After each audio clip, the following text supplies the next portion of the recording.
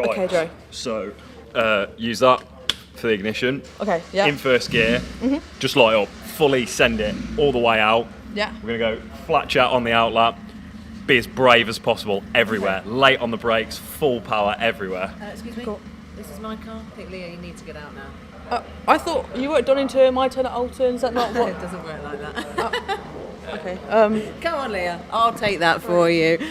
She just while she can get out the car. Right. Well, anyway, we have got a fantastic array of championships today for you from Caterham Cars. We've got the Seven UK Championship. We have the Vertex 310R Championship, the FanDrive 270R Championship, and finally the Bilstein Roadsport Championship. So a fun packed all in one day.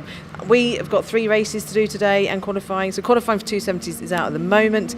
But yeah, it's going to be action packed. I hope you're ready. I'm about to say, yeah, we've got a stacked calendar for the events out on track. As you can hear, we've got qualifying going on at the moment. Sam's going to be in her lovely car, better her than me, in that a little bit later on. So many races coming your way, and of course we've got the main build. The 7 UK Championship is out on track as well. Round 5 lots to the round 3 for the 7 UKs. Are you looking forward to it? I'm very much looking forward to it, yes, and it's cooler today.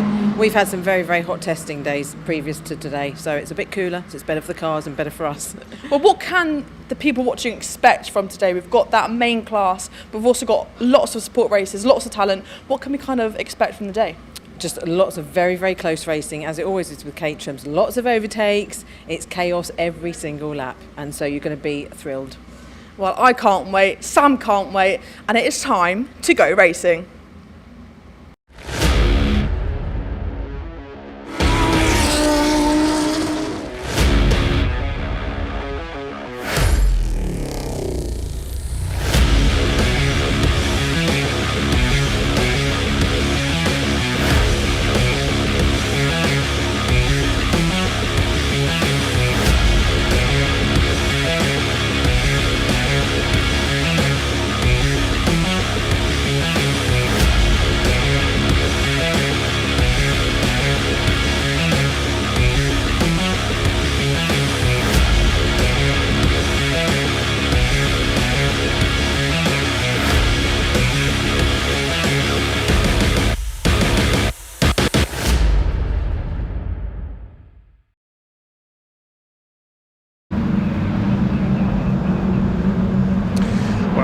Good morning everyone, and a very warm welcome to Oulton Park, the beautiful circuit here in Cheshire on this midsummer morning. A little bit cloudy out there at the moment. The sun will hopefully burn through the clouds as the day goes on, as we get ready to go Caterham racing. Yes, the latest round of the Caterham Motorsport Championships here in Cheshire. We've got 4 of their championships on the schedule here today. We'll be kicking off in just a few minutes' time with the FanDrive Caterham Seven 270R Championship, then up a gear with the Vertex Watches Caterham Seven 310R Championship, and then it is the top guns in the Motul Caterham Seven Championship UK, the fastest racing Caterhams of them all. We also have the Bilstein Suspension Caterham Roadsport Championship, the second rung on the ladder for drivers coming out of the Caterham Academy. A full programme of 11 races for you here today. My name is Dave Goddard. I'll be taking you through the action. I'm delighted to be joined by Caterham expert and former Caterham champion Chris Hutchinson. Good morning, Chris. Good morning. Can't wait to get this sport action underway. You can see all the cars still out there for qualifying today, but the road sports out there at the moment. We are going to start the racing with 270R Championship. And yeah, plenty of action there with 3 races for the 270s, 3 races for the 310s, 3 races for the 7 Championship UK, and then also the 2 road sport racing. We have got lots to get through before now, and lights out at the end of the day. Yes, we've over halfway through the championship season now, with, you know, for most of these championships. The 7 Championship UK still got a few rounds behind us. They're going to go and join the TOCA racing a little bit later. But yeah, absolutely looking forward to getting the racing underway, and Oulton Park always gives us some great action. Yes, it is this flowing circuit with a lot of undulations and altitude changes. It's a lot of drivers say it reminds them of the Nürburgring in Germany, and like a mini Nürburgring here in the hills of Cheshire in the northwest of England. It always lends itself to great Caterham racing action. We've got about 90 seconds left on our final qualifying session of the day ahead of our first race, which is now in the assembly area, the FanDrive Caterham 7 270R Championship. And I think we can hand down to Leah in assembly to catch up with a couple of the drivers.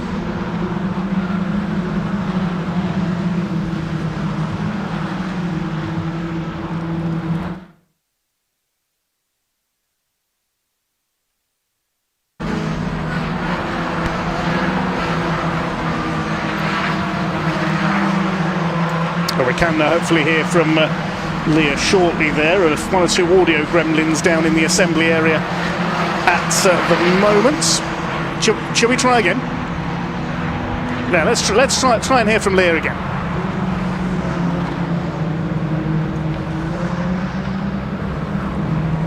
Can you hear me now, everyone? Are we back on air?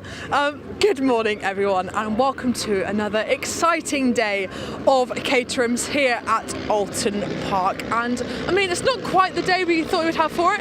We see these biplanes. Are they biplanes? I can't see, but what a lovely welcome for the racing here at Oulton Park, and what a great day we have in store. As Dave just said, we've got a bumper crop of races coming your way today, from road sport right through to the top class, the 420s in the 7 UK Championship. But we start here with the 270Rs. Third level in Caterham's. We've got a great race coming for you right now. We can hear the cars just starting their engines, getting revved up for the first race out on track. Obviously they did qualify earlier this morning. And on pole position we have Aaron Oliver, a winner last time out.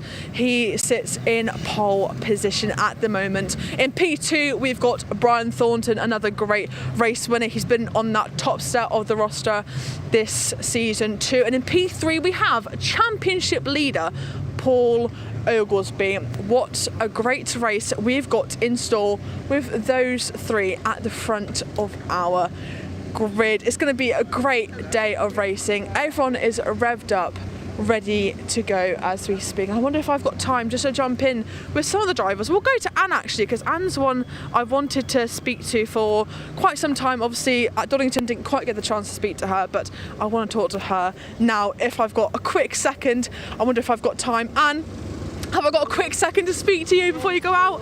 I know it's exciting. Hello, welcome to Oulton Park. How are you feeling ahead of race one for you today?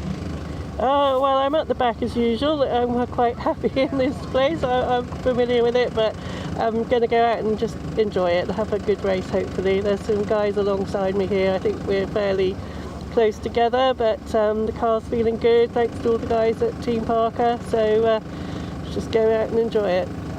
Well, not only is it going to be a good day of racing, you might be at the back, but you've probably got the best looking car. I mean, I hope they won't mind me saying this, your competitors, out of all the grid. Talk me through the choice of it then. Why have you gone for this kind of rainbow patchwork design? Well, you can see the black and white zigzag pattern. My son also has been racing Caterhams for a few years, and he had that all over his. So it's like the Dazzle camouflage pattern was the inspiration for that, and I thought I really quite like that, but we need a bit of colour, and went slightly mad. So we've got plenty of colour, but just keeping a little bit of his black and white in there as well. So I can't really hide, can I? Really, that's the main issue. So it's very obvious, but hopefully everybody likes it. I'm sure everyone will absolutely love it, and it is so distinctive out on track. I guess it makes it easier for your friends and family to spot you out racing. I guess so, but hopefully I can try and keep up with these guys and not just they've given up waiting for me to come around at the end, because I'm normally quite slow, but I'll do my best and we'll enjoy it. I was going to say, even if you are where you are on the grid, do you still enjoy it? Absolutely. I mean, this is now my 4th season. So I wouldn't keep coming if I didn't enjoy it, and you know, I've had a brilliant coach in Luke, so he's got me to get up there with the pace and just do my best. But at the end of the day, it is great fun. It's a great camaraderie in the paddock as well, so I would miss it if I wasn't here, and they're very tolerant of me, so just enjoy it, I think, is the best thing. It's lovely as well, and you are one of, I think, Jasmine's potentially the only other woman in the grid, but there are so many more women getting into racing. When Zena's racing, we now have Zena in 270 as well. But yeah, we want more girls. Well, girls, I would think I'm a bit beyond being a girl, but yeah, more females would be great. You know, we can do it. It's one of the few sports that men and women can compete equally, which I think is a good thing.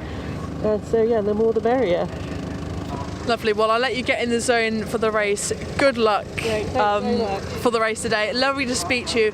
I'm so glad I've managed to speak to her because she is such an inspiration on this grid. She's doing a great job, even if she is where she is, because at the end of the day, points mean prizes in this championship. We just look around. I mentioned as well, Jasmine Shaw, she qualified P7 for this race. She's doing an amazing job in this class this year as well. Doing a fantastic job.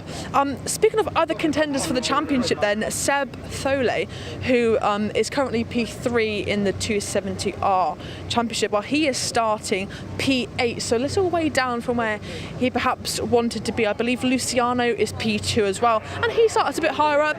He sat there in P5, sandwiching a lovely chrome car. And my question of the day, I did this for the Classic Tourers here, funnily enough, back in May, and a question I'm asking a lot of the racers here is, why have you chosen the livery you've chosen? Obviously, we've seen Anne Hall there with that lovely patchwork design, keeping that theme of the black and white, but adding colour in it as well. We've got that lovely chrome there as well, and I've spoken to a few other drivers which you will see at lunchtime too. But my question to you all at home, and I want to see this in the comments because I can see it, Dave up in commentary and Chris, they can see it too. If you had one of these Caterhams, how would you design it? What colours would you pick? Who would it be inspired by and why? That's what I want to see. And as I leave that with you to answer, I'm going to look at your comments now as we see these 270Rs go out on track, leaving the assembly area. John, just mind your back, I don't want you to get run over, not in the first race of the day, but as these cars are leaving us in the assembly area, I'm going to throw over to our good friends who you've heard from this morning already, Dave Goddard and Chris Hutchinson. Boys, it's going to be a stormer today, isn't it? It certainly is, Leah. Yes, thanks very much indeed. So getting ready for our first race of the day. Got plenty of comments coming in already. Good morning to you all on the stream. We'll get to those in a moment, but let's have a look at the grid. Qualifying took place very early this morning at around 8:30, our first qualifying session here at Oulton Park. Number 10, Aaron Oliver, was who set pole position, currently sits fourth in the championship. He did a 136.113 around the island circuit here at Oulton Park. Only a few hundredths of a second clear of number 33, Brian Thornton, the Irishman, lines up alongside him. Championship leader Paul Oglesby, number 18 on row 2, alongside number 99, Andrew Davison. Then on row 3 we've got Luciano Caruso, number 88, and 42, Scott Helm. Good effort by Jasmine Shaw up there on row 4, number 21, alongside 28, Sebastian Thole, the South African, completes the top 8 on our grid, completing the top 10, 86, Craig Evans, and 14, Rob Kennelly. On row 6 we have number 20, Steve Loriman, and number 6, Eduardo Pontes, the Brazilian-born driver. Row 7, 74, Charles Chapman, alongside 15, Shane Forster. And on row 8, 78, Daniel Crawley, and 48, Ryan Thole, that's Thole Senior. The 9th row of the grid, we have 23, Gary Cross, and 72, Christian Bond. Henry Speaks on row 10 alongside 58, James Platts, then Jimmy Way in 38, 31, Andrew Bailey, 65, Andy Mackay, and 19, Chris Morling. Complete 24 rows of the grid. Row 13 is 66, Tim Newman, alongside 47, Alistair Kinnear, and 62, Anne Hall, who we heard from a little bit earlier on, rounds out the grid. So the cars making their way, they make their way over the short circuit, the Foster's Loop as it's known, to make their way to the grid, and then they will have a green flag lap. We'll take you on a guided lap of the circuit once they take their green flag lap. Coming through the last corner at Lodge Corner at the moment, then they go through Deer Leap and up to the start-finish line. But looking at the championship table at the moment, Brian Thornton has done the majority of the winning. He's taken 6 wins so far from the dozen races we've had at Cadwell Park, Croft, Spa-Francorchamps in Belgium, and Donington Park. But he's had a couple of non-finishes as well. That's what you don't want in this championship, because it's very close, the intervals between the placings in the points chart. It's only one 1 point between each place. 25 for a win, then 24, 23 and so on downwards, plus a point for the fastest lap. So non-finishes you can't afford. And Brian Thornton had a non-finish at Cadwell Park. He got taken out there, and he had a non-finish at Donington as well. Paul Oglesby, who has had 1 non-finish but 5 wins, leads the championship on 249 points ahead of Luciano Caruso. Consistency has been the key for him. He's only had a couple of podiums this year. He's on 234, 2 points ahead of Sebastian Thollet in third, and our pole sitter here in the black car on the left of your screen, number 10, Aaron Oliver, fourth in the points. Henry Speaks is fifth. He's quite a way back on the grid for this one. He's only down on row 10 of the grid, so watch for him coming through. And completing the top 6 is Brian Thornton. So an interesting season so far, Chris.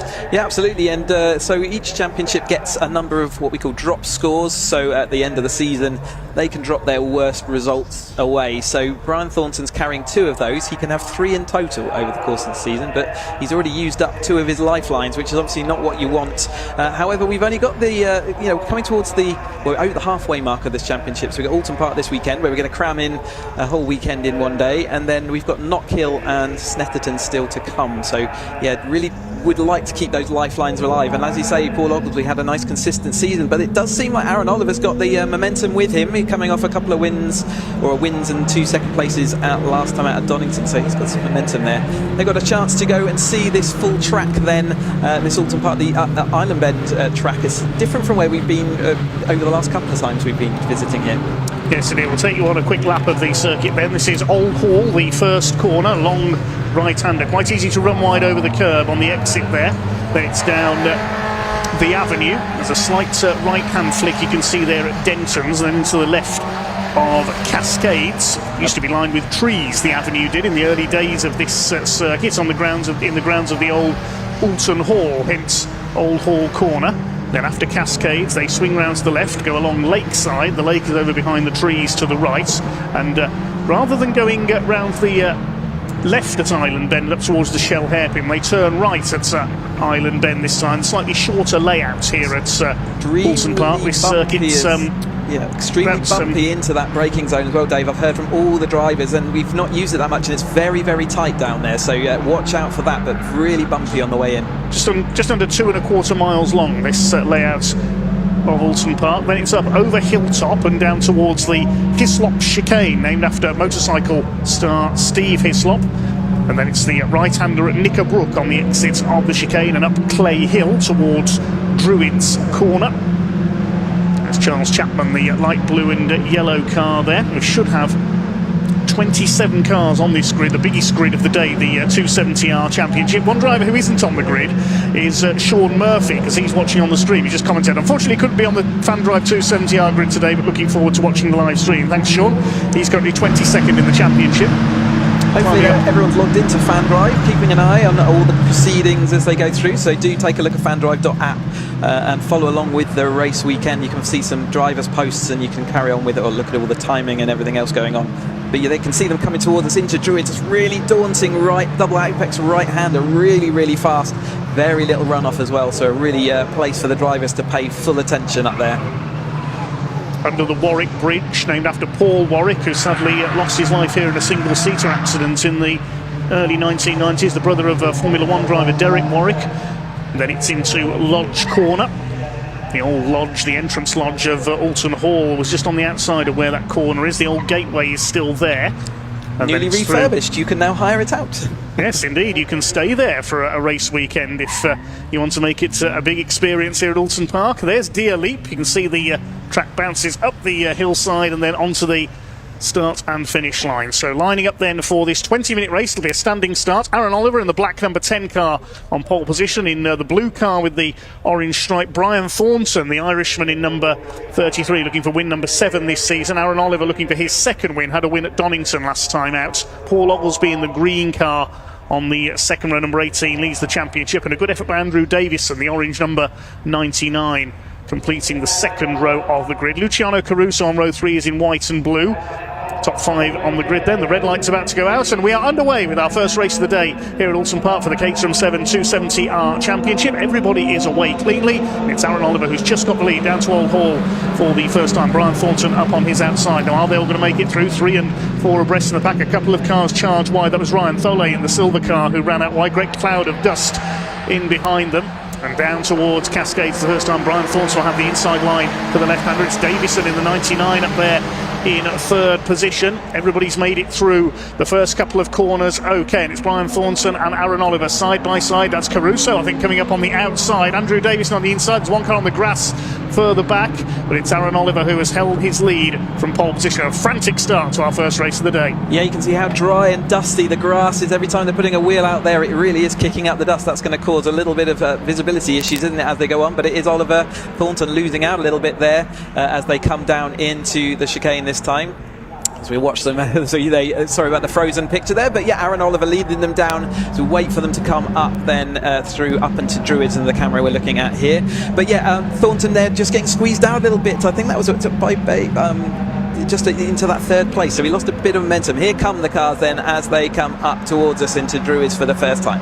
Yeah, apologies there. Just lost our camera down at Knickerbrook. We'll get that back as soon as we can.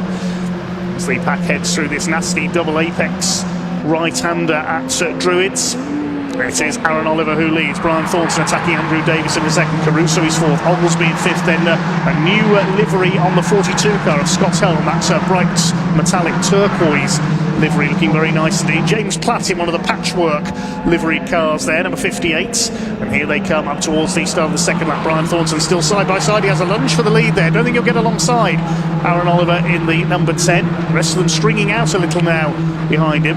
The 23 car there coming in by Gary Cross from the 15 of Shane Forster.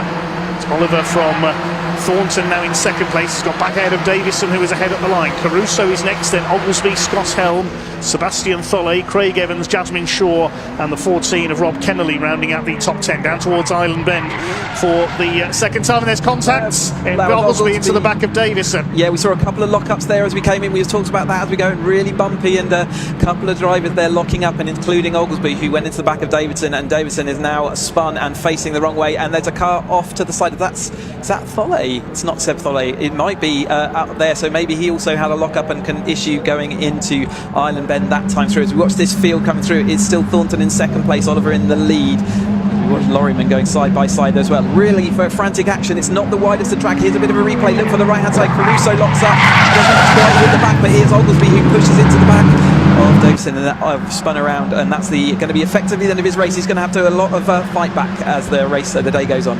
And of course that spoils the whole of your day, because it's 3 races. The second and third races the grid is decided by the results of the previous ones. He's fighting back all weekend. As up the inside, Brian Thornton takes the lead as they go into Lodge Corner. So Thornton got the lead on the inside. There's Ryan Tholey, number 48. We'll try and confirm who that car that pulled over is. I'm looking for cars falling down the timing screen. It might have been Craig Evans, the number 86, who pulled over at Hilltop. So I think the 86 car is out of it.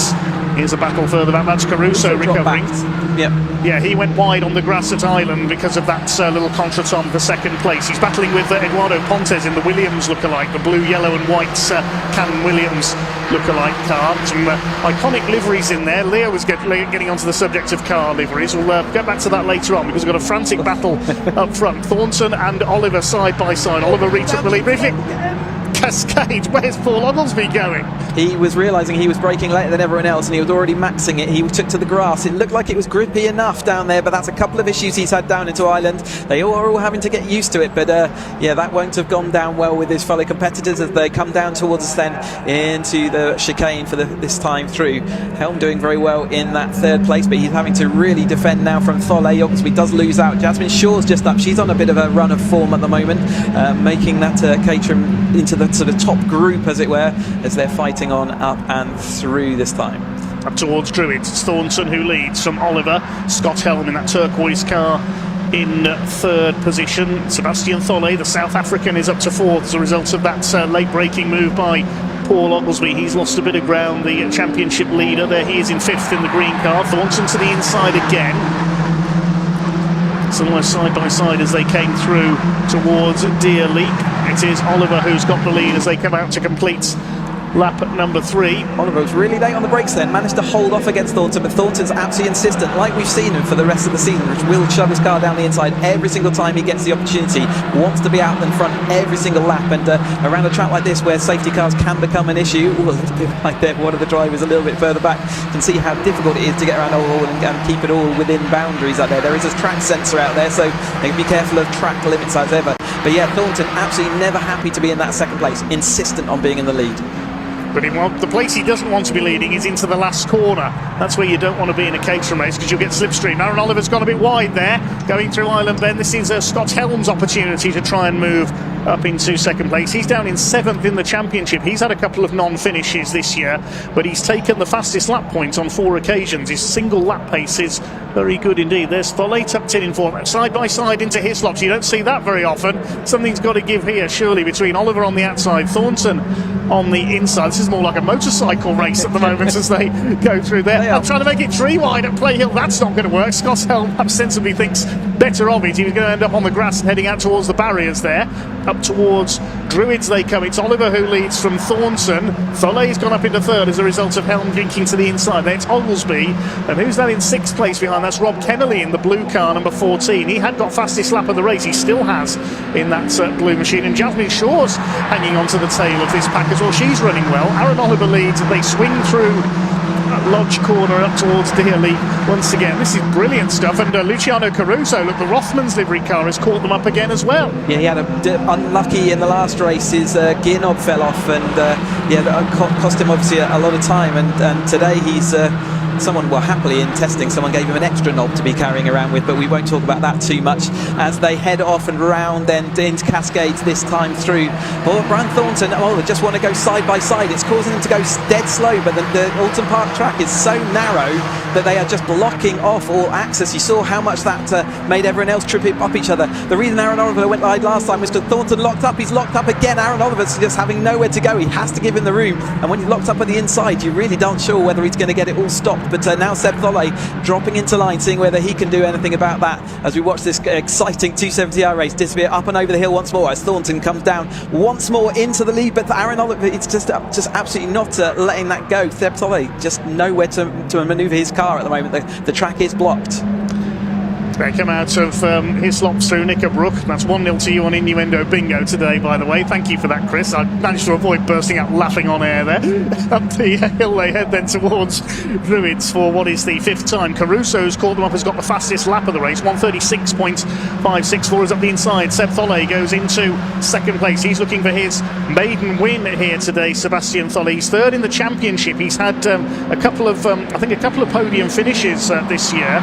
Looking at his points chart, he hasn't had any no scores though, so he'll have points to drop at the end of the season. He has been a real revelation of the season though, kind of new into this Caterham, to be at the front here and obviously racing with his dad as well, but absolutely brilliant that he's got up there up to speed. And I think he was surprised himself early on in the season, but we are no longer surprised. We see Caruso making some really good progress back through, so really good for him to have got the speed in that car, naturally able to pull back to this lead group. And there behind them in 11th place is Henry Speaks. We said he was a bit out of position in qualifying. He only lined up 19th, didn't get the brakes in qualifying, so he's made his way through into 11th place on the fringes of the top 10 now. Still with just over 11 minutes of this race to go, and they're still side by side, and they touch. Off goes Aaron Oliver. Oh, what a disappointment. He's disappearing down towards the Shell Oil's hairpin there. Hopefully he can get the car stopped, so there might be some damage to the right front though, but one of our leaders is out of it, the poleman Aaron Oliver. Let's have a look at that again. 3 into 1 won't go there. They did, Brian Thornton, I don't think, realised that car was there. They did get told in their briefing that if they did disappear off straight down the track, they have to go around that Shalloy. So that, unfortunately, will be pretty much race ending. He'll have to fight his way back through, but there will be some talk about that in the steward's office, no doubt, after this. But currently, Brian Thornton does then lead because the car rejoining. You can see how far back that is in the field. It's a long way around that bit of track. Thornton, though, Seb Tholet is up the inside and takes the lead for the first time. Then they were absolutely sideways as they went through Druids. Druids is a devastatingly quick corner. That would have been exciting to be sideways, side by side going through there, but he held on, hit the bump on the inside. Now Oglesby is there and Helm looking to see whether he can do anything. Kendall coming through nicely in the blue machine to see whether he can do anything. Thornton hanging on there on this side. You can see how much jinking and jiving there is between these two 70Rs. Jasmine Shaw looking around the outside of, I think that was Caruso coming up through. In fact, Caruso's down the outside, 3 wide then this time in total, backs out away. I think that's sensible. And again, showing the cold shoulder to Seb Tholler, the outside of turn 1. Thornton's having an exciting race. Well, this is absolutely sensational. 11 of them going for the lead now at the front of this FanDrive 270R Championship race. Brian Thornton back in the lead. Seb Tholler, I think that's the first time he's led a Caterham race. He was briefly in front there coming out of Druids after that brave move. Thornton got him back. He's a bit of a specialist down the inside line into Lodge Corner. Let's hope they don't touch into Ireland this time. Side by side, a big lock up there for Tholler. He's lost the lead once again. Oglesby in third. Rob Kennelly up into 4th place. This is the best we've seen him run so far this season. He's got ahead of Scott's Helm. And now who's next in the order? It looks like Caruso is back up into 6th place after he went off in the early stages down this island bend. They passed Craig Evans' stranded car over there on the right. 78 of Daniel Crawley has come through into 7th position ahead of, I think that's Jasmine Shaw in the maroon liveried car next in the order. And now the second group is towing up as well. There's Ryan Tholle, Sebastian's father, in the number 48 car behind Alan Lorriman. He's in the Union flag liveried number 20. Had a bit of a shunt in that car at Croft, I remember, earlier this season. But it's a solid line of cars now heading through Druids. Any one of these cars could win it. Caruso has the fastest lap at 1:36.564. Now let's see if there's going to be a move made for the lead. Tholle has retaken the lead briefly there, but Thornton back to the inside. Every lap is the same. He does this up the inside, the Irishman, side by side with Sebastian Tholle. So tight as they go up to that little bit of barrier there on the outside, always right up close to it. And Thornton's going to take the lead again on the inside into Old Hall. With a grandstand view of all this in third is championship leader Paul Oglesby. Yeah, he's watching on and just figuring out how does he fit into this mix, because he certainly brought himself back into that mix after a bit of a slow start. He started third, dropped back away to the 6th or 7th, and has now fought his way back through that group up to the front. Definitely seeing issues into this hairpin. We said about it being bumpy, and those bumps are causing them to lock up, and there really isn't a lot of room for the cars as they go down into them. We've already seen a couple of incidents, haven't we? But Thornton this time having a relatively comfortable time. Kendall though down the inside of Oglesby, so Oglesby having to go back. Helm starting to lose speed. Caruso nibbling away at the rear of that car, seeing whether he can do anything about it. And good to see Dan Crawley up there. He's not doing a full season this year, and they're looking to get a sponsorship package ready for next year, but good to see him up there fighting, showing what he can do in his number 78. Number 14, Rob Kennelly, now up into P3. He's absolutely blown through the order. He doesn't even appear in the points chart at the moment. First appearance of the season for the number 14, and he's ready to attack the top two. There's the number 15 dropping a wheel wide. That's Shane Forster under attack from Gary Cross in the 23, and they're down in 14th and 15th places. There's battles everywhere, but Thornton leads from Tholle as they come through Druids once again. Kennelly up to third now ahead of Oglesby, and it's Scott Helm in the 42. We've still got 7 minutes of this race to go. It feels like we've already had 20, doesn't it? They've certainly packed all that action in. You see Lorriman just defending down the inside from Tholle. Body senior as the rest of the field come through. Bailey a little bit further back than we might expect. We've seen him up near the front occasionally this season, but 3 wide for the lead. Why not? Kendall going down the inside then, and Thornton holding on low. He's got the momentum around that corner, and again insisting his car there. Seb going back down to a 3rd place. Oglesby looking to see whether anything he can do, and Caruso also having a good look. That was the 15 spinning at the back there. Shane Forster has gone at Old Hall. He'll rejoin hopefully at the back. Hopefully nobody has collected the 15 car, but Rob Kennelly nearly took the lead down the inside. He's going to have another go here, side by side. Every time Thornton's come into this corner, there's been somebody up there on the outside of him. Thornton somehow holds his lead. Tholle third, then Oglesby, Caruso, Helm, Crawley, Pontes, Shaw, Speaks, and who's there on the back of this group? Christian Bond now in the number 72. There's 12 of them going at it for the lead. This is incredible stuff. They're getting closer rather than further apart, aren't they, as we go side by side for the lead once. Well, Thornton again, little bit of a barge there on Kendall as they came into the chicane this time through. Seb Tholle just going as close as he can without actually having to go alongside. It's really narrow up here, up into towards the Druids corner, and it really isn't much place you can put 2 Caterhams, but they are trying at every single opportunity to use the momentum. In the draft of these Caterhams, you gain an extra 5, maybe 7 miles an hour, so the draft is really important in the Caterhams. They're using every single one of those miles an hour, and there's only just enough room for them. You can see how bumpy it is on that second apex at Druids at the moment, and it really does cause the car to be upset. They can see a bit of a nose cone damage there from Seb Tholle, so one of those taps from the rear. The next thing in the car behind that nose cone is he's sideways going through the final corner, and in fact he's got radiator fluid. He needs to pull off. That is a burst lost radiator, unfortunately. Yeah, he hit the back of Rob Kennelly coming through Druids, unfortunately, so that's going to be end of game for Seb Tholley. He's gone so well in this race, but he'll have to pull over because the car's going to overheat. He needs to, otherwise that will be engine over, unfortunately. So hopefully he's noticed that it's wet a little bit. That Bailey out the back there. One of the cars. That was Henry Speaks. Was it Speaks trying to come through? Yes, that was looking uncomfortable. Those cars kind of had an awkward moment where they gripped onto each other just as you get some wheel contact. Sometimes that happens. They kind of grip in, but as Thornton did take us over the line first, ahead of Kennelly, Oglesby, Caruso, Helm and Crawley. Will it be the same? I bet not. They're locked up again. He's got to realise soon. Yeah, Seb Tholley's just going to plummet down the order. Eventually his engine will seize if he keeps going like that with no cooling on the front. Just clip the back of Rob Kennelly as they fought for second going into Druids there. So Thornton from Kennelly this time. Oglesby now back up into third place, and then it's Luciano Caruso, who has fought back superbly after his off at Island Bend early on. Scott Helm in the turquoise car fifth. Dan Crawley is sixth. Eduardo Pontes in seventh. Tholley trying to keep going. 4 minutes. Can the car survive that long? No, is the answer, the short answer. So hopefully he'll realise, but it's going to be getting slippy out there for everybody because his whole coolant will be out there. Caruso's been met with a wall of cars, but he has managed to deal with most of them, and he's put himself into that fourth place. That'd be a great recovery, wouldn't it? There's Henry Speaks over the top of this Tholley Senior, but Thornton is still into that lead. Then Kennelly out there in second. Oglesby holding on to there, but there is that Caruso for a fight back happening, and he's over the top of Helm, who's performed well, but unfortunately just find himself dropping back as these faster cars are coming through. 3.5 minutes to go as they cross the line, so we get at least a couple more laps out of this. Through all hall go the leaders. There's a battle further back as James Platt catching up to the back of Chris Morling in the number 19. Behind them is the 65 Andy Mackay, the sort of cream coloured car. So this is the battle towards the rear of the field. There's battles everywhere you look. This is for about 19th place. 27 cars started, and at the moment 26 of them are still running. We lost Craig Evans on the second lap. This is the battle for the lead. Rob Kennelly down the inside into the Island hairpin, and Brian Thornton has to give way there on the inside. Oglesby looking on from third place, but Thornton again has the momentum on the exit up over Hilltop, then down towards Hislop chicane. Kennelly will have the inside again. They're still going to run side by side, and Thornton will cut back ahead on the outside of the right-handed element of the chicane, back to the left, then out to the right and towards Knickerbrook. It's Thornton who continues to lead the way, but only just, and somehow Seb Tholley still going, but he's all over the grass there on the exit of Knickerbrook up Clay Hill. Jasmine fluid coming out. Jasmine Shaw chasing behind. Yeah, his time is still limited in this race, but he's trying his hardest to keep going.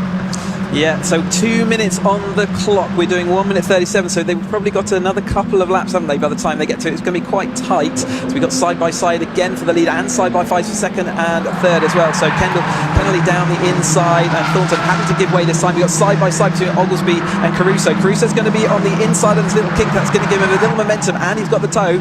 And Helm was looking to see whether he could make up for some of that lost speed as they head into turn one then. So it's Kennelly again in that lead. Caruso just clips the glass, but he's got that's one of the cars into the barriers. Pontes into the barriers. He just went onto the grass, got squeezed there, and then he found out there was no grip for him to slow that car anymore. That car into the barrier, and we're looking out just in case there's a safety car.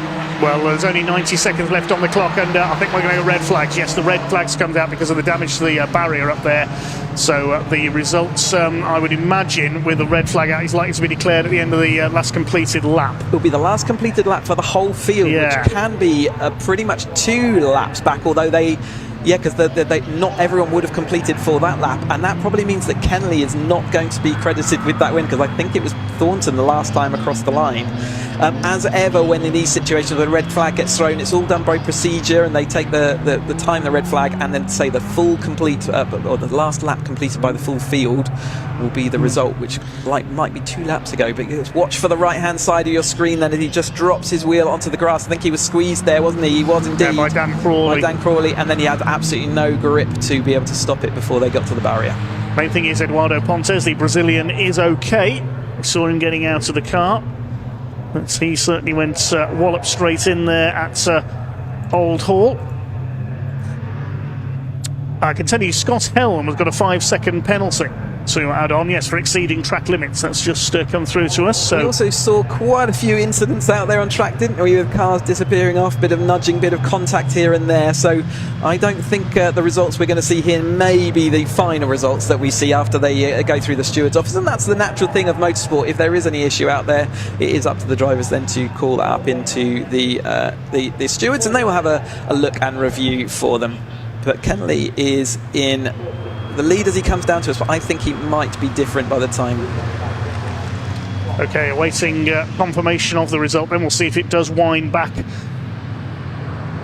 a lap there. He'll take the time with a little bit of time just to get communication done and click the buttons that they need to click to declare the provisional result. But they will definitely be calling it a provisional result at this point. So at the time of the stoppage, it was Rob Kennelly who was leading. One thing you can be sure, there's going to be probably quite an unhappy field of drivers as some people will have lost out a bit in that, and I think Kennelly might be our biggest losers. The checkered flag graphic has now appeared on TSL timing at the end of lap 11, which is where we were, and Scott Helms had the penalty applied, so the provisional results... no, it just updates as I say that. I knew that was going to happen. But thank you, TSL, for bringing us the confirmed result at the end of lap 10. I waited as long as I could there. So Brian Thornton does provisionally take the win ahead of Rob Kennelly, and Paul Oglesby completing the podium, with Luciano Caruso fighting back after his off to take fourth. Dan Crawley fifth. Eduardo Pontes I don't think will be in the result because he was the cause of the red flag. So behind them will be Seb Tholle, who was saved there by the red flag from a potential seized engine. Jasmine Shaw will be seventh, then Christian Bond, Henry Speaks and Andrew Bailey, number 31, provisionally completing the top 10. Scott Helm was dropped down by that 5-second penalty to 13th on our timing screen, but possibly 12th, because I imagine Eduardo Pontes won't be in the results as the cause of the stoppage. We lost just one car there, other than that, Craig Evans dropping out early on. I think we can now hand down to Leah in Parc Fermé to talk to our race winner Brian Thornton, taking win number 7 of the season.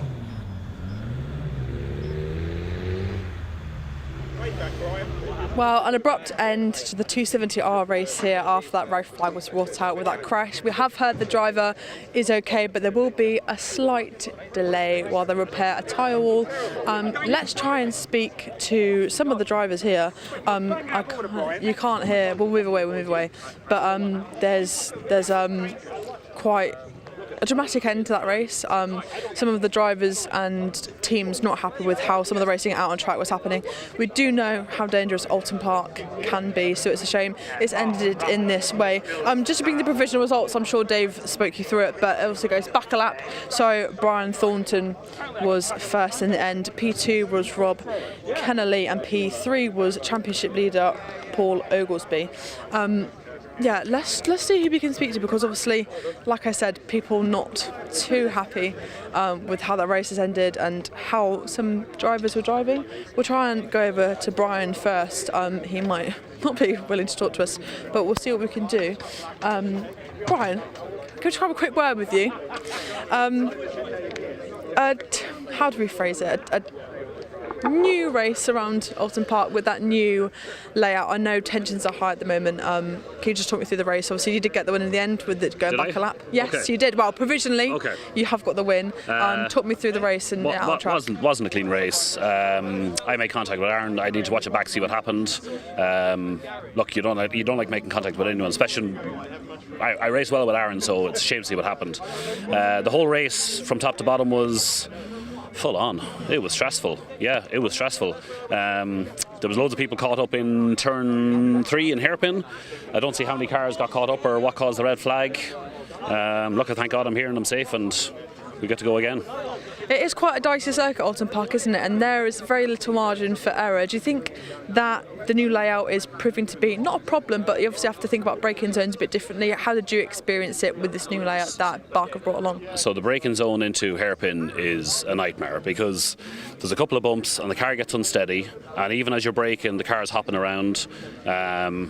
And you're trying to brake as late as you can, because some guys are really good in the brakes, some aren't, some locked up, some didn't. So, yeah, it's just really tough. Yeah, it's just that braking zone is so tough. car just gets so unsettled. So, but I see loads of damage around. Loads of people got caught up. Yeah, I just need to watch it back. But thank God I'm here and we're all happy and safe. So. That's amazing. And the main thing is the driver caught up, which is Evans in the accident. He is okay and he's out the car. Yeah, he was waving So, but what was the red flag? I'm not quite too sure. We can't see it from here in Park Ferme, but I'm sure it'll be a one to rewatch, won't it? Okay, all right. But congratulations on the win. You are here, luckily. If we just bring around, I just saw, if we look at Sebastian Thole's car, we do speak to him and his dad, actually, at lunchtime, so make sure you tune in for that. But look at the extent of the damage. He was one of the front runners out on track. He came past here, challenging Brian for the lead, and you can just see the contact with that. It's an absolute nightmare. But luckily, everyone here, everyone's safe, and the driver caught up in that red flag is okay too. Well, we'll move away from the 310R and we'll actually go over to the 210. No, sorry, wrong way round. These are the 270s. We'll go over to the next class, and I caught up with some of the drivers ahead of the race in the assembly area earlier.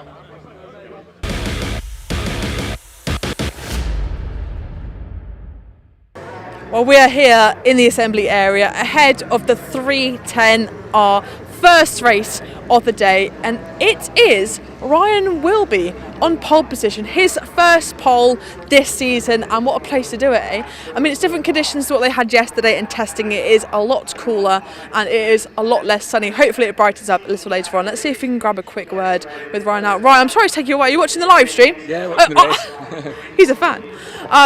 Ryan, your first pole position of the season. Starting P1's always nice, especially somewhere like Oulton Park, where overtaking might be a little more tricky. How was it in qualifying out there this morning?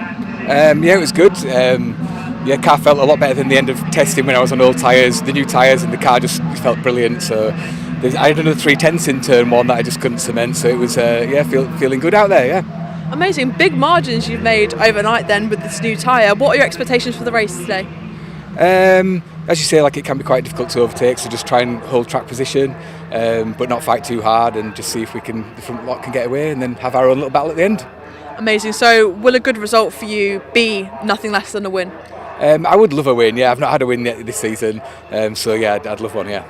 Amazing. Well, best of luck. Good luck for the race, and hopefully we'll see you in Park Ferme a little later on the podium. As I say, his first pole of the season. It's interesting to hear him say, a lot of people have said that she preferred the conditions yesterday, but that new tyre working wonders for Ryan Wilby. We do have William Chadwick, a familiar name in the top end of this category. He is starting P2, and we have Ben Lopez Appleton, who's not yet here, who is going to be occupying that P3 slot as well. Obviously we can expect big things from the Harris brothers, William and Charles. They do start a little bit further down than we would expect, but not bad considering. Obviously qualifying is a massive factor here in performing well. Like I said to Ryan, and he agreed, it's very difficult to overtake here, especially with that cut off. They don't go around to shallow, whereas they have to cut that corner early. So it'll be interesting to see how they perform out on track today.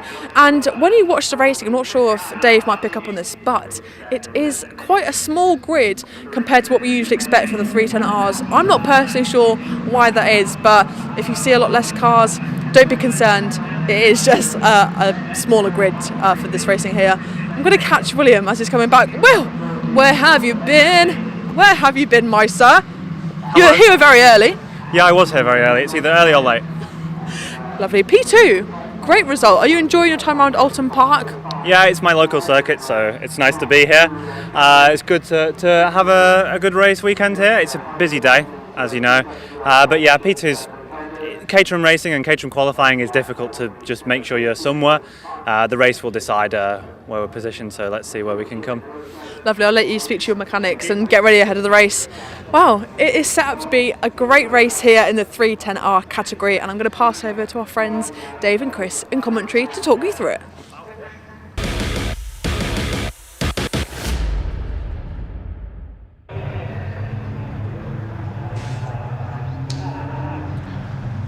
Yes, thanks very much, Leah. So the car's being led around for the start of our second race. The safety car leading them around at the moment, and they'll line up on the grid ready for their green flag lap.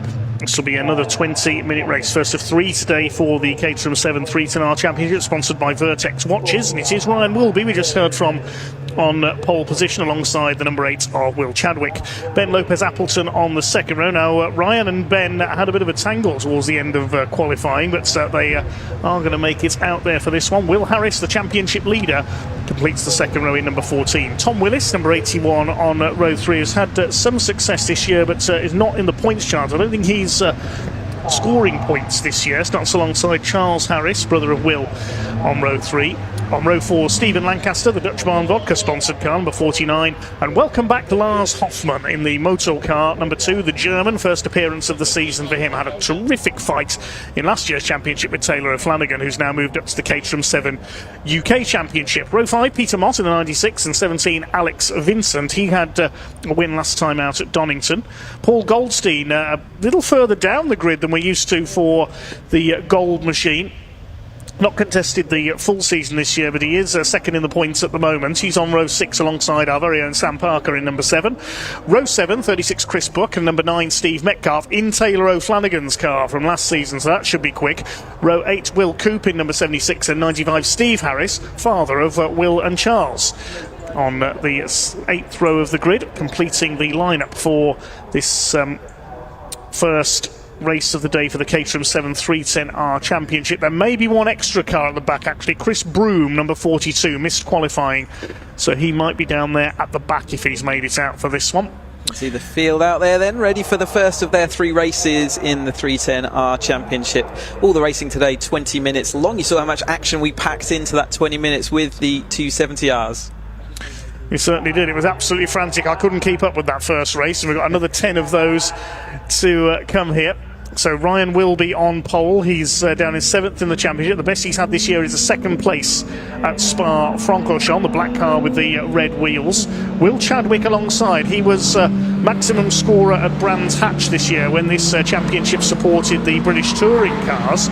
He was the top scorer in all 3 races, but I think Tom Willis had a couple of wins on that occasion, but he's not racing for points this year. Just Pots not points, as just to confuse me a little. Yeah, but the 310R Championship then, this is the ultimate evolution of the Academy car that we run, so this is the 4th year at least. Many of these drivers actually way more experienced than that and have carried a lot more seasons racing, but we've got the Nova ZZR tyres back with us this year, so they're sort of dry focus tyre, almost like a cut slick, really do give the drivers a lot of grip out there. Got 155 horsepower in the Ford Sigma 1.6 and a limited slip differentials that are one of the bigger differentiators between them and the 270Rs. The 270Rs also don't run this ZZR tyre, so definitely a ramp up in speed and performance out there, and that's the whole point of this Caterham ladder. Is each step you take up through the ladder you gain additional speed and a little bit more sort of racecraft, and say as they get to this level they're really experienced. But we'll see the 7 Championship UK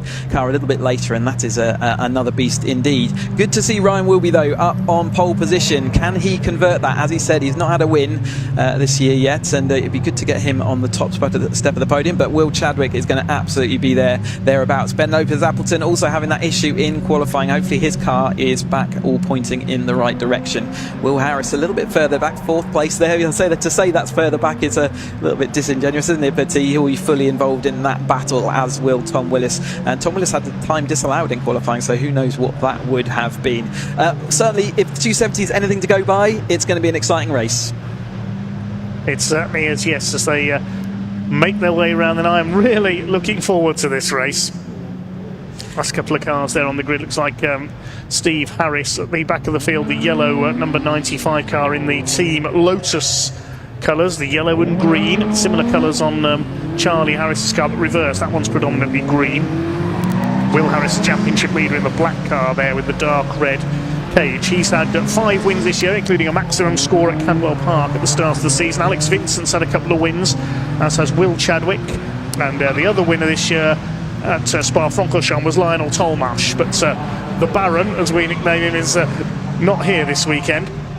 Like you said though earlier, Lars Hoffmann is back with us this weekend, and let's wish Henning Westphaler a speedy recovery. He's out ill at the moment, so get well soon and we'll see you back on the grid soon. Yes, Haing's been racing that car, under the number 25 so far this season, the Motul liveried car, the red and white. But Lars Hoffmann was battling for the championship all the way with Taylor O'Flanagan last year, so it's great to see him back out. He is going to be a contender here from for the fourth row of the grid. So Wilby on pole, the black car. The white car alongside him is Will Chadwick. Ben Lopez-Appleton in the grey car with the green cage on the second row of the grid. The 5-second board has been displayed, the red lights are on, and the 310Rs about to get underway. Here we go. And down towards Old Hall. First of all, a great start by the two front row men. Ryan Wilby alongside Will Chadwick, 3 wide for third place. It's Will Harris up the inside. Now, who's that coming around the outside there? That might have been Tom Willis, I think, trying to move up. Great start. Yeah. He did get a great start from row 3. So down the avenue towards Cascades the first time. Ryan Wilby it is, who has just about got the lead on the inside, desperate for that first win of the season. Down towards Island, they'll go 3 and 4 abreast. Can they get it stopped? Up over this little rise here, there's Willis. He's caught on the outside of Will Harris, the championship leader here, and goes back down into 4th place. Ben Lopez-Appleton is 5th, and already Hoffmann, there is the red Motul car, is up into 6th position as they head up over Hilltop for the first time. And Steve Metcalf at the wheel of the ex-Taylor O'Flanagan car, already making moves on the inside.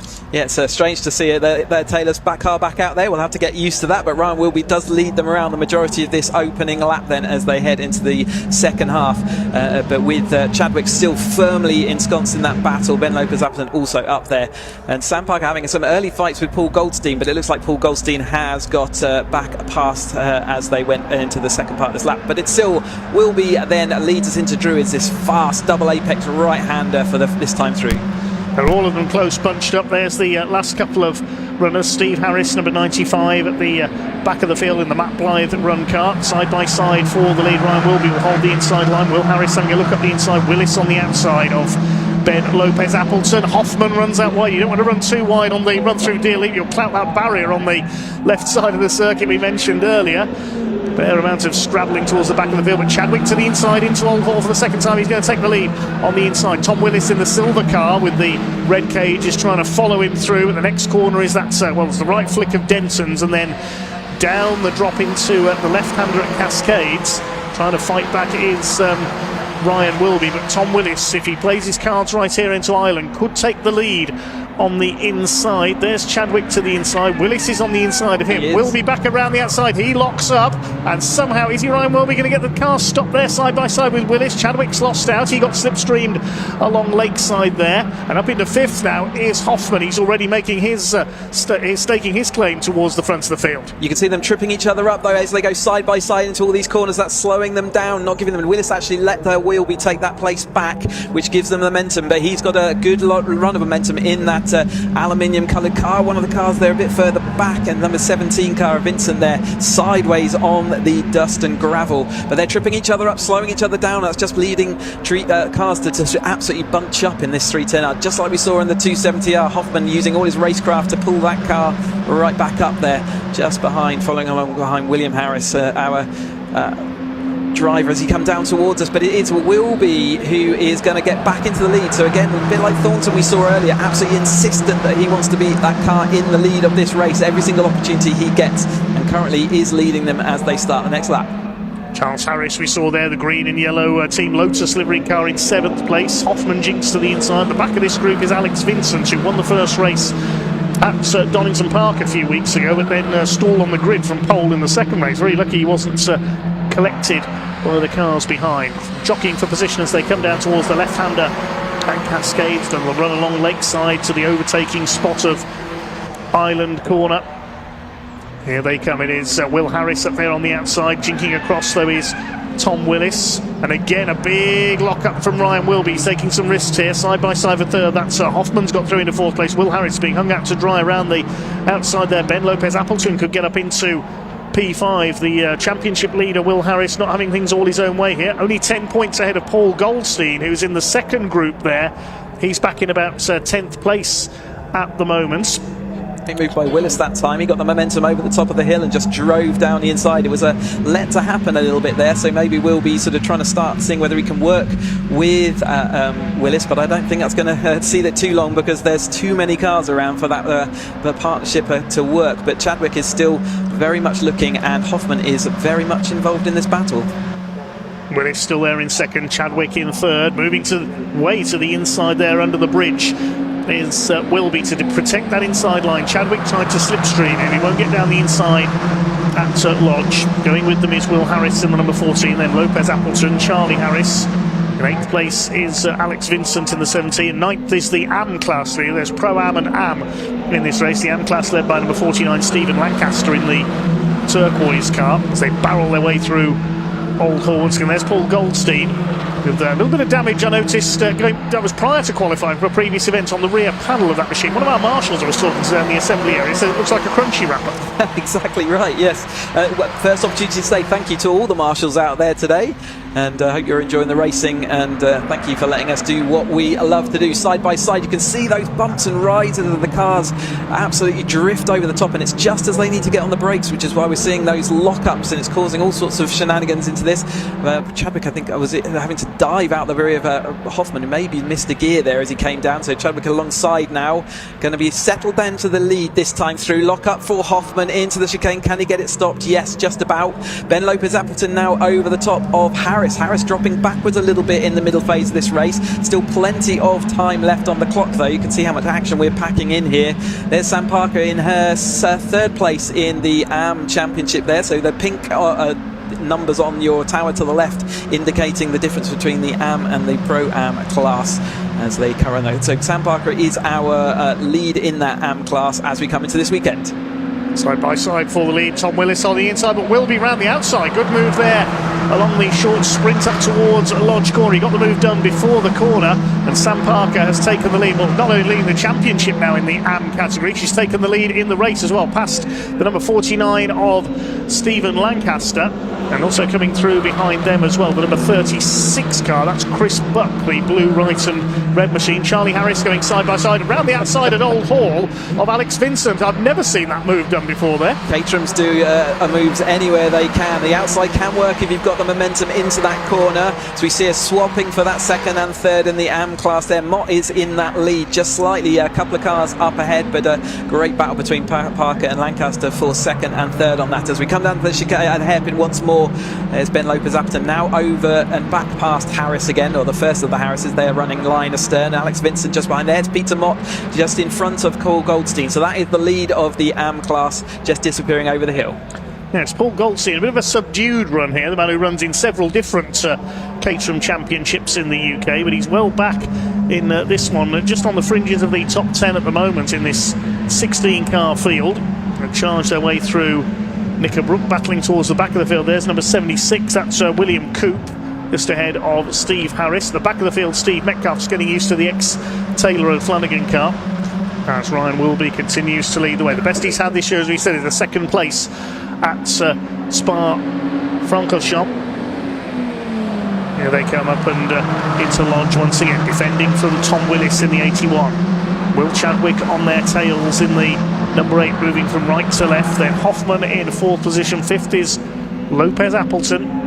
5 laps completed as they cross the line. Who's this trying to get down the inside? That's Hoffman. He's going to go for 3rd. He's got 2nd position. He's got both of them. He's not got the momentum out the corner though, so he might be struggling into Cascades, although it does look like he's made to have that hold. So all change at the front. Willis then holding on over the top as they flick through the left-hander Cascades this time. So Lars Hoffman looking to strike out for the front on his first race of the year, replacing the unwell Henning Eschweiler in the Motul Motor Oil sponsored car, and he's in the slipstream of Tom Willis now, and down to 4th has gone Wilby because Chadwick has got through as well in the number 8 car. He's 4th in the championship. Tom Willis runs out wide on the exit of Ireland. Going to the inside now is Chadwick. This is going to be very interesting as they come into the Hislop chicane. Hoffman moves to the inside. Don't bang wheels. That'll send you flying up into the air there, and he thinks better of it, and Tom Willis is able to keep his lead. Will be 3rd, Chadwick 4th, and the rest of the pack now able to close back up again, led by Ben Lopez Appleton. You can't afford to be pushed out of the line at this stage. They're in the midpoint of this race, and if they get pushed out of the line now, they will drop to the back of that pack as we watch that AM battle coming up towards us as well. But Willis is holding on over the top of Hoffman at the moment, and you can see how quickly Ryan Wilby went from that lead to 3rd, and in fact 4th place before recovering one of those places.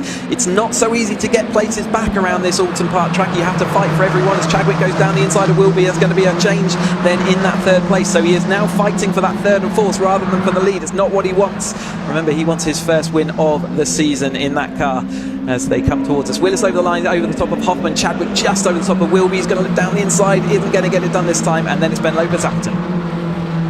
It's over 10 minutes of this race to go, so we're not even halfway through this one yet, and already an enormous amount of action once again from the Vertex Caterham Seven 310R Championship here at Oulton Park. This is the first of just the first of 3 races for them here today.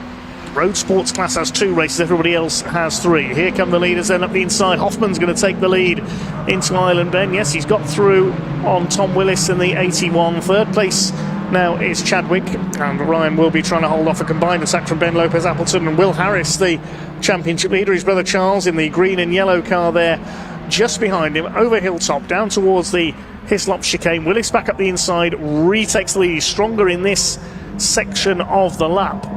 The Silver Machine has got the lead back again, but only just. Lopez-Appleton under fire from the Harris. Alex Vincent is in there as well. Peter Mott, our AM class leader, then Goldstein and Lancaster in the 49. To the inside this time. Chadwick has a look, but it is Hoffman who continues to hold the lead, the German. Yeah, absolutely. They just, just how quickly it all changes, and we've had 4 different leaders. At least there's a little bit of grass taken there as they're looking for any millimetre out on track. And Parker having to settle the fighting now with Buck for that final place on the AM Trophy. But yeah, Goldstein now coming back into this. If Will Harris has been relaxing into the race and seeing, well, I doubt he's been relaxing out there. It doesn't look, it looks pretty frantic. But it's about time you've got to start making a move now. Otherwise, you're going to run out of laps. As Vincent's also all over the rear of his panel as his brother, so he's really not going to have a relax. And Mott is now coming back under attack from Lancaster in that AM battle, and they're just being a bit compressed by Goldstein, who's sort of involved in that at the moment, but they're coming back to that front group. So into the second half of our first 310R race of the day, then Tom Willis back into the lead ahead of Lars Hoffman, with Chadwick hanging on to their tails. Ryan Wilby, the pole sitter, an early leader, down into 4th position. All 16 are still running. A couple of cars have got the black and white warning flag for exceeding track limits one too many times. Ben Lopez-Appleton was one of them, and 76 William Coop was another. If it goes beyond that black and white flag, if they do it again, that will cost them 5 seconds, and you can see how many Caterhams you can pack into 5 seconds. That'll drop them all the way down the order. Given that the field is currently covered by 10 seconds, that's how close Caterham Racing is. In fact, the first 13 cars are covered by less than 5 seconds, so even if the leader gets a penalty, he'll drop down that far. Here they come then towards Lodge Corner once again. Tom Willis trying his hardest to defend. Chadwick trying to attack from 3rd place, as Peter Mott still ahead of Paul Goldstein in the number 12 car. Lancaster behind them in the 49. They come over then to complete the next lap, heading down towards a side-by-side Harris and Vincent then as they're going. We've seen quite a lot of side-by-side running. There is a sense from the outside there. We've got to be a little bit careful. There's Peter Mott with Goldstein, then Lancaster and Parker in that AM battle. But Willis managing to hold on for the whole lap that time through, which is not an easy feat when you've got this angry pack of cars just on your tail. Absolutely nothing between them as they come down towards us into the bumpy shell hairpin this time. Hoffman round the outside then, really nicely late on the brakes to swaps that position. Chadwick and Wilby just seeing if they, well, I think they're kind of defending a little bit just to make sure that they can just have a bit of a relax around a couple of these corners. Only 6.5 minutes of this race to go though, so they will start being more insistent as we get a little. Chadwick diving down the inside, just a little bit of a confidence there to see whether he can change. But Willis has missed the chicane. He misses braking. He is going to have to rejoin. It's an awkward rejoin, and is he going to get out in front of them? He does, but he will have to give at least a couple of those places back. We'll wait and see what transpires there. Will he be given the signal to give the places back again after going straight on at the chicane? He managed to do the slalom through the barriers there, Tom Willis. He finds himself back at the head of the field ahead of Hoffman, Chadwick and Wilby. Now he moves to the inside there I don't think he's going to give way. I think if I was him, I would give way to at least a couple of those places. That shows intent. So he's done exactly what I think he needed to do to avoid a penalty there, which is give away to the positions that he would have lost had he not been able to go through that. So I think that may be enough to get rid of that penalty. We'll see, but the stewards will have to look at that as we go into hop 3 wide then, and it is will be back down the inside. So he's going to do an immediate 4th place to 1st place. As he know, he lost the rear of his car. He just about holds it on. Great skill on these drivers, but they are going to trip over themselves as they come through Denton's and then into the left of Cascade. You can see they're all having to get on the brakes. They're so stalling each other there. They are closer than they were on the grid, and it is the whole front pack, including the Am Battle, all seeing whether they can win this race. Oh goodness me, that was almost 4 wide coming out of Old Hall there. Hoffman back to the inside on Chadwick. Another terrific race here from the Caterhams in the 310R category this time. Ryan Wilby goes to the inside. These two are still side by side for the lead. Missed a gear, I think. There's been some contact in there. Somebody's lost a wing. Didn't see who it was. It was Hoffman who lost the wing, I think. I think he missed a gear or so, and then people tripped over him a little bit. So it is Will Chadwick who now leads the way in the number 8s. Could be all change at the front of the field very shortly. Yeah, I think Ben Lopez-Appleton missing his left rear wing there, so I think that was I think that's where it was. But it looked like it deposited itself to the side of the track, so should be okay. Yeah, we're just trying to work out who that was. Yes, indeed, you can see it there. So he's the first of many to lose a wing today. Who's that on the grass? That is Ben Lopez-Appleton out onto the grass there, down under the Warwick Bridge, as Chadwick leads from Willis.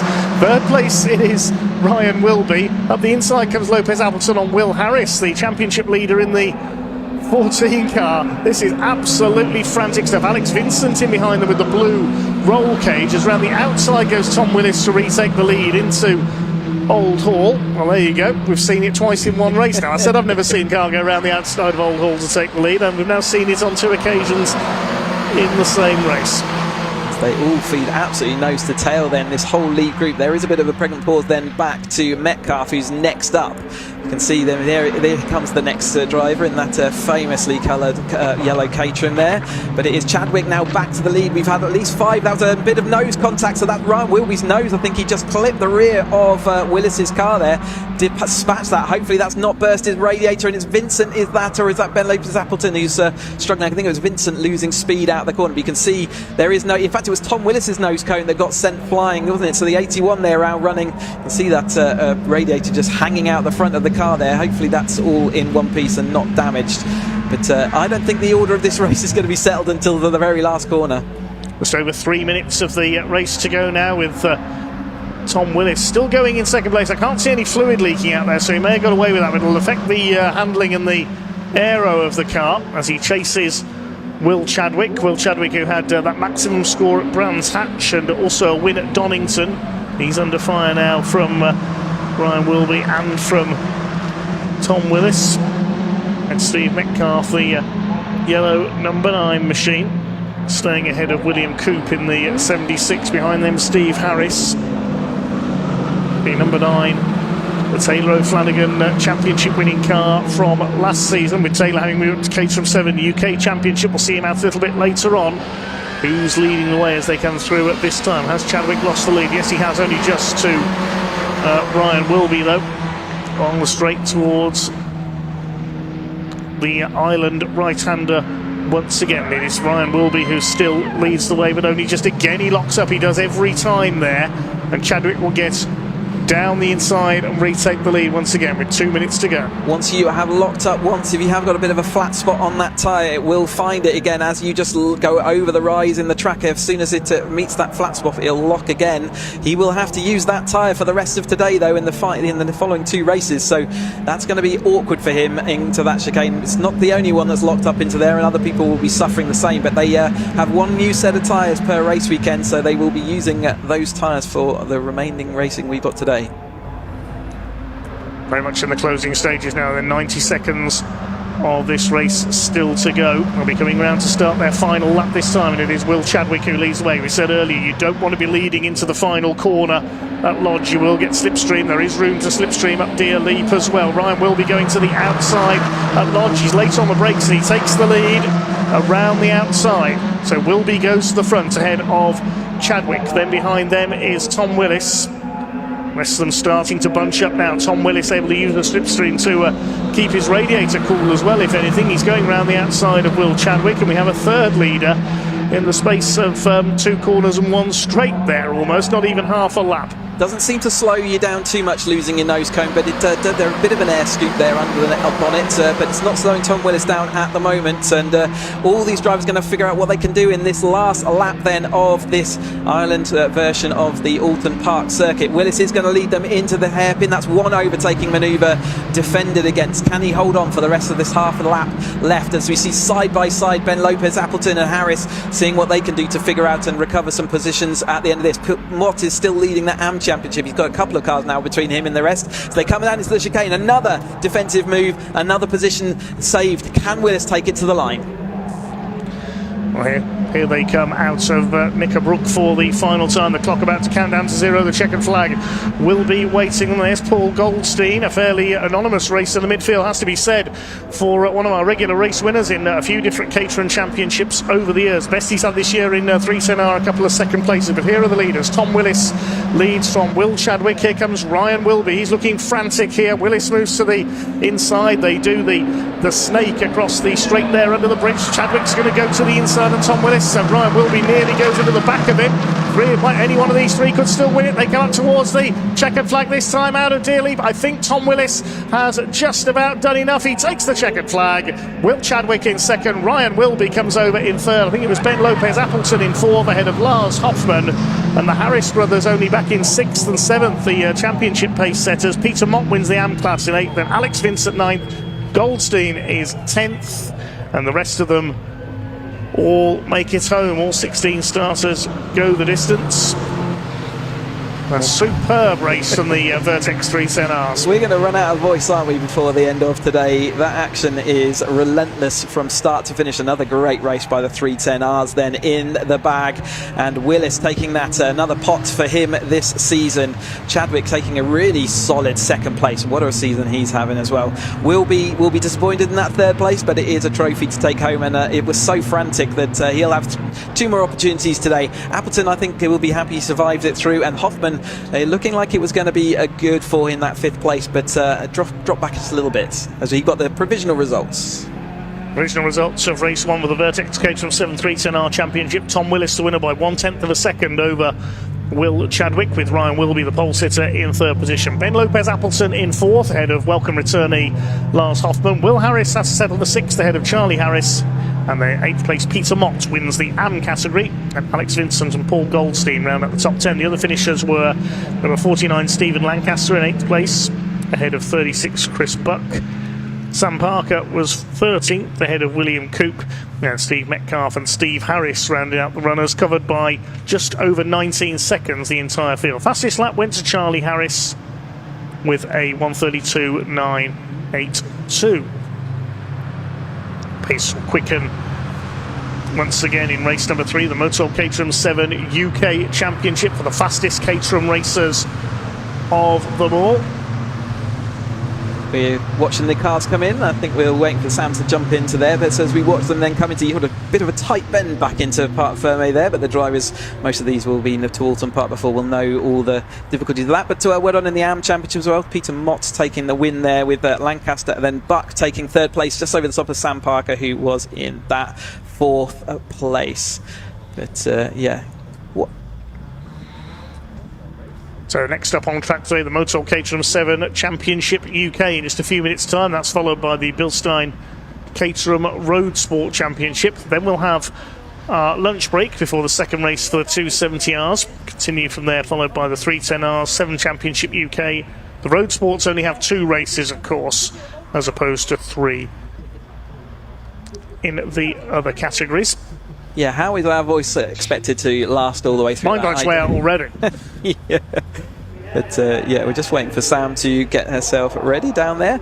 And yeah, so coming up the 7 Championship UK then, what a car that is. We've got slick shod, full race focused car, and anything the 310s and 270s can do, I'm pretty sure the 7 Championship UK drivers will be seeing what they can do. But they're a bit earlier in their season, actually, so the 310, they're into their second half of their season, but 7 Championship are still in the... they've only had 2 rounds so far, as it were, so 6 races, but they'll be with us again on the knocker with the Tocker bill coming up, as well as the Donington round with Tocker, so they're going to have some good old crowds to watch their action as we head into the second part of their season. And we'll be back with the Academy not too long away as well. 1st of August they're at Brands Hatch Indy for their next round of their championship, so do keep an eye out across your socials for all the updates there as well. Thanks for all your comments coming in on the YouTube feed. Hello to James Hapgood, Paul Hadsley, Mr. Malova, he and his family watching on. And Katie Rathbone, who says, watching from Spain, sat on a plane on the tarmac. Big shout out to the guys at CC Recovery. Yes, big thanks to our recovery drivers here today as well.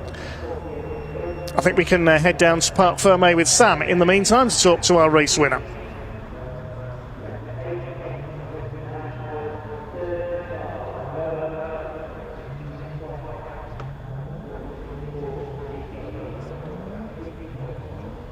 Very, very good race. No safety cars. I don't think anyone. One person's missing a wing, but that was 2 people perhaps. That was a great race. Great race.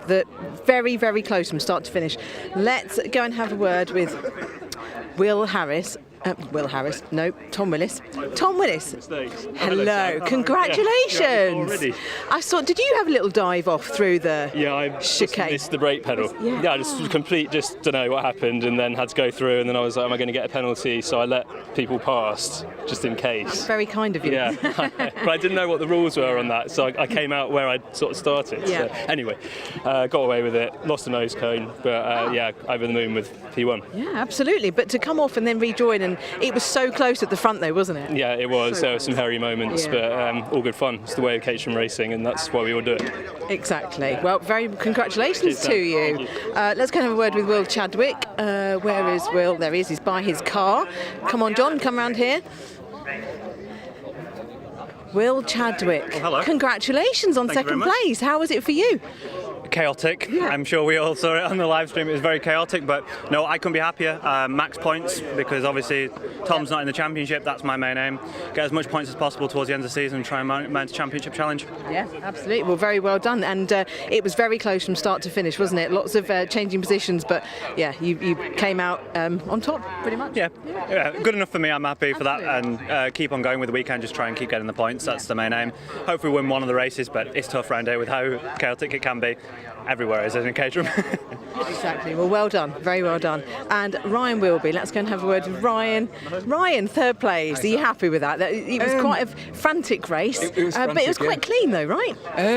Well, from where I was maybe not behind. so much up the front. There's a nose cone missing here and a few wings gone and the usual sort of things, but nothing major. But everyone's just finding the feet, I guess, with it being the first race of, where to position yourself. Yeah. But it was very frantic up the front and swapping places every lap, so good fun. Yeah, that's it. Well done. It's a good place to start for race 2. Yeah, hopefully. Keep moving forward now. Yeah, exactly. Well done. Thank you. Right, I think the Vertex 7 UK cars are coming up next, so I'll hand back to Dave and Cheesy.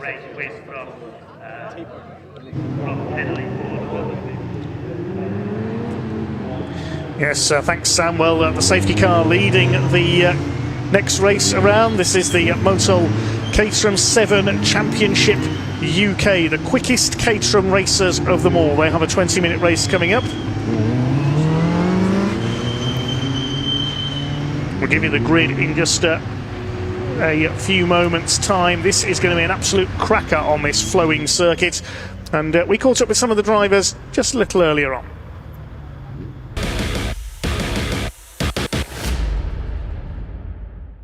Now, I don't know about you guys, but this one I am extra excited for, because it is time for the 7 UK class to get out on track. This is the first time this year that I've seen these machines out on circuit racing wheel to wheel, and I can't wait, to be honest with you. We are just starting to get the assembly area a little bit more filled out. Until about 30 seconds ago there was only 2 cars in the assembly area, so it's good to see them all coming now before the race, and we'll see who we can grab a quick word with.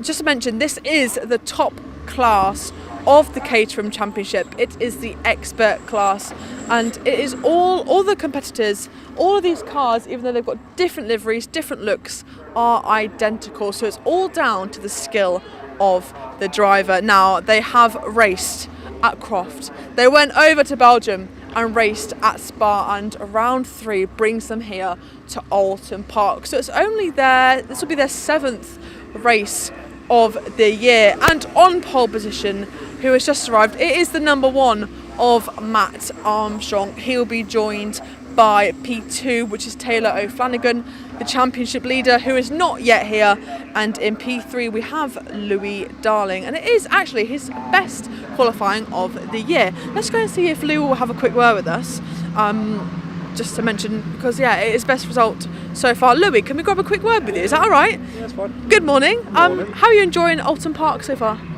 We've had nothing but car problems. Well, it's been our story most of this year. We've had a new engine on Thursday, and we've finally got everything buttoned up. Well, I don't want to say it too soon, but I think we've got everything buttoned up. So it's our best quality result of this year, because we normally don't finish. So we're just going to see how we go. But Oulton Park is a bit different to Croft and to Spa, which you've been to. What do you think, apart from the car troubles you might have had, little gremlins, has put you in such good stead and given you such a good position for qualifying? I always like Oulton. It's one of the best circuits in my opinion, but I like Oulton. So we'll see how we go. Lovely. Thank you for speaking to me. I'll let you get ready.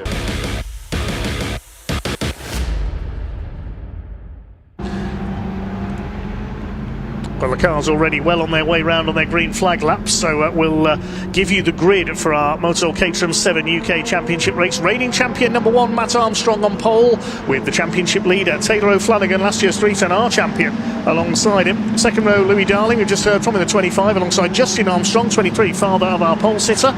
Row 3, 28, Harry Senior, and 76, Monty Hind. Steve Nuttall is on row 4, alongside the 21 of Charlie Lower, and completing the top 10 on the grid, 56, Craig Story, and 6, Dale Head. Row 6, Henry Heaton in the number 10, alongside 17 of Mark Farmer.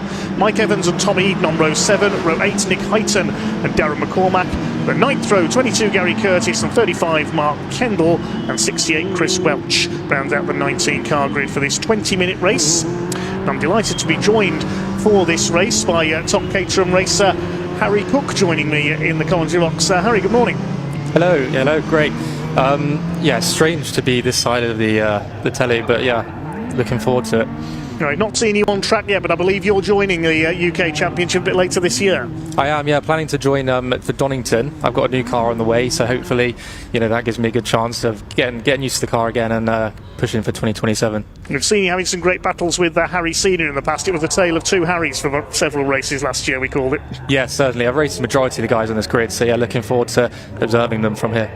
5-second board has gone up then for their first Motul Caterham 7 Championship race of the day. The red and blue car of Matt Armstrong in pole position, the yellow car of Taylor O'Flanagan alongside. We are underway and down towards the first corner at Old Hall, the fastest cars we will see today. Matt Armstrong, the reigning champion, takes the great start by Louis Darling in the greenish and white car, goes up into second place off the line, the Welshman. A couple of cars run wide towards the back of the field, but it is Matt Armstrong who's got the lead. Darling with a great start up into second, side by side with third Justin Armstrong, who's the leading AM driver. Of course, there's Pro-Am and AM categories just like in the 310Rs in this one, going toe-to-toe with Taylor O'Flanagan, the reigning 310R champion. Stephen Nuttall in the black car gets a wheel onto the grass there. Big lock-up from Craig Story in the Dayglow yellow number 56 car. They all make it round Island Bend okay for the first time. Up over Hilltop they come. It is Matt Armstrong who leads, Darling in second, O'Flanagan in third, Harry Senior in the light blue and red car. They're making a move on the inside of Stephen Nuttall for fifth place, and number 21 Charlie Lower sporting a new hand-painted paint job this weekend, something certainly a bit different. We'll have a look at that a little bit later on, hopefully, as the cars head up towards Druids for the first time. Reigning champion Matt Armstrong, it is who sets the pace. That's a very clean start for the 420s. I haven't usually experienced that, so a great start from Louis as well, seeing him up there. That's the 17 car of Mark Farmer spinning off, got a wheel onto the grass, coming out of Druids there. He's in the gravel, that might lead to the safety car coming out. We will wait and see. There'll be yellow flags out at Druids. The marshals will try and recover that machine from the gravel trap, but it's Matt Armstrong who leads as they complete the opening lap from. Louis Darling challenging for the lead there, looking for his first win in the category. It's only the third meeting of the season, but there's got a bit of contact there. Charlie Lower bashes Stephen Nuttall up the back, heading out of Old Hall. Stephen Nuttall, an experienced Caterham racer in a variety of different series for the mark, as they head towards the exit of Cascades, then on to Lakeside, up towards Island Bend for the second time. And Louis Darling, he's not holding back here, he's lunging for the lead. And Charlie and Harry will be seeing the guys pull away up front, and they'll be desperate not to let that gap get too big. They don't want to lose the opportunity to stay in slipstream. Yeah, slipstreaming all important down the straights here. These are not massively aerodynamic cars, as you can see, as Harry Senior moves past Justin Armstrong there in the fourth place. Tommy Eden making a move up the inside on Mike Evans, the man from Birmingham, in the number 93. Gets the move done there. They're just outside the top 10. Battles everywhere you look. And look at the sheer speed of these cars. The 420R, the name of these cars refers to 420 bhp per tonne. These cars phenomenally quick for these little machines. It takes a very brave driver indeed to try and tame them. Well, from what you've seen here so far, Harry, you looking forward to joining this group? Yes, I am. Yeah, definitely. It seems like there's a few more pro-ams actually this year, so it seems a little more chaotic actually since when I was racing. But yeah, definitely excited to get back. Of course, you've still got yellow flags out at the exit of Druids there. The marshals were still on track, but Mark Farmer has been retrieved from the gravel. He's made it round into the pit lane. Looks like it could be the end of his race as the pack charges its way into Old Hall for the third time. Matt Armstrong leads by just under a second. The fastest lap of the race recorded by Dale Head, number 6, who's a little further back down the field. He's in 8th place at the moment, so look for him making a move through the order. It looks like Louis and Taylor may have been racing a bit too hard there and let Matt get away. You know, the Matt's crucially now, he's going to be doing quali laps trying to break away as hard as he can. So we'll keep an eye on the lap times here as well. These cars lap the Oulton Island circuit in under 1.5 minutes. The current fastest lap is 1:28.724. O'Flanagan is up to second. He's got ahead of Louis Darling there. Then the battle for 4th place. There's Dale Head, the number 6. I believe he's the brother of Aaron Head, who's raced in this series successfully in the past. Yeah, he's difficult to get past. I remember last year I raced a bit lower down in the field, and getting through I had to race against Dale and much of the grid, and I thought it'd be a little bit quicker, but they're all very experienced and difficult to pass. Difficult to pass indeed, and that's what Harry Senior's being at the moment. Your old rival in the number 28 car. They're trying to go round the outside of Louis Darling as they come into Lodge Corner. Second group headed by, you can see that distinctive hand-painted paint job. I believe that was done at Goodwood recently on the 21 car of Charlie Lower. Wonderful to look at that machine. I'll try and get a close-up of that if we can. And Louis Darling been shuffled back further because Justin Armstrong, our AM-class leader, has got through as well. There's the 76 of Monty Hind, another man graduating this season from the 310R. Had a big crash in his 310R at Croft last season when his throttle jammed open coming through the Jim Clark S's, a place you do not want that to happen. Certainly, thankfully, Monty escaped okay, but his 310R was wrecked. Side by side down into the island, then through on the inside comes Harry Senior, Louis Darling behind that little group. Then it's Lower, Nuttall. Then behind them Dale Head, Monty Hind and Chris Story up there behind them. Craig Story, I should say, in the number 56. That's the Dayglow yellow car with the black roll cage. Monty Hind up the inside on Dale Head, makes up a place into Hislops. And car running a little bit wide out there, I think. That might have been Charlie Lower, the 21, but he's gathered it up again. Yeah, I think Matt Armstrong's had a difficult start to this year. Reigning champion, you know, he wants to get a few wins under his belt, and I think he had that incident at Spa where he actually had a DNF, so this is a very important race for him to really start getting the points back and defend his title. Yes, indeed, DNFs is what you can't afford in Caterham racing, because there's only 1 or 2 points increments down between each position, and Matt Armstrong did not finish the first race at Spa. It's Taylor O'Flanagan has had 3 wins this year. He leads the championship. Harry Senior has had 3 wins, so Matt Armstrong has yet to win this year. He's had 4 second places but has not taken a win, so he's desperate here to pull away as much as he can from O'Flanagan in second place. Justin Armstrong is now up to third, so the Armstrong father and son pairing are now both in a podium position. Justin down in 7th in the championship and leading the AM category just ahead of Craig Story. As up the inside there, that's the battle between Monty Hind and Steve Nuttall. Then Dale Head, Craig Story behind them, and the number 10, that lovely turquoise livery car of Henry Heaton. His family will be cheering him on. I remember watching with the Heaton family at Donington a few years ago. They're very vocal indeed in their support of Henry. They'll be cheering away somewhere. Yes, they certainly are, and I hope Henry starts to pull a bit back through the field here. I think he'll be expecting to be a little bit higher, and he'll be seeing the cars disappear in the distance, so he'll be getting a bit more sort of looking forward to trying to catch up to them, I think. 62 there is Darren McCormack, trying to make his way up the order in the number 62. He's in equal 10th with Chris Fraser in the championship, the Australian-born driver. He's not here this weekend. Great story under fire from Dale Head. Marshall's looking on from the outside of Druids there, hoping nobody else will spin off. As round the outside, Stephen Nuttall on Monty Hine. These two having a terrific fight for what is 6th position at the moment. So there's battles everywhere you look, as always. A very good move from Stephen around the outside. That's always a bit scary. You've got to make sure the guy on your inside has got his braking point secure. You know, if he locks up, he goes straight inside of you. So you're always a little bit nervous when you're doing a move like that. They'll head on the rear, well, I'll say on the rear bumper of Craig Story's car. They don't have bumpers, but he's right on the tail of that car. The lead gap is up to nearly 1.5 seconds now. Matt Armstrong ahead of Taylor O'Flanagan, with Justin Armstrong just under a second further back there. He is in third. Then the battle between senior and lower, and then this fight's for 6th, 7th and 8th. Louis Darling currently in 6th place, then Nuttall and Hind 7th and 8th. We've lost somebody into the pit lane. Mike Evans, number 93, has pulled off, unfortunately, on that last lap. So looks like his race is over. We've already lost Mark Farmer after he spun off. Louis Darling under fire. Stephen Nuttall, he's an outside line specialist. Look at that, he's done Louis Darling into the chicane at Hislops this time. Darling jinks back out wide to defend from Monty Hind as well in the 76 car.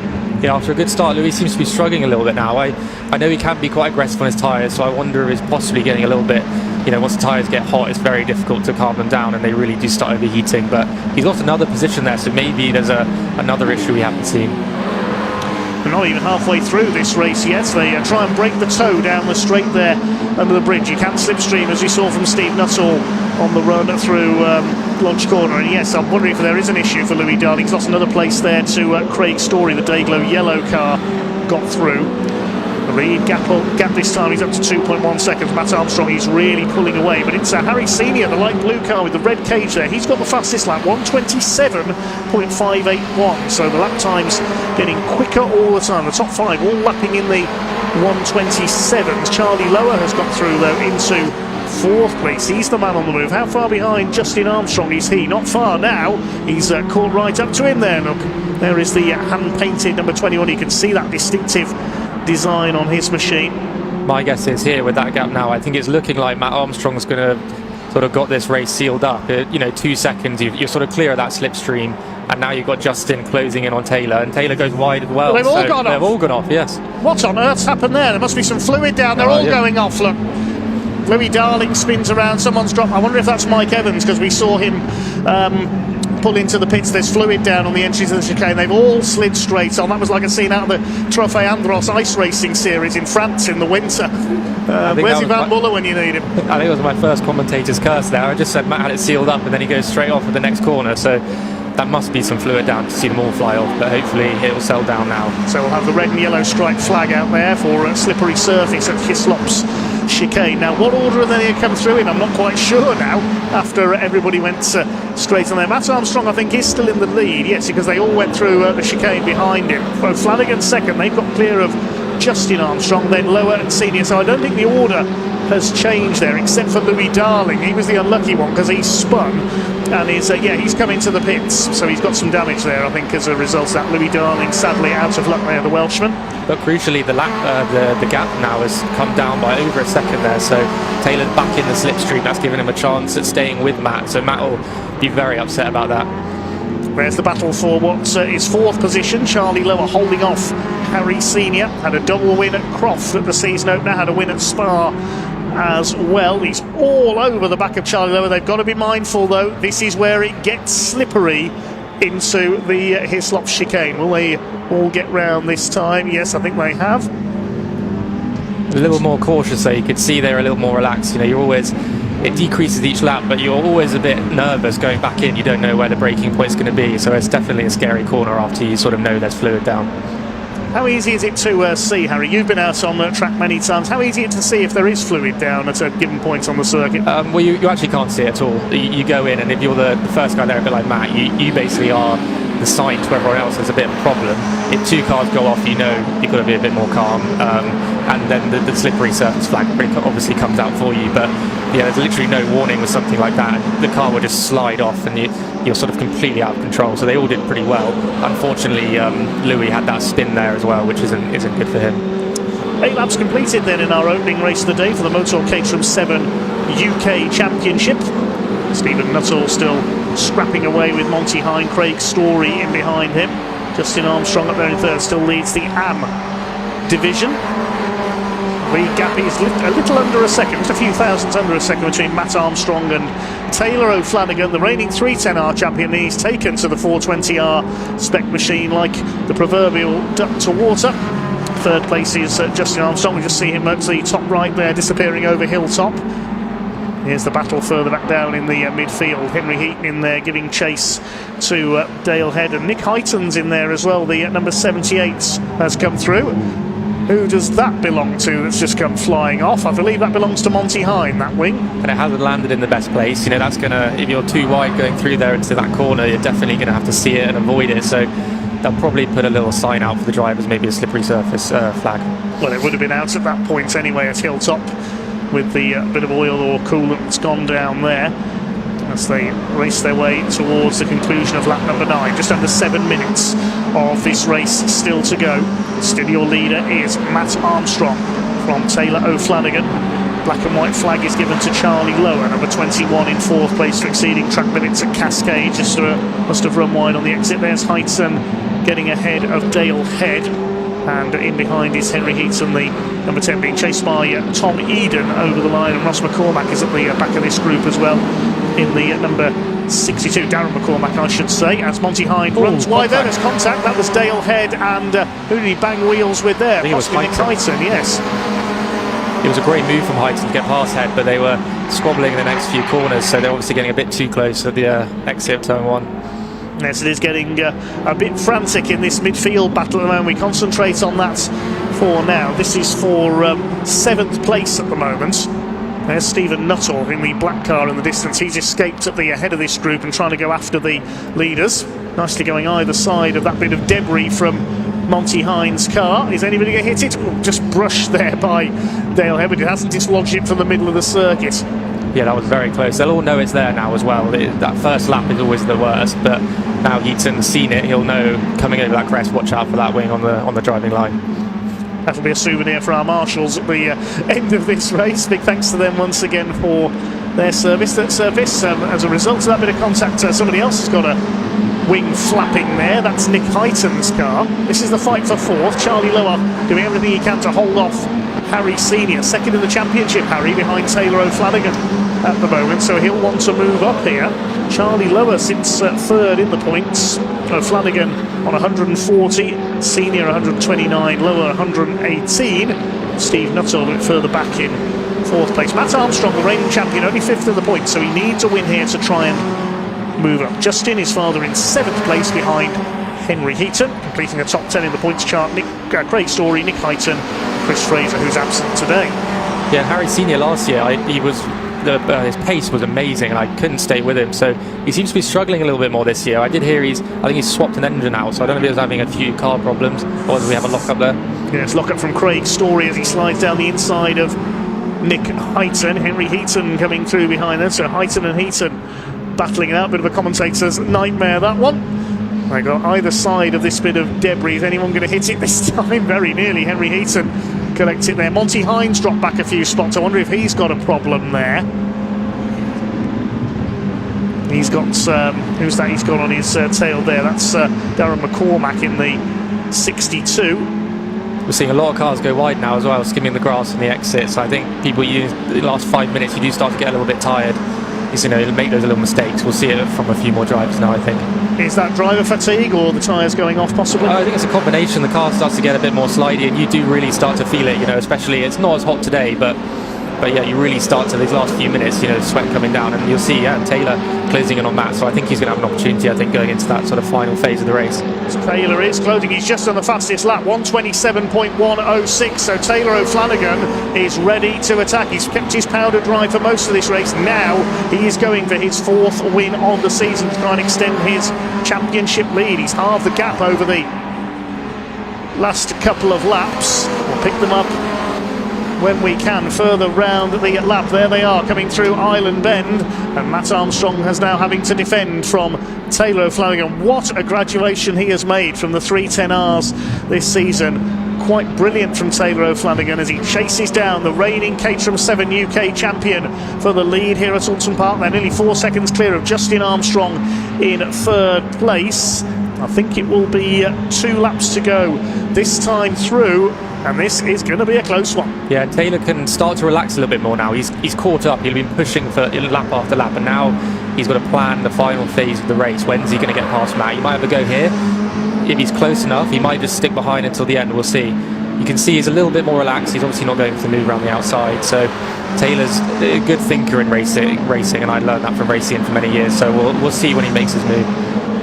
Out of Deer Leap they come. Just a couple of laps to go here at Oulton Park in our first Motul Caterham 7 UK Championship race of the day, and Matt Armstrong is really having to defend now. Is Taylor O'Flanagan biding his time, leaving it as late as possible to try and make a move? Is he just trying to put Matt Armstrong off here by lunging up onto his shoulder, as motorcycle racers say? They're well clear of Justin Armstrong in 3rd in turn. He's clear of the battling pair of Lower and Senior. There they are. Lower's actually pulled away a little bit from Harry Senior.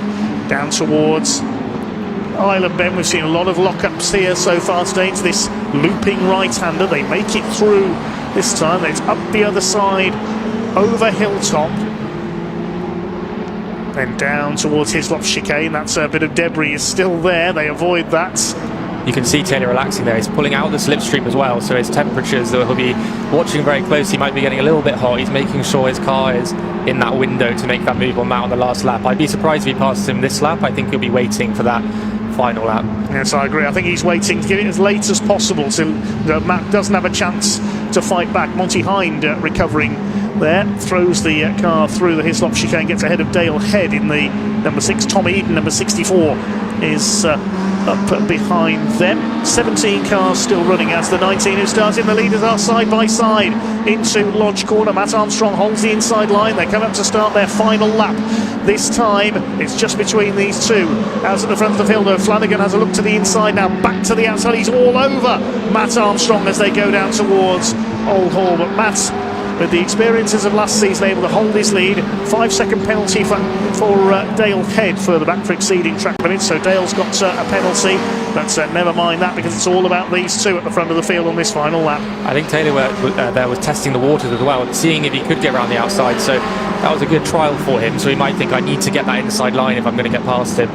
Pretty much the only opportunity now as well. We are on the last lap, aren't we? So yes, I think he's definitely going to be lining up into that last corner. There's a back marker ahead of them as well. I think it's Mike Evans who's rejoined from in the pits. We'll see whether they catch him down towards Hislops for the final time.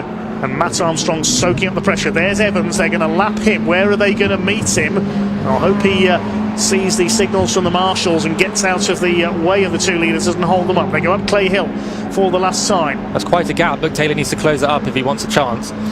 He'll try and close it coming out of Druids. He'll get in the slipstream now and try and position himself for the straight. Which side's he going to try and go at Lodge? He's got to go for it as they come through Lodge Corner. You can see Matt Armstrong moves across the inside to try and break the toe. Taylor O'Flanagan being forced to go around the outside. They go into Lodge absolutely side by side. There's nothing between these two. Armstrong on the inside. O'Flanagan's going to have to slipstream him on the run to the line. They're not going to catch the back marker. Is O'Flanagan going to do it on the run to the line? Not quite. Matt Armstrong wins. 0.144 of a second. A cracking race between those two. Justin Armstrong wins the AM class in third, then Lower and Senior in fourth and fifth place. Steve Nuttall is sixth, and then we've got the battle for seventh place coming through. It looks like it's Henry Heaton who's going to come through for seventh place. No, he's got a penalty as well. Henry Heaton, we've just heard, has got a penalty of 5 seconds for exceeding track limits, so it is Nick Heighton who will take seventh ahead of Monty Hind. Tom Eden ninth, and Craig Story will round out the top 10. Heaton and Head both get 5 seconds of penalties. Last couple of cars coming into finish. There's Mark Kendall. Problems in qualifying for him, but he's back out for the race. Then we've got the 22 of Gary Curtis, the Monaco residents. Chris Welch and Mike Evans will be the final finishers. Pause to catch our breath after that one. As we say in the West Midlands, where I come from, what a Boston race. Yeah, very exciting race there, and I think they'll learn from that. Unless the wind direction changes, I think it's clear that Taylor couldn't actually get past Matt because he just stuck it on the inside. Matt defended really well. So later on in the weekend, we might see them get past into turn 1 potentially, and then try and hold it around the lap. We'll see how it develops, but yeah, definitely I think Matt proved you can actually hold it into that final corner, so that's going to maybe change their strategy going forward. Mike Evans will be the last man to finish. Didn't quite get lapped there, came into the pits a few laps in, so he's lost quite a lot of time, but will finish on the lead lap. Just 2 non-finished that one. Unfortunately, we lost Louis Darling after that spin at Hislops, and we lost Mark Farmer early on, and in fact Mike Evans is not going to take the flag. He's going to pull into pit lane, so that means unfortunately he might not be classified as a finisher, but these we'll check out the provisional results of that one. Matt Armstrong it is who takes the win by 0.144 of a second ahead of Taylor O'Flanagan, who got the fastest lap at over 92 miles per hour. Justin Armstrong, the AM-class winner, on the podium overall. Then Charlie Lower holding off Harry Senior. Steve Nuttall in 6th position. Nick Heighton in 7th, with a couple of drivers dropped down by penalties. The top 10 is completed by Monty Hine, Tom Eden and Craig Story. McCormack was 11th, ahead of Henry Heaton and Dale Head with their penalties. Mark Kendall 14th, Gary Curtis was 15th. Chris Welch in 16th place completes the finish as he got a penalty as well. And we lost Evans, Darling and Farmer into the pits. Let's head down into Parc Fermé.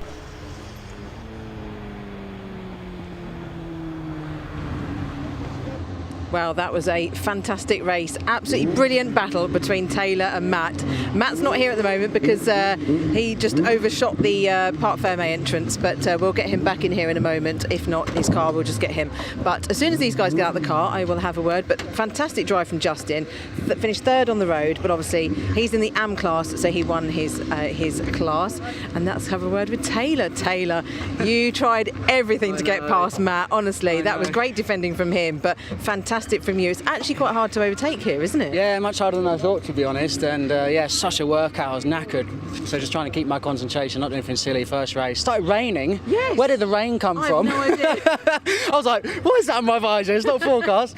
Yeah, he drove amazingly. I was really struggling to catch him, and then finally did, obviously with the help of the slipstream, and he defended brilliantly. So yeah, fair play. He deserved it. But it's nice that you two actually just working together. You built a gap, didn't you, between 3rd? I don't know about working together. We were both just driving as quickly as possible after each other. But yeah, he drove amazingly, so fair play. Yeah, happy with the result. No, but that's good place for you. Obviously, good starting point, and it's all about points, isn't it? That's it. Yeah. We're getting into the championship now, so happy with that. Definitely. Brilliant. Well done. Well deserved. Thank you. I'll go and have a quick. Oh, there's Matt. He's over this side. We got him in here. So we'll just let him get his helmet off. In fact, while we're waiting, we'll have a quick word with Charlie, who finished in 3rd place. Charlie, hello. Hey. How was that for you? Amazing. Yeah, the car felt fantastic. Yeah. So thanks to PT and obviously down at Hardline for sorting that out, because yeah, pretty disappointing qualifying actually. Didn't get the most out of the car, but yeah, it came to me in the race, so that's good. Yeah, exactly. And it puts you in a better start place for race 2. Yeah, exactly. I wasn't sure. Obviously, it started raining halfway through the race. I was absolutely terrified. These boys decided to skip half the track and get an advantage, but we'll see what happens about that. Okay, yeah, we will do, yeah. Okay, brilliant. Well done, Charlie. Right, has Matt got his helmet off? Let's have a look. Oh, yes, he has. He's over here. Matt, well done. I was saying to Taylor, that was a great race for you two. You defended like your life depended on it. You made your car mega wide and really hard to get past, and he obviously tried everything to get past, but couldn't quite make it. Yeah, I thought I was in for an easy race about halfway through, but then he just didn't give up. So yeah, I was a bit annoyed about that for the last 3 laps, but yeah, happy to come home in first. It's the first one of the year, so happy days. Absolutely. More of the same later, hopefully. Let's hope so. And your dad did really well as well. He won his class, and he finished 3rd on the road. He's the faster Armstrong this weekend, so he could still win a race, I reckon. So yeah, good start today. Let's hope for more. Yeah, brilliant. Well done. I think we've got time quickly. We'll have a quick word with Justin before we head to the next race. Justin, let's have a quick word. That was fantastic. You were 3rd on the road. Fantastic drive. Did you enjoy that? Yeah, it was really good. A bit sketchy when the rain came down. I think that all 3 of us missed Knickerbrook, but we maintained position, and yeah, it was an interesting race. It was quite good, a bit lonely, but good. it was nice watching Matt and Taylor battle up front. Yes. But yeah, I had a nice watching brief. It was great. That's it. That's a good viewing point. Like that. Yeah. Well done. Very well done. Right. Next up is the Bilstein Roadsport Championship, and I think I can hear them out on there making their way out onto circuit. So I'll hand over to commentary now.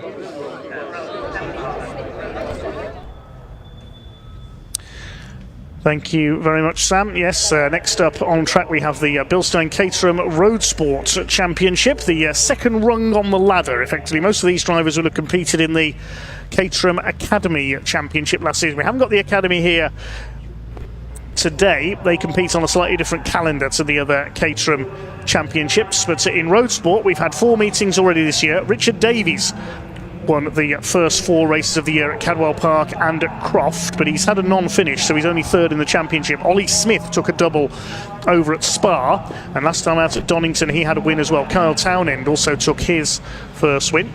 The safety car leads the pack towards the grid then. They'll cut across the even shorter Foster's Circuit loop. Safety car driven by Gareth Newton, ex-saloon car racer today, as it often is here at Oulton Park. So it's Ollie Smith who leads the championship at the moment, but he's qualified 4th fastest for this first road sports race of the day. It is Richard Davies for number 25, the Welshman on pole, alongside 99 of Matt Fox. 18, Mitch Fasania, who didn't compete in the Academy. He went straight into road sports last year. He's on the 2nd row alongside 89 of Ollie Smith. Row 3, 56, Sam Eminson, and 19, Kyle Townend, a winner last time out at Donington. 4th row, Heinrich Watson-Miller, number 47, and 14 of Archie Kennedy Dyson. Completing the top 10, 70, Joe Oliver, and number 10, James French. 80, Ben Oliver on row 6, brother of Joe, alongside Jason Spencer in the number 8. Then row 7, 27 of Rob Hicks, 86 Richard Watson. Row 8 is 12 John Bond, and 21 Luke Wilson. The 9th row, number 9 Stephen Vischer, and 88, which is Mark Hensler. 66 Alex Dobridin starts at the back with a 10-second penalty. His car failed post-qualifying scrutineering earlier this morning, so his qualifying times are disallowed and he has to start with a penalty. So we're in the road sport then, the second step of the Caterham Motorsport ladder. The Academy aren't with us this weekend, so they are the lowest step of the ladder that we've got here. This was last year's Academy cars. They attached the Nova ZZS tyre to their car, and that's pretty much all they do. They have a rear anti-roll bar as well, so they're a little bit more stable, but otherwise completely road legal car. And as you just heard, they are absolutely got full specification of all the cars should be, and Dobrynin, one of the parts wasn't the correct part, and that's why he's been given that penalty. We try and keep things absolutely as even as possible. 2 races, 2 20-minute races for the road sports this weekend, and they have 2 drop scores to rid themselves of by the end of the season. As you say, it's been a bit of a topsy-turvy race season, with Davies taking the early win, but now really getting some momentum behind Ollie Smith, who's been really the driver on form as we come into the middle part of this track season, and as we come to the tail end of the season, who is going to take it? We also saw Heinrich Watson-Miller having a really good race at Donington, didn't we? And we'll see that he's doing quite well in qualifying this time. Can he continue that run of form? So he's starting 7th, so keep an eye out for him. Quite easy to spot because he's got the slightly higher rolled cage. He was just a bit too tall for us to bend him into one of these Caterhams. But looking forward to this. We've had some fantastic Caterham action today already, and the road sports season has been really good to watch. So who's going to come out on top? Can Davies get back to winning form? Well, he's starting in the right position to do that. Matt Fox has been there all year, as has Fasania and Smith. So all these drivers really are prepared and capable of winning this race.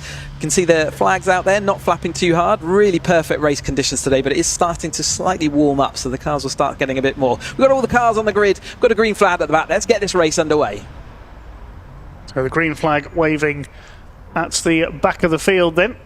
Safety car led them around the first time, so I think we've still got the green flag lap to come. Yeah, yes, the right, 30-second board went up there, so they do have an additional green flag lap to come. While we've got the extra green flag lap, they have the lap over the short circuit to the grid. They line up with the safety car in front, and then they line up and then they do an additional full green flag lap here at Oulton Park. That's why you get the big butts, Dave. You know these things. Thanks for your comments coming in. Hi to Peter Smith, Charlie Crossland. He was cheering on Will Chadwick in the first race earlier on. Sean Murphy we've mentioned. And Leah was asking earlier, if you had a Caterham, what livery would you have it in? Well, my favourite colour is purple, so I'd probably have a bright purple Caterham.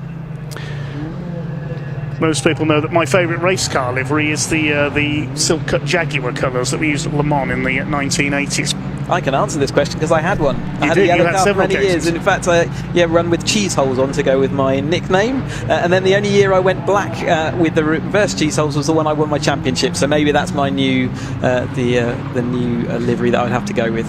But good to see all the cars out there, and let's hear from you out there. What liveries would you go with if you were driving in this Caterham Championship? Yes, if you had a Caterham, thanks to Leah for the question, what colour, what livery would you have it in? We've seen a few tribute liveries. Eduardo Pontes unfortunately went off in our first race. He's in the livery of the 1980s Williams Formula 1 team, the yellow, blue and white. Luciano Caruso has the Rothmans colours, made famous by Porsche at Le Mans. Dan, our director, says he'd have a Lightning McQueen livery, a bit like Aaron Thompson in the pickup truck championship this year. There's always a Lightning McQueen, and there's always a Gulf liveried car as well, isn't there? Always. Every championship, every series has a Gulf liveried car. Yes. Powder blue and orange. You can see the wrap technology and the cars choosing to paint and whatnot out there, but it is a great way of expressing your personality on your race car and a way of you standing out, isn't it, on the live streams that we do on all our races for Caterham Motorsport as they head around this fantastic Oulton Park circuit. It really is an adventure you go out on. It's an old-fashioned track. You can see the barriers aren't too far away from the edge of the track. Track's not as wide, as super wide as we see some of the more modern tracks out there, and it really does test these drivers. These drivers, many of them will be in their second season of racing. Only Mitch Fasagna and a couple others, I think, joining them in here. But they are now actually going to be forming up on their grid, ready to get this race underway. It was my little premature excitement last time, but good to see them. And to say, they've had some spectacular racing all through this season. The battle of the yellow machines. Can Davies get back to the front, though, with Fox and Townend there? So Townend a little bit further back. Got a bit of work to do. Yes, Matt Fox and Kyle Townend, their car's virtually identical from a distance. You have to look at the number plates because Matt Fox has got Foxy on his number plates. The red and black car, Richard Davies on pole position. Mitch Fasagna is in green. Ollie Smith alongside him, the championship leader, the 89, is in blue with an orange stripe. The red lights are on and they go out now. Away we go with the Bilstein Caterham Roadsport Championship. Super start by Matt Fox. Not a great start by our pole sitter Richard Davies. Alex Dobryd in there at the back getting underway from the 10-second penalty. Mitch Fasagna goes down to fourth behind Ollie Smith, the championship leader. Great start by Heinrich Watson-Miller as well. You can see with the taller roll cage on his car, but it is the man from the outside the front row, Matt Fox, who leads the way into Cascades for the first time. Let's see if he can hold it as they come up towards Island Bend on lap number one. There is Fox, Ollie Smith side by side with Richard Davies for second, and there's Watson-Miller, a fantastic start. He started from the fourth row of the grid. He's up into fourth place already ahead of Mitch Fasagna. That's a great getaway, and I think up there with them as well was that green car of Sam Eminson, number 56, who started fifth on the grid. They're all away cleanly and down towards Hislops for the first time. Matt Fox established in the lead. Carl Townend got a fairly poor start as well. He's back in the pack. Yeah, just that fluid all seems to have dried up there that we saw in the last race, so getting it all stopped up. There was a little bit of a lock-up deep in the field, but I think that was just as they were going three wide as we watched them all then flowing around. Yeah, good start from Matt Fox off of that front row, and Richard Davies just struggling just a little bit, but they are all back together again, and it's these three again, nose to tail, and it's this Heinrich Watson-Miller, who is absolutely up there and moving from 7th place up into what is now 4th place, but a bit of a cork in the bottle. Everyone else looking to see whether they can get past him now, but we've got a change for the lead now as Davies hits the front. Well, Heinrich Watson-Miller has calmed down after that very fast start. He's down to 5th behind Mitch Fasagna. Here comes Sam Eminson as well, but Watson-Miller, we shouldn't be surprised at this form. He got his first podium last time out at Donington. He's carrying a penalty, which means he's further down the championship standings than he'd like. Richard Davies in the slipstream there as Matt Fox retakes the lead down the pit straight. In third behind them is Ollie Smith, number 89. He's had 3 wins this year, 2 at Spa, 1 at Donington. Carl Townend just that single win, and Richard Davies has had 4, but he had a non-finish at Spa, which has dropped him to third in the point standings. Up towards Island Bend once again. Davies on the outside, Fox on the inside. Ollie Smith has established in third now. Round the outside comes Sam Eminson of Mitch Fasania. There's Watson Miller in sixth position. Kyle Townend, the second yellow car, is in seventh. And then we've got, I think that's James French next in the order in car number 10. He's been consistent this year. It hasn't been towards the sharp end where he would like. Fox back up the inside, holds his lead into Hislops. The man to watch here, I reckon, could be Ollie Smith in that 89 just behind them. He's been good all year, and he's been pressuring all the time. Although one of the drivers taking the cut through there, the 10 of James French. So we're talking about him just now, but he's just taken the cut through and see whether he has to give any of those places back.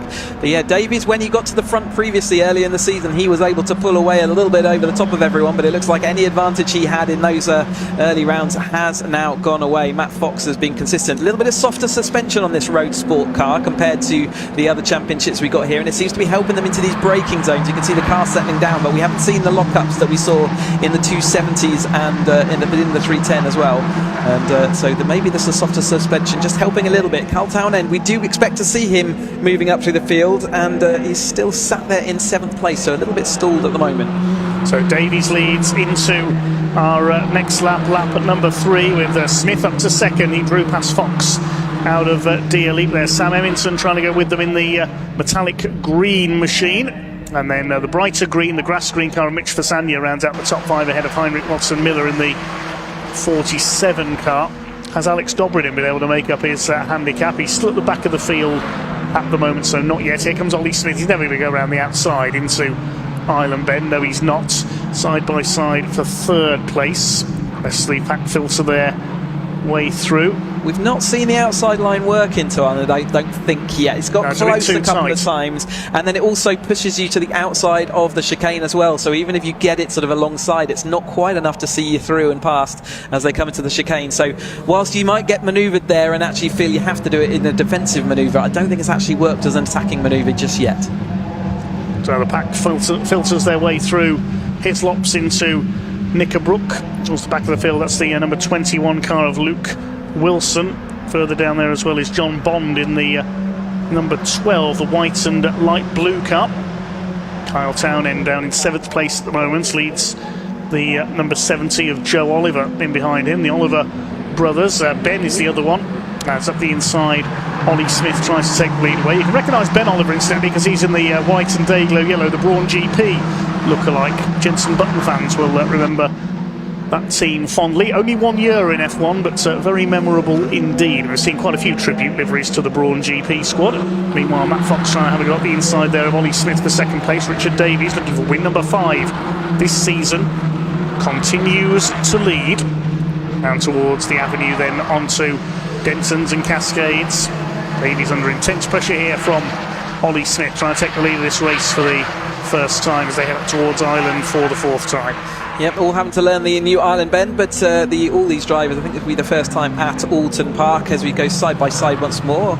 Ollie Smith round the outside again. Oh, Fasania down the inside. Is he going to avoid everyone? Well done, everyone, for avoiding that. He was fully locked up and going sideways across the grass. Now that was really weird because we saw Paul Oglesby in the first race in a car that's the same number and colour as Mitchell Fasania's doing exactly the same thing there. That was a very strange coincidence. Well done everyone for seeing that coming and avoiding. A rear of his car absolutely loose. He's all over the place. Yeah, I wonder whether there is some fluid on that car. It looks like it, but it could just be dust off from the tyres as he went down. You can watch him in the background. He just gets his braking point missed and he knows there's nowhere to go.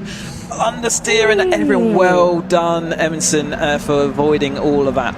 Yes, Sam Eminson rather pale in that car under his crash helmet at the moment, I think, now after that scary moment. Holding off Mitch Fasania, who's fighting back again, and fighting towards the front of the field is Ollie Smith, trying to take the lead for the first time in this race, up on the outside of Richard Davies as they come through to complete lap number 4. This time Matt Fox on their tails. And who's at the front of the battle of the 4th now? It's Heinrich Watson Miller. You can see the taller roll cage on his car. He's chased by Kyle Townend, who's now to 5th. Eminson and Fasania losing a couple of places as a result of that. Joe Oliver is 8th. Archie Kennedy Dyson in the number 14 car there, just behind him, the sort of military green liveried car. And rounding out the top 10, number 8 of Jason Spencer, his best showing so far. There's Alex Dobrin. Started from the 10-second penalty just along for the ride at the back. He's not made up his handicap. Oh, somebody's off. Is that for Sanya? It is. Sanya, He's yeah. spun at Cascades. I thought I heard somebody going off in the background. Mr. Fasanya has spun coming through Cascades. We'll try and pick that incident up on replay if we can. Spencer's involved as well, and the number 9, which is Stephen Vischer, have also gone off, possibly in avoidance. They're cutting through, aren't they, on the Foster's screw lid there, which that's not so good. Yes, I wonder if they got damage. Are the windscreen wind mirrors on those, wing mirrors, I should say, looking a little bit askew. Hopefully they won't get involved in this battle. It doesn't look like they will, as then the lead group all get through and they're queuing up to just join that battle again. Not sure how they're going to sort that out. Yeah, they used the Foster's circuit as an escape road there. They took the short course. Appropriate that Stephen Vischer's number plate says help. He's telling he needs something to get out of there. Dear oh dear. Normally the regulation is you must rejoin the track at the position that you left it unless otherwise stated in the regulation, so it could well be that they are disqualified on that basis as they're coming down towards us side by side. Then Ollie Smith alongside Davies. That's the front three do have a slight bit of a pace advantage, don't they, just in this early phase, but that gap can easily come back, and Townend looking to see whether he can do anything about that. So he's coming through. So I think it was someone else spinning, because Sanya's still there in that 6th place. It would be another green car that we saw spinning a bit deeper in the field then, sideways on. Yeah, it's just looking down the timing screen. Who's else in a green car? Richard Watson, 86. It must have been him who spun, because Fasanya is indeed still there in the lead battle. Apologies there for the confusion. Very similar looking cars at a distance there. So Richard Watson was our spinner at Cascades, and he got caught up with Vischer and the number 8 of Jason Spencer. Well, Jason Spencer was further ahead of them. He must have might have been that he was the first to spin, and Watson went off in avoidance. Perhaps we'll pick that up if we can. It's an easy thing to get caught up in someone else's spin from further down the track, isn't it? You just see it coming, but there's nowhere for you to go, and it does look like that's being goes. A couple of wings also hanging ajar as they go down. Another move down then for Townend. Can he go down the inside? No. Watson Miller is late enough on those brakes. So Fasanya still trying to get that car back in control, but looking like, oh, the Townend's absolutely sideways. That looks like an extreme oversteer for that particular point of the track. Wouldn't normally see that at all, so I wonder whether there's dust on the outside of the track there as well. Yes, that really snapped sideways like a rallycross car there, Kyle Townend's car. That was a bit bizarre. Richard Davies, meanwhile, continues to lead. Matt Fox has got past Ollie Smith while all that was going on behind them up in a second, and he's lunging for the lead now. Matt Fox in the number 99 is yet to win this year. He's had 3 second places this season, but he's yet to take his first Bilstein Caterham Roadsport Championship win. He had a few wins in Academy last year. Max Richardson, the Londoner, took the title, but we've not seen him out this year. Maybe we'll see him back in seasons to come, perhaps pursuing other adventures. Richard Davies in the middle as they head into Old Hall. Fox on the outside, and 89 Ollie Smith on the inside. Heinrich Watson Miller's trying to catch them up as well. Now look in the background here. Let's see if we can see what happened. There's Spencer going off, yes, and Watson spun behind him. So maybe they had some contact there going into Cascades. That caused the other 2 cars to get caught up as well at the back of the field. So that's what's happened there. Come down towards us then, side by side once more. Davies on that inside line, the one we see was working. There's our first lock-up then from Fox on the outside. He was squeezed to the outside of the track there, and the Nova ZZS just squealing in complaint at that and not working. But Ollie Smith not able to make that position. But now we have got Watson Miller up with them, so it's a front quartet now, and then a tiny gap back to then it's for Sanya, isn't it, next up. So still sort of dicing, moving, the gaps are changing. Another oversteer moment there, that time from Fox. Yeah. I think that where those 2 cars rejoined, maybe there was some of a fluid dropped, and just as these drivers go to the outside edge, they're finding that little bit of fluid. The number 8 car, Stephen Vischer, who has now, number 9 rather of Stephen Vischer, has made it round to the pits. His front end was damaged. Maybe there's some coolant down there from his radiator. That's exactly where the car was waiting, wasn't it? So I think if you take that extreme wide line, you're finding there is fluid out there, and that's causing this extreme oversteer that we've seen from a couple of the yellow cars now. And that's certainly got their attention, and they won't be going quite that wide the next time through. But Watson Miller now looking to see whether he can do anything about getting onto this podium. Yeah, he had a couple of podiums last time out at Donington. He's really improved here. He didn't improve in qualifying today at Oulton Park as Davies and Fox crossed the line side by side there. Davies had the lead as they crossed the timing line. There's Sam Eminson, the green car. The similarly coloured car of Alex Dobrin incidentally has pulled into the pits along with Stephen Vischer, so their race is run. We're not even we're just over halfway through this at the moment, just under 8 minutes of this race to go. It is a 20-minute race, not 15 minutes as we've seen in the past. Apologies there. So Davies leads, Fox in second place, Ollie Smith under pressure from Heinrich Watson Miller for that third position. Between these four, I would say, for the victory, but look who's creeping up on them. Mitchell Fasania in the number 18, who debuted in Road Sport at Croft as a one-off last season and probably stuck the car on pole. Unfortunately, he crashed out of the race a few laps in while fighting for the lead. Kyle Townend is in sixth position, just ahead of Sam Eminson in the number 56, behind him the green car, as they head out towards Knickerbrook, then up Clay Hill. Foxley getting ready to challenge Richard Davies for the lead. Mitch Fasania could challenge all of these four shortly, though. It's going to be a five-way scrap for the lead of this Bilstein Caterham Roadsport race. And there's still time for Townend to join the back of that group as well to make it six for the lead. Let's watch the div battles a little bit further back through there, but yeah, plenty of time left, these 3 or 4 laps before we're going to call this. A little bit of a swapperoo there, so Fox having to take to the inside, blocking off Smith, who then blocks off Watson Miller. That's going to give the chance for Fasania to catch back up to make it that front 5 and keep an eye out for Townend.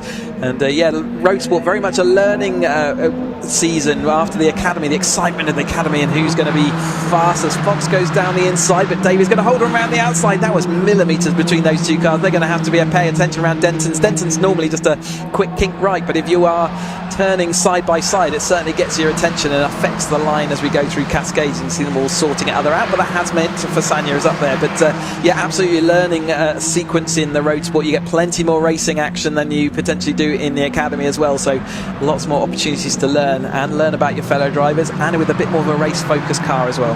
Watson Miller going for third place here on the inside at Ireland. He got down the inside of Ollie Smith. He might get into the podium places as Fox. Did he hit the back of Davies there? Yes, he did. Goodness me. I wonder whether Davies missed a gear. That's generally what happens. We can see that, but Davies seems to have got away with that, doesn't he? It was definitely Fox who got caught out more than anyone else. Well, that's allowed him and Ollie Smith to break away slightly. Everybody else had to check up behind them. Ollie Smith was over to one side. He escaped. Now, let's have a look at that again as they head up Hilltop.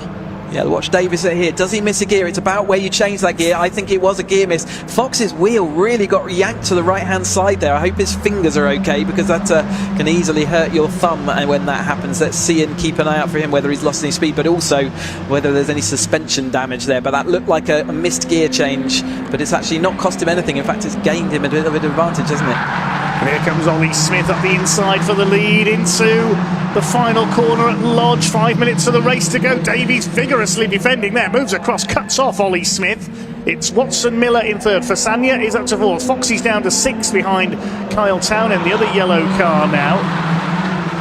So that's a great shame for Matt Fox. He's really been desperate for that first win in road sports, but has had a fair bit of misfortune this year. He's had a non-finish at Croft, which has spoiled his championship hopes as well until drop scores are brought in. There's the second group battling it out for seventh place. Eminson, French, Joe Oliver and the number 14 car of Kennedy.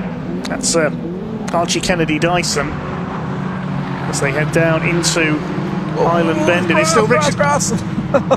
Who was that? One of the drivers absolutely squeezed onto the grass and just no grip left in the middle. I think that was that Bond? It might have been Archie Kennedy Dyson. I think he's going to be in Holmes Chapel Town Centre if he keeps going there. Crikey O'Reilly, but he was squeezed onto the grass and just found no braking adhesion at all on this dusty, dry grass. You can see it's looking a little bit yellow, isn't it? It's not had water in a little while. But here comes that lead group all coming back together again, except for Townend has replaced Fox, who's struggling a little bit there. There is that driver back in the grid then. So we've got just over 3.5 minutes of this race to go. Can Richard Davies hang on for his 5th win of the season? Ollie Smith going for his 4th. Heinrich Watson Miller going for his first ever win. Kept keeping it to the inside here. Ollie Smith going to the outside. Richard Davies has got to have eyes in the back of his head here and the sides of his crash helmet too, to keep an eye on these 3 cars closing him down, because Fasania's on the back of this trail as well. 4th in the points, Mitch Fasania. The best he's had is 2nd place at Croft and at Spa-Francorchamps. Trying to catch some of his car down in as well. Ollie Smith making a move down the inside. Here's the battle further back. There's that Brawn GP lookalike of Ben Oliver. He's got John Bond in the number 12 on his tail. John Bond in 6th place in the points. He's had a podium this year at Spa, trying to make a move to the inside. Behind these two is the number 27, which is Rob Hicks, the blue car there, and also behind them is Luke Wilson in 21. They're battling it out at the lower reaches of the top 10 in this race. Just over 2.5 minutes of the race to go. We'll see if Richard Davies has been able to hold his lead. Has Ollie Smith been able to make the move? We are trying to focus on some of the battles further down the order. There's plenty going on in this field. I know it's hard to take your eyes off the lead battle. Here is the lead battle, and Heinrich Watson-Miller's got through into second place ahead of Ollie Smith. They're avoiding that still slippy though. area on the outside. Yes, rear traction. Foxy's back on the tail of this group as well. There's going to be 6 of them shortly. He's chasing Kyle Townend. We're in on the penultimate lap now, so they will be starting their next lap when they cross the line, I believe, judging by the timing last time through. So yeah, penultimate lap, not that many more opportunities. Can Watson-Miller do it? Can Heinrich Watson-Miller take his first ever win here at Oulton Park? He's dodging about there on the tail of Richard Davies. The Welshman just about holds him off. There's a squeal of tyres as they throw the cars through Lodge Corner. They're really on the edge of adhesion here. This is cracking stuff once again from the Bilstein Caterham Roadsport Championship. Ollie Smith looking on from third place. Davies going for his first win since the second race at Croft. Running wide there, Carl Townend and Matt Fox over onto the curbs there. Black and white flag going out for track limits. That's number 80 of Ben Oliver. He lost a couple of places on that lap, so he's run wide somewhere.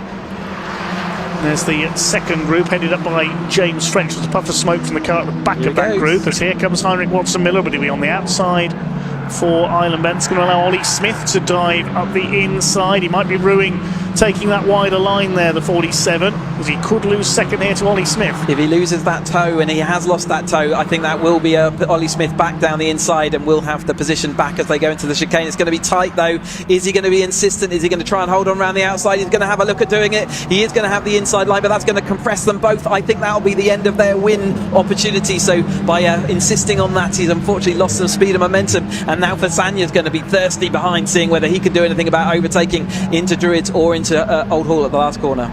Well, it is looking good for Richard Davies. Here he comes. He's broken away slightly now from the rest of the group as they squabbled for second place behind him. What's going to happen into Lodge Corner though for the final time? This is going to be all for second place though. Richard Davies surely is heading for his 5th win of the season to move himself back into championship contention. Ollie Smith holding second place. The clock about to count down to 0, so the checkered flag will be in sight. Up Deer Leap they come. It's going to be 5 wins this season for Richard Davies in number 25. He wins at Oulton Park. Ollie Smith in second. Heinrich Watson-Miller a fine third. Then 4th goes to Mitch Fasanya. Kyle Townend in 5th. Matt Fox in 6th place. 3 wide finish a little bit further back there. James French is ahead of Sam Eminson and Joe Oliver. And this battle is going to be won by John Bond in the number 12, because Ben Oliver, up until he was got a 5-second penalty for exceeding track limits. He'll drop to 13th place and possibly lower. We'll see as the rest of the cars come across the line. There's the number 8 car. That's Jason Spencer. Picked up some damage in that spin earlier on. Archie Kennedy Dyson finishes 15th. He's recovered from his trip into the country at the Shell Oils hairpin. Waiting for Spencer to come in, our final finisher. Great racing though by the Road Sport grid. We've got another race for them this afternoon. We're heading into our lunch break very shortly. We'll keep you entertained all the way through that, but the Road Sport's then showing what they're made of, and what a fantastic result. Let's get that provisional result out. Original result then of the Bilstein Caterham Roadsport Race 1. Richard Davies takes his 5th win of the season, 3/4 of a second clear of Ollie Smith, and Heinrich Watson-Miller, well done to him, coming through from well down the grid in 7th place to take 3rd. Mitch Fasanya in 4th, ahead of Carl Townend. Matt Fox could have been 2nd, clipped the back of Richard Davies and dropped to 6th. Then James French just in 7th, and a photo finish with Sam Eminson and Joe Oliver. John Bond completes the top 10 in the number 12. 11th is Luke Wilson, and 12th for Rob Hicks, because Ben Oliver was penalised down to 13th for track limits offences. Then Richard Watson recovering from a spin to take 14th. Archie Kennedy Dyson recovering from going well off track to take 15th. Then Mark Hensler and Jason Spencer, the final finishes. We lost Stephen Vischer and Alex Dobrin into the pit lane. Yeah, what a morning's Caterham racing that we've had then. It's been absolutely fantastic action out there, and Roadsport, we've got all these drivers to see all again, at least once more as we go here. Here are the going into our lunch break very shortly after we've heard from the drivers, but we'll be back with you at 1:40 scheduled for the next 270R. We're going to see everything we've seen today, and then we will have a repeat of the 273-10s and the Seven Championship UK, all to be done before 6 p.m. Looks like we are ready. We've got drivers into Parc Fermé then, so let's go and hear from our drivers and look forward to hearing what they've got to say.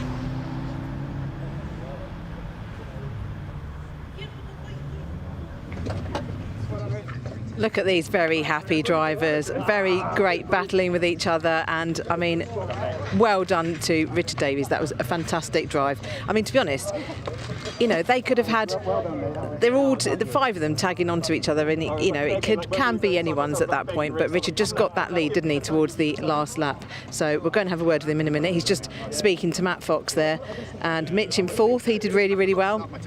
And here we go, these guys are just getting their helmets off, so we'll have a quick word, and after this it will be lunch break, but we've got plenty more racing action after lunch, so we'll have a quick word. Oh, Ollie, you got your first podium in Spa, didn't you? I did, yeah. Well, I got like a after penalties job at Cadwell. Yeah. Oh, yes, not a of course. one. But that was a proper on the road one. Yeah, on the road. And now they're coming in thick and fast. Don't speak too soon, Let's touch wood.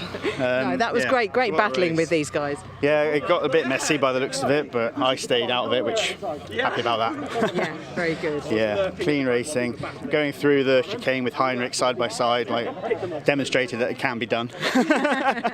So yeah, that was mega. Yeah, what a day. You never know, do you? Because we haven't raced around this track before, so it's really new to know where to overtake, where you can, where's safe to do so. Yeah, well, so that move through the chicane started at the hairpin, got side by side, then we drag all the way up through the chicane, and then third apex of the chicane, I'm in front, that'll do. Yeah. And it happened to be last lap, but I was just saying to Heinrich, I forgot to start my timer. So from my perspective, we had 13 minutes, which meant, thinking ahead made that quite challenging, but yeah. Happy to finish, with all four wings. Exactly. Happy with that. So last year in Academy, the rear wings, I sort of had a mates rates deal with Caterham. It was quite poor, but yeah, great day. Excellent. Well, one more to go later. That's it. Yeah, Thanks, Sam. Well done. Let's have a quick word with Heinrich. Heinrich, let's have a word. Hello. And you got your first podium at Donington, didn't did, you? yeah. And now you've got another one. Congratulations. Three in a trot, 3 on a row. Yeah, very happy. Feel like I finally got comfortable in the car and enjoying it and found some pace. So I'm still sort of getting quicker throughout the weekend. So we were testing yesterday, I was still sort of probably 10th in pace and just catching. But yeah, very, very happy. Yeah, really, really well deserved. And it was like the last couple of laps, it could have been all three of yours, couldn't it? I was right behind Rich, and then he kind of was defending into the hairpin. I was like, I'll give it a go around the outside. Probably not going to work. And then actually Ollie then snuck up inside. But yeah, the first was very close. So yeah, keep pushing for one of those. That's it. Well, good starting place for the next race. Yes. Very excited. Exactly. Well done. Well done, Thank you very Heinrich. much. And where's Rich gone? Has he gone to speak to... Oh, he's behind us. Hang on. Let's turn round. Richard Davies, our race winner. Congratulations. That was... I feel knackered after that. Oh my God. It's a tough circuit, isn't it? It is. It's really intense. There's no let up at all, and it's just... Yeah, a couple of... I missed a gear. We did wonder what that was. I missed the gear from the second to third, and then Matt just gave me a little love kiss up the rear. I was wrong, but yeah. But yeah, it was brilliant. Hell of a race. Me and Ollie as well had a great race, so it was a wicked track. Yeah. Really good. It's so bumpy, isn't it, though? Yes. Yeah, it was like a little slightly softer setup. Yeah. So just for because of the undulations and bumps and everything, yeah, but it was cracking. All intense race. Yeah, it's a lot to take in, isn't it? It's struggled to get out of the car there. I was knackered. No, do it again this afternoon in a couple of hours. I didn't think the temperature was that hot today, because it's not. It's cooled down a lot compared to testing. It's hot but I got boiling. Yeah. So brilliant. Excellent. Well done. Back up, yeah. Definitely. Very well deserved win Thank you that very was. much. Well Cool. done. Right, we're just going to have a quick word with some of the other guys because we have got some time. Let's go and have a word with Matt Fox because he got fastest lap. So let's go and have a quick... Oh, Matt's there. I'm just going to have a quick word. James, well done, Sam. James. 7th. Thank you. I'm really happy. I think it's my best result in the regular season at least. Yeah, it was really fun. I mean, you can tell I'm pretty sweaty. So You had your little battle, didn't you, behind the front guys? Yeah. I thought maybe if we'd worked together a bit better, we could have caught that pack. But we were having so much fun battling. It was brilliant. Working with Sam and Joe, it was great. Yeah, really. That's what it's all about, though, isn't it? Exactly. Yeah, it's really not about the position. Although I'm quite happy with the position for that one for me. And looking forward to race 2. It should be really good. It's good. How'd you get on? Good. Yeah, 4th in class. Yeah. So it was, but we were right on the front pack the whole time. So we were just one long train from like 1st to 13th or whatever it was. Yeah. No, it's a great circuit. I've never been here before, so yeah, loving it. Yeah. Really, really good fun. Great racing. Excellent. Yeah, it's close racing. I think because it's quite short and there's not many places to overtake really. No, and they're all quite brave moves. There's no sort of simple pulls, and the tow's good here, but not quite good enough to fire you past people. Or at least with road sport. No, it's similar for us. Like it pulls you along, Yeah. but it also doesn't.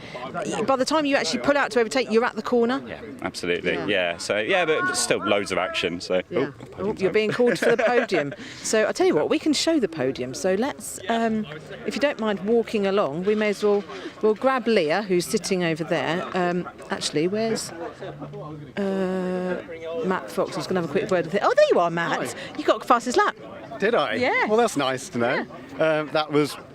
I drove into the back of Rich coming out of the hairpin. Yes, when we he were missed a scrapping. gear. I know. Yeah. And ultimately my car doesn't steer right now. So Oh, dear. I'm driving down the straight at something like that. So it was a bit of a challenge. But fastest lap's cool, Yeah, well done. That helps. Yeah. I mean, that's good. Yeah. Absolutely. Very happy. Well done. I'll let you go to the podium. I'm going to grab Leah, who's over here. So 1 second. Come on, Leah. They're off to the podium. Should we go to the podium as well, or should we? Well, I never normally get to see the podium because I'm always scurrying around between assembly and park firmo, so this will be a first for me. There we go. Don't know if they want me to announce. Hold on with a trophy. I love the Caterham trophies. Obviously, we do pop into hospitality every now and again. Ian's renowned for nicking your coffee, but I'm a bit more reserved than that. I have the media centre coffee, filter coffee, which is fine for me. I see all the trophies. I think, wow. To stand on that podium, also you know what it's like. What's it like to stand on that podium? Lovely. It's because the whole group, everyone that you race with, come to the podium to support and watch and cheer, and it's a really lovely atmosphere, as you'll see in a moment. But the trophies are new for this year, so they are very, very nice trophies. Nice to have different ones because for some people that are regular podium finishers, obviously they've got the same. They don't want to get the same ones again, do they? Not all the time. No, exactly. It's good to have that diversity, and it's good the podiums too because they celebrate obviously the AM drivers as well as the pro, because we obviously only focus on the first 3 on the road. So it's good they get the recognition here for winning in their certain categories. So for this group, for road sport, there is only one class in road sport. So because they're only in their 2nd year of racing. Oh, lovely. Well, because they're all here, aren't they? And one thing we've been talking about that comes up a lot with the drivers I speak to in lunchtime and things is they're all saying it's like a family here, and it's just they're all here to celebrate them, no matter whether they finished 1st or 17th, wherever they finished. It's a real family around here, which is nice. Fierce on track, but friendly on off track is what the general just exactly. Yeah, it's very lovely. It's atmosphere. Alex heading it up. Let's get a little shot on Alex. Here he is. Closest racing on the back. Oh, bless him. Big round of applause in 3rd place for Henry Watson Miller.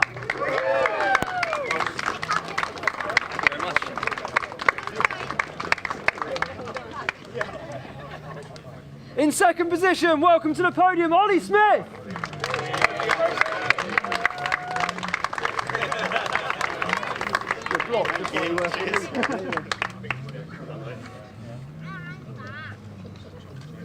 Ollie, get dressed, please, mate. Thank you. And returning to winning ways, your winner, Richard Davis.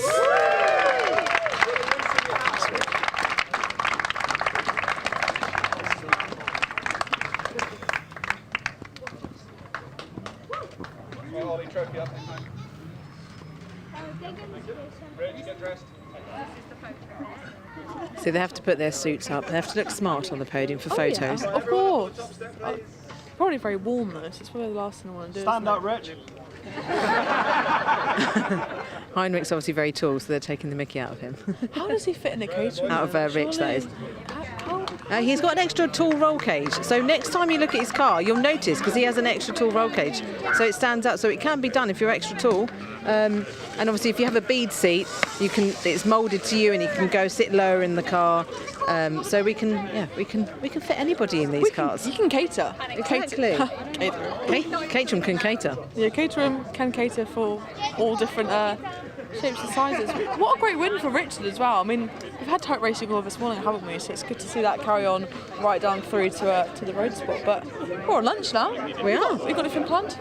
I'm going to get changed back into my race suit, actually. That's what I have planned for the lunch break. So you have quite a quick turnaround, don't you? Bless you. Yes, well, 270R Championship is out first after lunch, and then it is the Vertex 310R Championship, so I need to be ready for that. And they call us quite early to make sure we're in assembly early, so I don't like to be rushing, putting all my fireproofs on and race suit. It's quite a lot to put on, so I'll go and get changed shortly. Lovely. Well, as Sam just said, we've got a little bit of lunch now. 270R is out next. But don't worry, we've got you covered for lunch, and I caught up with some of the drivers in the other classes a little bit earlier on.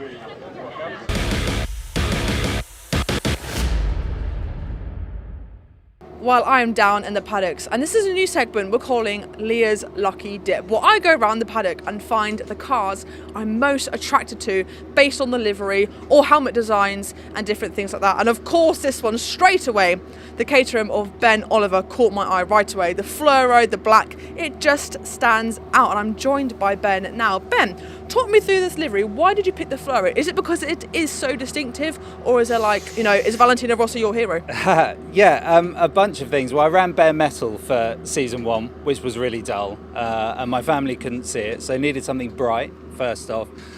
Didn't know what to get, so it's just Brawn GP inspired from the Jensen Button era. So I sent the colours off to one of the teams, and they put this together, and it's awesome. Love it, absolutely love it. So did you colour match JB's 2009 winning car and put it purpose on the Caterham? Yeah, and I even put together a mood board with a bunch of other series have done it, like Porsches have done it, and ChatGPT gave me some versions of it as well. So sent all of those off, and they did a really good job. I'm really pleased with it. Glad I got it done.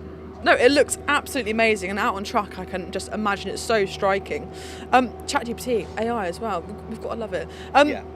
So talk to me about the season so far then. You had a great podium over in Spa as well. Coming to Oulton Park this weekend, are there any expectations? No, absolutely zero. Testing hasn't gone fantastically. It's an awesome circuit. Lots of people look very quick, so just getting out there, having fun, see what happens. Hopefully it all stays clean, and enjoy.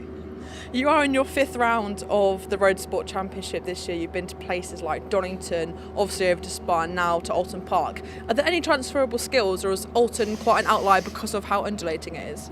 Definitely transferable skills. The bumps in the braking zone here make it very interesting. I think as we do each race through last season and this season, you're always learning and your confidence is building. Sadly for me, way too many mistakes are still there, but Oulton Park's definitely a track for bravery. It's a lot more like Cadwell, unlike Spa and Donington, where it's high speed, you feel like you've got loads of room. I'm not sure that I'm going to be brave enough to have any overtaking manoeuvres in some of the corners here, but just building from one track to the next. It's great to have the variety though, right? I was going to say, it is so different to loads of different tracks, and like you say, for experience it is so good to have those different quirks of a track, because this one is definitely a bumpy ride, to be sure. Ben, thank you so much for speaking to me. Good luck out on track, and you can't really miss him, can you?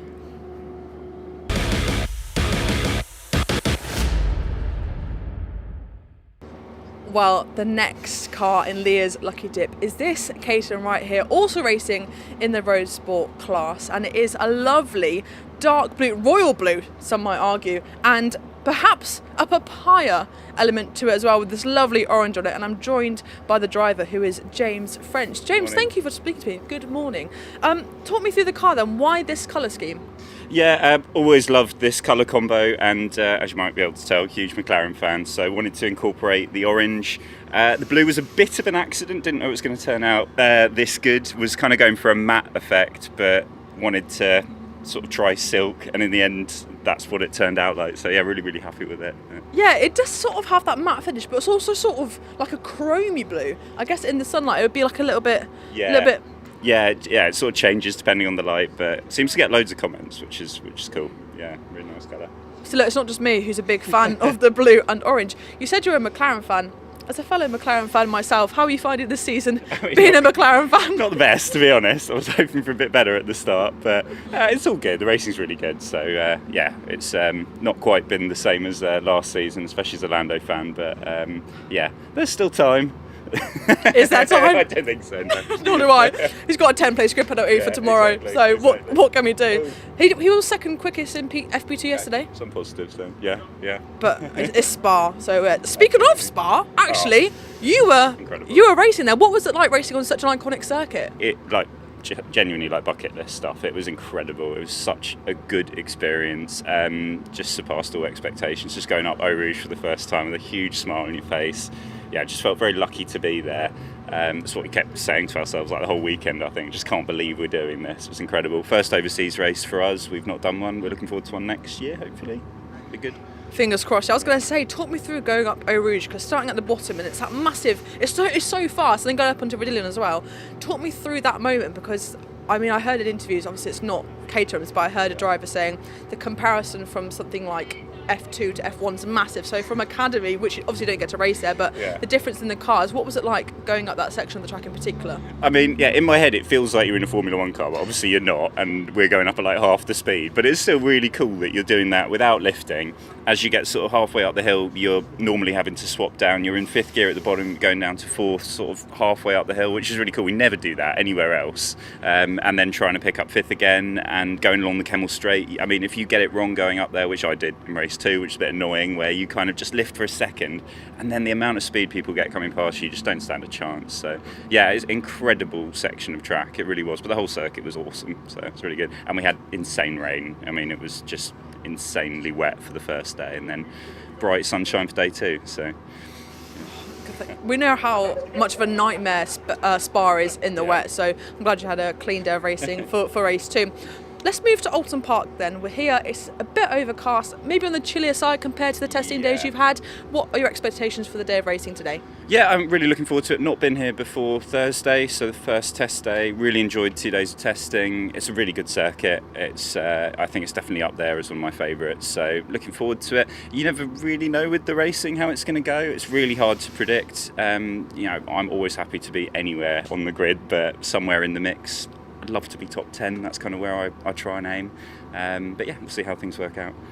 Lovely. I think you're one of the first drivers I've heard that have said Oulton Park in a Caterham is one of your favourite circuits, because everyone's saying about how bumpy it is. Is that a big challenge you've got in these cars? Okay, yeah, so the island hairpin is really bumpy, I would say. And the rest of the track, you've got undulations and things, but the island hairpin's a bit awkward, but there's ways we're sort of trying to get round it and make it a little bit less bumpy with the approaches and things. But no, I don't mind it. I mean, I say that, but my upper wishbone snapped yesterday during testing. I've literally just got it back from Caterham, so it must be bumpier than I think.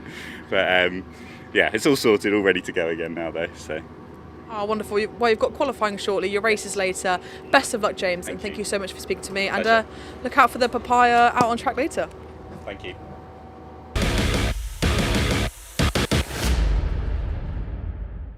Well, you join me in the pit lane. I'm joined by no other than the Charlie Lauer. You know, social media sensation, some might say. Charlie, thank you for joining me today. How are you and how has the season gone for you so far? Yeah, very good. The season's been going very well. Obviously, we've jumped into the 420 and this thing is an absolute beast. So we've gone up every single class in the ladder, from Academy all the way up to 420. Got to experience all of them and absolutely loved them all, but this is a different beast. I was going to say, this is only your 3rd round of the season, like you say, it's your 5th year in Caterhams in total. How are you finding this top class? Competitive, a bit out of my price range actually compared to a lot of them, So I've just been trying to keep it on track, keep it clean, don't get any penalty points, and slowly chip away and try and get towards the top. But yeah, I've got a good feeling about this weekend. Oh, lovely. As I said, sensational on social media. You document so much and you give so much to your fans. Why do you think it's important to have such a profile online? Well, really good for sponsorship. If I don't have sponsorship, I wouldn't be able to race. So people like Quadlock, EBC, yeah, there's quite a few names on there that I can't roll off right now. But yeah, without the help from them guys and without making the content, getting the reach, then I wouldn't be able to race. So I've had to work really hard behind the scenes and yeah, try and make content around the race weekends to keep me busy all year round. I was going to say, with not the lack of rounds, but compared to things like Roadsport on 310 and 270, they've had, this is their 5th round, you're only on round 3. Is it just keeping you busy doing all your content and things? Yeah, I have to keep recycling a lot of content, keep trying to do new things, but yeah, exactly. It's really hard actually as a content creator to make content, because regular content pays off basically. So if you want to get views, you just got to post regularly. And then when we're only racing once a month or once every 2 months, as it has been at the moment, then it's like we're kind of scrapping at things to do. So we managed to get this car hand painted recently by a really like amazing artist called Andrea, AA Vision on Instagram and TikTok. And yeah, we were at Goodwood Festival of Speed, had the car on the Quadlock display, and then he hand painted it in front of everyone. It was amazing. So we've like Australian tribe look, obviously Quadlock are Australian as well, so it kind of links in there, and yeah, super happy with it. I think it looks epic. I was going to say, John, I don't know if you can get a visual on this. There's a little emblem on the front here. Is that the Goodwood logo? That's the Goodwood logo and the date just below the Quadlock logo up there. That is absolutely unbelievable. I was going to pan to this because you just can't miss Charlie out on track. Compared to your old livery, how's it compare? Yeah, it's definitely different. We definitely wanted to make a statement. We want to be seen, and we want to do something different. You know, there's only so many things you can do with stickers on a Caterham. So we thought, why not? Let's do a hand-painted livery. Let's do something a bit different. And yeah, very happy with how it came out. That's absolutely amazing, and to do it hand-painted at Fours is just so special, isn't it? Let's talk about this weekend briefly. Let's touch upon it before you go out for qualifying shortly. You said Oulton Park seems to be a good weekend for you. What are your expectations heading into these races? Oh, that's great. Good question. Obviously, I wouldn't be doing it if I wasn't going to say pole. Every weekend we're aiming for pole, and that's kind of the aim. Qualifying usually isn't my strongest point, but this year I've managed to get some good qualifying results. You know, P1 at Spa recently, first time out there, and I'm kind of hoping to repeat it today. I think we've got pace to be P1, and I need to get my first 420 win under my belt. So that's the aim for this weekend. It's going to be trying to beat Taylor, isn't it? Because he's been so fast. I think he's won something like 5 or 6 races. He might have even won all of them. But it is going to be trying to stop that man, isn't it? I mean, everyone's fast. You know, Harry's super rapid.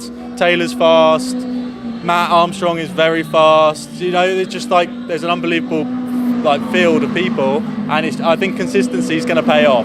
So the man that's the most consistent is going to win at the end of the year. So that's my aim. You know, don't cause any trouble, don't get any penalty points, be consistent, be clean, and yeah, try and win it by a points game. Lovely. Well, I think I've got to let you go to assembly area to get prepared. Thank you so much for speaking to me. Mum, quickly, I'm with Charlie. What the hell? Oh no, take a picture. Lovely. Charlie, thank you for speaking to me. And yeah, what a special livery and a special occasion at Festival of Speed to do it at.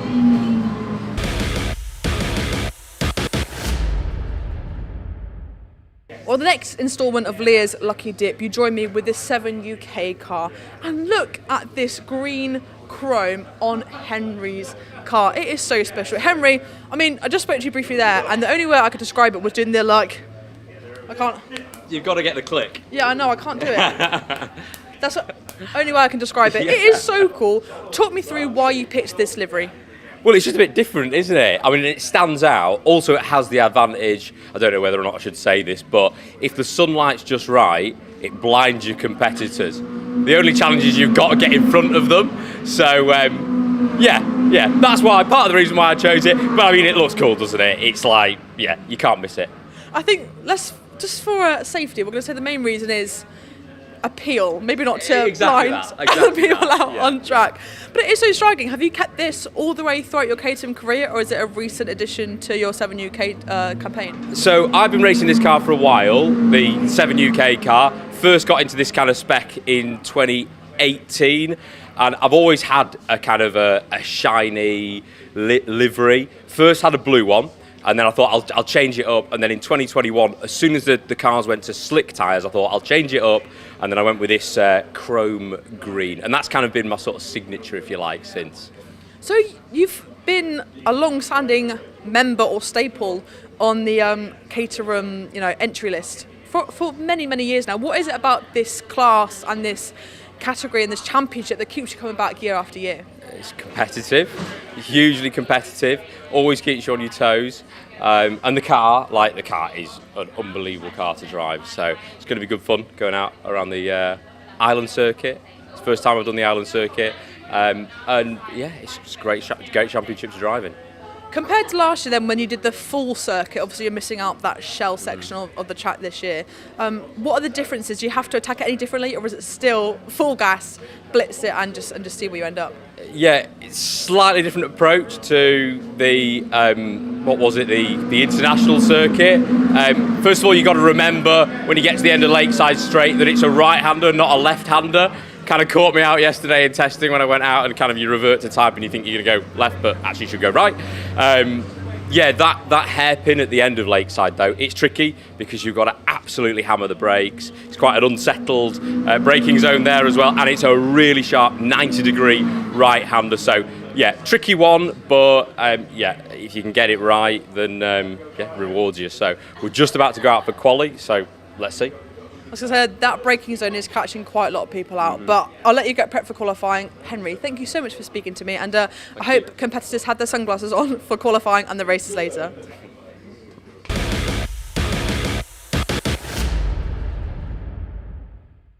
Well, I'm down in the paddock with a very special car. James Platt, talk me through the livery of your Caterham this year. So I raised money for Well Child, the national charity for sick children.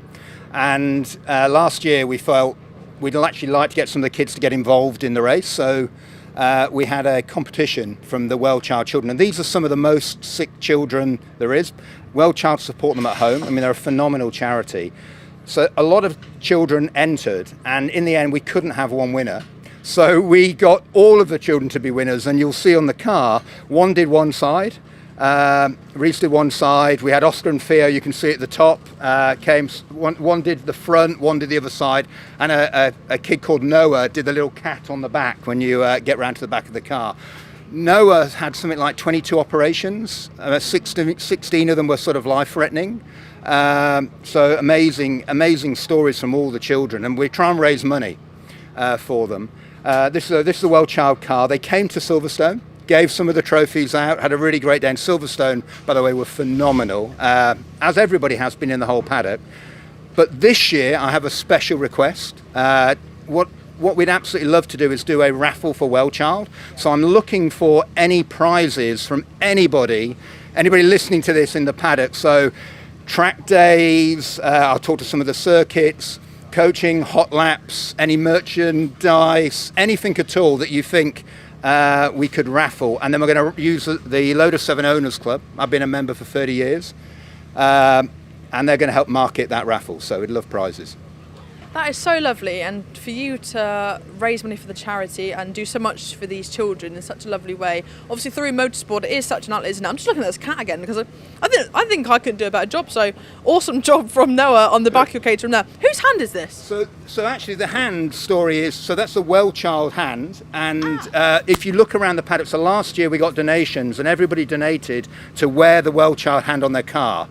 And while there's a lot of cars that have been bumped and scraped, there's still quite a lot of Well Child hands around the paddock that you'll see, and everybody has been unbelievably generous over the last year or so. Oh, lovely. There is such a community feel in this paddock. I'm just going to walk around to look at Oscar and Theo's side. There is such a community feel in this paddock. Obviously, Caterhams are fiercely competitive, aren't they? But do you feel like there is a family vibe to this championship? Oh, completely. I mean, it you can sort of see us all hanging out here with the other cars as well. Everybody really is a family. I mean, this is probably ferocious on track, but genuinely off the track. The only reason I race, I mean, I am pretty terrible. I did qualify, I want to say 20th out of 27, so that was good for me. But the reason I race is I love the racing, but I love the community and the whole aspect of doing it. And raising money for Well Child is a brilliant thing as well. And Well, James, you are doing such wonderful work. Thank you for taking the time to speak to me about your lovely car and all the money you raise for World Child. I know it's much appreciated by them. So thank you for speaking to me. Please donate to the raffle if you can.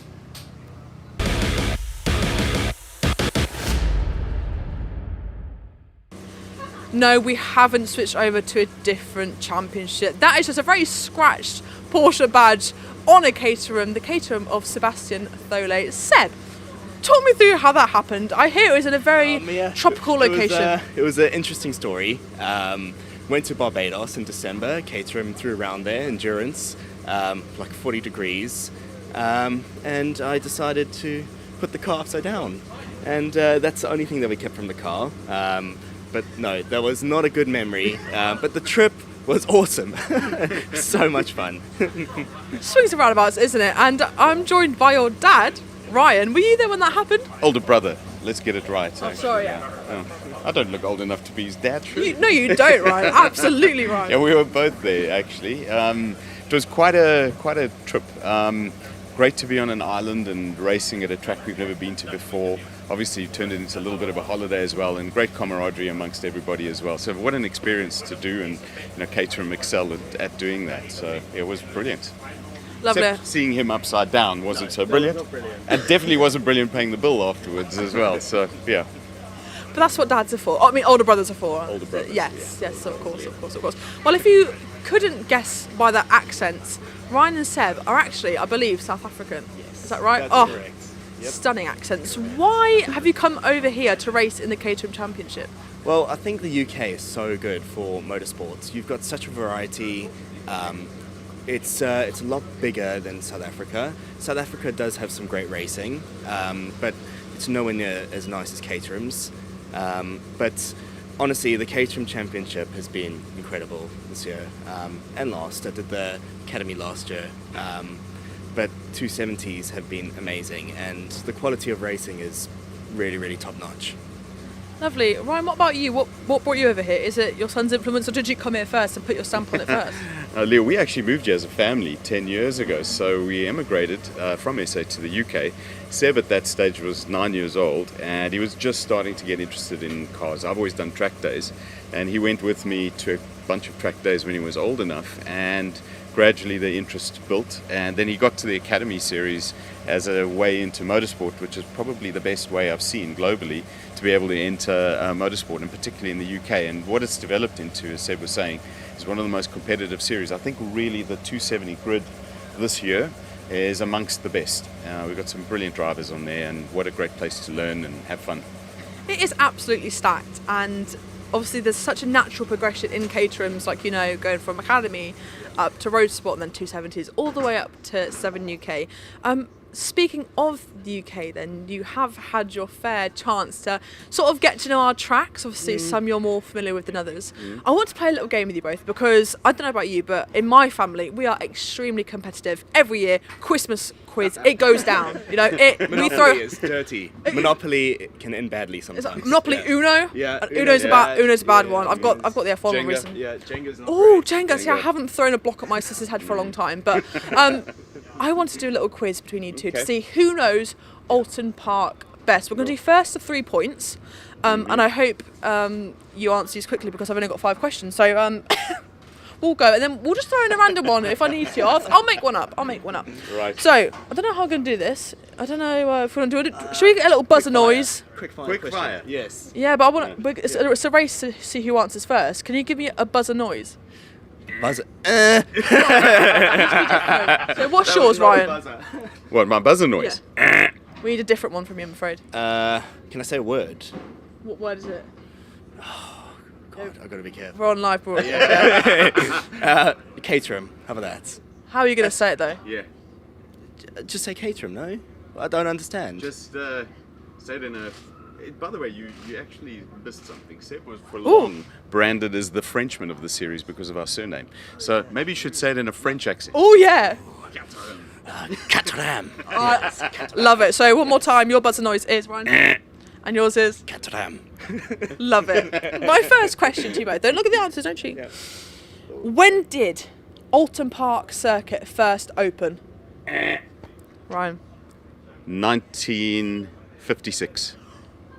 That is incorrect. Is Seb going to come in for the steal? I'll give it to the closest, but what do you think it is? I'm going to say 1940s. Okay, but I'm going to need a specific year. 1942. Ryan, you are the closest, so you get 1 point.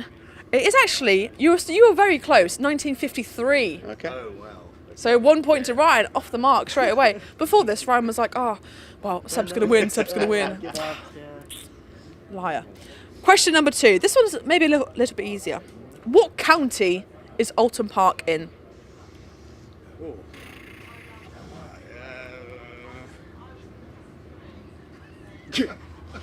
I can see team. We've got team influence over here. One of you's got to buzz in. Hold on. Chester. Oh, you're so close. Cheshire. No. Oh, man, I do want. It is Cheshire, but Chester. It's near Chester, but that's not the county name. Oh, Director John. Oh, Director Dan says give it to Ryan. Oh. Favoritism, I love it. Favoritism. I think the dad's fixed to win here. I would have given it to you, Seb, but Director takes trumps me, I'm afraid. So this could be the deciding question. Yeah. Ryan, this could be 3 for 3, and I'd be very impressed. This is about the track itself, so maybe a bit easier for you as well, Seb. You'll get this. Geography is not my strength. Question number 3. What is the chicane at the bottom of the circuit called? Druids? That's incorrect. Seb with the steal. Is it 30s? No. Am I being stupid? I don't know. Not stupid. What? I was going to say, that's definitely not here, but it's an MSV one. Yeah, but Druids is at Brands, isn't it? Yes. Yeah. Yeah, but there's. I feel like in all the MSV tracks, there's one corner that's always named the same. But that's not the chicane at the bottom of the circuit. I'm going to give you one more chance each. I don't know. Because someone's got to win. Turn 5 is what I know it by, I think. It's not turn 5. Seb, do you want to have another guess? I don't know. I don't know. Well, I'm so glad we've all done our research on the track. It's called Knickerbrook. Knickerbrook. Yeah. Linkbrook. Knickerbrook. Knickerbrook. I've never even heard of that. Who Well- says Knickerbrook?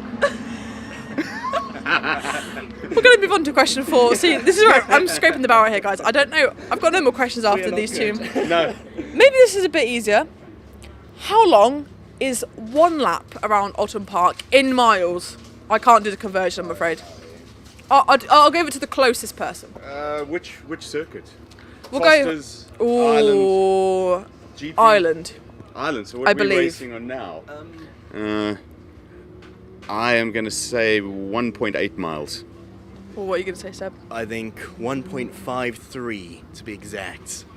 Oh, see, I might have it for the longer circuit then, because I've got 2.3 miles, which would mean if we're going closest, your dad's gone 3 for 3. And I win again. Just retire. Thank God he's good at driving. I'm good at quizzes. Last question, when did he last have a girlfriend? Oh yeah, that's a good question. Oh, yeah, that's a great poor question. Seb. Okay, you want to ask that? Yeah, ask that question. I don't think it's related to Oulton Park, is it? It's what, sorry? It's not related to Oulton Park. Well, you can make it related to Oulton Park. I don't think it's very appropriate. Poor Seb's gone red.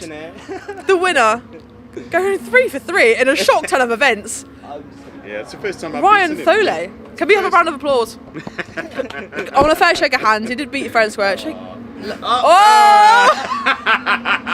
That's just dirty. That's dirty. Right, a quick final word from both of you. We'll start with the winner. Ryan, are you going to win out on track today, or do you excel in pub quizzes normally? I definitely don't excel out on the track. My son consistently beats me, which I'm very happy with. Today I think is going to be about staying out of trouble. This track is very crowded. It's 27 guys out there. I think we all want to end the race safely. And I think we want to have some fun along the way. So my job really today, I really do want to stay out of trouble. The guys up front can fight and do their thing. It's I'm happy to be in the pub afterwards for a beer rather than for a quiz. So thanks, Leah. Well, we'll see him down for a swift pint later on. Seb, what about you then? Because as I said, you're a little bit more competitive out on track. What are your aspirations for today's racing? I think Dad is right.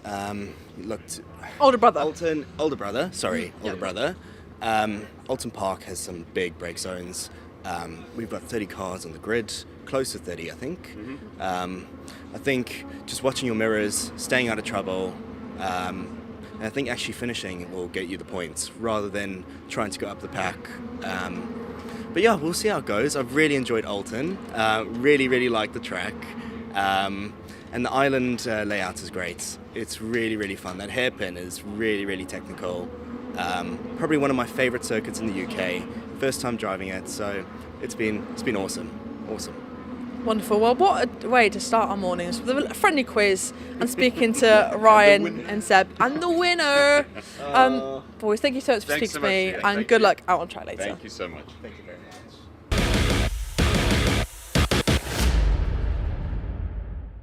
Well, when it comes to newcomers in Caterham racing and getting into this championship, there's really no one better to speak to than driver, stroke presenter, stroke legend of Caterham's, Sam Parker. Sam, thank you so much for speaking to me. Obviously, you're very familiar with this championship. Our viewers are very familiar with you as well.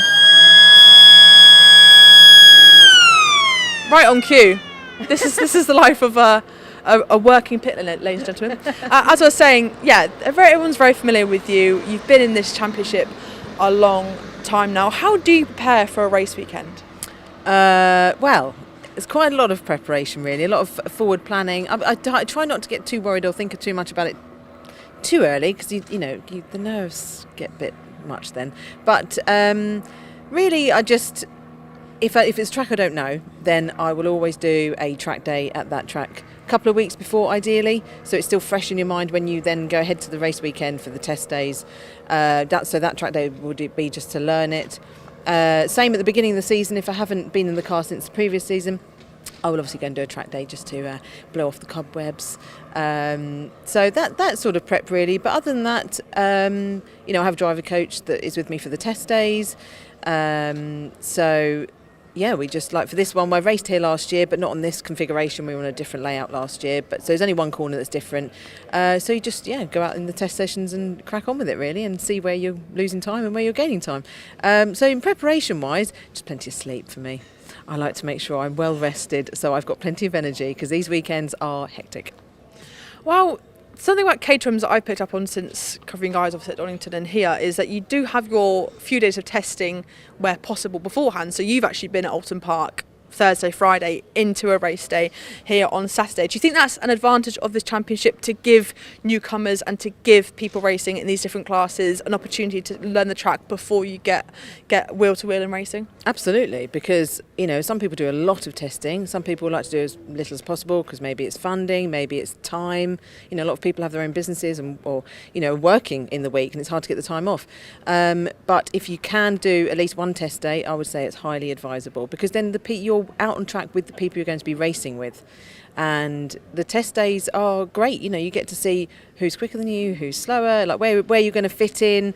It's not a true relation to it. You find out the qualifying on Saturday morning, but it's well worth doing a test day. Yeah, just to it gets you in the zone for the race weekend. Well, you did say, and it's important to pick up on that, people racing in these championships do have other commitments, like they have a full-time job, maybe part-time, they run their own business. You are one very busy lady yourself. How do you juggle racing and presenting with all the other commitments you have? It's quite difficult, actually. It's a mind shift. It's a mindset change. So I know that when I'm on when we've had the checker flag on our race and we're on the lap after, I think, switch into presenter mode now, because when I come into Parc Fermé, I'm going to be grabbing that microphone and interviewing. And I think because I did the interviewing first, I can easily switch back to that for when is necessary. But yes, it makes it a very, very busy day. But I love it. It's good fun, and why not give me a challenge? Wow, so it is possible to go from interviewing to racing yourself then, because being around these Caterhams for the past 2 races I've done now, I love these, so okay. I want to get in one. My final question to you is, like I said at the beginning, you are very well acquainted with this championship and with Caterhams in general now. You've gone right from academy all the way up to the 310s now. What advice do you have for any newcomers who might want to come racing in these amazing machines? Well, if you're going to start in academy, that is the one place I would suggest starting, because it is not just driving on track, it's about the friendships that you make whilst you're on that journey, because everyone's in the same boat, you're all novices together, and it's the atmosphere in the paddock is fantastic, and people make lifelong friends do it in the academy, and they stay with each other through all the championships, or if they don't race after the academy, they're still friends after. But it's sharing those moments for the first time with everybody else, and that is what makes it so special.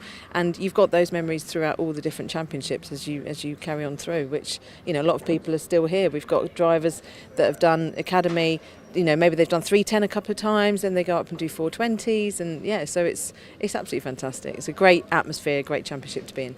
It is a great championship indeed. Sam, thank you so much for speaking to me. Obviously, we'll see you in Parc Ferme a little bit later on. You will indeed. Thank you very much.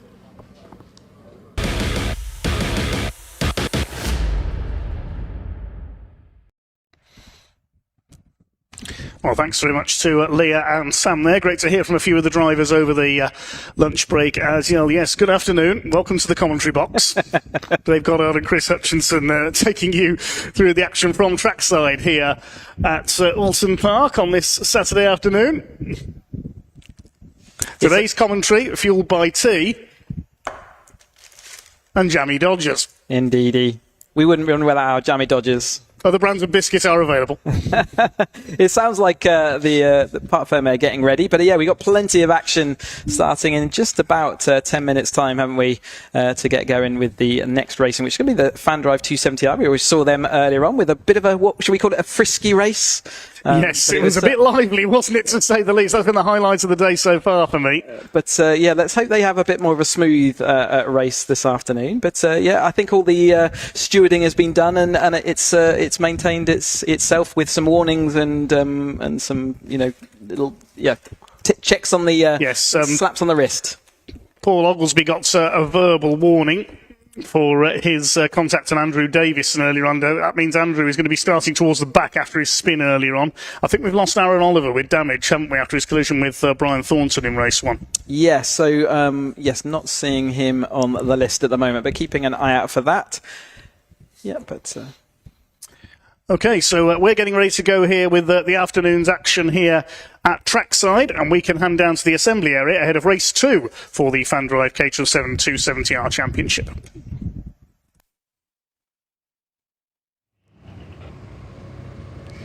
Thanks guys, great job as always. Well, I'm down in the assembly area ready for the second race of the 270Rs this afternoon. And as you saw at lunchtime, we were talking to drivers about their liveries, and I personally am always a big fan of fluoro. So I think it's only right that I go and speak to our driver over here, repping the traditional black, white and fluoro. Dan. Hi Dan, how are you? I'm all good, thank you very much. Yeah, really good. Yourself?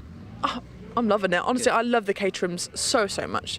I've been asking drivers about their livery, and I'm a massive fan of anything fluoro. Can you talk me through your design, why you picked it and why you chose these colours? Yeah, I do quite a bit of karting, so fluoro yellow is quite a karting thing, really. My sort of mechanic slash mate, he's a karter as well. He designed the car. Yeah, I think it looks great. We sort of think it looks a bit like an angry wasp, to be honest. Oh, I like it. I'm still trying to find someone who's inspired by Valentino Rossi for the fluoro. I am as well. I am a Valentino Rossi fan. I should have said that. But so you should have led with that, Dan. Come on. Wonderful. I love it. Yeah. Like I said, big fan of anything fluoro. We had someone in one of the other classes, in the Roadsport I think it was, that designed their Caterham with these fluoro colours because they like the Brawn car so much. Yeah, absolutely. But yeah, more of a Valentino fan. That's what I like to hear. Dan, talk to me through your qualifying and race one then, because the first race was red flagged. Bit of an unfortunate end to your first few laps here at Oulton Park. What are you hoping for the second race? Hoping for a win, if I'm honest. I've not been doing the full championship, so did Donington. Obviously here, I might do Knock Hill. I'm not totally sure yet, but yeah, I was a bit disappointed with qualifying. I was happy with my driving, just unlucky with the toe. But yeah, hopefully I have a good start, and hopefully the guys race nice and clean. That'd be the nice thing. So, but yeah, no, hopefully a win. Podium would be nice. Lovely. Well, Dan, thank you so much for speaking to me. Oh, could I just say a massive thank you to Smart Vision? So they're my sponsor, and yeah, if it weren't for them, I wouldn't be here. So yeah, thanks very much. Oh, that's lovely. Thank you, Dan. Appreciate that. Obviously, we know the importance of sponsors across this paddock. Very important to get people like Dan out racing. Hopefully, we see him at Knock Hill too.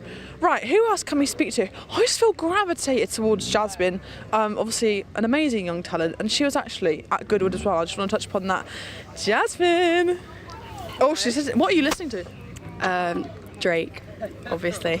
Obviously. I don't want to talk to you about Caterhams because we caught up earlier. I want to talk to you about your experience at Goodwood last week. You went up the hill. I did. What was it like? It was amazing. It was somehow my first time at Goodwood, and it just exceeded all my expectations. It was just the best weekend ever. Definitely a bit hooked now. I want to be there every single year. It was amazing. And yeah, like I said, you went up the hill in maybe a slower car. How does it compare? You were a passenger up the hill, but how does it compare to driving yourself? Would you rather go up the hill driving a car maybe next year? Yes, well, that's the plan. Yeah, unfortunately I was just a passenger, but it was my first time up the hill in general, so I didn't really care if I was driving or not. It was just really good fun. So yeah, really, really great experience. Definitely next time I hope I'll be in the driver's seat.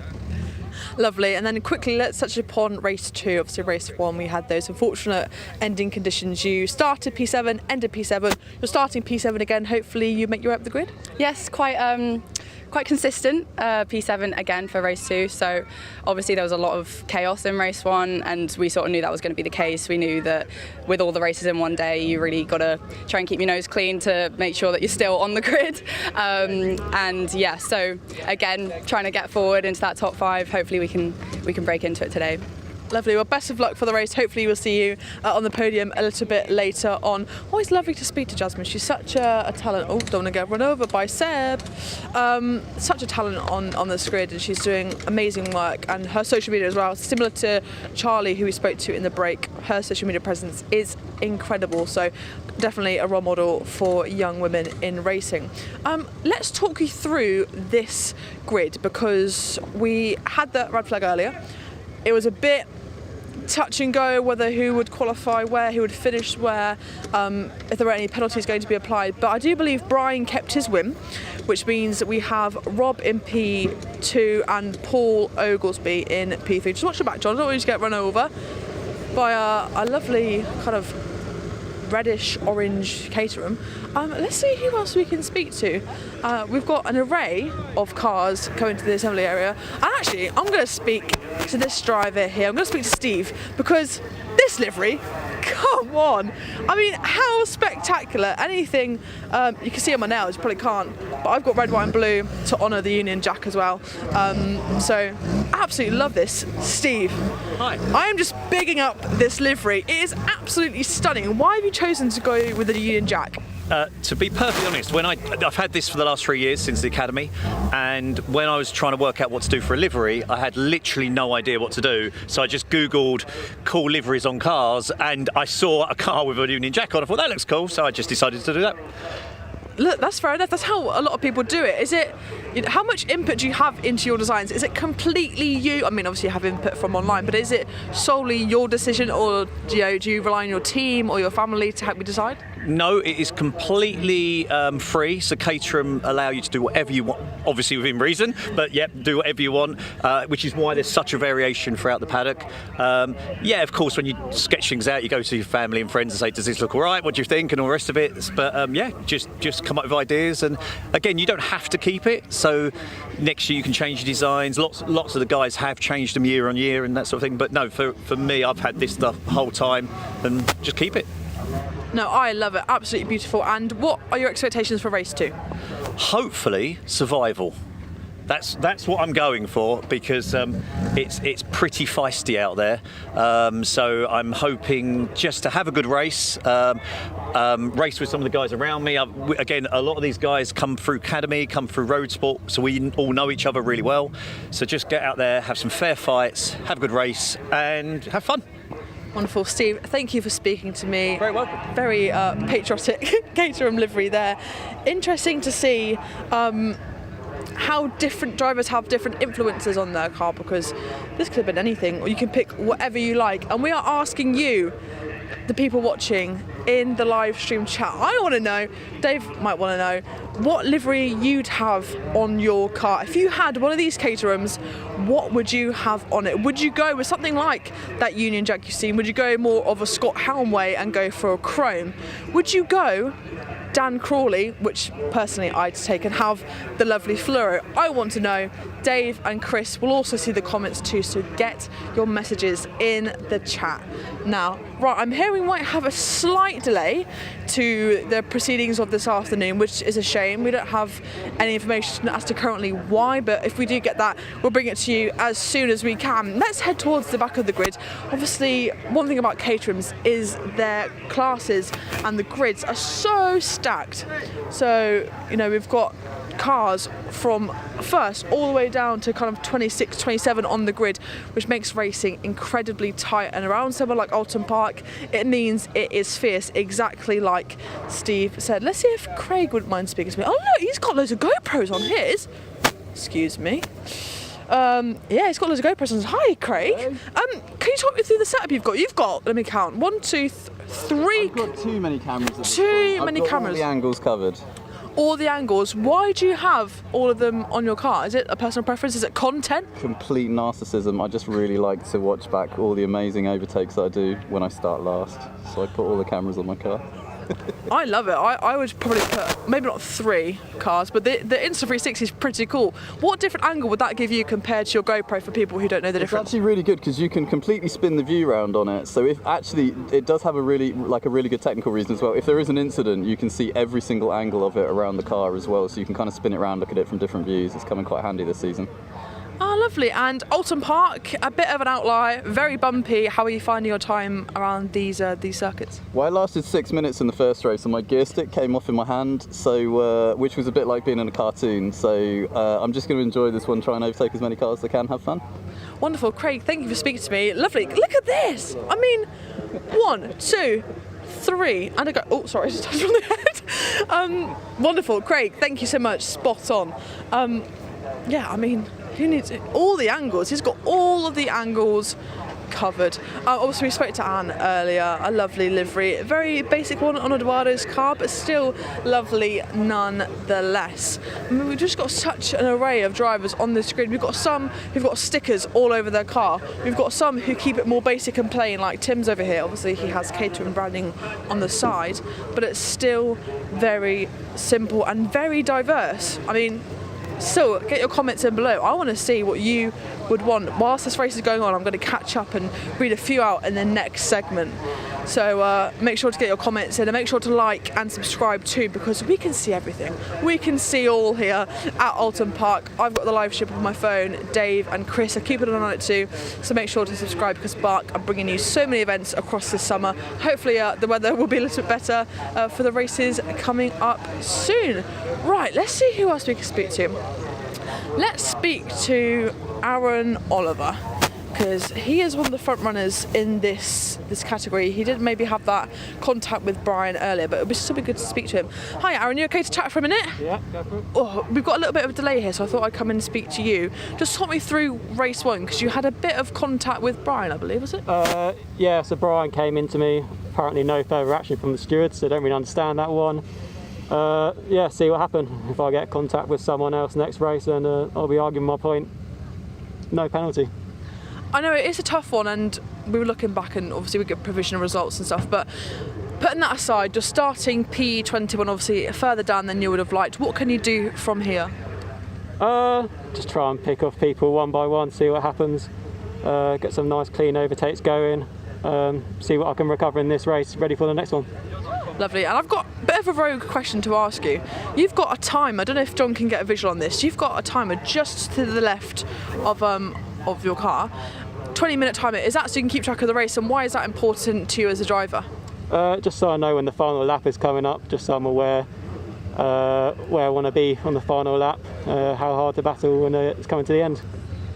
Lovely. We saw that on Sam's car earlier, and I was like, why do you have that on there? And she said, oh, well, I don't know how long the race is. I was like, that is so true. With timing races, it is a bit trickier compared to other lap races. Yeah, exactly. And my final question to you, Aaron, it's a rogue one, but I'm asking loads of the drivers across this grid. Liveries. They are your identifier out on track. You don't have like the camera sets they have on F1 cars to distinguish you between other drivers. Why have you gone for this sort of black and red tone to your car? To be honest, I bought it this year and it was black. So when I changed it to red, just because it's sort of the colour scheme of the company. So yeah. Why red and why not something like, so like over there, Dan's got that fluoro colour. Why red? Is it because, well, there's not really many other red cars on the grid, is there? Yeah, there's not many other red colours on the grid. Sort of gives a little stealth, sort of almost evil look sort of thing. To be fair, if I saw you in my mirrors, I'd be scared. Aaron, best of luck for this race. Good luck to him. Obviously, yeah, he did have that unfortunate touch. Oh, well, Brian. I mean, I'm not one to comment. I don't want to get too political. But, yeah, unfortunately for him to start quite far down the grid as a result of the proceedings of the last race. Let's see if we can chat to one of the marshals. I know they're all really busy, look, getting things set up, but we're going to speak to them because we wouldn't be able to go racing without the marshals and all of their help. I mean, I'm just trying to find one who doesn't look too busy, but unfortunately, all of them look pretty preoccupied. Let's just try and grab one, shall we? Let's just try and grab one. Oh, they do look like they're trying to. We've got one of the bark officials down here as well. It's all getting very serious. Let's see if we can speak to the lady in here. Hello, can I grab you for a quick chat? Yeah. Just to ask you about marshalling, really, and why it's important that we get people involved in it. Well, we're short of marshals anyway, but if we don't marshal, the race can't go ahead. So. You are so integral to people getting out on track, isn't it? How long have you been marshalling for? Just a year. Wow, so what have you learnt in your first year? I've mainly done assembly, but obviously we need to make sure the drivers are safe before going out, making sure if they're in an open top car like today, they've got the visors down, they all need to wear gloves, the fire extinguishers, we have to check that they're either activated or the pins are out. Obviously the car's safe to go out. And we do training days, so I've done a training day this year, and they teach you about when someone crashes, getting them out of the car, and like taking the helmets off, fire stuff as well. So there's a lot that you learn. You're doing amazing work, Hayley, and we're so thankful for you for getting these races under control. And in assembly, you get pretty close to these cars. Yeah. Can I just ask what got you into marshalling? Why do you do it? My husband does it. So he's been doing it for a long time. He kept mithering me. Now the kids are older, I joined him, and yeah, I really enjoy it. I love assembly, so yeah. Where's your husband based? He's in here today. He's doing his assessment today. No way, where is he? He's got the light orange hat on. Not the McLaren one? No. Oh. Down there. What is it like marshalling with your husband? It's all right. It's good, to be fair. Last year we didn't marshal together, so he did start line, I did assembly. This year we're doing it together. Oh, how lovely. And will you get your kids into it when they're older, hopefully? No.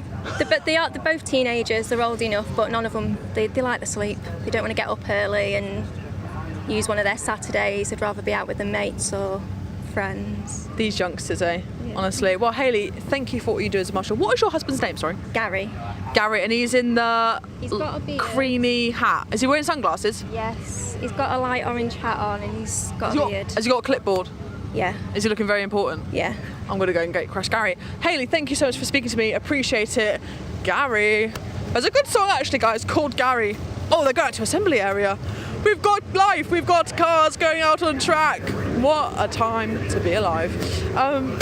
Look, we might not even get time to speak to Gary, but I will hunt him down. Best believe we'll be back for Gary later on today. I've got to speak to him. I've got to do it. I got Hayley off guard, so I've got to get Gary off guard too. But now I will leave you with this myriad of 270R cars heading out onto track, and I'll pass you back to Dave and Chris in commentary.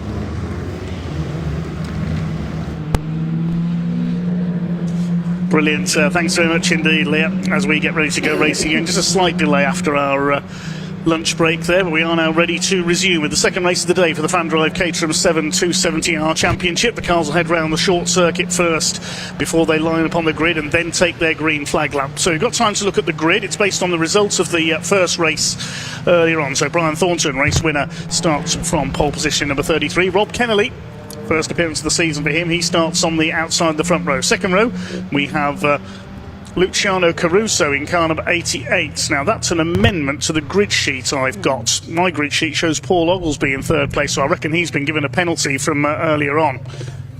Just confirm that in a second. We did hear that they were just in a judicial finishing off. I wonder whether that's one of the results of that judicial, though. So yeah, we'll look out for his green car. It'll be obvious if he's in that position. Looks like. Okay, I can't see any amended grid sheet that I've been given by TSL Timing. It so literally could have just happened before they went to send them out, because his green car is definitely not up there in that third place. So Luciano Caruso heads up row 2 alongside Dan Crawley in the 78. Sebastian Thulle 28 and 21 Jasmine Shaw on row 3. Then Christian Bond and Henry Speaks. He'll be one to watch. Struggled in qualifying but came through well into the top 10 in race 1. The fifth row of the grid will be Andrew Bailey, number 31, Ryan Thulle in the 48, then Scott Helm, he got that track limits penalty in race 1, starts alongside Steve Loriman in the 20, the Union flag car, Gary Cross and Jimmy Way on row 7, then Charlie Chapman and Andrew Davison, contact sent him spinning in race 1, so he's got it all to do from 16th on the grid. Behind him we have 65 Andrew Mackay. No, we don't have Andrew Mackay next. Next we have Paul Oglesby, so that's where he's been penalised down to 17th place, so he must have had a time penalty added on. Starts alongside Chris Morling, number 19. Then we've got 58 James Platt, 65 Andrew Mackay. Aaron Oliver, number 10, we've heard from him. Contact in race 1 put him down to 21st place, starts alongside Alistair Kinnear, number 47. 15 Shane Forster alongside 66 Tim Newman.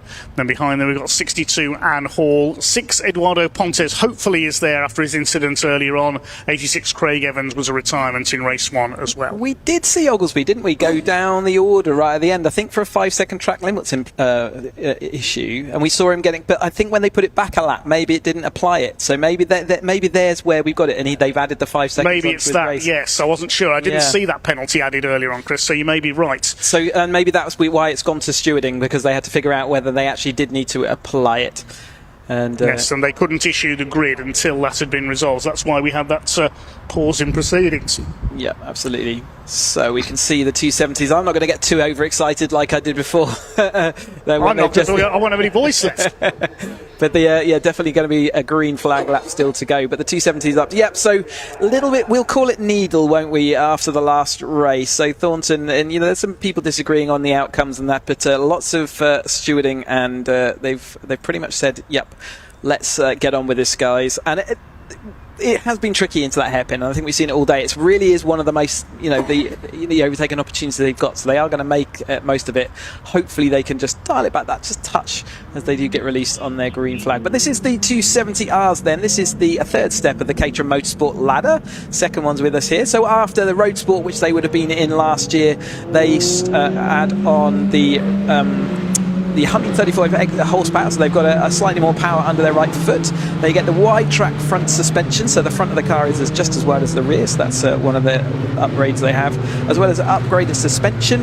And I'd say that the stiffest suspension setup you can have in Road Sport is about the softest you have in 270, so it's really is very track focused suspension. And then obviously the biggest visible difference is the lack of windscreen, lack of headlights, lack of number plates, so all those things get removed. It's much more race focused thing. Call it a coming of age championship. They really do learn to be their racecraft, their racing chops after the 2 years they've had in the build up to this. Some drivers, they can stick around in the 270Rs if they want, and many do choose to do that. You can also have team support for the first level. In the earlier rounds, the Academy and the Road Sport, you must have Caterham support. You can continue with Caterham support if you want to into 270s, but additionally, if drivers want to just arrive and drive with a team, they can do that. And we've got some great teams up and down the Caterham paddock here, all looking. This is looking at the island hairpin. It's from the driver's perspective very tight, but when you see it from the outside, it's a fairly long right-hand bend. But you can see on the entrance to it, it's really bumpy and really narrow, and that's definitely caused them issues earlier before lunchtime. See them all. So this will be a 20-minute race, and that bit of needle earlier on, you might say, is going to leave a few top names threading their way through the field. You could say that if you were clever with your wordsmithing. But the chicane has been an overtaking opportunity coming down the hill here. Not quite as much speed into the chicane as they're sort of shortening the run up into it. But and you can see how steep that hill is on the right-hand side. And you can, we have seen overtaking opportunities, but so far today, the inside line has largely been the better line on most corners. Apart from turn 1, we've seen a couple of drivers going around the outside of turn 1. There is that opportunity if you have that momentum. So again, patrons will overtake at any opportunity, and they will find any gap and put their cars in it. And it was a very exciting race earlier on, and I'm looking forward to another 20 minutes. Second of their 3 races, so we'll see them once more a little bit later on this afternoon.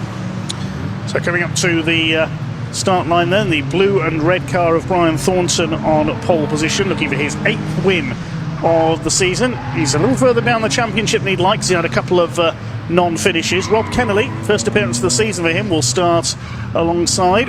In the comments, Grosvenor Furniture says, go Rob Kennelly. Second row we'll see Luciano Caruso, the white and blue car with the gold lining, the Rothmans livery. Alongside him will be Dan Crawley, that's the white and fluorescent yellow car. So we watch them coming up then. See the yellow flags at the back indicating that everything's not set up yet, but as soon as all the drivers are back into their grid spots, the first sign that we get that we're ready to go is the green flag. You'll see that waving on the right hand side. 27 cars starting if everyone's back out there again, as we hope they are, but you can see them, the 27th are now getting into their position. The yellow flags are withdrawn, and the next flag we will see is the green flag to say they're all in place.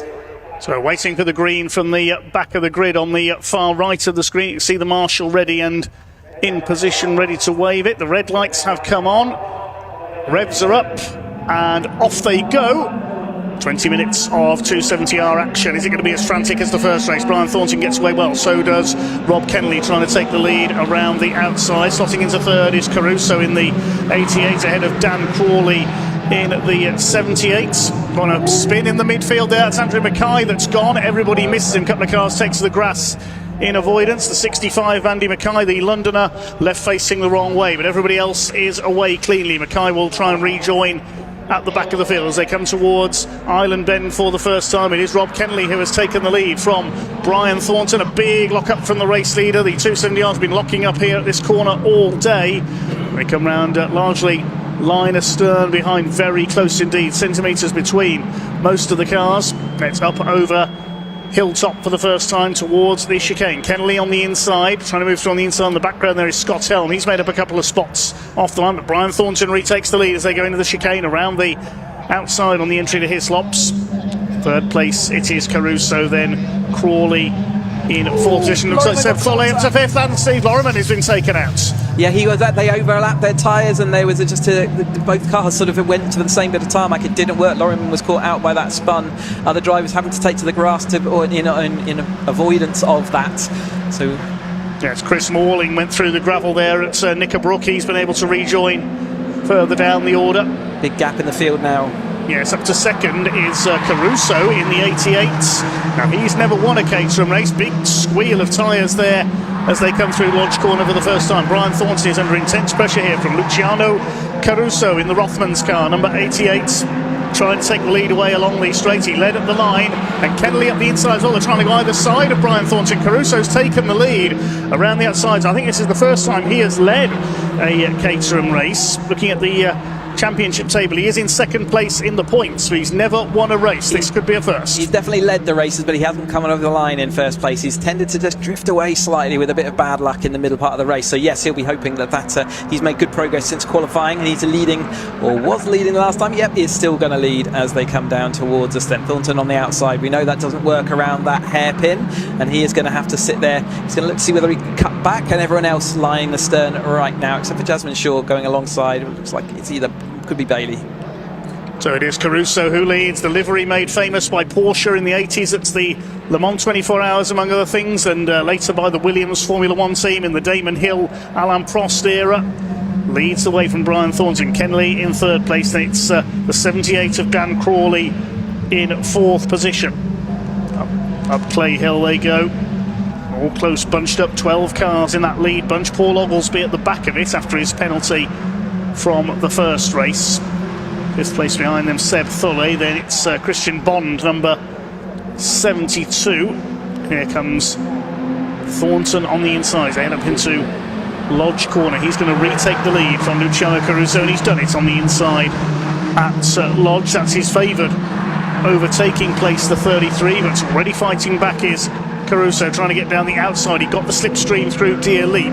Is he going to be able to pull ahead on the run into Old Hall Corner? He's done it once in this race, not quite. Brian Thornton continues to lead. He does. He carried a lot of speed on the entry of that corner. Cost him a little bit on the way out, but they just don't have any opportunity. Around Denton's, there's not much opportunity to overtake, so it's kind of worked out that he can just dive down the inside, carry the speed, and be a bit compromised on the exit. It was actually Henry Speaks that Jasmine Shaw's fighting with, and that continues to battle its way. Slippery surface flag out there. Is that because there is a wing lying in the middle of the track, or is there some fluid down? Keep an eye out for that. I did hear earlier on there was a little bit of rain as the 420s were out there. We didn't spot it on our screens. They all tumbling down into the hairpin. Oglesby not making as much progress as maybe he would like to do as the rest of this field. That gap in the field is coming back down again now, so it does look like these will be able to rejoin the battle. But yeah, there was spits of rain earlier in the race as they come down in towards us. Scott Helm is dropping away a little bit after his early success in the race earlier on. He's dropping away just a little bit in the second race. Fastest lap of the race, incidentally, done by Craig Evans, who starts at the back of the grid. Made it up to 16th. He's done a 137.196 as he tries to carve his way through the order. Brian Thornton continues to lead from Caruso. Kennelly in 3rd place, then Dan Crawley in 4th position.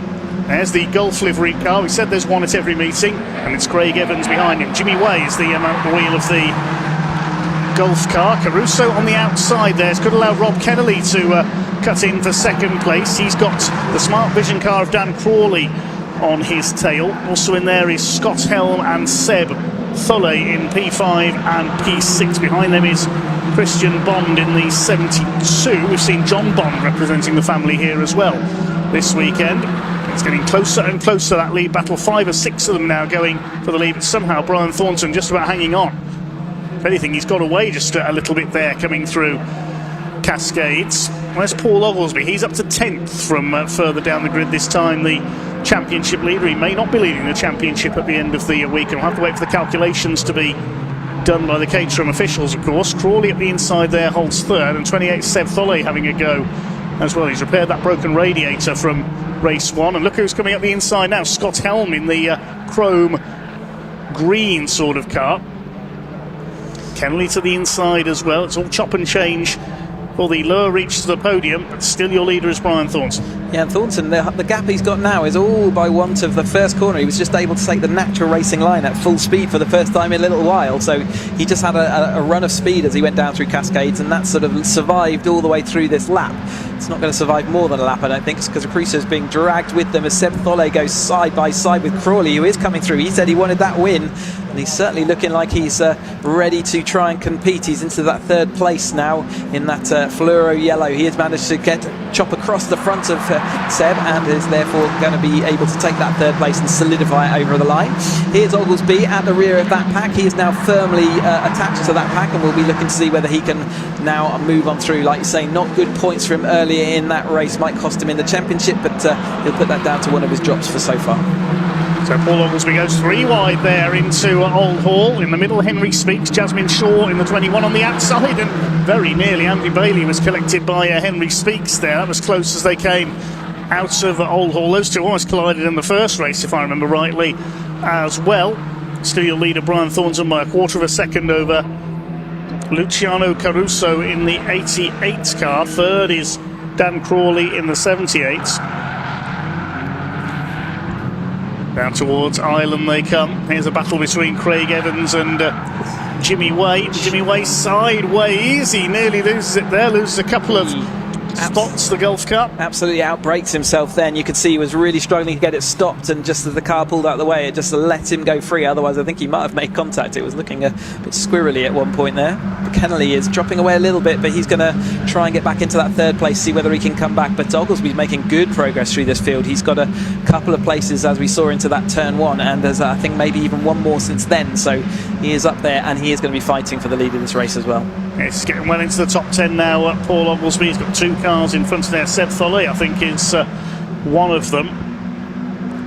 Couldn't identify the other at this moment, but Brian Thornton continues to lead from Luciano Caruso. Side by side for third between Crawley and Kennelly, tailed by the number 42 of Scott Helm. I keep going to say Henry Heaton, because that colour is exactly the same colour. It's a new colour scheme for Scott Helm for this meeting, I think. And it's caught me out a couple of times there. Behind him is Bond and Tholle. They're being threatened by Paul Oglesby, who's now 8. Steve Loriman, recovering from his earlier spin, goes past the 47, which is Alistair Kinnear in the lime green car there. He's got Chris Morling on his tail. It's a battle towards the back end of the pack.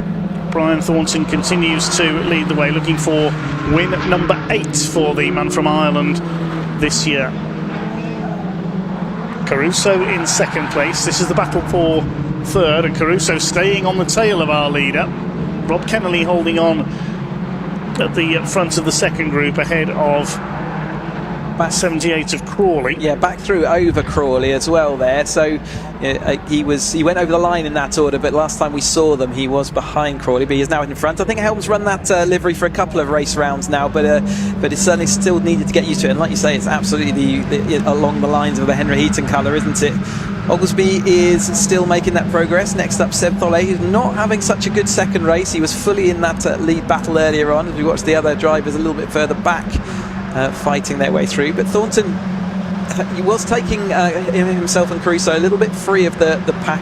It was a second last time they went over the line, but they are absolutely going to be nose to tail with all of the drivers back in this lead group. In fact, we're going side by side once more as Kennelly gets involved fully, and Crawley defends down inside from Helm.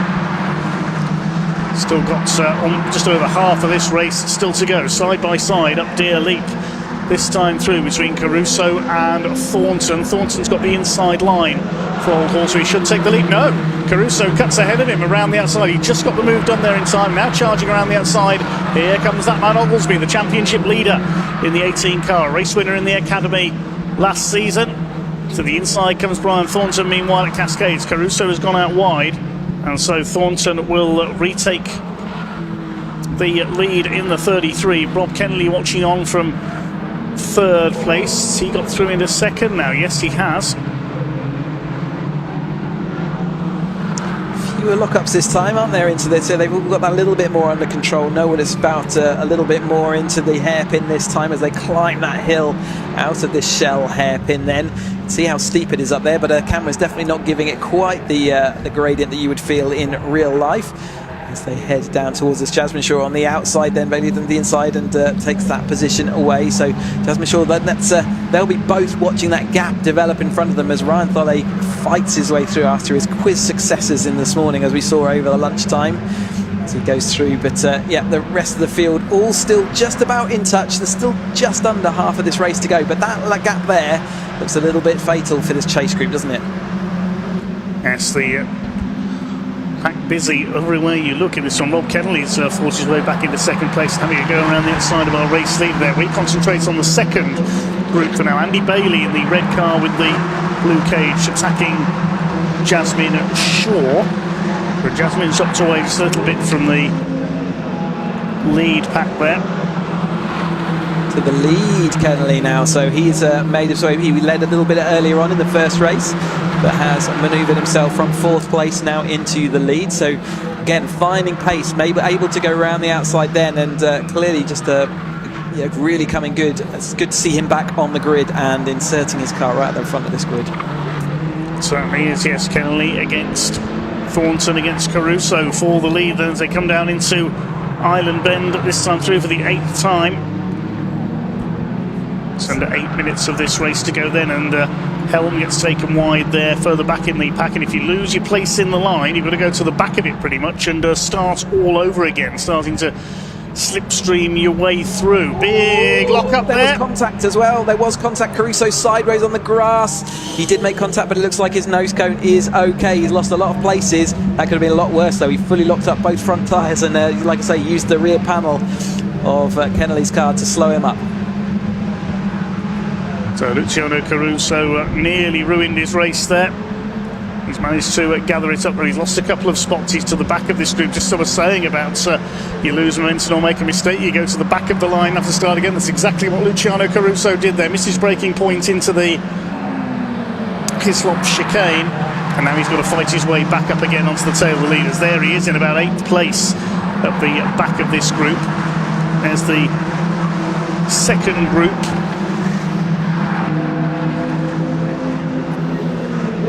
Growing second group as well, isn't it? Still leads.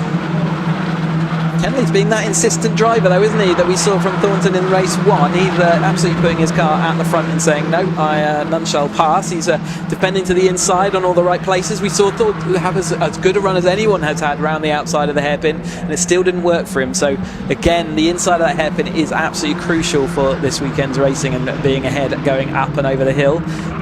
They're coming to that point now. At the inside comes the 14 of Kennelly. Dan Crawley is on their tails as well now from 3rd place. Oglesby is up to 4th. It's all playing into the hands of Paul Oglesby.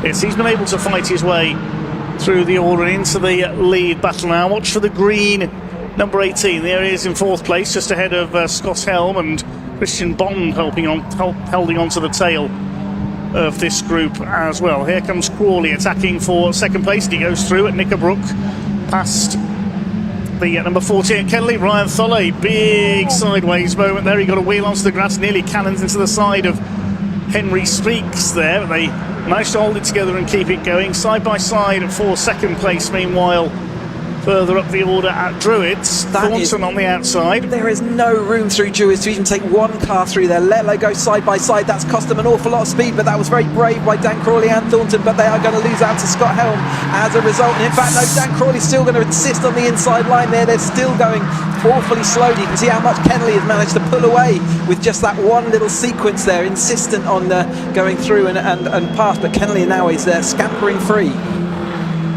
He certainly is, yes, as everybody else starts to battle it out for 2nd place. It's really heating up now. Crawley, Oglesby in there. Helm had the chance to take 2nd a lap ago. Then Tholle and Caruso. Christian Bond in there as well. 7 of them fighting it out for that 2nd place. It could soon be 8 because number 10, Aaron Oliver, has made his way up the order into 9th place after his problems earlier on. Collision with Brian Thornton in the first race. Rob Kennelly continues to lead the way. Up into 2nd place briefly there is the number 78 of Daniel Crawley. See what he can do here. Up and over hilltop come the midfield runners. Definitely been a battle of 2 packs, hasn't it? Although those packs now, the gap, as they all started squabbling with each other, that gap between the 2 packs has also come down. You can see Jasmine Shaw's trying to fight away across the middle gap there. And Seb Tholle will be firmly in her targets as she heads on up the hill once more. 4 minutes of this race to go, so not so many racing laps, and Dan Crawley now looking to see if there's anything he can do about Thornton, but can any of them do anything about Kennelly? It looks like he's got a good gap at the moment, and I'd certainly be happy looking in my mirror, but it can disappear pretty quickly. Just one little mistake and that will happen. And Thornton, though, is safely in that 2nd place at the moment. Dan Crawley having to defend heavily from Caruso and Oglesby behind. Scott Helm still struggling to keep up. Seb Tholle dropped back, but it's now all together with that front group, just with a slight braking pause before the back group come on. So under 3.5 minutes of this race to go, and then he is absolutely frantic for 2nd and 3rd position. Kennelly leads by 1.5 seconds, looking for his first ever FanDrive Caterham Seven 270R Championship victory. It's like Brian Thornton establishing himself in 2nd. Crawley up there in 3rd place. I still reckon Oglesby will be the one to watch here from 4th place, wanting to preserve his championship lead. They're heading up towards Island Bend now. Still Rob Kennelly who leads the way. There is the number 18 of Paul Oglesby on the tail of Crawley for 3rd position. Caruso has fallen back well. He's on the tail of those 3 now. Over the top they come. great sight as they all come single file, and then they'll fan out as they if they decide they can overtake. Actually, everyone's deciding to stay in line. Wasn't worth it that time through. No one feeling the need to go defensive, but Thornton, he hasn't been challenged for a few corners. They're trying to see whether they can claw themselves back to Kennelly, and I think if they have a couple more corners where they don't fight, then the toe will do that for them. So it looks like Kennelly may not have this all his own way then to the checker flag. In fact, that gap has rapidly disappeared, and there is Crawley into that third place, Oglesby, and then Caruso. They're all thinking, I've still got a part to play in this race. 2 minutes on the clock, so I think we're about to start our penultimate lap. It's going to be tight as they go across the line, but I think, yes, we will be starting our penultimate lap this time through. We'll wait and see as they come across the timing line. I think they'll just be in time to get 2 more laps in this race.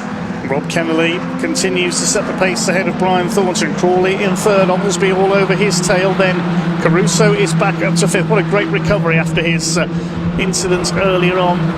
Scott Elm there in 6th position. He speaks, bounces off Sebastian Tholle in there.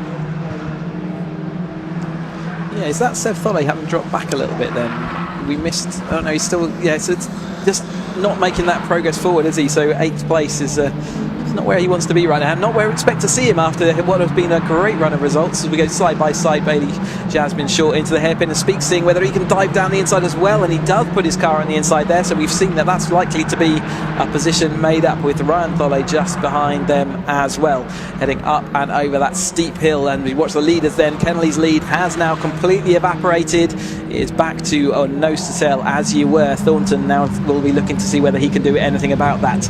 We've got one more lap of this race to go, only a few overtaking opportunities, but Thornton has been good at using them so far. Yeah, so mentioned slipstreaming being important here, and Brian Thornton has certainly been able to do it. He's closed right back up on Rob Kennelly there as they come through Druids for the penultimate time. Back up into third place now is Paul Oglesby. He's got ahead of Dan Crawley now into P3. They're being chased by the black machine there. That's Caruso in third place, the number 98. Side by side absolute there as they come through to start their final lap this time. You can hear the metalwork of those, get the studs and the rims, they're absolutely making contact. Obviously seeing whether we can do anything about it, but Thornton has swooped around the outside was the word I was looking for. He did it nearly through turn 1 but completed it in there, but down through Denton's, that little kink. It was Kennelly looking to see whether he can do anything. We've only got a couple of overtaking opportunities. One of them is down to this hairpin though. And here they come towards the island hairpin. Now what's going to happen through here? This is going to be not for the faint of heart. I don't think Kennelly has got Brian Thornton down the inside. Thornton very late on the brakes here. The car stopped only just, and he's got the lead away from Rob Kennelly. They climb up the other side at Hilltop. It's Oglesby in third place, moving through into 4th position. Try and work out who that is at the moment. Is that number 10 of Aaron Oliver in there? Where's he come from? He's waited, hasn't he? And now he's up into that 4th place. Just made opportunities just in these last couple of laps. Great for him to have that run of form. Perfect. Well, I completely missed. That's a stealth performance from Aaron Oliver. I completely missed that he come through into the lead battle there. Talk about under the radar. They must have had the others must have gone side by side or disrupted each other, and he just had a clean run through. But it's Thornton going to lead us through and into the final corner. Last overtaking opportunity, and Oglesby is in the 2nd place, so Kennelly's lost out. Yeah, he's just gone through past Kennelly into 2nd place. Paul Oglesby and Kennelly, they're going to go 3 wide. This is never going to work into Lodge. Kennelly has to back out of it. Thornton up the inside, he's taken Oglesby out wide. Here comes Kennelly up alongside him. Here comes Oliver up alongside as well. They're coming up towards the flag this time. Is Brian Thornton going to hang on? Only just. And Aaron Oliver gets 3rd place behind Rob Kennelly. Aaron Oliver, it nearly worked. He nearly stole that on the last corner. What a run. Taking that 3rd place, he's going to be absolutely delighted. We watched everyone else coming across the line side by side as well. All those the fantastic 2nd race from this 270s. But Thornton did take it. Well done. There's Lorryman, just wasn't able to make his way back through after that initial contact and the spin from earlier on with Ryan. But Thornton takes that win then over Kennelly in 2nd place. Aaron Oliver nearly sprung the surprise, only 0.06 of a second behind Kennelly as well for that 3rd place. Great stuff from the 270s then. So the win goes provisionally to Brian Thornton by 0.2 of a second over Rob Kennelly in 2nd place, with Aaron Oliver coming through the field into 3rd and Paul Oglesby in 4th. Talk about burning through the field, those two, third and fourth places, and a good recovery for Luciano Caruso as well. He takes fifth position, half a second, covers the top five at the line. Incredible. Dan Crawley takes sixth, having run third for much of the way. Then Scott Helm in seventh, Thulle eighth, Christian Bond in ninth, Jasmine Shaw in 10th. Behind them were Andrew Bailey, Craig Evans from the back of the grid, Henry Speaks was 13th, Ryan Thulle and Andrew Davison completing the top 15. All cars made it home except for Andrew Mackay, who pulled into the pits a couple of laps after spinning on the first corner, so he picked up some damage there. What an unpredictable race that was for the FanDrive Caterham Seven 270R Championship. Brian Thornton takes the win, but that's only a small part of the story. I don't know how Aaron Oliver made it through there into the lead battle. It's quite appropriate he's in an all-black car, because that was like a stealth bomber coming through the field there under the radar. That was brilliant. I can't believe that he didn't make a use of someone else tripping up each other and just sort of found that one. He's also got the fastest lap, worth an extra point, so an extra overtake if you like, so the equivalent of second place in the standings.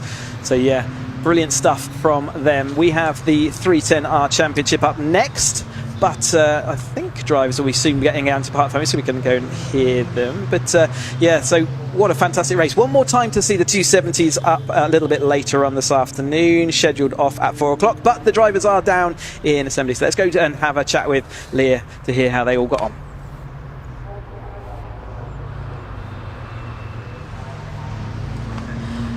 Wow, what an amazing race that was for the race 2 for the 270R class here at Oulton Park. Ultimately, Brian Thornton taking yet another race win in this class. He's just taken off his helmet now, getting a little drink of water, which he deserves to do. That last lap overtake, even with that lockup, still getting the win done around these tight and twisty corners at Oulton Park. Brian, did you enjoy that one a little bit more than race 1? Oh, I got a little bit of breathing space for about 3 laps, and then it disappeared. It was great racing. Yeah, great racing, great crack, clean and fair. Thank God it was great. Yeah, it's brilliant. Wonderful. And despite that lockup, was it into the hairpin on that final lap? You got the win done, got that move completed. More of that for race 3, is it? Yeah, but sure, if you're not locking up, you're not trying. We were pushing, and Rob gave me really, really good competition, and I knew I had to try and win the game of the late breaks there. Yeah, so yeah, delighted, couldn't be happier. Hi to Jane, Sean, Joshua and Lucy at home. Love you all, miss you. Lovely, congratulations. Doing the double at Oulton. Let's see if you can do the triple a little bit later on. We could try and catch Aaron, because he went from P21 when I spoke to him in assembly to P3 on the grid, and he got the fastest lap, making up all those positions. What an incredible feat for him. Let's try and catch Rob. Oh, Rob, he got you. That late move into the hairpin. What? I know. Look, I'm delighted to be on the podium. So qualified in 10th, and then had good race in the first race. And I saw myself get away, and I thought I've got a bit of a gap here. And then all I could hear is Darren Burke in my head going like quali mode, and I didn't go into. Well, maybe I did go into quali mode because I didn't qualify very well. But no, look, I lost a couple of places. It was hard, fair racing, but really enjoyed it. Congratulations to the other boys as well. Did really well. So yeah, really enjoyed it. So 2 podiums out of 2 races, I'll take that. Happy days. I'm about to say, you can't, well, apart from a win, you can't ask for much better. Will it be gunning for that top step of the podium for the final race this afternoon? I've got to say yes to that, haven't I? I can't say, I'll settle for second, so hopefully we'll be stood over there talking next time round. But no, I'm just happy to be here, delighted to be able to do this, and yeah, really, really good, hard, fair racing, so I really enjoyed myself. Awesome, congratulations, Rob. Lovely racing from you today. Bless him, obviously, that move, Brian, he's always there, isn't he? Always there. Rob had almost a 2-second lead at some points in this race, so you never know. Anyone can win from anywhere. Right, it is time for the 310Rs to get back out on track, and I got up with them a little bit earlier on in the assembly area.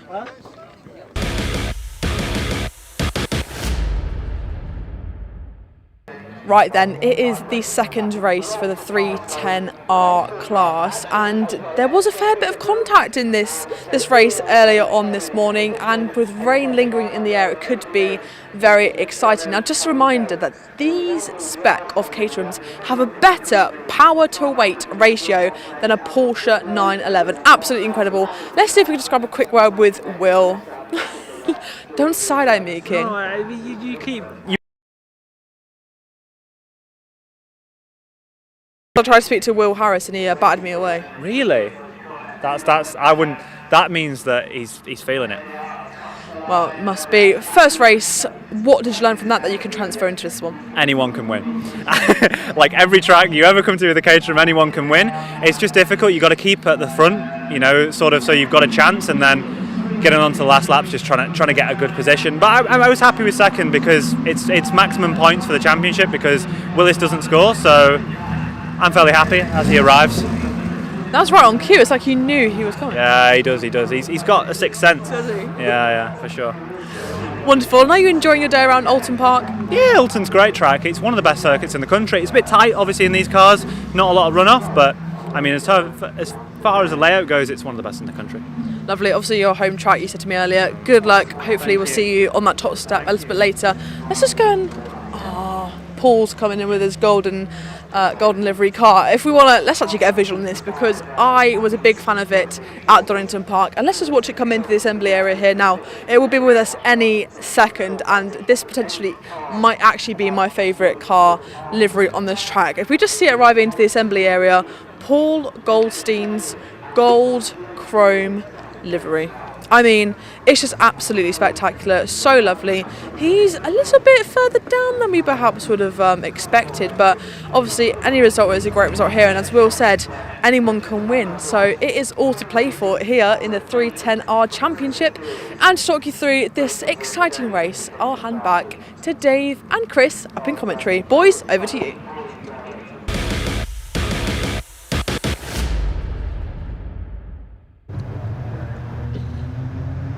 Thanks, Leah. Yes, the safety car leading the pack around for our second Vertex Caterham 7 310R Championship race of the day. They have 3 races today. This grid based on the results of race 1, where Will Chadwick, as we heard, was the top scorer, although Tom Willis won because Tom Willis isn't registered for points in the championship.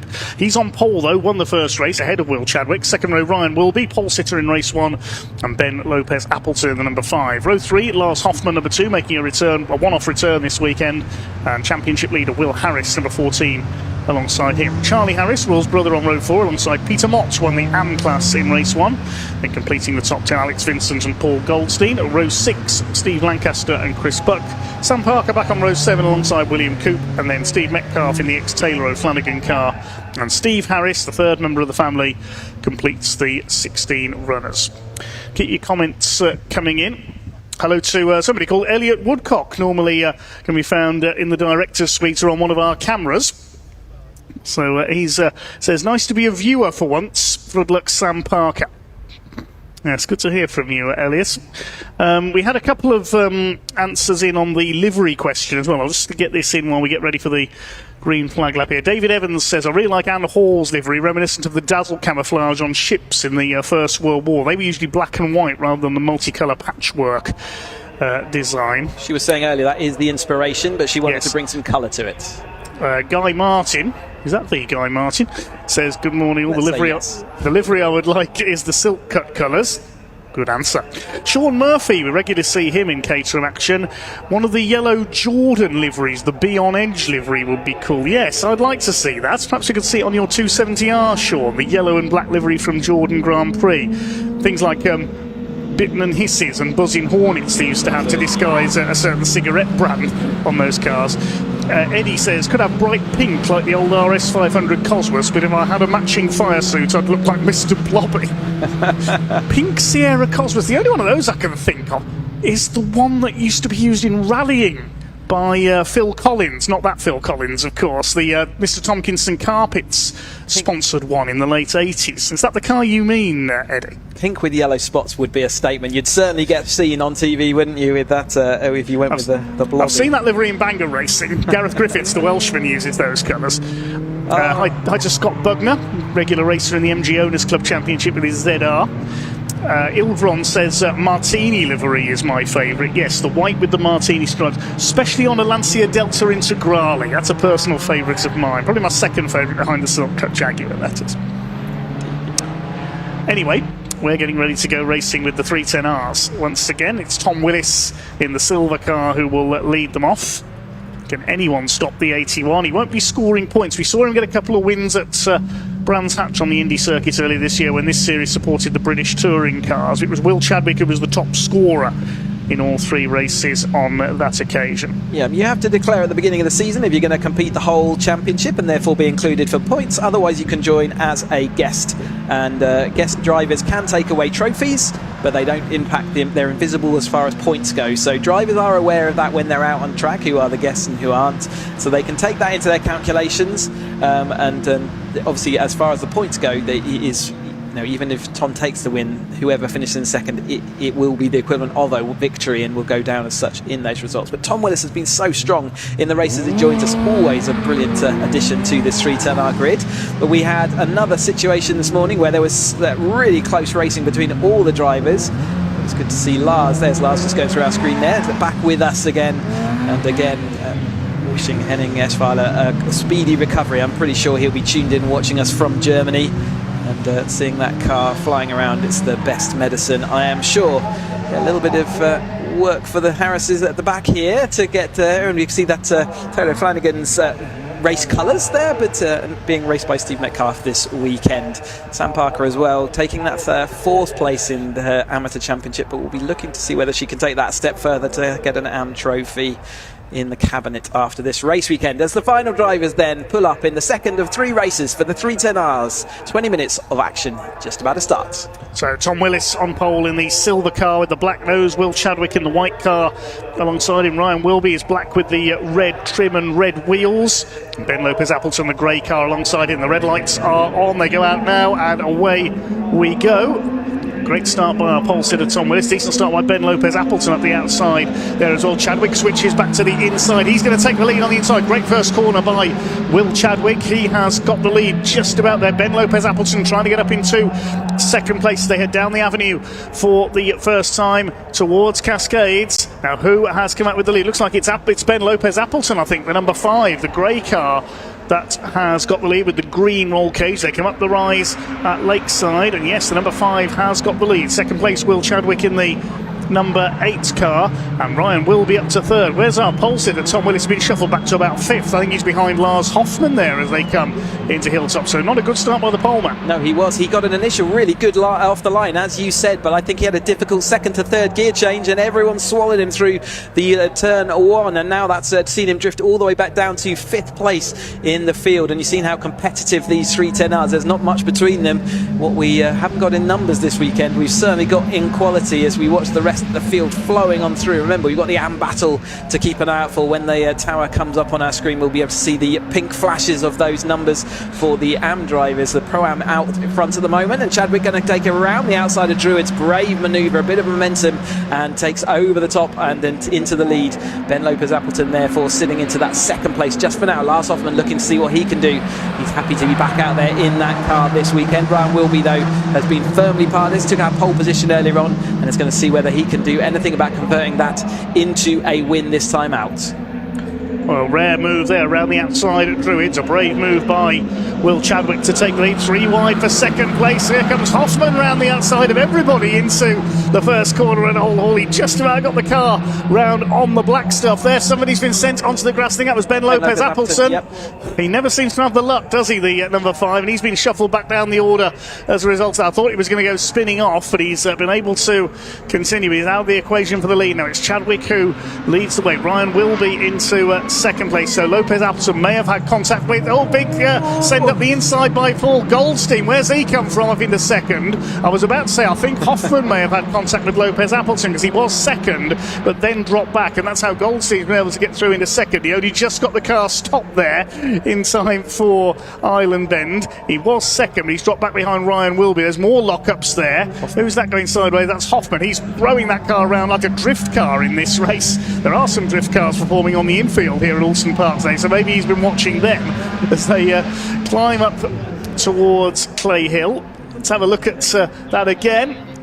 Wilby did so well to see him coming. He did not turn into that corner. If he had, that would be an accident for both of them. I think Goldstein owes him a present because it also cost him time. But Goldstein did get it stopped. He did make the apex, and therefore no harm, no foul as it goes. But Ryan Wilby will be having a little bit of a think about that. But as he takes the lead, I think that's the best way of overcoming those kind of adversities, is by taking that lead. But Goldstein will be ready to maybe a little bit earlier on the brakes this time into that hairpin. So Ryan Wilby leads. What's going to happen into Old Hall? Trying to go around the outside is Will Chadwick. Goldstein is tucked in there in third place. There's Ben Lopez Appleton fighting back. He's on the tail of Charles Harris. The Harris brothers have had a slightly quiet day so far. They're in 6th and 7th places at the moment behind Lars Hoffman.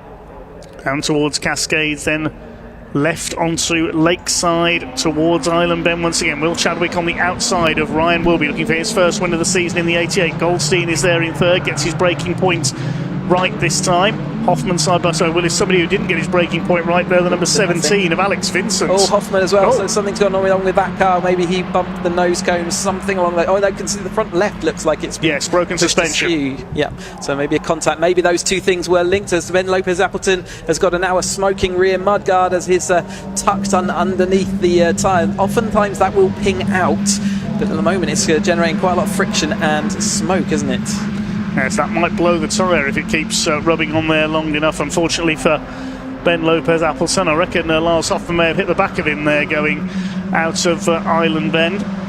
Will Chadwick takes the lead meanwhile from Ryan Wilby. Paul Goldstein sitting on their tails. He's going to try and get the inside into Lodge Corner. He might get both of them here with a bit of luck. Not quite. Wilby goes through, so does Goldstein. Down to third goes Will Chadwick, who led very briefly. There's that smoke trailing from the back of Ben Lopez Appleton. Across the stripe they come. Wilby, Goldstein, Chadwick in third place. Now here comes Will Harris. Will must have heard me saying he'd had a quiet day so far. He's ready to attack for the lead. Now Lopez Appleton side by side with Peter Mott, who once again leads the AM category, just ahead of Lancaster in the... and Tom Willis is out. The 81 has pulled up, so was it him who had contact with Lars Hoffman, Maybe they all had contact in that bit where we said Ben Lopez out wide. Maybe that was all a wider incident than we first gave it credit for. See the AM Class Championship also having their good battle, but Mott, Lancaster and Buck last time over the line, but I think they're now firmly back. Double waved yellows down here into the hairpin, so no overtaking, stop, be prepared to stop. There's the Willis car on the outside, clearly couldn't join, and there is the Hoffman car as well. So we've lost two of our big protagonists in this race. They're going to have to come all the way through the field in race 3, which is quite an exciting proposition. Not for them, I'm sure, but there's Lancaster as well in the second place, and in fact Mott is 2 cars ahead of him. Ben Lopez Appleton with his rubbing wheel arch is just there in the middle of the sandwiching the AM Championship. 14 minutes of this race still to go, a long way to go yet for Ryan Wilby, who leads Paul Goldstein in the number 12. Stephen Lancaster has got the fastest lap of the race, 134.095. The turquoise car there, second in the AM division in 8th overall, has just set the quickest lap of the race. By a long way as well. He's a second clear of anyone else with that lap time. He certainly is, yes, that's a surprise. See if he can make any progress forwards here. It's on the tail of the number 5 of Lopez Appleton, still smoking away. He's dropped behind Peter Mott, who leads the AM category, 85.25 miles an hour. His lap. There's Alex Vincent, number 17, who won the first race at Donington, then stalled from pole position on the grid in the second one.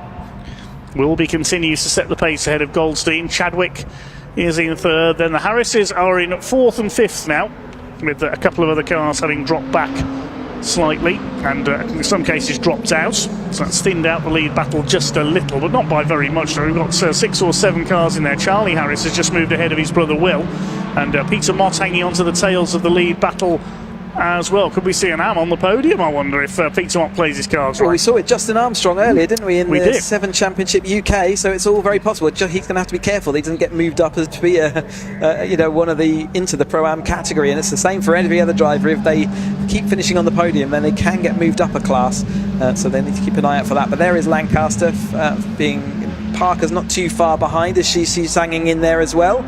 All the drivers very much in the same bit of track, even though we've got this lead battle. There's a slight little gap, but everyone else is pretty much nose to tail. Chadwick down the inside of Goldstein, then that bump on the index side of the second apex of Druids is really unsettling the cars today. Yes, but Will Chadwick seems to have that Druids Bend mastered there with some good overtakes through there. He loses that to Paul Goldstein as they come through the next major corner at Lodge. Up Deer Leap and across the line they come. Ryan Wilby trying to make the break. He's 0.4 of a second up on Goldstein in second. Chadwick third. Then the Harris is battling it out. Peter Mott behind, and that's your top 6. Then a gap back to Alex Vincent. He's just set the fastest lap of the race. He's going after the leaders. 1:34.004 for Alex Vincent now. He's in 7th. He's got past Lopez, Appleton and Lancaster on that last lap. There's yellow flags waving on the run into Ireland because Lars Hoffman and Tom Willis's cars are still there. I wonder if there's something else going on down there, because normally they withdraw those once they're happy that all the drivers have had a good opportunity. I can see a Marshall maybe up with that car, so there you go, that's why. Yeah. So Marshall's trying to remove Lars Hoffman's car, is why the yellows are still out there in the interest of safety with Marshall's on the scene. Ryan Wilby continues to lead. Dry grass as well may be an issue for them. That might be another thing they're worried about. Yes, excellent point. They could be checking there's no fire started there. Steve Lancaster holding off Chris Buck in the 36 for second in the AM class. Behind them Sam Parker fourth in class. To the inside goes Paul Goldstein, and he's taken the lead from Ryan Wilby. So for the first time today, Goldstein takes it up at the front of the field. Did it at the expense of speed though, so they're being swamped now, and there goes Harris around the outside, but it's back to Ryan Wilby. So he did make it their position up. A little bit of contact there, I think, as well, maybe as they went round the final corner there. In fact, more dust and gravel being thrown up, but yeah, at the expense of speed, therefore he lost out overall, didn't he? He certainly did, yes, and the big winner here is going to be Charles Harris in the number 4 car. He's going to try and take second place around the outside, but Goldstein is having none of it. He holds him off. Charles Harris third in the points. Best finish he's had this year is a second at Cadwell Park in a 1-2 with his brother Will. They head out into the country once again along the lakeside up towards Island Bend. Ryan Wilby just with his nose in front in the 8.8. Goldstein trying to get round the outside. He won't get round there. The Harris is both trying to have a look at the inside. Chadwick on the outside as well. Then Alex Vincent's got ahead of Peter Mott. 7 of them for the lead now. They are only just leaving a millimetre more than they actually need to get 2 cars side by side. It's awfully close every time they come down to that hairpin. It really isn't a wide bit of track, and they're really having to sort of manoeuvre their drivers, but they are just about at the moment leaving enough room. So again, all's fair at the moment as they head up through the chicane. One of our overtaking opportunities. We've seen people going around the outside and the inside. There's the Peter Mott still in that hammer. He's had a lot of speed this weekend, hasn't he? He's doing well again. We've seen him occasionally pop up here into that lead group and then sometimes just fade away a bit into the middle field as Chadwick was pushed onto the grass there just on the entrance to Druids. Again, really not somewhere that you want that to happen, but he dealt with it pretty well. I don't think he lost too much speed. As Wilby comes towards us then in the lead, but Goldstein looking around the outside. We've not seen that work too many times, but it has worked once. Chadwick again clips the inside dust and gravel, throws up a bit of dust into the air. Peter Mott looking to see whether he can move further forward. He's clear of Lancaster at the moment though. As Peter Mott went very tight there to the inside through Deer Leap, it didn't work too well for him. That was close there. I think Goldstein may have got a little tap there from Chadwick as they went into the right-hander at Old Hall. That's allowed Ryan Wilby to escape just a little bit at the front of the field now as everybody else nearly checked up behind. But they're absolutely all over each other here with 8.5 minutes near enough still of this race to go. Here comes Goldstein again, back up into second place past Charles Harris. Ryan Wilby it is who continues to lead. Then up to 5th is Alex Vincent, and Vincent got the fastest lap last time round, 1:33.534. That's a superb lap. That is an absolutely superb lap, and that's Harris, isn't it? It's one of the Harrises. It's just how I said. It's Scott today. I think it was at the back there losing out, so he's going to be drifted off the back. It's easy to say just Harris, and you've got one in 3 in 27 chance, haven't you? And yes, I think that was Sat Harris Senior at the back of the field who went off.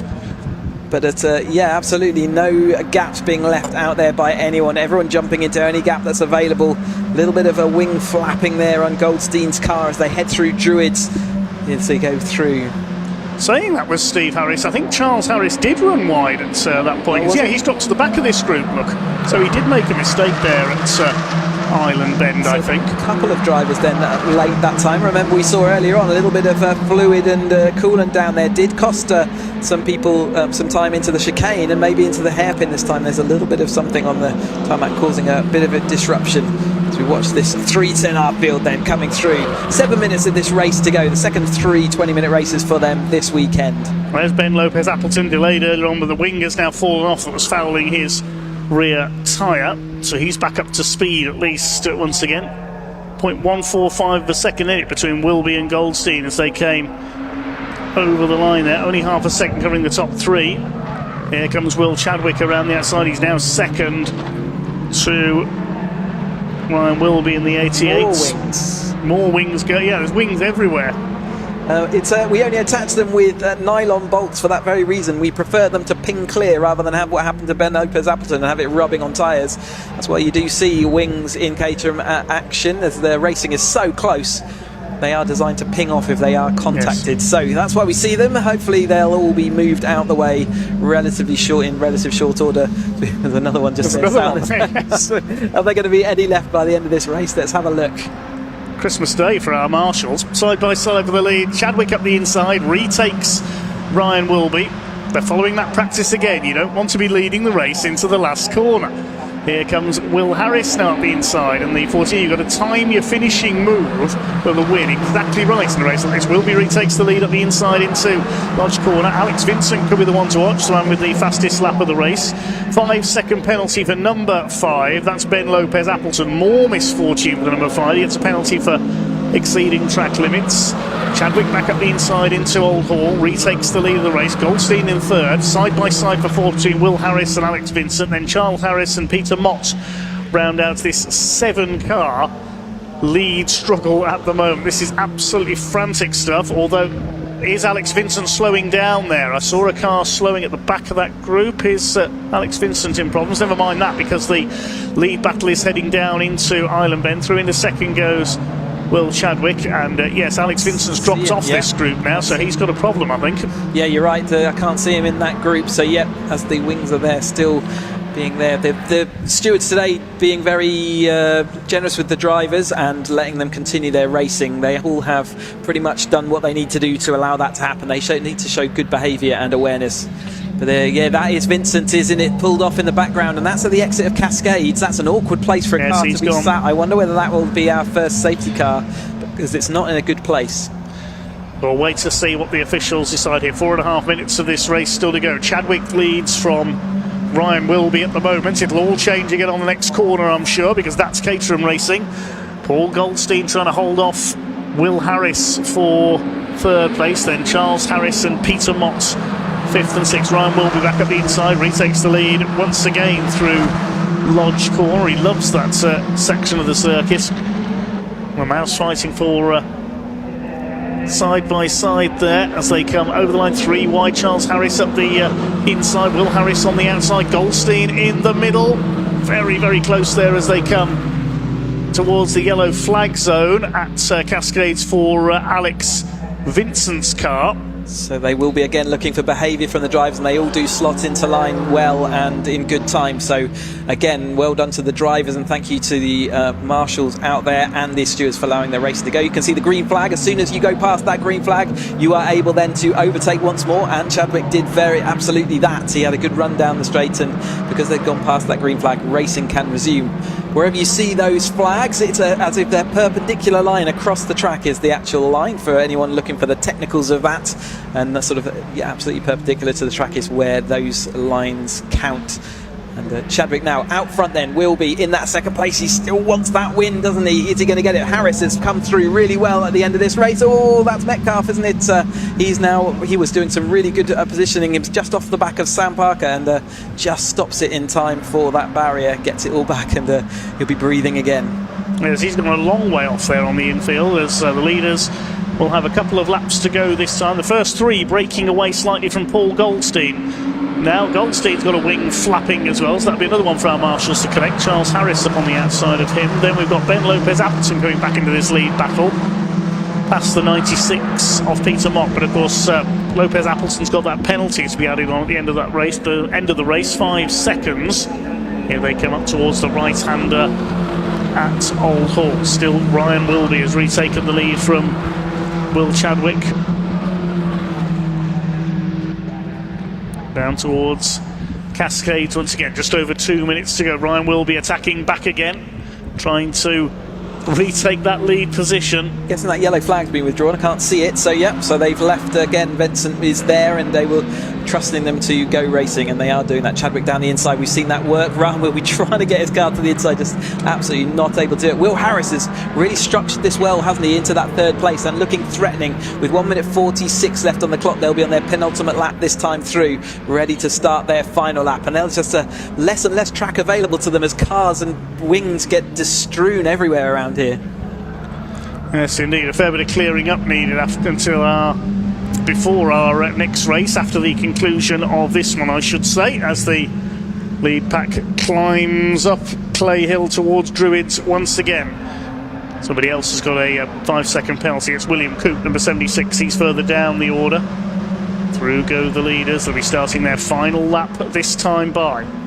Chadwick it is who currently leads, but Ryan Wilby will surely go for the inside here. He may not have the chance now, because Will Harris is there on the inside third place. Charles Harris is in fourth in the number 4 car, and then Goldstein is down to fifth. I wonder if Goldstein's got a problem. He seems to be losing pace. Definitely lost a bit of pace, and sort of coincided with wings starting to flap around, but he definitely lost out a little bit. Maybe just got manoeuvred out the line. It's just taken a little time to get back, but he's only got one more lap of this Oulton Park Island circuit to go, so he's unlikely to be able to make up 4 places. I don't think we've seen that happen yet. Maybe the closest was Aaron Oliver in that last race, but Chadwick is still managing to just about keep ahead of Ryan Wilby, who's got a couple more opportunities to overtake. Is there anything he can do in this final corner? No, Chadwick's down the inside. Ryan Wilby's going to have to go to the outside, but that leaves him exposed to the fight from the Harrises behind. They're happy at the moment to sit in third and fourth.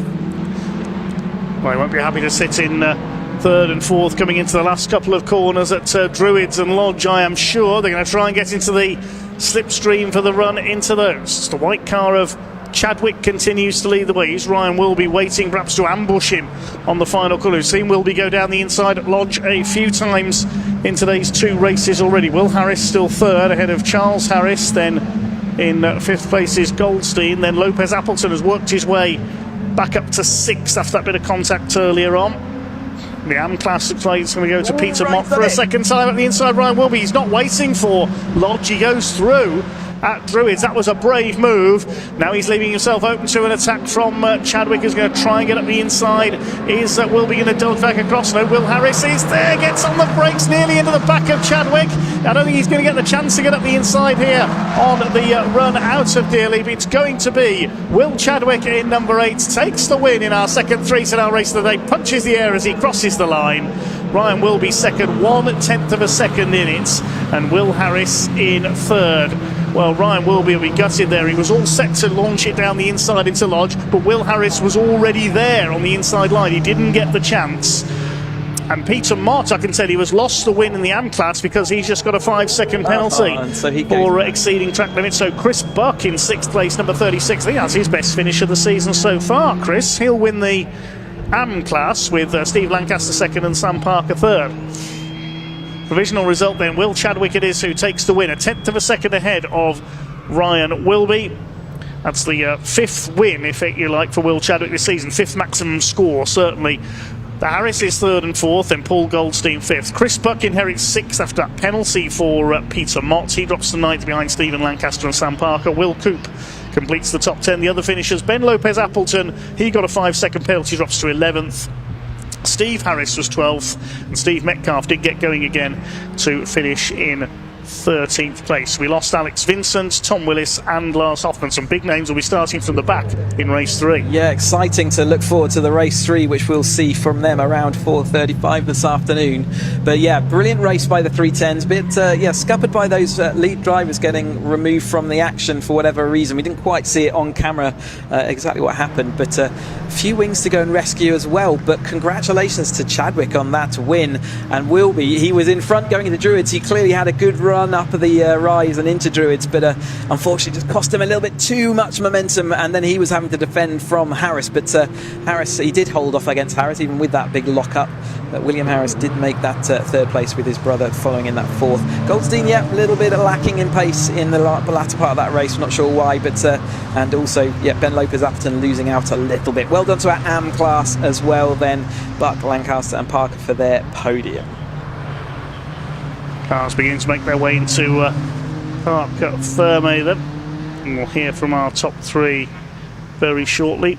Obviously very pleased Will Chadwick keeping his championship challenge alive. I can hear his revving his engine in the background behind our commentary box here. So we'll wait to hand down to presumably the Sam. I would imagine it'll be Sam because she's just come in. That's She'll right. get straight out of the car. For her to get unstrapped. The microphone. Exactly that. Just enough time to remove the helmet and get in there. But working hard as ever, Sam. I know she was enjoying driving around here, the Oulton Park, a fantastic circuit for all our drivers, including Sam. And she's just got a few other jobs to do as well as just driving around the track today, hasn't she? Yes, busy day for Sam Parker.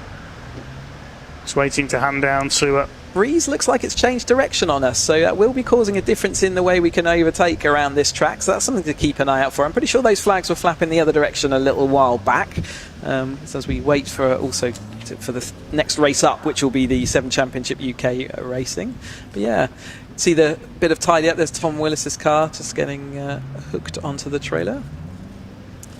Thank you again to all our marshals. Thank you ever so much to allow us. We heard from a couple of our marshals in lunch break, didn't we? And it's great to hear from them and hear about their lives. But Sam is down there with the other drivers. Let's find out how she got on and also her fellow drivers.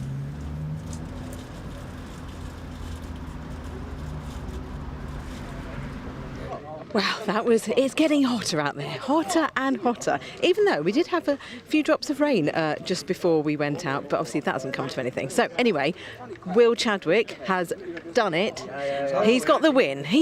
You said you would. Excellent. Well done. Thank you very much. Really appreciate it. Yeah, I'd like to just briefly dedicate this to Crystal, and one of my friends who's had appendicitis recently, and I know it's been tough for him missing a weekend. So big shout out to him, and I hope he's doing well. Oh, I'm sure hopefully he can make it to one of your races then soon. Yeah, well, I think he was at Brands Hatch, but I think he's pretty busy. So, but I'm just dedicated to that. So yeah, good race. Really enjoyed it, and amazing to win here on my local circuit. Excellent, well done. And have you driven this configuration before? Ireland, I drove it the first ever time I drove a race car here, but since then I've never raced it. So it's my first time racing Ireland. It's an interesting challenge. I think the hairpin's difficult. You know, the braking zone's really bumpy down to the down the straight, so it's a difficult braking zone. But yeah, there's a lot of challenges around the circuit. Very, very hard to race, but yeah, everyone's racing with good respect, and yeah, it was a very good race. Yeah, excellent, well done, very well done. Right, let's move to Ryan Wilby. Well done, Steve. Well done. Well done. Ryan Wilby, second. Yay, well done. That's it. Yeah. Oh, I know what's coming next. Oh well, we've cursed it now, haven't we? DNF. No, you've said it. No, well done. How was it from your end? Yeah, it was good. There was obviously an incident, 2 cars went off, so but yeah, other than that, good racing. Yeah, excellent. I don't know how Tom and Lars went off. I'm not quite sure, but I saw some earlier contact that didn't result in them coming off, and then saw 2 cars off. So there must have been 2 incidents, I think. Yeah. But other than that, those guys were all racing really fairly and cleanly. It was good. Yeah, it's frantic though, isn't it? And it's getting hotter and hotter. It's non-stop, and it's a relentless day when it's all packed into one day. Absolutely, yeah. But we've got one more race to go. Yes, then we can go home. Well done. Right, let's go and have a chat with Will Harris in 3rd place. His first podium of the weekend. Well done, Will. Thanks, Sam. 3rd step on the podium. Are you happy with that? Yeah, I'm pretty happy with that. I'm happy with the result, but I'm not feeling too good around here. I think I only really got it because there's a few DNFs in front of me.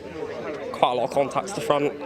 Yeah. There was quite a lot of debris, lots of wings. The hairpin. Yes. There's about 5 wings you have to drive around. And I forget, every time you come around there, I'm like, oh, I can't do my normal line because it's right in the way. It's a bit of a shock, yeah. It's like, oh. Yeah. But no, pretty happy. I'll take it. Yeah, and good starting place for next race. Yeah. Maybe we can go a bit higher. Yeah, hope so. Yeah, well done, well done. I'm just going to have a quick word with Chris Buck. Chris, first in the AM class. What a surprise that was, to come back and find it was first rather than second, because we went across the line together. It was so close. So you did well as well. But Peter got, I think, a time penalty, didn't he? Must have been track limits. Yeah, I didn't realise. So what a nice surprise! It's my first. So that's amazing. Exactly. Well done. Yeah.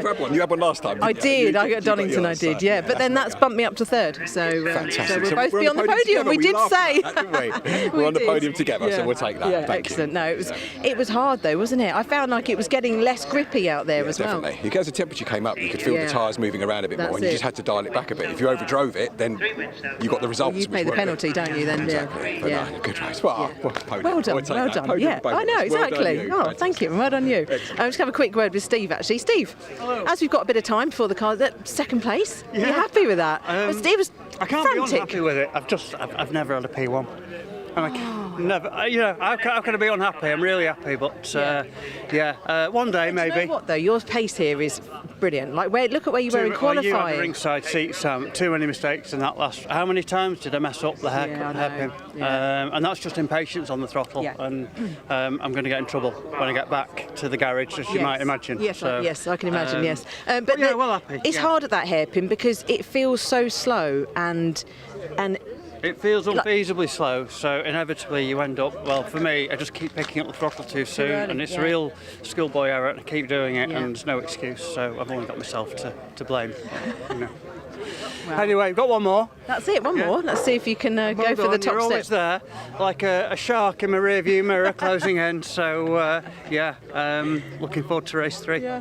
I know, because when you made that little error at the hairpin, or one of the times, and then I saw you put your hand up, so thank you. I'd seen what you were doing, and I thought, oh, he's overshot, but... I never like to mess anyone up. No, you didn't mess me up, no, it's fine, yeah. Anyway, well raced. Thank you, and well done to you, well done to you. And I think we've got, right, we're going to head to the next race now, so... there's me thinking we've got all the time in the world because the cars will be coming along here, but we're going to head over to the commentary. So we've got a pre-recorded interview from a little bit earlier. So I'll hand over to commentary.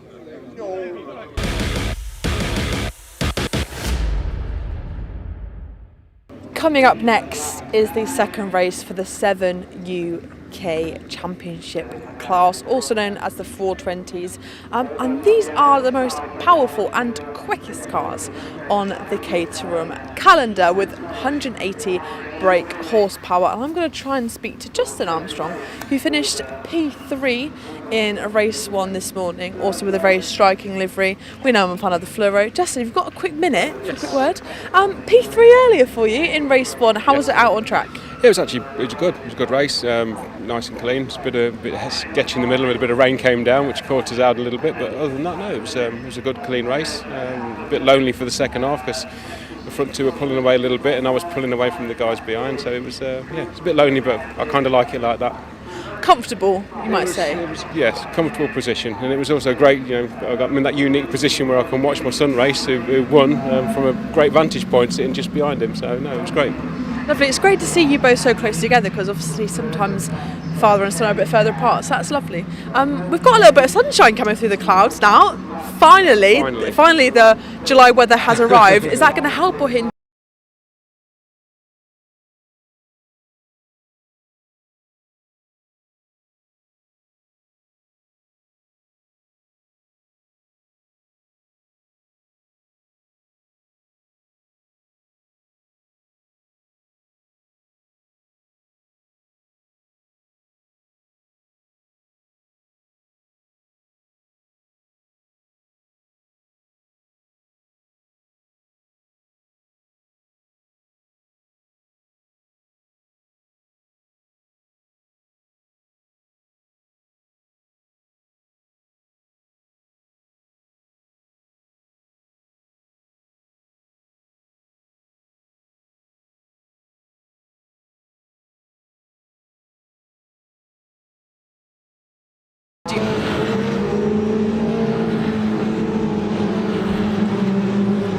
Okay, apologies for a few problems with our preview of this race there down in the assembly area. We'll try and rectify that when we can, but the cars are on their green flag lap ahead of our next race, the second race of the day for the Motul Caterham 7 UK Championship, sponsored as always by Motul Motor Oils. the grid based on the results of the earlier race. So it will be Matt Armstrong, the reigning champion, in pole position. First win of the season for him earlier on. Taylor O'Flanagan will start alongside, very close between the two of them as they cross the line. Second row, Justin Armstrong, father of Matt, alongside 21 Charlie Lower's newly hand-painted number 21 car. Row 3, Harry Senior, 28, and 46, Steve Nuttall.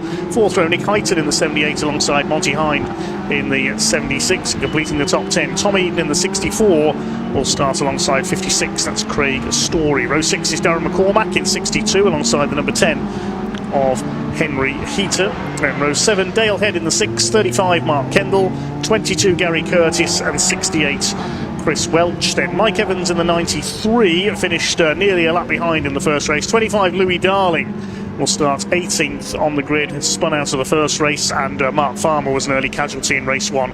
He starts the back.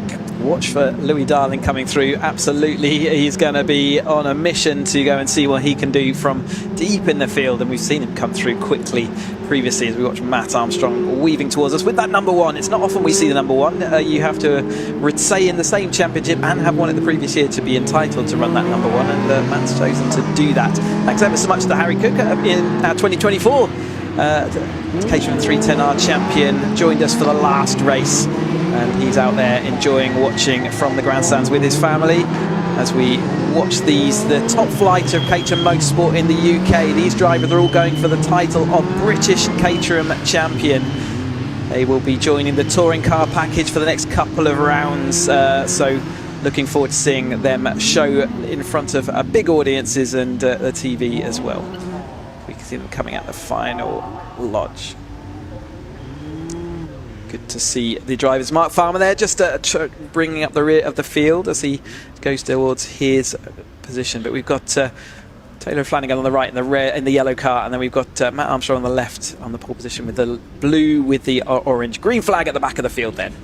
So the red and blue of Matt Armstrong on pole, the yellow of Taylor O'Flanagan. They had a titanic battle in the first race. The revs are up for race 2 for the Caterham 7 UK Championship, sponsored by Motul, and we're underway. Decent start by both of the Armstrongs. Look at Justin dodging to the inside. He wants to lead this race into Old Hall. He's not quite going to get there, and it's O'Flanagan leading. He got around the outside of Matt Armstrong, and Taylor O'Flanagan has got the lead as they head down the avenue for the first time. They're all around the first corner okay. It is O'Flanagan who leads the Armstrongs as they head towards Cascades for the first time. We'll pick up who's in fourth. I think it was Charlie Lower in the 21 in fourth, the black and blue car. Yes, it is. Then we've got Stephen Nuttall in 46, Harry Senior in the light blue 28 car. Late on the brakes there around the outside. Nick Heighton and Monty Hind next in the order as they head through Island Bend for the first time. Up over Hilltop, Taylor O'Flanagan just about holding his lead here. We'll move to cover from Matt Armstrong into the Hislop chicane for the first time. Justin Armstrong looking for his second podium of the day in third, and the battle is rejoined between Charlie Lower and Harry Senior as we saw in the first race. Yeah, Henry Heaton there making some progress. Louis Darling also from the back of the field already up ahead of Mike Evans there, just behind Dale Head. They head and up through and towards Druids for the first time, but it's Taylor Flanagan taking a rather comfortable lead at the moment in comparison to the rest of the field that we've seen, not side by side. These are the only championship series that we run with Caterhams that don't have a side by side grid. They have a staggered grid, so they have a little bit more advantage off the line, a little bit more to protect their positions as they go into turn 1. More side by side deep in that. There is Dale Head side by side. Remember, he'd been said by Harry earlier that he gives no inch out on track. Taylor O'Flanagan giving no inch to the edge of that track. He was absolutely using every single millimetre of it. The awareness of these drivers is such on these slick shod Caterham cars that they are fully aware of exactly how wide their cars are. Actually what you need when you're racing this close. Coming down through Cascades there, Darling does lose out to Mike Evans that time through, a little bit late on the brakes, but side by side then Matt Armstrong around the outside. We've seen that doesn't really work, so all calm and on the brakes, and Justin acting as defensive there. That's Charlie Lower defending from Harry Senior. There was no room for him, and they did make a little bit of contact into the hairpin that time. Yes, Harry Senior nearly over the grass on the inside, nowhere for him to go as he tried to make his way up the inside into fourth place. There's a great battle going on for ninth as well. The two yellow cars there, Tom Eden and Craig Story, fighting it out just as they did in race 1. And Flanagan continues to lead then through Hislops up towards Clay Hill for the second time. Henry Heaton in the number 10 car on the tail of Story, trying to close in on him is possibly Mark Kendall there, has come through from the back of the black and yellow car. There is Heaton, car number 10 in the chrome sort of turquoise machine. No, it's Darren McCormack next in the order, the number 62 car in fact. Tom Eden side by side with Craig Story, who gets round the outsides to fight for 9th position. Second lap completed, and it's O'Flanagan who leads 1:28.975, the quickest lap of the race so far from the Armstrongs. Lower, Senior, Nuttall, Heighton, Monty Hind in 8th place. Then this scrap for 9th, Craig Story having gone ahead of Tom Eden. Here comes the number 10 of Henry Heaton as well. Starting to spread out just a little now around this 2.25 mile Oulton Park circuits. Up towards Island Bend they go for the 3rd time. Taylor Flanagan defending from Matt Armstrong, and up to 3rd now is Charlie Lower. He's taken Justin Armstrong in the quadlock liveried car. He's up into P3, and now Harry Senior trying to get into P4. They get one new set of these slick tyres per race weekend to use to add to their allocation as they go through the season. So most of them will take the brand new set at the start of qualifying, and then will use that through the course of the rest of the weeks, which is why you'll start seeing them maybe start to struggle with a bit of grip, a bit of a balance change in the car as the races develops, and some drivers will then start coming further forward as to Henry Hinton fighting. I think that was Tom Eden, isn't it, he's battling with, so not necessarily where he wants to be in his blue machine there, but it's the battle he's been faced with, and he has passed and through beyond Tom Eden now, who's going to have to now look in his mirrors. Terry Flanagan has led throughout this race so far after a great start and just managed to pit Matt, and Justin's now fallen behind Charlie Lower as well, so the Armstrongs forming a lower sandwich there. Steve Nuttall though looking really threatening after he got caught out a little bit earlier on the wrong side of a gap. He's firmly involved in this lead battle this time through. Steve Nuttall, one of the only drivers we've ever had that has won every single step of the Caterham Motorsport ladder from academy all the way through to the top flight a number of years back, so he is up there and back with us this year. Great to have him back in the grid running in that DPR Motorsport car, the black and gold. Another contact between Mike Evans and Louis Darling. I don't know if Mike Evans saw him. Louis Darling was late on the inside. That sent Mike Evans sideways. If Mike doesn't have bad luck, he would have no luck at all. Yes, poor Louis Darling, I think, has got going again there. It was Mike Evans. I think Louis Darling would be the aggressor in that one. Here comes up in the 2nd place now. Charlie Lower has got past Matt Armstrong there, coming out of the Island hairpin. He's up into P2 and now starting to attack for the lead, looking for his first Caterham 7 UK Championship victory. Charlie Lower, the black and blue car. Let's have a look at that again. Yes, Evans just didn't see yeah, hard to know. Louis Darling there. Not a great angle, you can't really tell. It just have to be done from the driver's point of view, but certainly two cars looking for the same bit of tarmac, and the Mike Evans, I think, came out. We've got safety car deployed because of Mike Evans' car. Yes, it must be because of Evans. So everybody slow down. Yeah, Armstrong just lost out 2nd place then, didn't he, as they threw out. I could see the hand signals saying, no, I was in front by the time those flags came out. Yes, the moment the safety car boards and flags go out, they have to form up single file, no overtaking. No overlapping either, actually, a new regulation that stops them from overlapping. And yes, there is Mike Evans in the gravel at Cascades. That's the reason for the safety car out. He had to make a pit stop with some problems in the first race, and now out of this one. Not a happy weekend for the man from Birmingham. No, speaking to him, it was one of the gearbox was doing its flat shift, so he was getting a misfire as he was going down the straights. That's why he was out at the end of the race to see whether that could solve that problem. So the Hyundai safety car, the electric safety car, a new feature of MSV circuits this year. Motorsport Vision, who own Oulton Park, driven by Gareth Newton. Used to race saloon cars for a number of years. I first saw him in action about 2011 in a saloon car race in a Mitsubishi Colt Mirage at Anglesey. That's where I first encountered him, but he's now the regular safety car driver here at your geek knowledge is just, it's superlative. Thank you. Yeah, no problem. Calling me a geek, that's not an insult, it's a badge of honour. There we go, watching them then. And so Taylor Flanagan. I remember it yesterday because I was reporting for Autosport magazine on that occasion. There you go, see.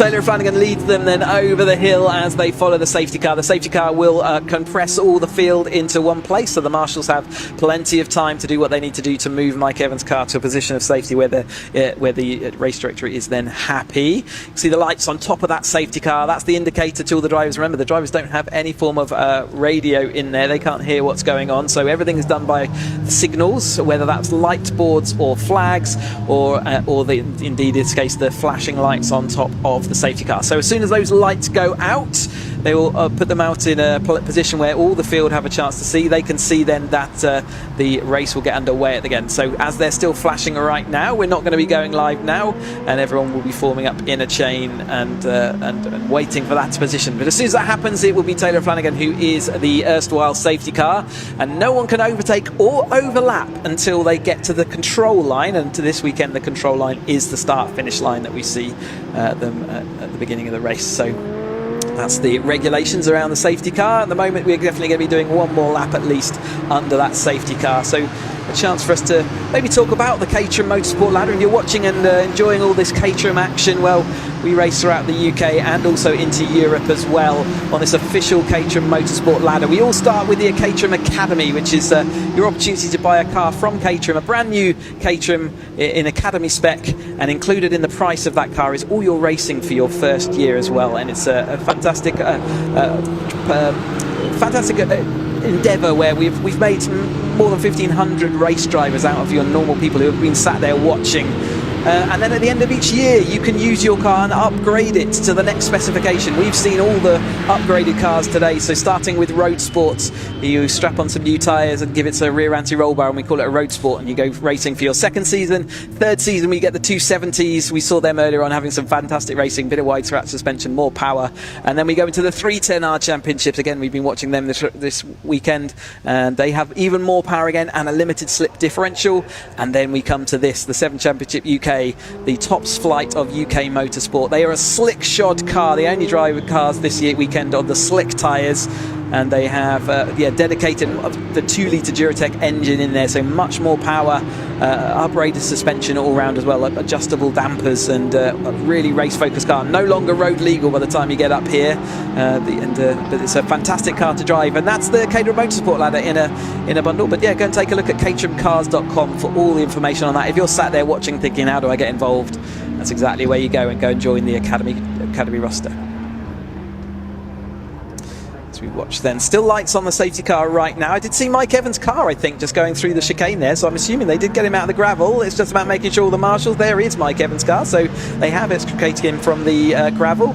He will be going back to the pits, and as long as the director is happy that the marshals and any vehicles are back where they need to be, it will be going back to racing. Let's wait for that safety car to pop up over the hill. The lights are still flashing at the moment. They've got one more opportunity, otherwise they will have to do one more lap. We've got 9 minutes. They are out on the safety car, so we are going to get back up and racing. So it is now Taylor Flanagan who takes up the mantle of being the pace setter for the field. They'll all close all these gaps up, and they'll get ready as the safety car zooms off and heads off into it as Taylor Flanagan weaves to try and clean his tyres, ready for this restart. He's trying to back the field up here and anticipate the restart as best he can to get a good pull away on the start. He's gone. He's already gone. He's not hanging about here, Taylor Flanagan. They can't pass until they reach that control line, the timing line at the start-finish. They have to stay single file, although the green lights are on. The race is back on as they cross the line. Here we go then. And Taylor Flanagan leads Charlie Lower. The Armstrongs third and fourth. Justin Armstrong leading the AM category. We've had one of our commenters, Gaz, asking what the two classes are in this race. The blue numbers on the timing totem, that's the Pro-Am drivers, the quicker, more experienced drivers with the better finishing positions. The AM category, the pink numbers, led by Justin Armstrong at the moment. All based around where they finished in championships in previous years, if they've ever had a championship podium, or have they finished in the top X number of races. So there's a formula that they get allocated. If they happen to win too many or get too many outright podiums through the course of the season, up until I think it's the second last round, they can be promoted into the different championship. But yeah, designed to give the middle field something to battle for. We're going to have a new leader, aren't we? Charlie Lowe around the outside, then swoops around that in his hand-painted car, as though Taylor Flanagan is watching the back of a car for the first time this race. That's a beautiful move there by Charlie Lowe to take the lead of this race, going round the outside into the Hislop chicane. And pick them up at the top of the hill. O'Flanagan back up the inside. Matt Armstrong trying to take both of them. He's never going to get up the inside. That's Druids through 2 cars. He's got past them now. Down to 3rd goes Lower. So he took the lead briefly. Now he's back down to 3rd because O'Flanagan and Matt Armstrong are both going through. It's 3 wide for 4th coming into Lodge Corner. Justin Armstrong was in the middle briefly there of Steve Nuttall and Harry Senior. So the safety car has really livened things up as they get to grips with each other on this restart. Your leader is Taylor O'Flanagan from Matt Armstrong. Charlie Lower was briefly down to 4th there because Justin Armstrong got up alongside him, but Lower holds him off through Old Hall. Nuttall 5th, Senior 6th, and Monty Hine trying to join in with this fight as well. We could have 7 cars fighting for the lead shortly. As we heard from Harry Cook earlier, last time we were here, Harry Cook was absolutely flying around this Oulton Park, but it was the longer version of the track, and it was Britain's where he seemed to make up a lot of that. We're not going around the Britain's chicane this time, and he's just not been as uncomfortable as you see him drifting back a little bit further in that pack again, just not competed like we're expecting to. So he will lick his wounds and see what he can do for race 3, but he's still involved in the battle right now. O'Flanagan though is back in front just ahead of Charlie Lower. Matt Armstrong is back into that 3rd place again. You can see them all having to take the defensive lines. That's going to slow them all up. Immediately brings Steve Nuttall involved in that 4th place in the Gold Leaf number 46 car there as they head around and up through the field once more. In fact, all of them are nose to tail. Obviously the safety car will do that for us, won't it? Yes, it's bunched everybody up, will cause much closer racing on this restart, it seems, in this Motul Caterham 7 UK Championship race. Towards Lodge Corner they come once again. Is anybody going to make a move here? Taylor O'Flanagan continues to lead the way. Stephen Nuttall up there in 4th, holding off Justin Armstrong, who still leads the AM category. Monty Hind is 2nd in that. Across the line they come this time. 3rd of the AMs will be Craig Story in car 56, but Taylor O'Flanagan under intense pressure now from Charlie Lower. Got a good exit there from Old Hall. Is he going to try and attack at Cascades? You don't very often see moves made there. He might wait until on the brakes for the 180-degree right-hander at Island Bend. Here they come. Up Lakeside for what is the 9th time in this race. Still got just over 5 minutes to go. Taylor O'Flanagan holds off Charlie Lower. The Armstrongs 3rd and 4th, side by side for 5th. Harry Senior trying to go around the outside of Stephen Nuttall on Island, and he's done it. I think he did. Yeah, they were side by side on the way in, so I wasn't sure whether there'd been a move before, but that's certainly the closest we've seen to being on the outside line and managing to get around on the outside. So is that a statement of intent? Is that going to be Harry Senior moving up through this? Well, Justin Armstrong's next up on his shopping list. They're not in the same category, but they will certainly be needing the points. The points are all set as one all the way through to the final finisher, so it doesn't matter about categories. You're still fighting for all the points that you can. Yes, you certainly are. The points are scored on a single scale overall, not within classes, but we'll show you who's leading the 2 divisions in this one. Taylor O'Flanagan continues to just about hold the lead from Charlie Lower. There's Henry Heaton. He's got ahead of Craig Story and Tom Eden. We saw them battling it out earlier. A bit of smoke from Tom Eden's car there, and that didn't look like tyre smoke to me, unless it's coming off the left front. Yeah, left front is where I put it at the moment, but you're right, it was a bit unusual in that it appeared, but that can quite often happen where the car flexes as it's going around a particular direction of bend. It's still smoking away there, isn't it? So we wonder whether we keep an eye on that, but I think at the moment I'd still put it down to that front left wheel just rubbing with the wheel guard. We'll keep half an eye to that then. Just under 4 minutes of the race still to go. So the leaders head up towards Island Bend. Yes, there is Tom Eden. He's slowing down. You can see there that it is the damage to the left front. It looks like it's significant enough damage that it might be even the metalwork of that mudguard, and if it is the metalwork that's rubbing, then it's not only the friction, but it's very likely to cause a puncture. So he's having to slow down and back away from that right now. Lead battle heads through Hislops into Knickerbrook. Still O'Flanagan from Lower. It was Charlie Lower who led the line that time through. He had his nose in front by 0.06 of a second, but Taylor O'Flanagan pulled back ahead by the time they got to Old Hall. But this race is certainly not over yet. Matt Armstrong is waiting to strike in that 3rd place. Then Justin Armstrong. There's Harry Senior now up into P5, having gone round the outside at Island of Stephen Nuttall, a move I didn't believe was possible. Here comes Armstrong up the outside now at Lodge. Can you go around the outside here in a 7.420R? Yes, you can. That's Armstrong takes 2nd place. Brilliant.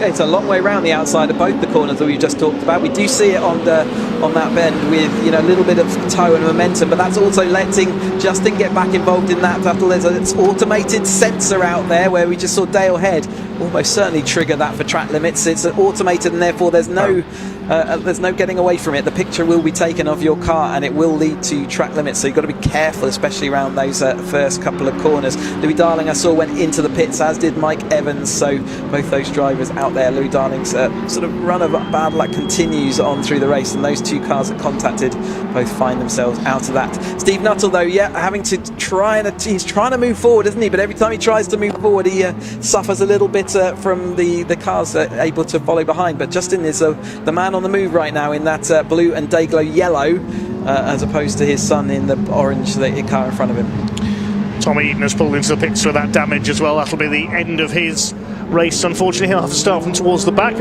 or maybe not. They've removed the front wheel guard, and he's got going again, so might as well get a few points in, I suppose. There's a penalty. Black 5-second penalty for number 78, Nick Heighton, who's running in 8th place. Track limits penalty of 5 seconds. So it's still Taylor O'Flanagan. They've got 1 minute 28 on the clock right now. They've been doing 1 minute 28 laps, and therefore this will be the start of their last lap then. Can Taylor O'Flanagan keep his yellow car out front? Matt Armstrong is going to do everything he can to stop that happening. Charlie Lowe has been fully involved in this whole battle, and they've got a bit of a safety gap right now over Justin. It's not going to last. Henry Heaton's made some really good progress in the latter part of this race as well. Fully involved in that battle, so he'll be looking to see what he can do in race 3. But the yellow car is still heading Matt Armstrong at the moment. Oh, this is going to be tense as they head towards Island Bend for the last time. Lodge Corner certainly going to be not for the faint of heart. O'Flanagan holds the inside line, looking for win number 4 this season. Armstrong looking for his 2nd win of the season and of today. Charlie Lower has never won a top flight Caterham 7 UK Championship race.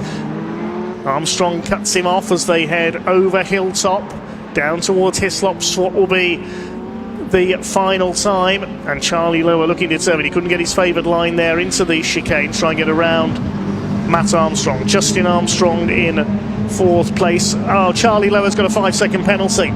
Charlie Lower will lose his podium then, sadly. We saw him drifting wide at that turn 1 and said it at the time, yeah.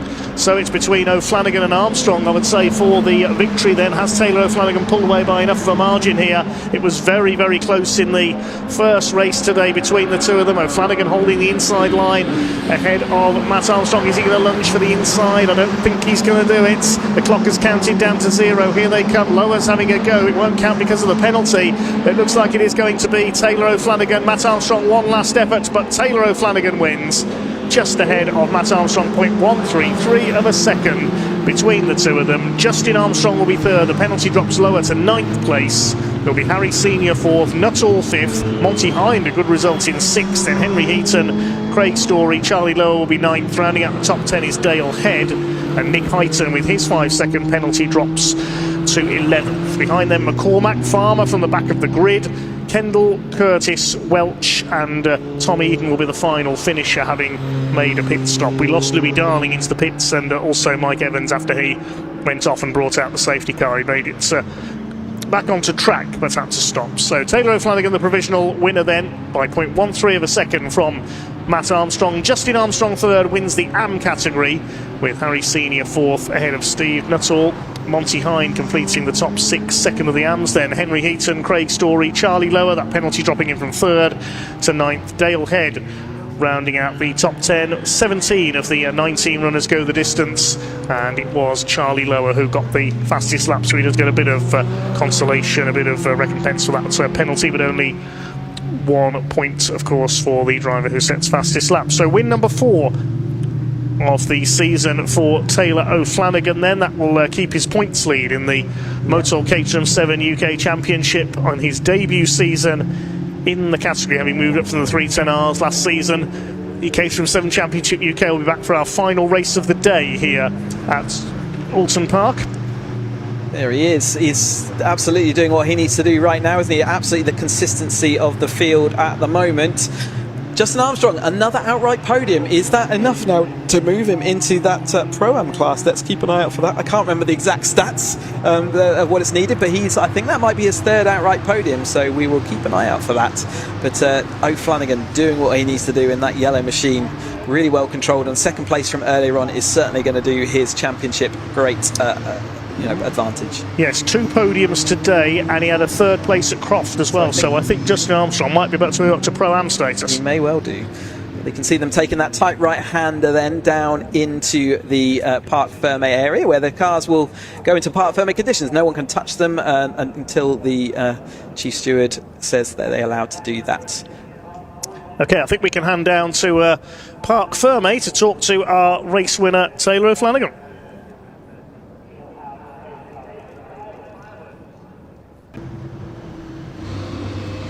So that is the second Motul 7 UK race done and dusted, and obviously very unfortunate for Charlie Lower. I think he's very disappointed, looking for a podium there, and unfortunately he got the track limits penalty.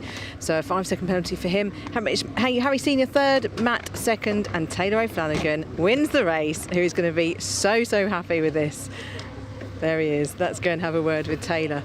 Taylor, yes, you won. Well done. Yeah. How was it from your position? Amazing. Funny how you get more energy when you're in the lead. I felt great the whole race, and safety car was, I guess, it was sort of null void at the end of it. I managed to get a good restart, so I was happy with that. I thought it was going to be a few more scraps. Managed to defend well. You can defend quite well on this track, which is a nice change. So, enjoyed it and super happy with the result. Amazing.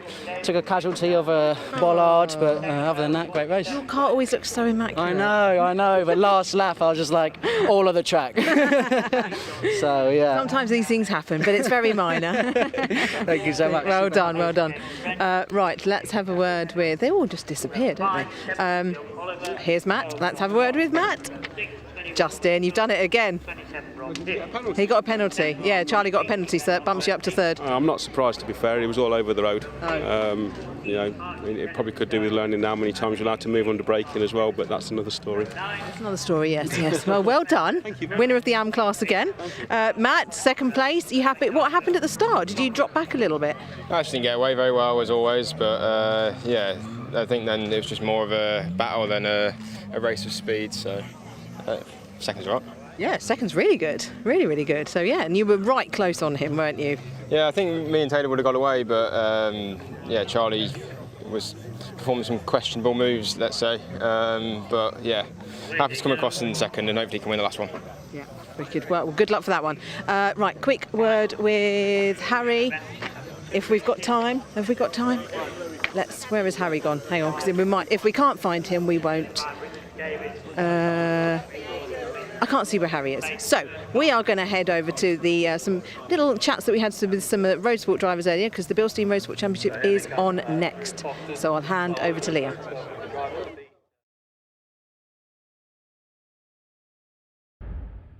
Well, this is it, the final race for the road sport class here out at Oulton Park today. But don't worry, they'll be back after the summer break up at Knock Hill. Hopefully they'll have good conditions up there too. And do you remember earlier, Sam Parker was speaking to me about the difference that Heinrich's Caterham will have to the others in his class because of his height? Well, we can see a perfect demonstration of it here now, and I didn't realise the difference until I'm standing here with them now. So we can see on Heinrich's, he has this hired roll cage at the back just because he is so tall, and he can hear me speaking about him, so we'll go and chat with him in a second, compared to someone like Mitchell's, which is a little bit lower, which is just to cater for his height. And although he's having a chin wag with his other competitors, I'm hoping to still him. Heinrich, hello. How are you? I'm so well. How are you? I'm good, thank you. Yeah, excited to be starting third and happy with race one, so we'll see what we can do with race two, but hopefully forwards. Fingers crossed. I actually want to speak to you about your car because of your height. Your roll cage is that little bit higher than everyone else's. Talk to me about how you adapted your car to fit in with being a taller driver.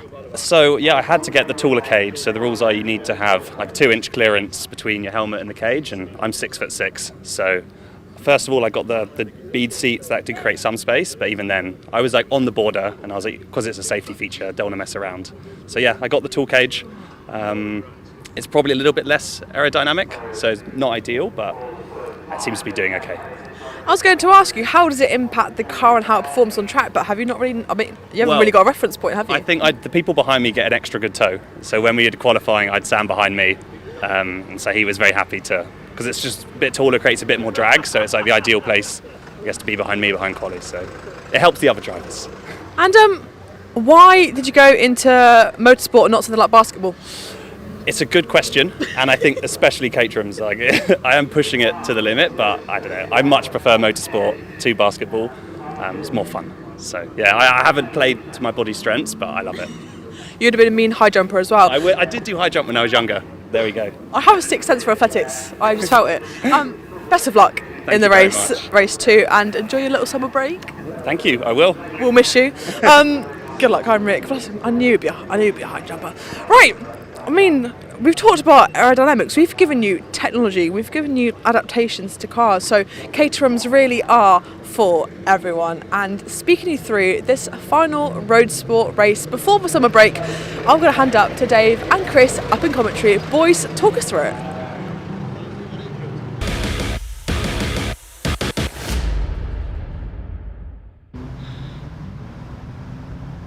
Thanks very much, Leah. Yes, the road sports cars on their green flag lap then. The second race of the day for the Bilstein Caterham Roadsport Championship. Richard Davies on pole, looking for his 6th win of the season, with Ollie Smith, the championship leader, coming into this weekend alongside him.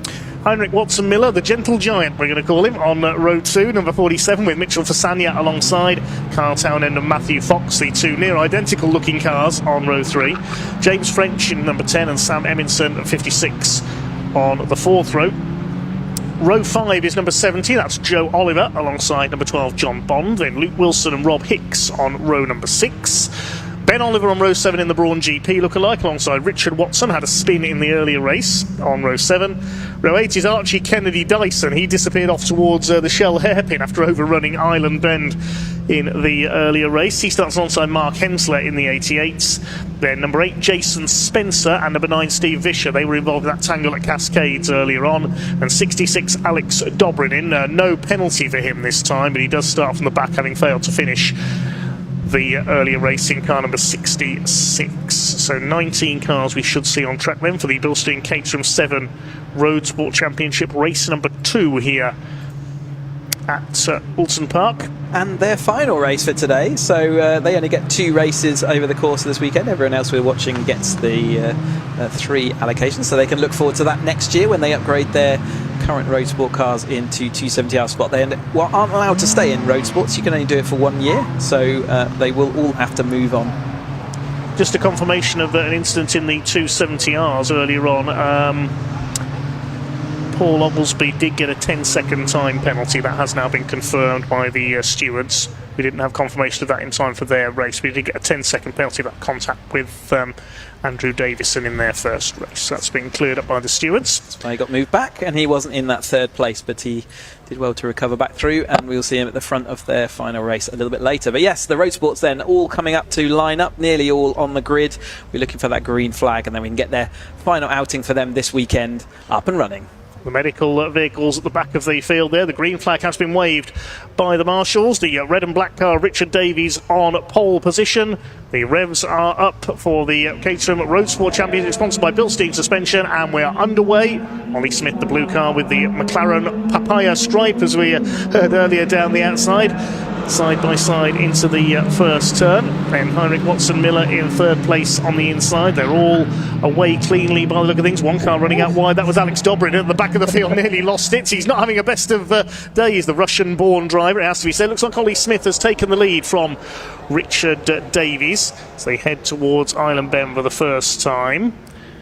The blue and orange car leads the way. No, it's James French has got the McLaren Papaya stripe, isn't it? Number 10. Apologies there. There he is a little bit further back. So it's Smith that leads, but he's gone in a little bit hot there into Island Bend for the first time. He's side by side with Richard Davies for the lead. They've all made it round okay. Now, who's going to come out into his slops with the lead? Should be Davies. He's just got the nose in front there over Hilltop. Heinrich Watson-Miller in 3rd. Then in 4th place is Matt Fox. So better get away from him. Carl Townend's dropped back into the pack. He's not been too hot off the starts today in either of our 2 races, and Davies takes the lead. I saw a very, very brief yellow flag by a marshal on the start. I wonder whether that was Townend not getting off the line correctly. It was very brief, and it was withdrawn almost immediately, but I wonder whether that's what that cause was. But let's watch then Davies come down. Once he was in the lead in the last race, he became very insistent and not giving up. A little bit of contact here and there as they resisted the battling from behind. The road sport cars with their windscreen often have quite a lot of slipstream, even more so potentially, as it's much quicker to follow, but he is going to have to give up that lead early on, and he's going to have to slip into that second place as Smith does take over in front then this time through. Mitch Fasania having to come back through the field as well, isn't he? So he's got a work to do, but I'm sure he can make it. Yes, Townend lost 6 places on that first lap as well. Fasania lost a couple as well. He's down to 6, just behind Sam Eminson there. Smith and Davies together as they head down the avenue. Who's going to emerge into Cascades with the lead? It's Ollie Smith who's gone back to the front there. So Matt Fox trying to get round the outside of Heinrich Watson Miller in the 47 car. Recognisable, of course, by that higher roll cage you can see there because of the height of its driver. Ollie Smith it is who leads the way once again into the right-hander. Mitch Fasania holding off James French. John Bond in the white car in behind them. Swinging ahead of Joe Oliver in the number 70 machine. Over Hilltop they come then. This is where Richard Davies took the lead earlier on. Side by side for third between Fox and Watson Miller. Fox holds that third position. Then Eminson, Fasania and the rest of them. There's Carl Townend just outside the top 10 at the moment. He's got Rob Hicks, the number 27 car, the blue and yellow on his tail, and 86 and Andrew Watson next in the order. Just dispatched of him into the chicane that time through then, so making progress back through, so clearly a car back up and running regardless of whatever the issue was that caused him to float back a little bit in the field. So still no gaps between the field yet that's going to cause interference. There's a very slight braking, but nothing that's going to actually cause him problems, and he'll be able to get back across that as soon as this group in front start battling. In fact, he's pretty much nearly there already. He will have to make sure he's protected from the rear. There's Fasania, who's another quick driver.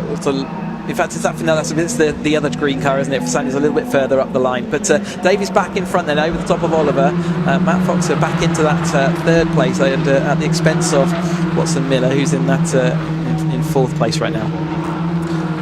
So still a long way to go in our second race for the road sports. Richard Davies retakes the lead from Ollie Smith. Matt Fox is up there in third place with Heinrich Watson Miller chasing in fourth. Will the order be the same when they emerge from Island Bend at this time? Here they come. Watson Miller on the outside line. Richard Davies has the lead. Ollie Smith's been relegated back to fourth place, so he must have gone wide coming out of Cascades there. He's down to P4, and Mitch Fasania's been shuffled back a bit there as well in the number 18. He's lost a few spots, so he's made a mistake somewhere.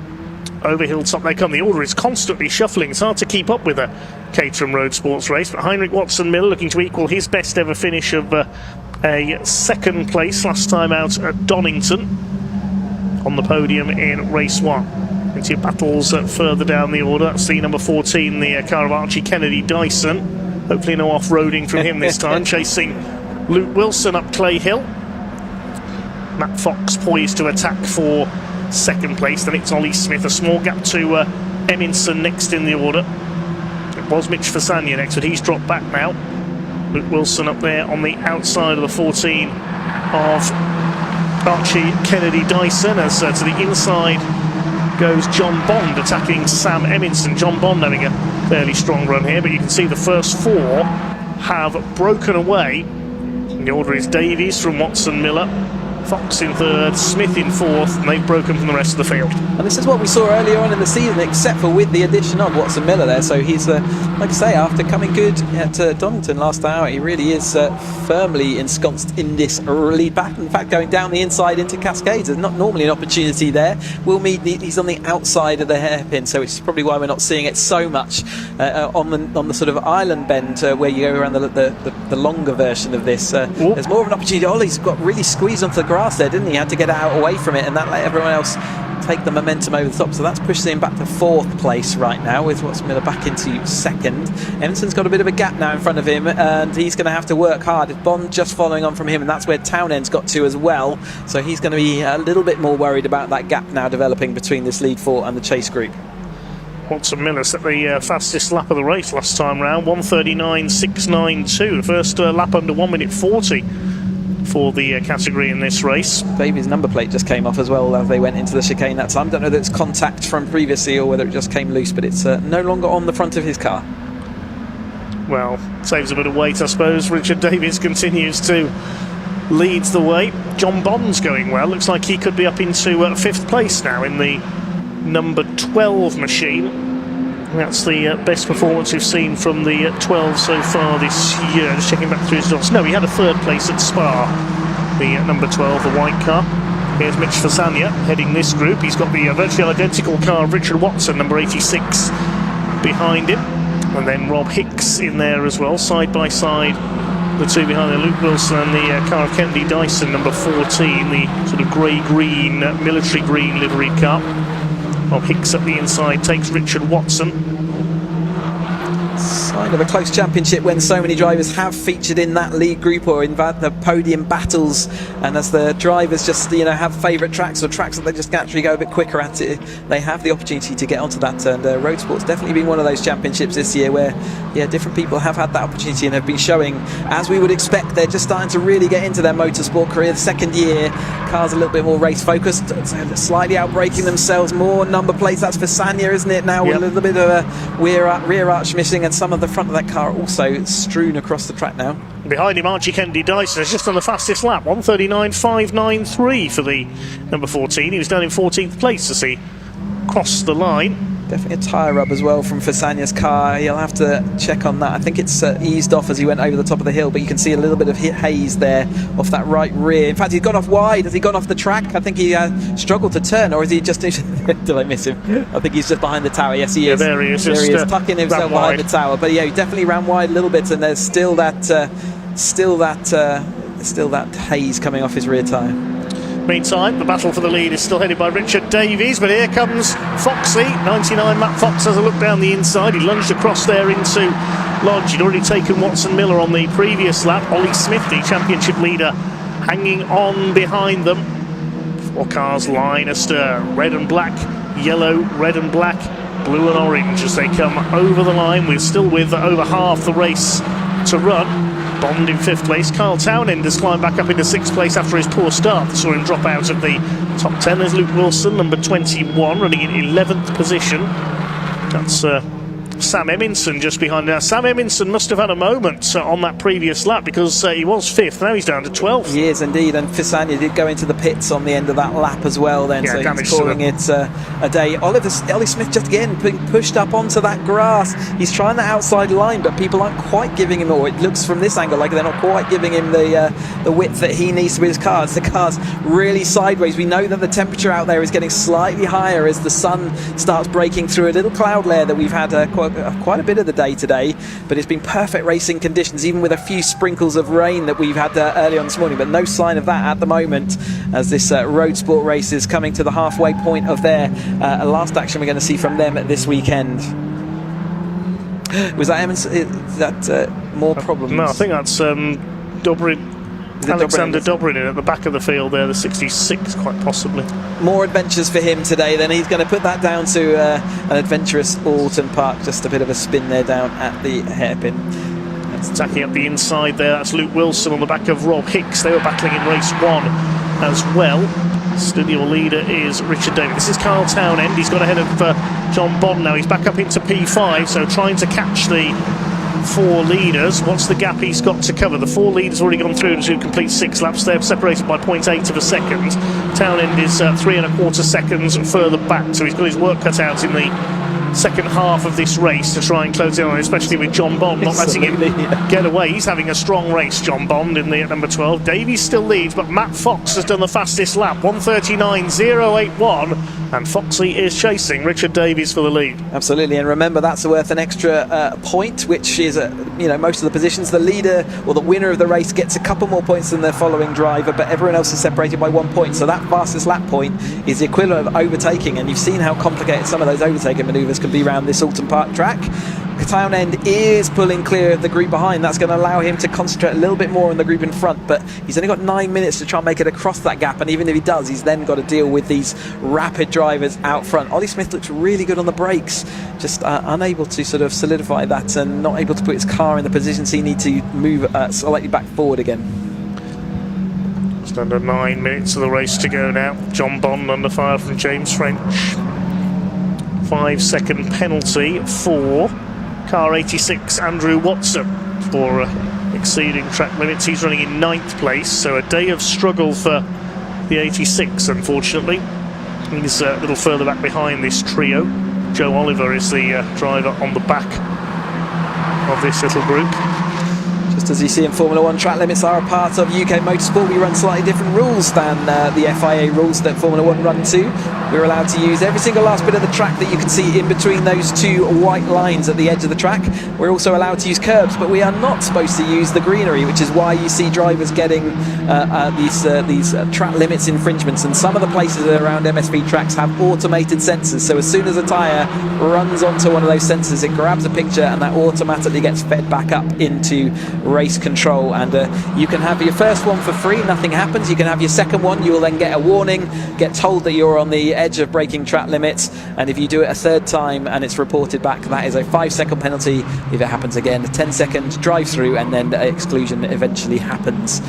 So yeah, important. It's all part of UK motorsport. All the drivers know it. We get talked about it every single briefing time that we have in the morning, and so it doesn't really matter whether you agree with it or not. The grey bit of the track is for the drivers, the stripy bits you're allowed to use, but anything beyond that is not allowed. Here come your leaders then, coming through Hislops and into Knickerbrook. Still Richard Davies holds off the 99 of Matt Fox. Up to third is Ollie Smith. He's got ahead of Heinrich Watson Miller, climbing up towards Druids. 7 minutes of the race to go. What can Ollie Smith do to try and fight his way into the top two here? 3 wins for Ollie this year, a couple of second places and 1 third place at Croft, so he's only been off the podium in 2 races. In fact, he's not been out of the top 4 all season. That consistency is certainly key in a championship such as this. Townend is still 3.5 seconds back on the top 4 in 5th position. Still battles all the way down the order. Great move that. I don't know, is that the number 14, was it Kennedy? Yes, it might have been the 14 of Archie Kennedy Dyson. Couldn't quite see the number in the late afternoon sun there. Apologies there.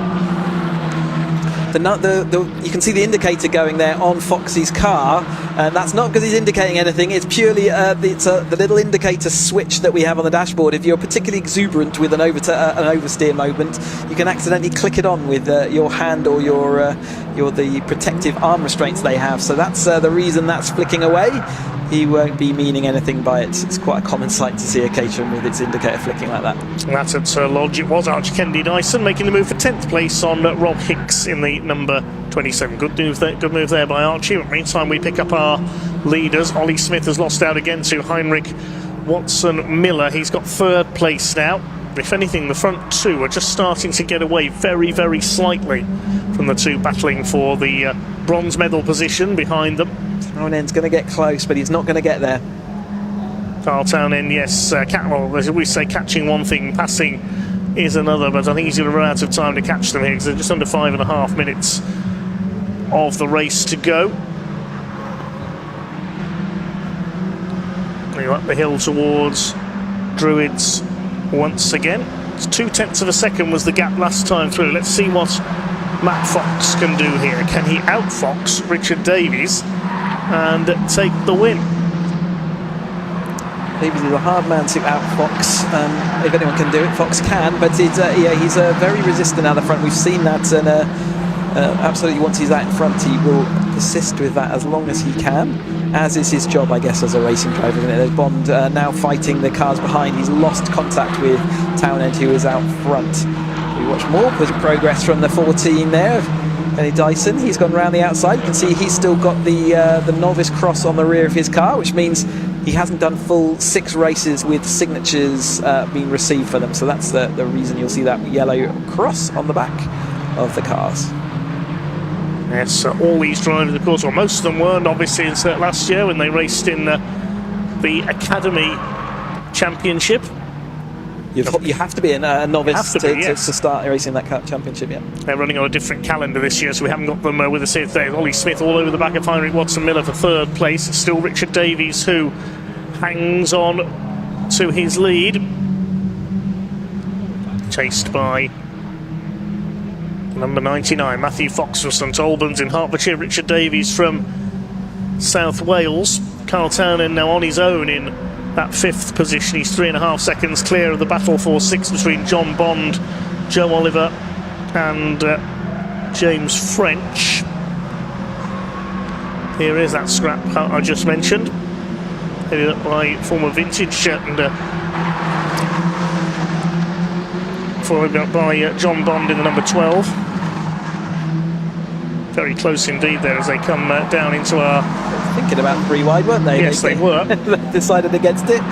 Side by side, leading that group.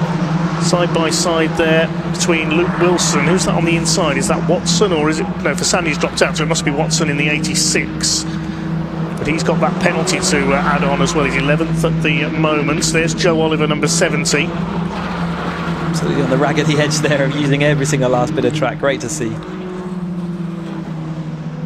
Line astern here. This is for 5th position, for 6th position even. Less than 3 minutes to go. Fastest lap of the race recorded by Ollie Smith in 4th position that time through, 138.8. So the 4 leaders now all lapping in the 138s that time through. The top 5 all set personal bests last time around. Oh, bit of contact there actually. Yes. Another missed gear, I think, or didn't get down into the gear below. Which has caused them to just stall on the way out of the track, on their way out of the corner. James French there clipping the back of, that must have been Joe Oliver in that battle. There's a scrap further back in the order. Archie Kennedy Dyson continuing to... More contact there. Now who's that? I think that's Ben Oliver, the number 80.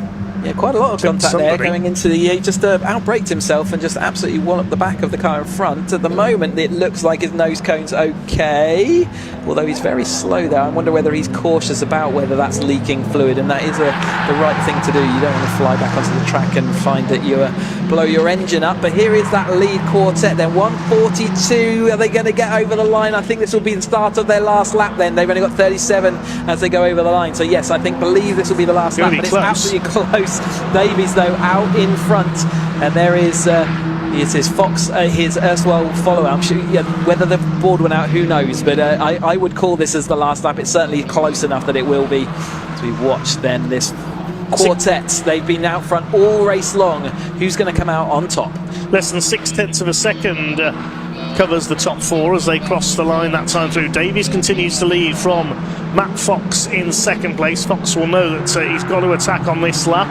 Heinrich Watson-Miller tries to turn in on Ollie Smith there to stop him getting the nose up the inside. That's happened a couple of times already in this race. They climb line astern over hilltop. It's going to be touch and go whether it is the last lap here. We'll wait to see if the checkered flag does come out this time by, as into Hislops comes the number 25 from the 99 of Matt Fox, looking to his first win of the season. He's had a couple of seconds. He's had 3 second places and 1/3 so far this year, but he hasn't managed to win in the Bilstein Caterham Roadsport Championship yet. This is the last lap. Fox has only got one more opportunity, really, isn't he, into the final corner. We haven't seen anyone drag race past by the time they get to the line, so this is his last chance. Here they come up towards Lodge Corner. What looks to be the final time. Which side's he going to go? Davies covers the inside. Ollie Smith going for the inside into Lodge, but Heinrich Watson-Miller cuts him off. It looks like it is going to be a double for Davies here at Oulton Park today. The clock counts down to 0 as they come through Dearly. They are given the checkered flag. And the checkered flag does come out. Davies wins it from Fox by 1/10 of a second. A photo finish there almost for 3rd between Watson-Miller and Smith. Watson-Miller gets it. And then for 5th place it will be Carltown in. John Bond is going to come in for 6th. He's pulled away slightly from the next two. It's Joe Oliver 7th. A photo finish for 8th as well. Yes, French just gets there ahead of Kennedy Dyson. Luke Wilson will complete the top 10 because Andrew Watson gets that penalty, which will drop him down the order to 13th. So the number 80 of Ben Oliver is going to finish after that contact, so he did continue on. Great looking car. It's a shame about that contact, ruined his race at the end, but he is going to cross the line. Provisional results in just a moment then. That is win number 6 of the season for Richard Davies, star of the Academy. Back in winning ways, isn't he? Last season he certainly is.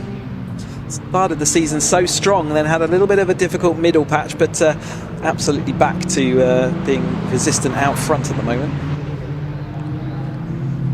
great racing all round by the road sports today. Really fun to watch that. But let's have a look at the provisional results. Provisional result then of the Bilstein Caterham Roadsports Race 2. Richard Davies the winner by a tenth of a second over Matt Fox in second, and Heinrich Watson-Miller, a fine meeting for him, another third place ahead of Ollie Smith. Just wait and see if when the calculations come out, if he's kept his championship lead this weekend. Carl Townend in P5 despite a slow start. Then John Bond, Joe Oliver, James French, Archie Kennedy Dyson came through nicely for 9th ahead of Luke Wilson. Behind them were Rob Hicks, Stephen Vischer from the back of the grid. Watson, after that penalty was applied, Richard Watson was 13th. Then we've got Sam Eminson, Mark Hensler, Jason Spencer, Ben Oliver dropped to 17th, a problem on that last lap, and Alex Dobrin completed the finishes. We lost Mitchell Fasania, he pulled into the pits with a bit of damage. 2 wins from 2 then, the clean sweep and the pole position as well. Just the fastest lap missing from his rep this weekend to make it the perfect one. I'm pretty sure he will take that. The cars are, though, down in Parc Fermé, so let's go and hear from our drivers after that exciting Roadsport race.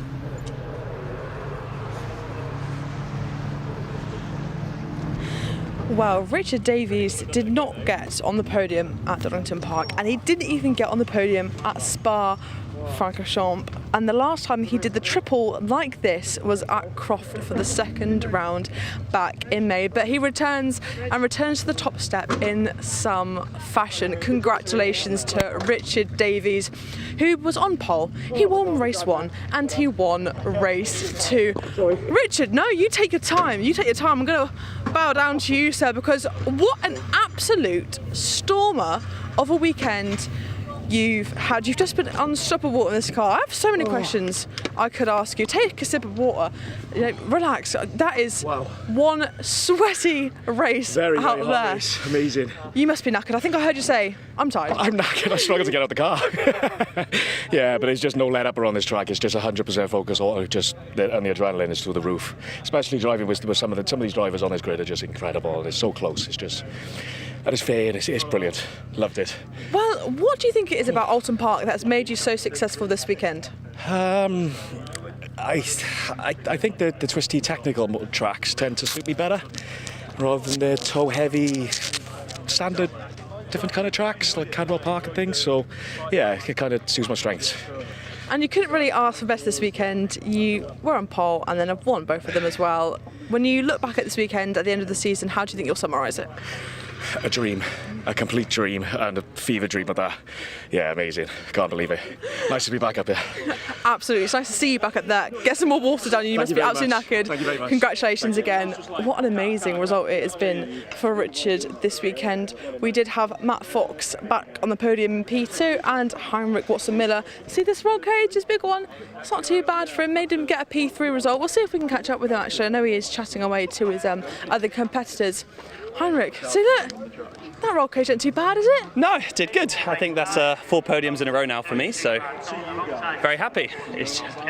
Would have loved to have gone forward 1 or 2 places, but honestly, it felt like Matt, and couldn't really see Rich, he didn't have the toe, but certainly Matt was a couple of tenths quicker than me, so just had to sit behind and fight Ollie off. And I think third was probably the best we could have done today, so I'm happy. Yeah, but fighting off championship leader Oliver Smith, I mean, it might not be now, I don't have the updated standings, but coming into this weekend, he was leading it. So defend him off, that's not a bad result, is it? No, look, I was very happy with it. So yeah. Lovely, you must be knackered. I've just spoken to Richard, he's tired too. Gonna have a lie down, get some water down you. Congratulations, a great result for him too. Like I said, 4 times on the podium now, and consistency will be key come the end of the season. Right, it is time now for the final race for the 270R Championship, and I was lucky enough to be back in the assembly area earlier on to catch up with some of the drivers ahead of their final race.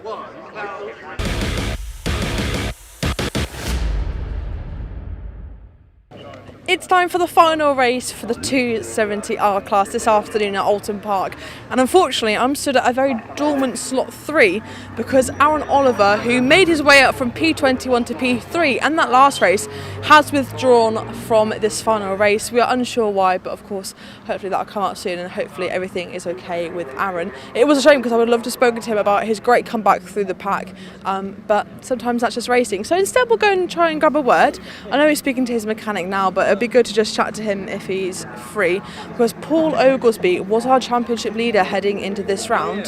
See if he's Paul, are you okay for a quick chat? Just 2 minutes. Championship leader heading into this weekend at Oulton Park. How has it gone for you so far around the Cheshire Hills? So all I needed to do was have a clean race one, and I hit the guy in front of me. So yeah, he ended up starting P16. They put me behind him in the results. So yeah, race 2, P16, almost won the race on the final corner, or had the opportunity to win. Sorry, Brian did a good job at defending the inside. I ran slightly wide and then finished P4. I've just been told that P3's not here, so I'll move up another place. Yeah, that is right. We just said on the live that Aaron's withdrawn from this race, but we're not sure why. But yeah, completely fine. No. In general, Oulton Park as a circuit, then where does it rank on your list of circuits you go to with Caterham? I love Oulton Park. It's technically really challenging. You know, I do miss doing the banking, but I totally get it from a safety point of view. But yeah, absolutely love the track. You know, there's no runoff. It's quite a narrow track, so you know, it's all hairy out there, but it's great fun. Lovely. And you've got little under a month until your next round at Knockhill. How do you plan to spend that time? I'm flying with a family to the US on Monday, so I'm off to the US for 3 weeks. Gonna forget about this thing and come back refreshed and head to Scotland. So yeah, looking forward to a break. Lovely. Well, enjoy that break. Enjoy the US. I've never been to the USA, and best of luck for this final race. Lovely. Well, that sets us up then for the final 270R race of this afternoon before they head away for their summer. And to talk you through it, I'll hand back to Dave and Chris up in comms.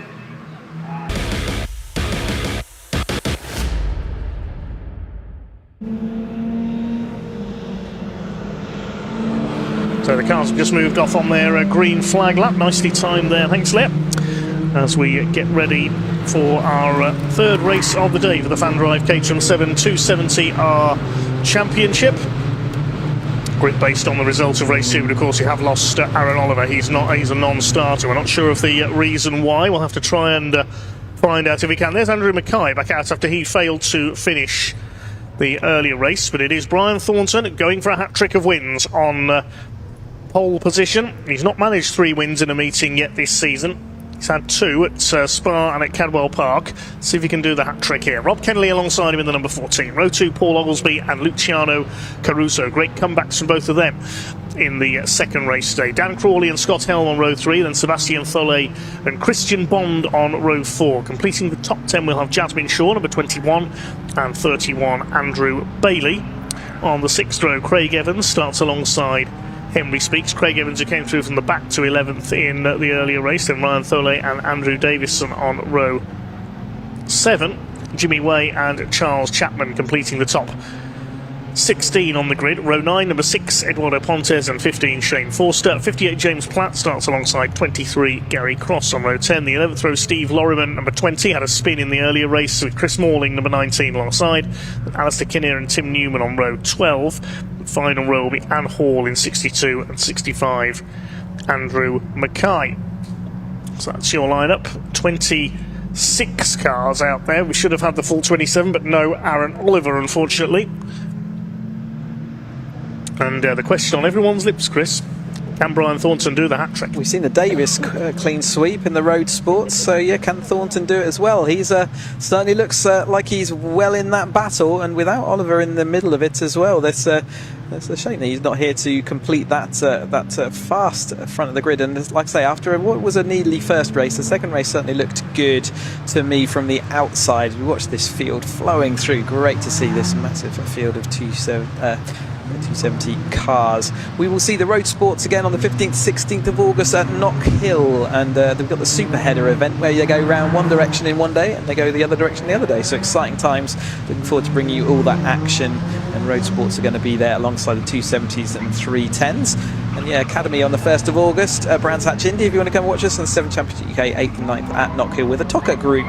But let's get this at the last action then from the 270s into the bag. Let's see how we're going to get it. Can Oglesby do anything about dethroning Thornton today?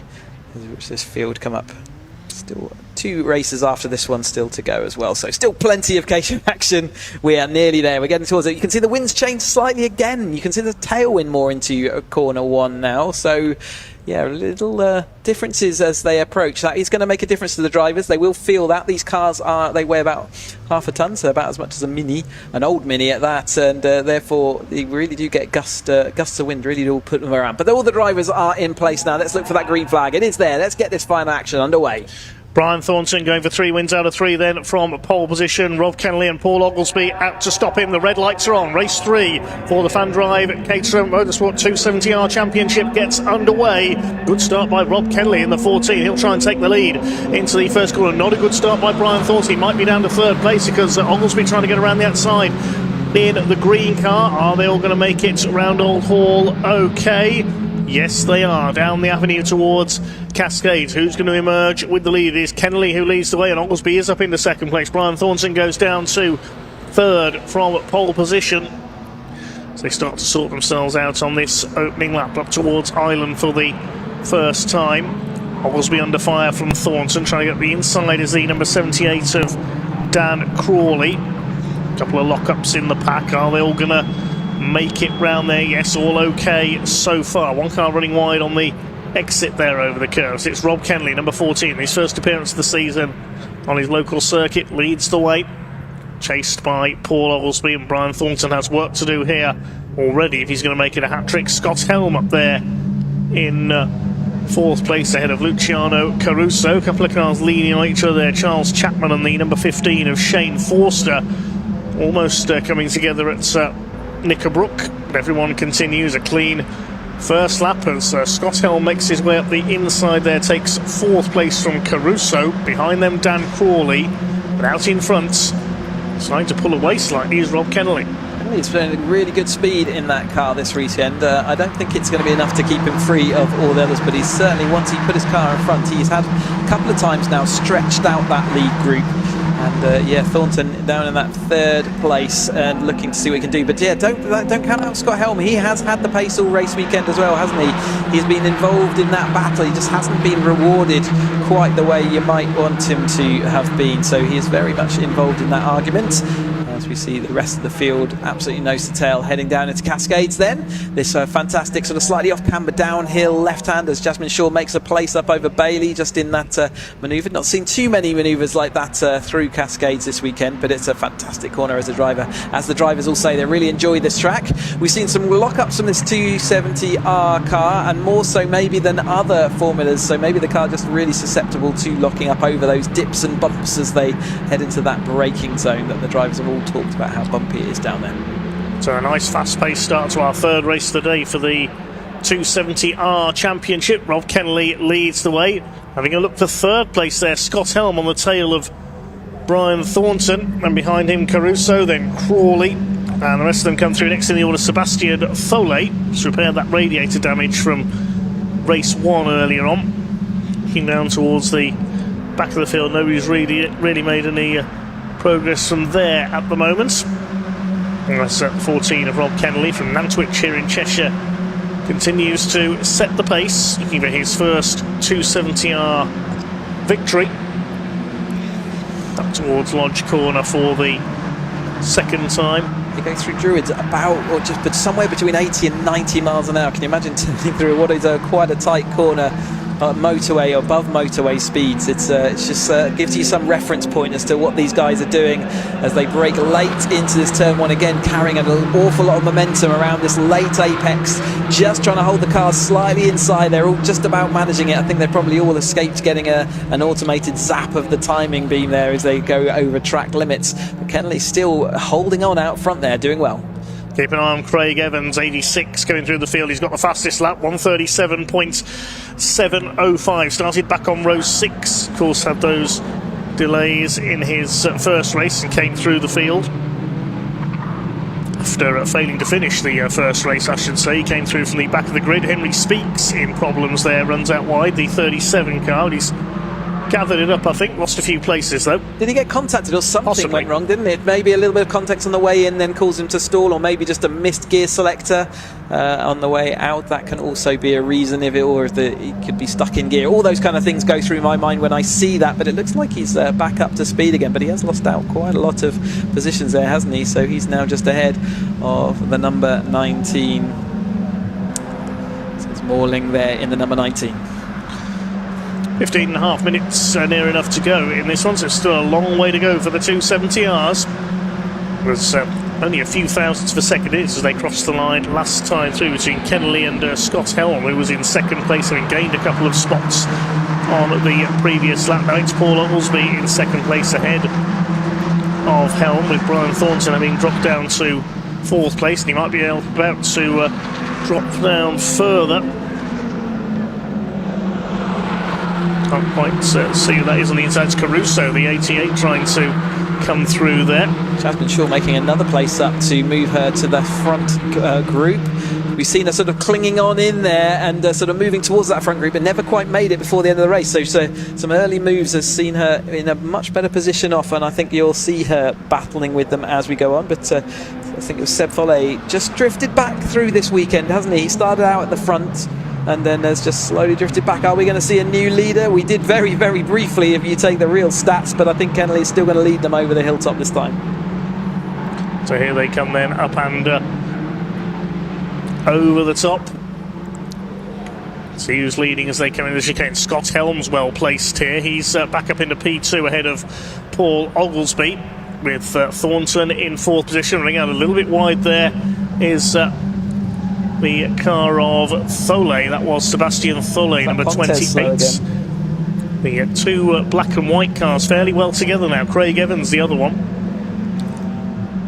Up the hill they go towards Druids. Still Kennelly's blue car that leads the way from Scott Helm in the number 42.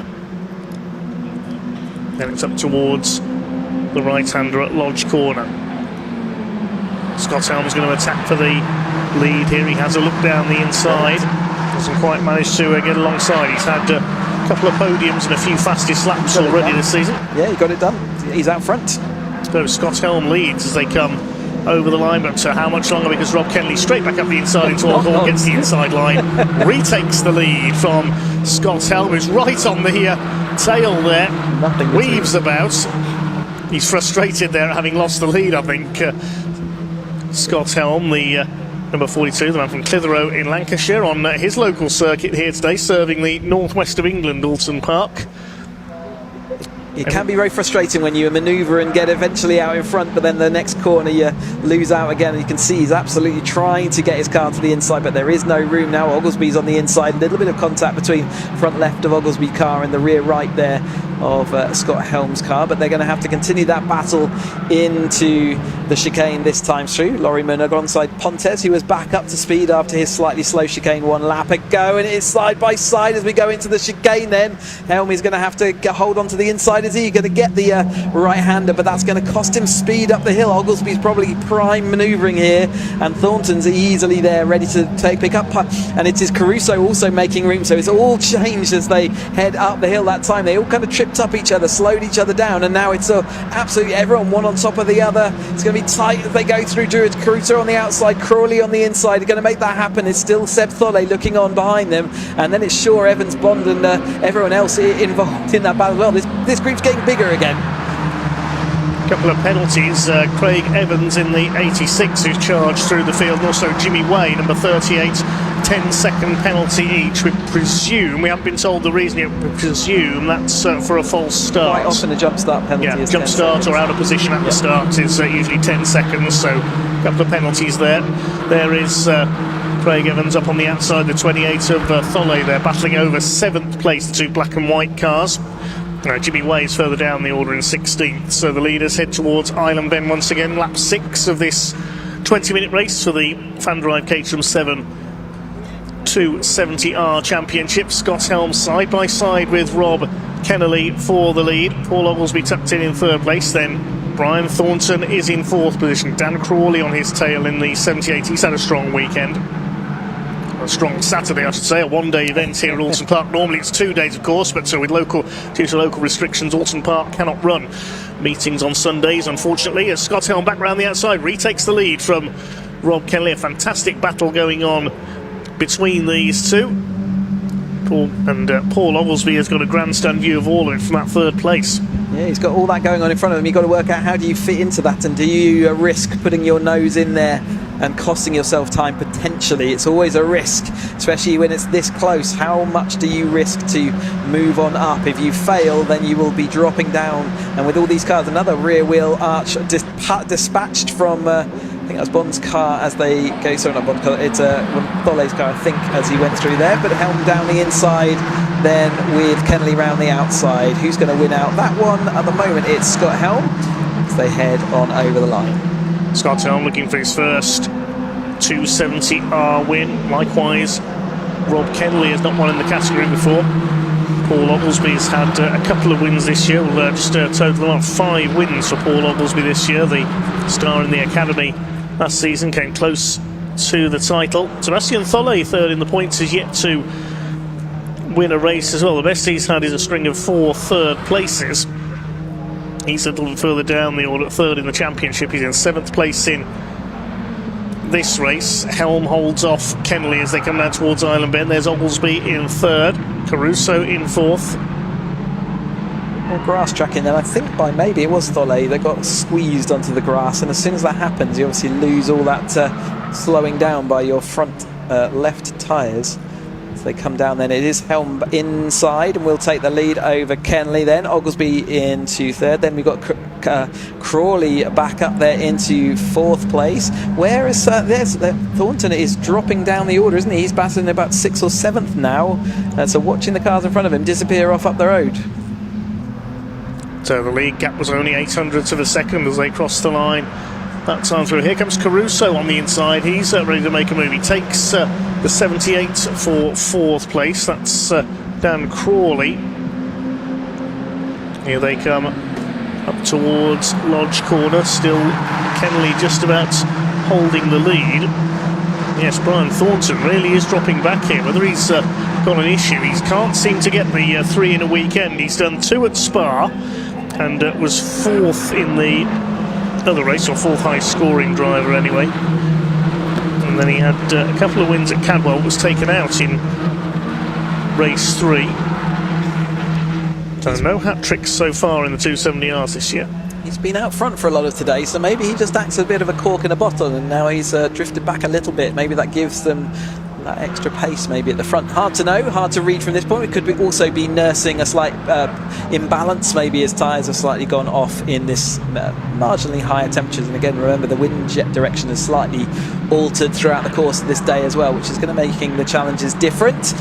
So we've got a bit more grass tracking as they go up the hill, and can see how much dust there is. Really dry everywhere. There's very little water being sprinkled on any of these pieces of grass. They'd be desperate for some rain. They had a few sprinkles earlier, but it was certainly not enough to be seeing that dust die down. But this field absolutely nose to tail, aren't they? 7 minutes left of their action here at Oulton Park today. It may not be a full weekend as far as timing, but we cram in a full weekend's action into a single day, so it's really relentless for everybody involved. And 270Rs coming to the tail end of their racing this weekend, but absolutely as close as they've ever been. So here they come towards Lodge Corner once again. Rob Kenley somehow still holding off Paul Oglesby, who's been all over his tail for the last couple of laps now. 0.2 of a second was the margin. I don't think it's going to be that much this time through. They head over the lights down to 0.1 of a second this time through. And here comes Paul Oglesby up the inside. Where's Oglesby come from? He's gone from 3rd to 1st almost there, coming out of Lodge Corner. Has he got the lead? He's think in front as they head up towards Cascades. Yes, Oglesby takes the lead for the first time in this race, and now Scott Helm coming under fire as well. I think that's Thornton recovering in 5th place and trying to take 4th. There he is. He'll be on the inside for the right-hander at Island Bend. Kenley up on the outside of the number 18 of Oglesby for the lead. The rest of the pack swings their way through. Who's it going to be as they come into the Hislop chicane though. Ryan Tholle was absolutely outbraked himself and just managed to avoid another car as he went to the hairpin that time. He'd be glad that they just got out of his way to prevent that contact. He's back up and he's facing actually really well involved in this battle as well up there, sort of just behind Shaw, so he's going to be in that 10th or 11th place at the moment. But everyone else back up to lead in speed, including Lorryman, who was trying to fight back through. But again, even though he hasn't managed to make positions up, you can see that he's still firmly involved in this battle for the lead. There's another battle further back down the order. Well, it's tempting to stay with the lead battle. There are plenty of scraps everywhere you look. 20 Steve Lorryman involved in that little group. So that's towards the tail of the field in this third race for the 270R, sponsored by FanDrive. Paul Oglesby it is who leads the way. Has he been able to pull away? No, only 0.15 of a second in it over Rob Kennelly. Steve Lorryman, the Union flag car. Heard the story behind that car earlier on. He's chasing 58, which is James Platt in one of the patchwork multicoloured cars. This lead group is amazing. Here they come then towards Island Bend. What's going to happen this time? Paul wheels in the background. Someone spun off to the inside. Was that Jasmine Shaw? Did I see a red car?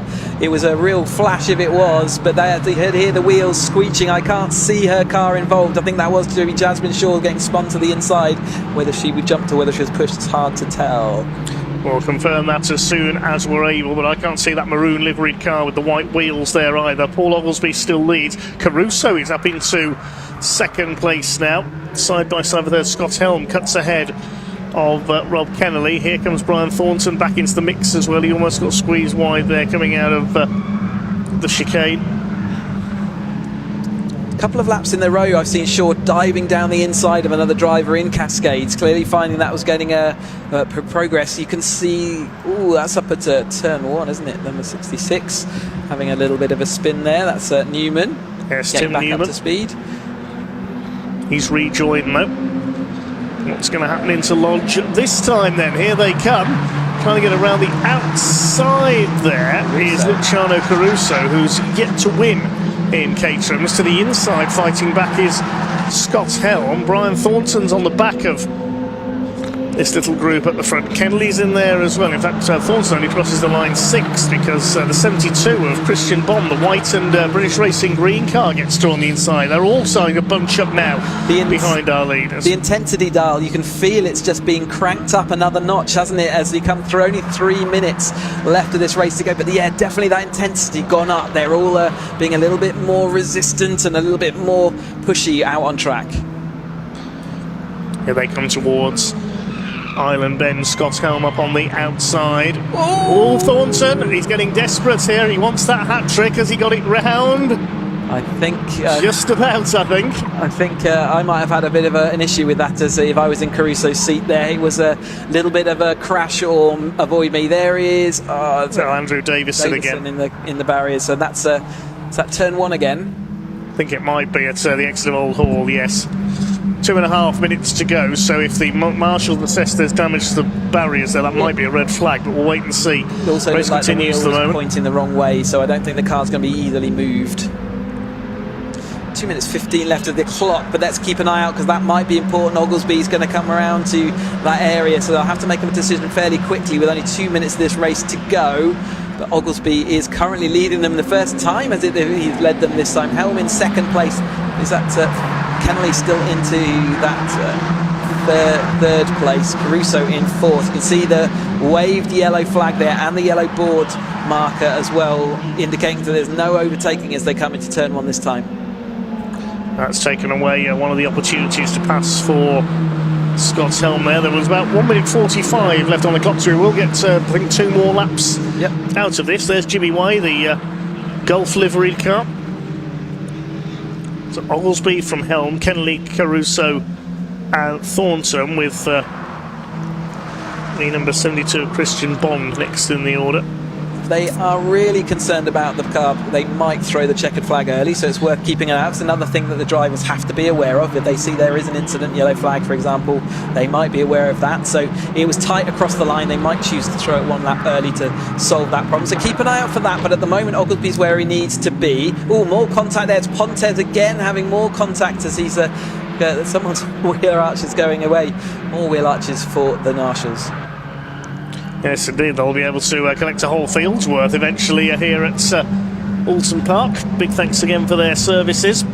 As Paul Oglesby continues to lead the way. 40 seconds left on the clock as I talk to you, so will we see the checkered flag go out slightly early here with that car off? I don't think we will. I think this race will run to its 20-minute conclusion here. Still your leader is Paul Oglesby from Scott Helm. Rob Kennelly up there in third place, then a solid queue of Caterhams behind them. Here comes Helm to the outside at Lodge Corner. Is that going to work? Nope.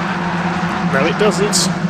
Now up with them is the blue machine there. That is Rob Kennelly going for the inside. There could be 3 wide into what will be the final lap here. Rob Kennelly's going for broke up the inside into Old Hall. It doesn't work. Oglesby still holds the lead from Helm in second place. Kennelly did get his nose into second off the line. There was a yellow flag out there at Old Hall, of course, because Andrew Davison's car is off. So they head down into Cascades and then towards Island Bend for what will be the final time this weekend for the 270Rs. Paul Oglesby it is who leads it. Scott Helm holding off Rob Kennelly for second. Caruso up there in fourth position. Rounding out the top 5 is Brian Thornton. His hopes for a hat-trick slipping away.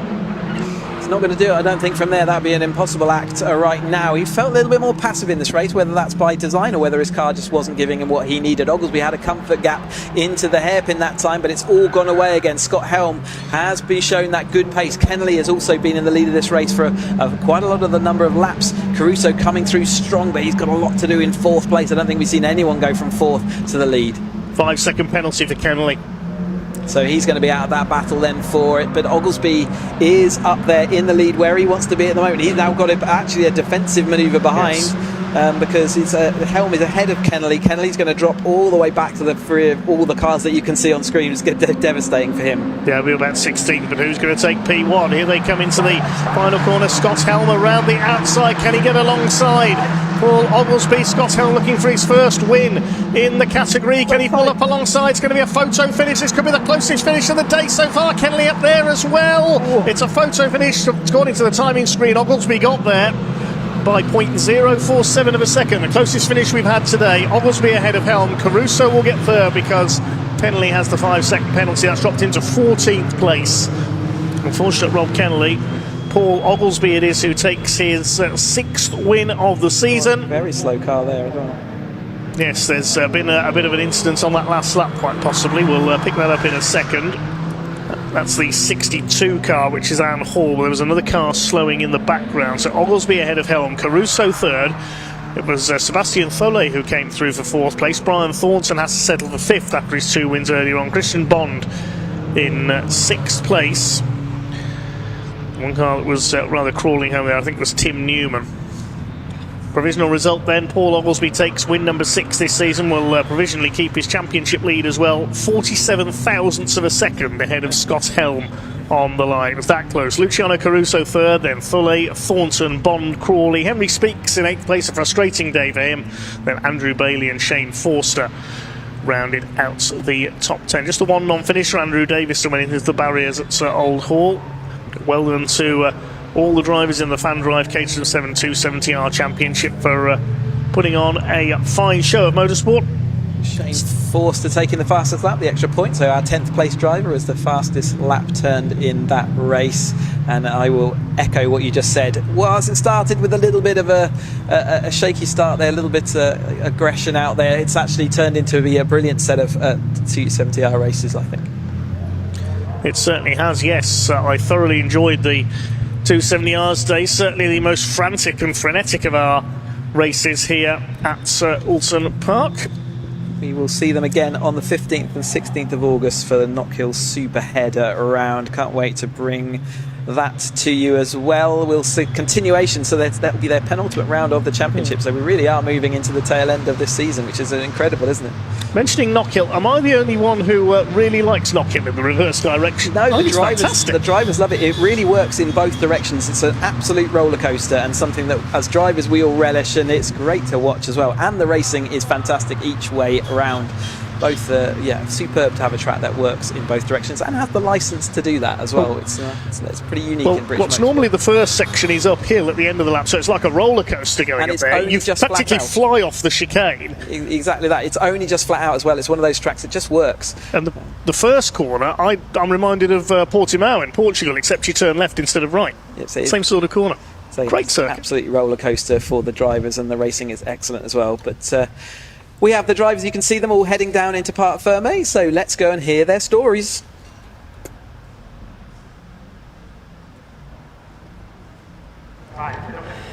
Well, what a heart in the mouth end that was to the final 270R race of this afternoon here at Oulton Park. Ultimately, it was a championship leader, Paul Oglesby, who got that win done in the end, and due to track limit penalty, it did drop Roy Kennelly out of the point, so Scott Helm took home P2, and Luciano Caruso sits in P3. Lovely camaraderie here between the drivers, celebrating each other and recognising such incredible performances out on track. Hard but fair racing, I would say, has been the common denominator between all the series this afternoon. Go on, take pictures of Paul, go on. It's your moment, Paul. First. He's done it. Wonderful. Wow, I'll swoop in. Congratulations. A race win under your belt. Talk us through that final race here at Oulton. I just knew I had to recover from a bad race one today and just gave it everything I've got. Absolutely phenomenal racing with my teammate Scott. Absolutely loved it. Best race I've ever had. Most fun I've ever had. Respect to all the guys around me. Shout out to RS. Shout out to my family, my dad, my sister, who are all here. And then, my wife Alison and the two boys. What is it like racing so closely with your teammate? Is there an element of carefulness you have to take? Because there's obviously respect between you both. It's more respect. We just know that we're going to give each other space. We're not going to do anything stupid. And it's been a long time coming, so I'm really pleased for Scott, and I'm pleased for the team. Yeah, thank you. Okay. Lovely, congratulations. I'll let you cool off because it's been a hot one here today at Oulton, no less for this final race here as well. So here we are, Paul Oglesby, the race winner for the final 270R of the weekend, and I think actually it is time now for the 310R race. So I'm gonna catch up with some of the drivers. I caught up with them earlier on in the assembly area, and it was a bit of fun with William Chadwick and the Harris brothers.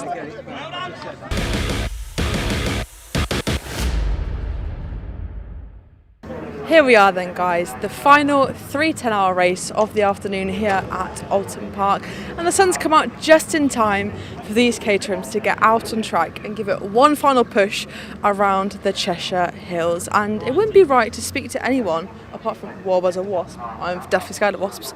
Let me try and speak. Look, Will Harris, he's been a bit of a nightmare to me today. I'm going to try and speak to his... I'm not going to speak to you. This is the man you want to speak to. 2 wins today. Will, how are you feeling? I'm feeling great, thank you. How are you feeling? All right. All right. What, did you like Oulton Park? Is it a good circuit for you? What do you think, mate? I think you've had an okay day, but it's been tough. I think there's been a lot of competition. I think there's been a few people that have joined for this round that have made it difficult. Racing is difficult, but I think you've got a win in you. I think so. I think I'm coming for you this one. That's fruity. Shall I remind you of the around the outside I did at Cascades on you? Don't recall that. No comment? No comment. I just want to say to you, because I know you've been avoiding me, I just want to say to you, at Donington Park, you didn't qualify in the top 3. Yeah. And then in the first race you went in the top 3. Second race you were 3rd, and then the third race you went on to win. So we are following the same trend here at Oulton Park, aren't we? I hope so. I'm not too convinced though, but maybe. Why is it about Oulton Park that you're not seeming to gel to then? I don't know. I feel pretty good. I just can't seem to make any overtakes, to be honest. Pace feels alright, but I just can't seem to get past really. Well, heading into this weekend, you were the championship leader going into the summer break. I don't have the updated standings, so I don't know where that will put you. But you're generally doing pretty well in this championship, and it's consistency that means a lot at the end of the day, isn't it? Yeah, it is. It'd be nice if I could be consistently a bit higher than 6th and 3rd, though. That's still pretty good, though. Yeah, not when this guy keeps winning. I don't know where it's come from, honestly. It's a bit of a shock to me as well. I know. You just can't get the staff, can you? I'll let you go and do some meditation or something to get in the zone. I'm going to try and nick your other brother though, because you are consistently like third, but you are also consistently beating him. Don't tell him that. Well, I'm going to. Charles! I've just said to Will, and he said you're not going to like this. He said he wants to be more consistently towards the front end, but I did say at least he's consistently beating you. What are your thoughts on that? I think he got lucky in that last one. I think we both came out the last corner equal, and then he just had the car in front with tow, so it could have gone either way.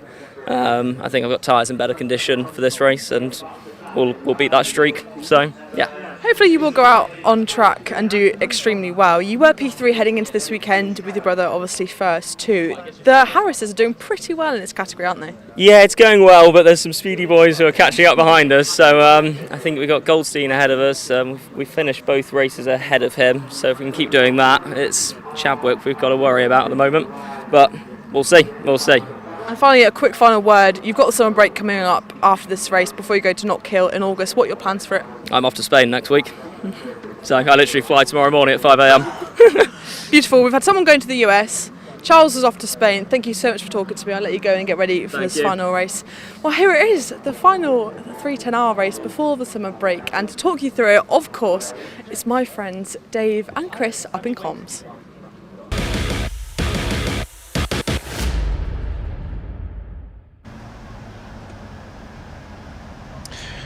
Cars on the grid, they're ready for their green flag lap. Thanks very much, Leah.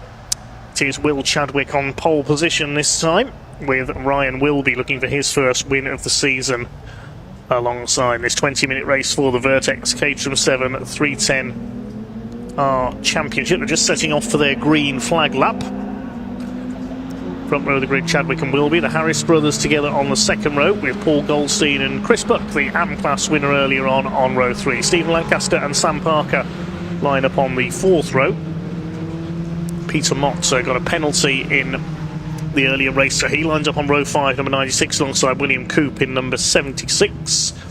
Sixth row is number 5, Ben Lopez Appleton. Picked up some damage earlier on alongside 95, Steve Harris.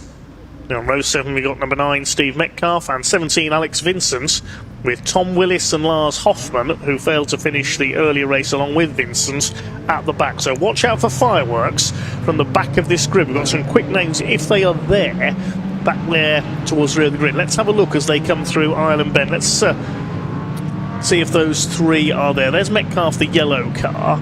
Yes, all three of them are there. There's Vincent. There is Willis. There's Hoffman. So yeah, it's not the largest field today in 310 history. So they have got full opportunity to get to the front. But as we said all weekend, you don't need high numbers for high quality, and the quality of this field, it's been hard to work your way through the field. And there's also the AM Championship that's fighting its way sort of around where those cars will be in a few laps' time. However, we've seen Lars already chop through the front of the field, and we've seen Tom Willis fully able to get it. And everybody in the driving paddock wants to have that story of back of the grid to the win, so they will be absolutely thirsty for that. The AM Championship was raging all the way through the opening two events of today as well. This is their final 20-minute action for the 310Rs as well. We've got one more race beyond this one before we can call it a day, but this is going to be a scorcher for sure. The sun, as we heard from Leah, is out. Temperatures coming up, and you can see there's a little bit more breeze in those trees. You can see just a wafting in the bottom left-hand corner around, and the direction of that has changed slightly. So they've got a bit more to deal with in this race. But this is the most experienced of the sort of original Academy car. So 4 years in, this is the really good and high-level drivers with the team support in the 310R as they start to align themselves up on the grid then. Who's going to come out on top this time? Well, I've got no idea what's going to happen here. This is going to be an interesting one to say the least. Will Chadwick in the white car on pole with Ryan Wilby, black with red wheels alongside. Second row, Will Harris, that's the black car with the dark red roll cage. Charles Harris in the Team Lotus colours, the British Racing green and yellow. Paul Goldstein in gold, and Chris Buck, he's in the sort of blue, white, red and black mixed colours. Top amateur, so the red lights are on. They go out now and away they go. Red lights out on and off very quickly there. Front row gets away well, and it is Chadwick who will lead the way into the first turn from Ryan Wilby, then the Harris brothers. Now let's have a look towards the back of the field, see these quick names which started slightly out of position, starting to come through. They'll already start to make their progress. It's Ryan Wilby takes the lead from Chadwick as they come down towards Cascades for the first time around the outside. So it'll be Ryan Wilby leading as they come towards the right-hander at Island Bend for the first time. Moving up on the outside is Charles Harris, taking on his brother. I think our interviews provoked a bit of sibling rivalry there. Up the inside, 3 wide, and there's going to be contact on the outside. A couple of cars bumping and boring in there. They've all made it round. Couldn't quite tell who that was. It was Lopez Appleton on the outside, so he's trying to make his way through. I saw Lancaster mounting the inside curve, which didn't look particularly comfortable, but he's still managed to stay up and with the battles, but it's Wilby out front. So Ryan Wilby leads the way. Good start by Sam Parker on the tail of Paul Goldstein there. So Paul dropped a little bit of ground at the start. Side by side for the lead then. Trying to move up on the outside is Will Chadwick in the white car. Ryan Wilby it is who leads though. Will Harris ahead of his brother Charles, third and fourth place. Rounding up the top 5 at the start was Paul Goldstein. He's lost about 2 or 3 places there. Steve Lancaster going well. The turquoise number 49 car, the Dutch Barn vodka car, used to be title sponsors of Caterham Racing. The company started by Chris Fraser, who's not racing today. Good to see the name still involved though. Please don't drink and drive, of course. They complete the first lap then is Chris Buck up in 5th place. He's running well. He's the AM category.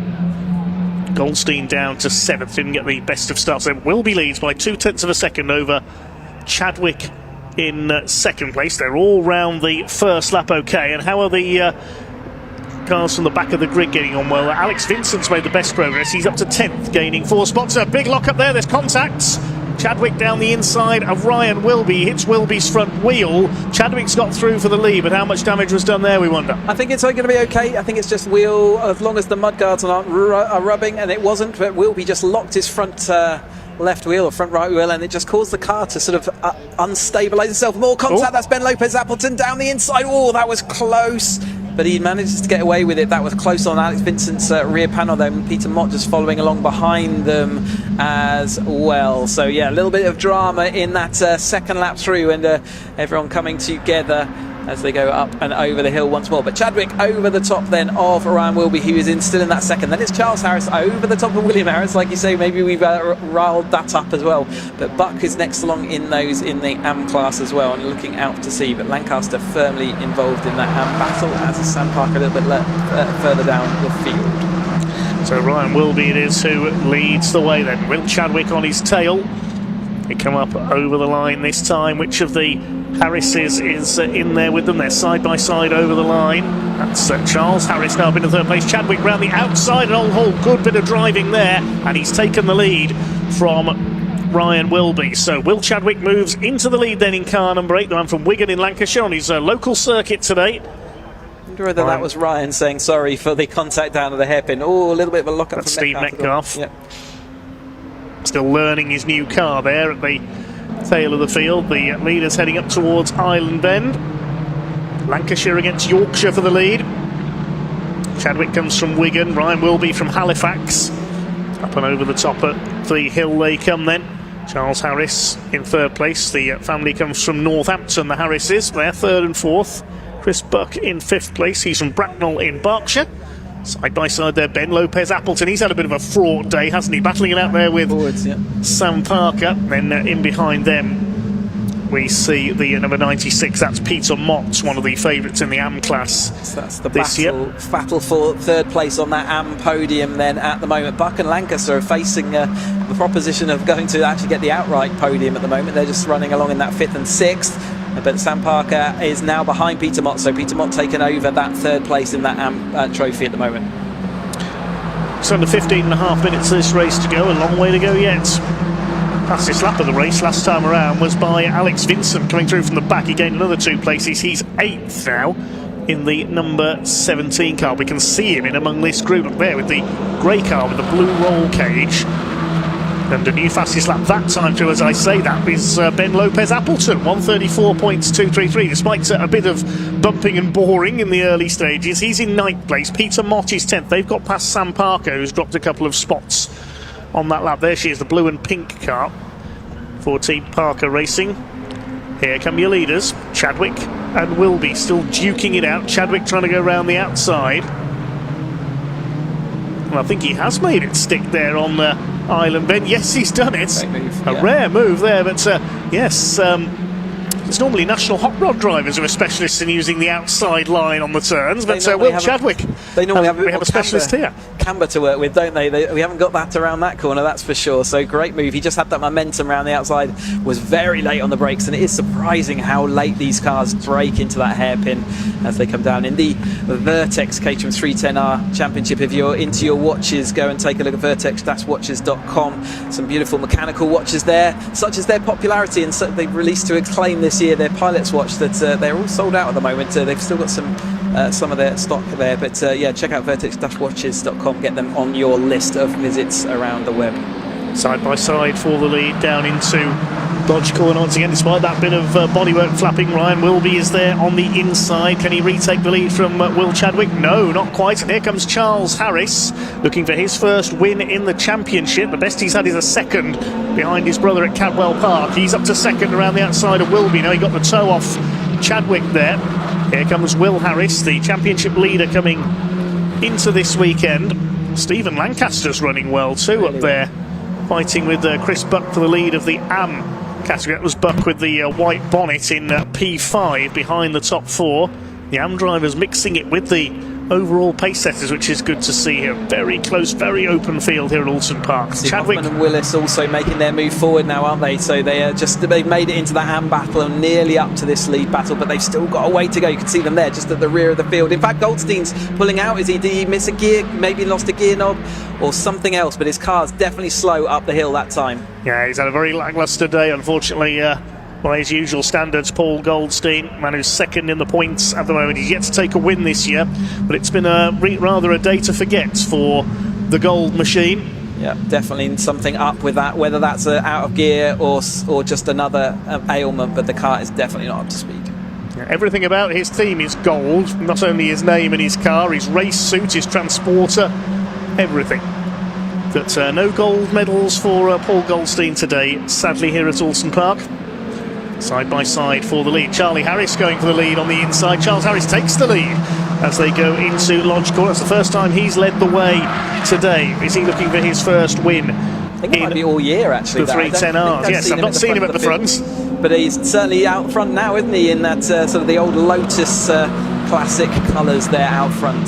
Reminiscent of the Oulton Park Gold Cup for Formula One cars back in the 60s here. The likes of Jim Clark and Graham Hill would have raced Lotuses here. Of course, now we see the historic Gold Cup meeting held here these days. It's usually historic Formula 2 cars were the last cars to contest the Gold Cup.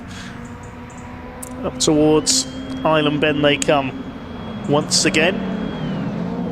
Chris Buck still leading the AM category in P5 overall. Here's Peter Mott up the inside. He's got Tom Willis on his tail, and ahead of him Lars Hoffman, so they're up into this midfield scrap now, the two cars from the back of the field. Alex Vincent's already in there. There he is, the grey car with the blue cage in about 7th place. Still got over 10 minutes, over halfway of this race still to go, so they are just about in the position they need to be to get to the front of it, but it's still a lot of work between now and then, isn't it? You can see Peter Willis there just behind Peter Mott at the moment. As you get higher up, the harder it gets to overtake, and yeah, they're going to struggle to get through to this field, but they're just about on target if they want to get to the front of this field. But it's currently Charles Harris who's out front, and clearly he needs to have more race interviews ahead of going out on track. Yes, he and Chadwick have swapped places a couple of times this lap, and they do so again. Chadwick at the inside retakes the lead. They're loving this. Ryan Wilby in behind them. I think it's a bit tricky to see the numbers there at Lodge now in the slightly lowering sun. As they come up over the line, it is Will Harris in 3rd place, in fact. So what's happened to Ryan Wilby? He's dropped back to 5th place behind Chris Buck. He's into the top 4 now. Must have made a mistake on that lap through him again, and maybe a potential misgear, but here comes Willis and here comes Hoffman. They are right there now, aren't they? And as this group's all coming back together again. Ben Lopez-Apton also fighting back through, but not succeeding that time. Sam Parker's in a bit of no man's land at the moment, in 4th place, but Peter Mott just at 2, but still fighting with that group in front as Chadwick then comes down in the lead into the hairpin. A little bit late on the brakes that time through, but I think also late on the brakes there was Vincent, I think. Side by side up the hill there, Peter Mott and Tom Willis. So another obstacle cleared by the Hoffman-Willis combo from the back of the rear. Alex Vincent going down the inside as well, trying to attack. So it's still Chadwick from Charles Harris, Will Harris, Chris Buck up there in 4th. He's having a fantastic run. Ryan Wilby in 5th, and Alex Vincent from towards the back of the grid is 6th. Steve Lancaster 7th. Ben Lopez Appleton is up to 8th. Then Hoffman 9th, Willis 10th. So the 3 drivers who hit problems in race 2 earlier on, all into the top 10 now as Charles Harris takes the lead back again from Will Chadwick. They're having a fantastic scrap out in front, those two. Steve Lancaster under fire from Ben Lopez Appleton up towards Lodge Corner. Chadwick moves across to hold back the Lotus liveried machine. Wilby looks out of sorts. He's not got momentum in that car, and I don't know whether he's able to get it back again, but he's dropping backwards rather than moving forwards. You can see the gap now between that front group, which he was with until very recently. Charles Harris retakes the lead as they come down towards Old Hall once again. Willis and Hoffman have taken Lancaster. Good save, Stephen Lancaster. I thought he was going to spin across into the barriers there. That was a scary moment. He'd have needed a few shots of Dutch Farm vodka after that. Goodness me. Yeah, we've seen that accident many times. A spin onto the outside all the way to the inside happens very quickly, but he has managed to straighten that all up, and off he goes again. A bit of a lock-up that time from Wilby as they came into the wrap. Vincent taps him up the rear as they go up and over the hill again. So does that mean that that Wilby is back and up and running again? But Chadwick is leading them down. A little bit of a comfort gap back in this corner. So 1 corner gap where they can breathe a little bit more. He leads Alex Vincent there. You can see a tiny bit of damage on Alex Vincent's nose cone there, I think. Behind him is Ben Lopez Appleton up to 7th. There is Lancaster coming under fire from Tom Willis. Hoffman's already gone through in the number 2 car. 15 cars running out of the 16 that started because Paul Goldstein has pulled into the pits. Charles Harris it is who leads the way under pressure from Will Chadwick. Still a 7.5 minutes, so this cracking race to go for the Vertex Caterham 7 310R Championship. Chadwick retakes the lead as they come up towards Lodge Corner yet again. I've lost count of the number of times they've swapped places now, those two at the front. So Will Harris is just biding his time behind them as well. The championship leader, he's had 1 win at every meeting except for Brands Hatch Indy this year. Had a best of 2nd place there. Lopez Appleton sweeps past Alex Vincent there, having a good fight as well. Probably triggered the track limits there. So again, we've seen that a couple of times from him, haven't we? So needs to be careful of that as he heads through into the latter part of this race. He'll have logged at least a couple, I think, by now.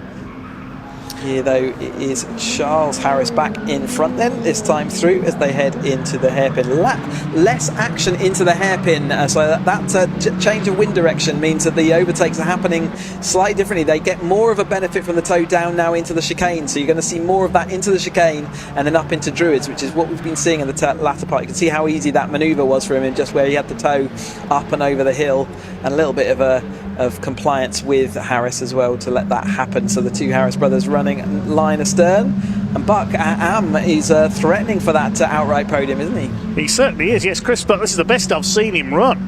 And the number 36, the C&V Mubob software sponsored machine. Of course, Mubob sponsored the Caterham Academy a couple of years ago. It's ahead of Ryan Wilby, trying to catch these 3 who are at it absolutely hammer and tongs at the front. Chadwick back up the inside on Harris. Here comes Will Harris, 3 wide behind. There's Steve Harris towards the back of the field, probably wishing he could join that battle with his 2 sons at the front. Looking fun, yeah. So who's going to be leading as they complete the lap this time? 9 laps ago it was Chadwick who led at the line, I can tell you from the timing screen, and off at the back of the field. That was Will Coop going off at the exit of Lodge Corner. Back before hitting that barrier. I'm not sure. Close. Charles Harris has got the lead back again. Meanwhile, every time we cut back to that battle, there's a different leader. You just can't keep up with this. You can't take your eyes off it. Here they come. Charles Harris has retaken Will Chadwick. There's still over 5 minutes of this to go. This is fantastic stuff. Will Harris in 3rd, then Buck 4th. Hoffman's up to 5th, and he's got the fastest lap of the race. How's Hoffman done that? He finished the previous lap in 8th. There you go. He's taken 3 people in one corner. He's lost a bit of momentum up over the hill, so he's going to get swamped a little bit back again, I think. So, but it is, it's just lost a little bit out there. He's lost 2 of those places again. So yeah, Wilby and Lopez Appleton have got through. Vincent in there as well. But Wilby is just not having a good second part, is it? I think the tyres must have gone off, or the setup is just not for this hotter weather. Steve Lancaster still going ahead of Peter Mott there, 2nd and 3rd of the AM category. Sam Parker's rather lost the draft, as they say in NASCAR racing. She's in 12th place. And the final battle between Metcalf and Steve Harris further down the order. I think Will Coop is stuck in the gravel at Lodge. So I think there might be a yellow flag out here because he hasn't come through on that previous lap. The yellow flag is there. I was chatting or joking with Will Coop that there's not many places around here that you can actually get stuck in the gravel, but I think he did meet with that barrier potentially, so hopefully that's going to be okay and not too much damage on that before he gets back out with us at Knockhill. Brian Wilby down the inside on Chris Buck, retakes 4th position. Here comes Ben Lopez Appleton. He's been yo-yoing up and down the order all day long today. As Will Chadwick retakes the lead again, coming into Cascades. That's Hoffman off wide there. So he got contact, he got squeezed to the edge of the track. Didn't see how it all started, but that is Hoffman back off, and he will be losing all that momentum he just gained. And again, before we finish the next sentence, Charles Harris has retaken the lead again. I wonder if somebody's tallying the number of lead changes here, because it must change about 3 or 4 times a lap in this race. The lap chart definitely doesn't give the full picture, no, it doesn't. The results, proof that results certainly can lie, this race is going to be. Let's have a look what happened to Hoffman there. Yeah, he got squeezed, didn't he, by, I think that was at Vincent? No, it was Buck, wasn't it? So he didn't know he was there and just squeezed him off the edge of the track. So where is Lars Hoffman now? We'll pick it up at the end of this lap. There's Chris Buck. He's lost out to Ben Lopez Appleton. Ryan Wilby already had gone through. Then Vincent and Willis next in the order. Here are the leaders. Charles Harris. Can he hang on ahead of Will Chadwick for more than a couple of corners? No. I may as well say they're yellow flags at Lodge, of course. Yeah. So he was ahead at that point of the yellow, so they'll have to work that out. Chadwick's gone round there. Yeah, I think he just got him before the yellow flag zone there. That's a bit of a risk taken by Chris Buck on the back of Ben Lopez Appleton. He might set himself up to make a move here. You've got to be careful that you do show you're fully in control of the car if there is a yellow flag, but side by side then. Will Harris taking on his brother. I thought this might happen. But absolutely, he's not resisting anymore, is he? He's not giving him it or letting him have anything. He's designing himself to be in front all the time, but Chadwick is still in that lead position at the moment. Charles Harris, great to see him fighting there for this outright win. Yeah, the Harris brothers, they need to work together to try and get past Chadwick here, not fight each other, because they might let Chadwick get away in front. Up the inside, Charles Harris retakes the lead. There's Alex Vincent battling it out with Tom Willis through Island Bend. This is a brilliant race. First class Caterham racing. I think this will be the penultimate lap, won't it? I think they'll get over the line again before time is up, so they'll get one more. But there's Hoffman drifting all the way back to Sam Parker there, so be a shame for him that after all that effort he's not going to get rewarded with some big points on his return to this grid. Like we say, hope that Henning Eschweiler will get better, but it is great to have Hoffman out here, isn't it, doing what he does best. It certainly is, yes. I'd love to see him battling Taylor O'Flanagan in the UK Championship again someday. They were such great friends and rivals in the 310Rs over the last couple of seasons. Here come the 3 leaders. The yellows, I think, are still out there. So it'll be Charles Harris in front this time. There was definitely a yellow light on the Warwick Bridge there, so Chadwick up the inside. I'm sure I could see a yellow light flashing there. So we'll flag up here though, so maybe it was withdrawn just before they got there. Well, I'll give them the benefit of the doubt from my point of view. I'm not sure there. Yeah. So Chadwick has got back ahead there of Charles Harris. William Harris looking on, and look, they've battled so much. Ryan Wilby has been able to catch them. He's got his second wind in this race after dropping back early on. We'll be on the last lap now, because there was just over a minute to go as they cross the line. This is going to be interesting. 4 of them going for the win now. Here they come up towards Island Bend. Ryan Wilby did take a position, so he's into 3rd already. He's gone down the inside. There's a bit of a squeeze there for 3rd place. Lock up by Charles. He's going to lose momentum. That's going to get Wilby into 2nd place then. One more car in front of him before the win is possible. He locked up because Chadwick went round the outside of him on the entrance to the corner and got the lead away. He took him by surprise there. This is amazing stuff between these 4, and the rest of them catching up to them as well. Now Chadwick's got the break. Has he done enough here to try and take the win? Ryan Wilby, if Ryan Wilby can win this, that's one of the best comebacks in Caterham racing, the way he dropped down the order earlier on. This is absolutely superb stuff. Up they come towards Druids for the final time. I've no idea what's going to happen through the final corner here. Wilby's in second place ahead of the Harris brothers. Has Chadwick been able to escape? They're coming up towards Lodge for the final time. I think it was one of the signs on the bridge I saw, not the yellow light, so I apologise there. Chadwick will lead them into the final corner. Will be in second place. The Harrises are still at it for third place. They're going to take each other off if they're not careful. Lopez Appleton dives wide. Checkered flag is at the ready, and it's going to be Will Chadwick takes his second win of the day. Ryan Wilby, what a comeback for second place, and Charles Harris beats his brother for third. Yeah, great stories across that, and it was Buck across the line first in the AM Championship, Lancaster and Mott, then Parker in that fourth place as we watch the Metcalf and the other Harris, Senior Harris, coming across the line to complete this grid. Fantastic action all weekend, all day from the 310Rs. Really fun to watch them racing and showing what they've been doing. So again, they will be up with us at Knockhill on the 15th and 16th of August for the super header as well. But Chadwick takes another win. He's really making a habit of that, isn't it? And what a good habit to be in. But yeah, it did look like Wilby had lost the momentum, lost the setup, maybe the balance, but it all came back to him at the end. And Charles Harris really was. Majority of that race he was ahead of his brother, wasn't it? And it deserved. Yes, he was in the lead for quite a lot of it, battling it out with Chadwick. But it is Chadwick who takes the win by 0.349 of a second. That's a big margin in 310R terms. Ryan Wilby, great fight back for second. Then the Harris brothers, Charles ahead of Will. Ben Lopez Appleton in fifth. Alex Vincent and Tom Willis coming through from towards the back of the grid for sixth and seventh. Chris Buck dropped to eighth, but he does win the AM category ahead of Stephen Lancaster. Only half a second between those two at the line. Peter Mott in 10th then. Lars Hoffman dropped to 11th with that off. 12th was Sam Parker, Steve Metcalf 13th, Steve Harris 14th. We lost Will Coop at Lodge Corner, and Paul Goldstein pulled into the pits. Great racing, guys and gals. That's fantastic stuff, and I look forward to more of the same later in the season. But they're also coming late into their championship, so it is now time to see how are they going to finish off their championships. Well, if they finish them off the way they've been racing this year, it's going to be fun to witness for sure. One more race to go before we call time here at Oulton Park. We've got the Seven Championship UK drivers, and we're just waiting for Sam to get back into Parc Fermé and get herself ready for that. But yeah, up next is the Caterham Seven Championship UK. Just a reminder then, the next Caterham actions you're going to be able to get to see Academy on the 1st of August at Brands Hatch Indy. We've got the Road Sports 270s and 310s heading to Knockhill on the 15th and 16th of August. But the week before that, Caterham Seven Championship UK cars will be at Knockhill with the TOCA Touring car bases on the 18th and 8th and 9th of August.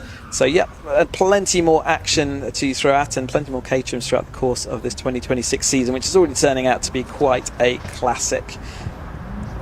Again, let me take that opportunity as well to say thank you ever so much to all the marshals as we watch the recovery crews and ambulances and everything else that goes into making a race meeting happen. We can't go racing without them. Great to hear from some of them over the course of the weekend, and Caterham still feeding our marshals with their little goodie bag ahead of each race meeting, as we really do like to say thank you. And again, the Academy also get to have a marshalling day to extra points in their championship. I think that's pretty unique in British motorsport, and again, it gives them a chance to see what it's like from the marshals' point of view, and that's really important for any racer to appreciate. Very well said indeed. Look how many cars there are out there. You know, it's just everything that goes into making one of these race weekends. It's an incredible infrastructure that's here to allow us to do what we love. So just one more race to come then, 20 minutes for the Motul Caterham Seven Championship UK. We used to see the partially reversed grid for these races, but that's not a feature this year. They line up in the order they finished the previous race, so it will be Taylor O'Flanagan on pole position with Matt Armstrong alongside. Before then, though, I think we can, in just a moment, hand down to Parc Fermé with Sam to talk to our race winner in that cracking 310R race.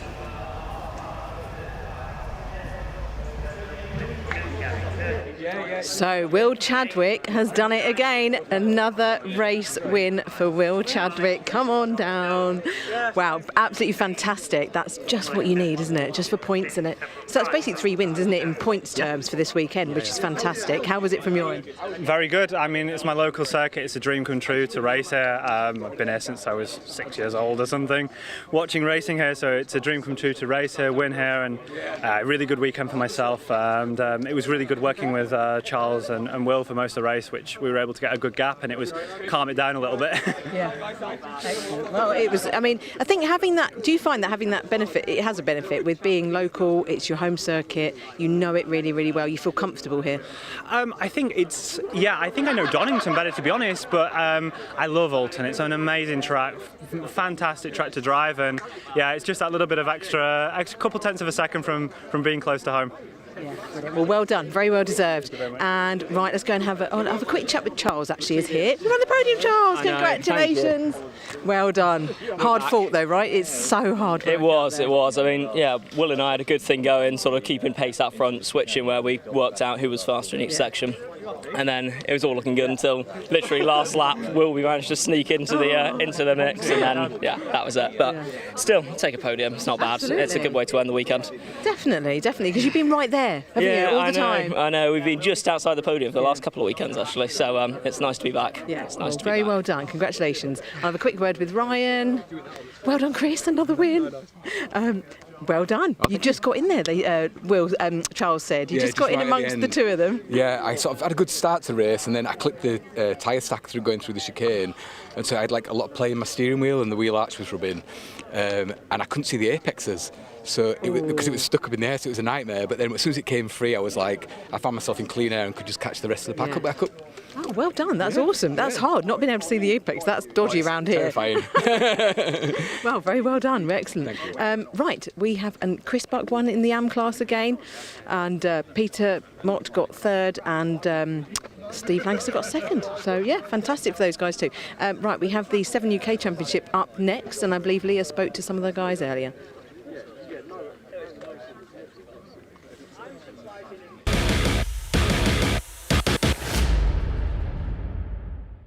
Here we are then everyone, the final race of Caterham Island here at Oulton Park, and what better way to round it up than with the 7 UK class, the pinnacle of Caterham racing here in the UK. And I thought it'd be nice actually to speak to the drivers who perhaps don't get as much time from people like us, because we do get so caught up in who's winning, who's on the podium, who's setting records, who is breaking down barriers, but we don't really get to speak to people at the back end of the grid who are as just important to this championship as those winning races. So let's see if we can catch a word with Chris Welch, because I'm very interested by his helmet. I quite like that. I'm okay to grab a quick word with Chris. I want to talk about his helmet really. Are you free for a quick chat? Yeah, not doing anything else. I was about to say, we're just sat here enjoying this lovely sort of Cheshire sunshine. Chris, it's lovely to speak to you. I want to talk to you about your helmet, because in particular it's really caught my eye in this grid. What was the colour design behind it? Because you've got red with glimpses of yellow. It's really eye-catching. Well, it's my grandfather's tartan, which is a Macmillan tartan. So we wanted to have it in the helmet. So my wife designed it, and we took it to Craig to get the design done. And then we went there with my wife to have it unveiled in front of her to see, because she was petrified it was not going to be great, and it is fantastic. So it's there's a bit of yellow, a bit of colour, keeps Ian happy, a bit of tartan in there, and it matches the car. It matches your car absolutely perfectly. Have you enjoyed your time here at Oulton Park today? Yeah, absolutely, it's been lovely. It's been great fun. I've never done this particular circuit before, and it's great. Really good, and people here are fantastic, and of course the marshals and the stewards and everybody, and not to forget you lot of catering that are always there to help us out and tell us off when we need to be told off. Lovely, thank you Chris, I appreciate your time. Lovely to speak to you. See, look, this is what we find when we go back to these people here. We get lovely stories like his grandfather holding that. Let's see if we can grab a quick word with Tom as well. Tom, just a quick word with you. We've been speaking all day to people about their cars and the liveries they've chosen. You've just gone full banana mode. What was the reason behind that? To be honest, I can't remember. We just always had a banana. Yeah, it's been yellow for as long as, I think it was originally a sponsor we had like about 10 years ago.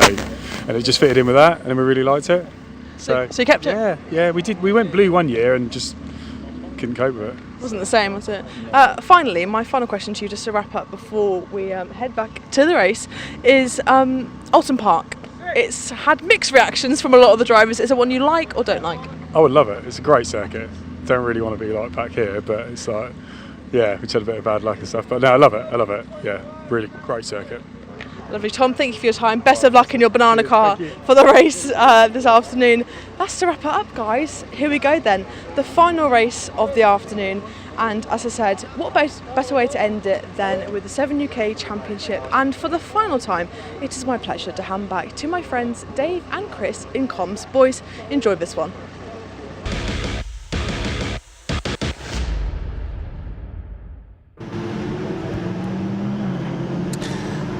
Miles already on their green flag lap. Thanks so much, Leah. Time for our final race of the day, the Motul Caterham 7 UK Championship. This will be a 20-minute race to round off the day. Will my voice survive the whole 20 minutes? If it was anything as lively as the last race, I'm not so sure. So race 2 saw Taylor O'Flanagan take the win, and he lines up on pole position. Fresh from his 4th win of the season. Alongside him, Matt Armstrong, last year's champion. Row 2, 23, Justin Armstrong, who is likely to move to Pro-Am status soon, we think, and Harry Senior alongside in 28. Row 3, 46, Steve Nuttall, 76, Monty Hind. 4th row is number 10, Henry Heaton, and the 56 of Craig Story.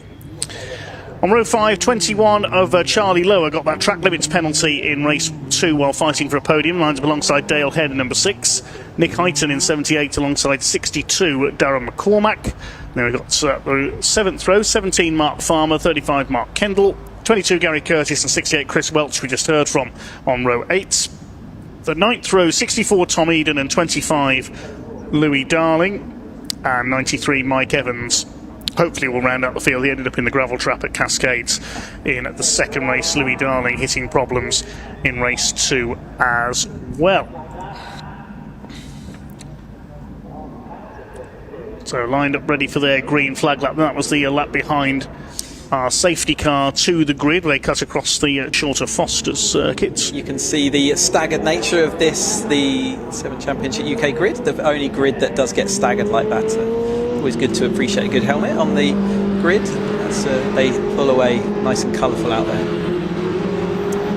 I myself had painted mine with cheese holes to keep it unique to my nickname there. There's Mike Evans, though, heading at the rear of this pack. He'll be looking to get through. He had some issues earlier on in the race weekend, and is now looking to see whether he can come back through from the rear of the field. As Taylor Flanagan leads us around then, ahead of Matt Armstrong and Justin Armstrong. There is that yellow machinery there. Justin Armstrong in the yellow and blue machine. Matt is in the blue and orange, as Harry Senior also had a bit of a quiet weekend for him, hasn't he? But he did make it all the way up into that 4th place, so he's going to see what he can do to see whether he can make a push for those podiums. And again, I wouldn't put it past him. He's certainly got the skill in that car. Just want to see his get back in that grid, because we really, for the rest of the season, we want to see that battle really rejoined by Harry Senior, because he's been so fantastic over the last couple of races. So looking at the back there, Louis Darling is not there, unfortunately. The 25, he's missing. So he had some problems all throughout the course of this race weekend, hasn't he? Still needing to get that sorted, so hopefully we'll see him back with a sorted car. It's great to see the pace in Darling's car, though, over the course of the weekend, so proving that he has got it. As soon as he's allowed to, he is up there with the front of this pack. Henry Heaton, another guy that's just been a little bit less pushing forward than we might expect, and I know he'll be sort of scratching his head a little bit. He's been absolutely a driver over the years, fully at the front of the field, so we'll look to see what he can do. And Steve Nuttall making good progress, but not making it to the podium just yet, so he'll also be seeing whether he can do anything about finishing in 5th place last time. Podium's just within reach. Okay, up to the grid for the final time today then. The Motul Caterham 7 UK Championship. The yellow car of Taylor O'Flanagan on pole. In blue and red, it's Matt Armstrong. In blue and day-glow yellow is Justin Armstrong. Then we've got Harry Senior in the light blue car with the red roll cage. Steve Nuttall in black and gold on row 3 with Monty Hind alongside him. That's the white and yellow car. Henry Heaton on the 4th row with the sort of chrome turquoise livery. Craig Story in the bright Dayglow yellow and pink on row 4. Green flag is displayed at the back of the grid then. 20 minutes then, the final race of the day here at Oulton Park. This one-day event for the Caterhams. The red light is on, the revs are up, and off they go. And down towards Old Hall for the first time. Super start by Taylor O'Flanagan. The Armstrongs slot in behind, followed by Harry Senior. They're all away cleanly. They charge their way through the right-hander at Old Hall for the first time, and Taylor O'Flanagan is already in the clear at the front of this pack of around 16 cars. We should have 18 cars, I should say, we have out there. Mike Evans already on the move from the back of the field there. It's Justin Armstrong side by side there with Harry Senior, who's got through, I think, into no, he hasn't got through into third place. He's going to be on the outside for Island Bend. Justin Armstrong holds that third, but it is Taylor O'Flanagan who leads the way. Matt Armstrong in second, Justin in third, then Harry Senior and Steve Nuttall round out the top 5. They're working hard down the gears on this 6-speed Sadev sequential box that these cars have in there. Very race focused indeed, as we go side by side a little bit further back in the field. That's Charlie Lower, isn't it, having to recover back through after that time penalty. All the work to do, but we've seen him do it before. He'll do it again. A bit wide there though, out and up the hill, but he's lost a bit of momentum, but I think he'll maintain that place. But yeah, the 6-speed sequential box, easy for me to say, very unique to these cars in Caterham Motorsport, but fantastic tool there, fantastic tool. But Mike Evans pulling on through, made a couple of places up already as we watch Gary Curtis just coming through there. Taylor O'Flanagan though leading over the top of Matt Armstrong, Justin Armstrong, Harry Senior, Steve Nuttall, Henry Heaton making some good progress. Monty Hind up the inside there takes Craig Story, and off has gone Dale Head. He's gone into the barriers. Yeah, safety car will be out as a result of that. I think that might be the exit of Cascades. It is the inside of Cascades, yeah. Quite a regular, common thing to see a car spin to the inside there, and it's hard to avoid the barriers once the rear end steps out. Sad end to Dale Head. He's had a good weekend, a really strong performance, and really difficult car to pass as ever.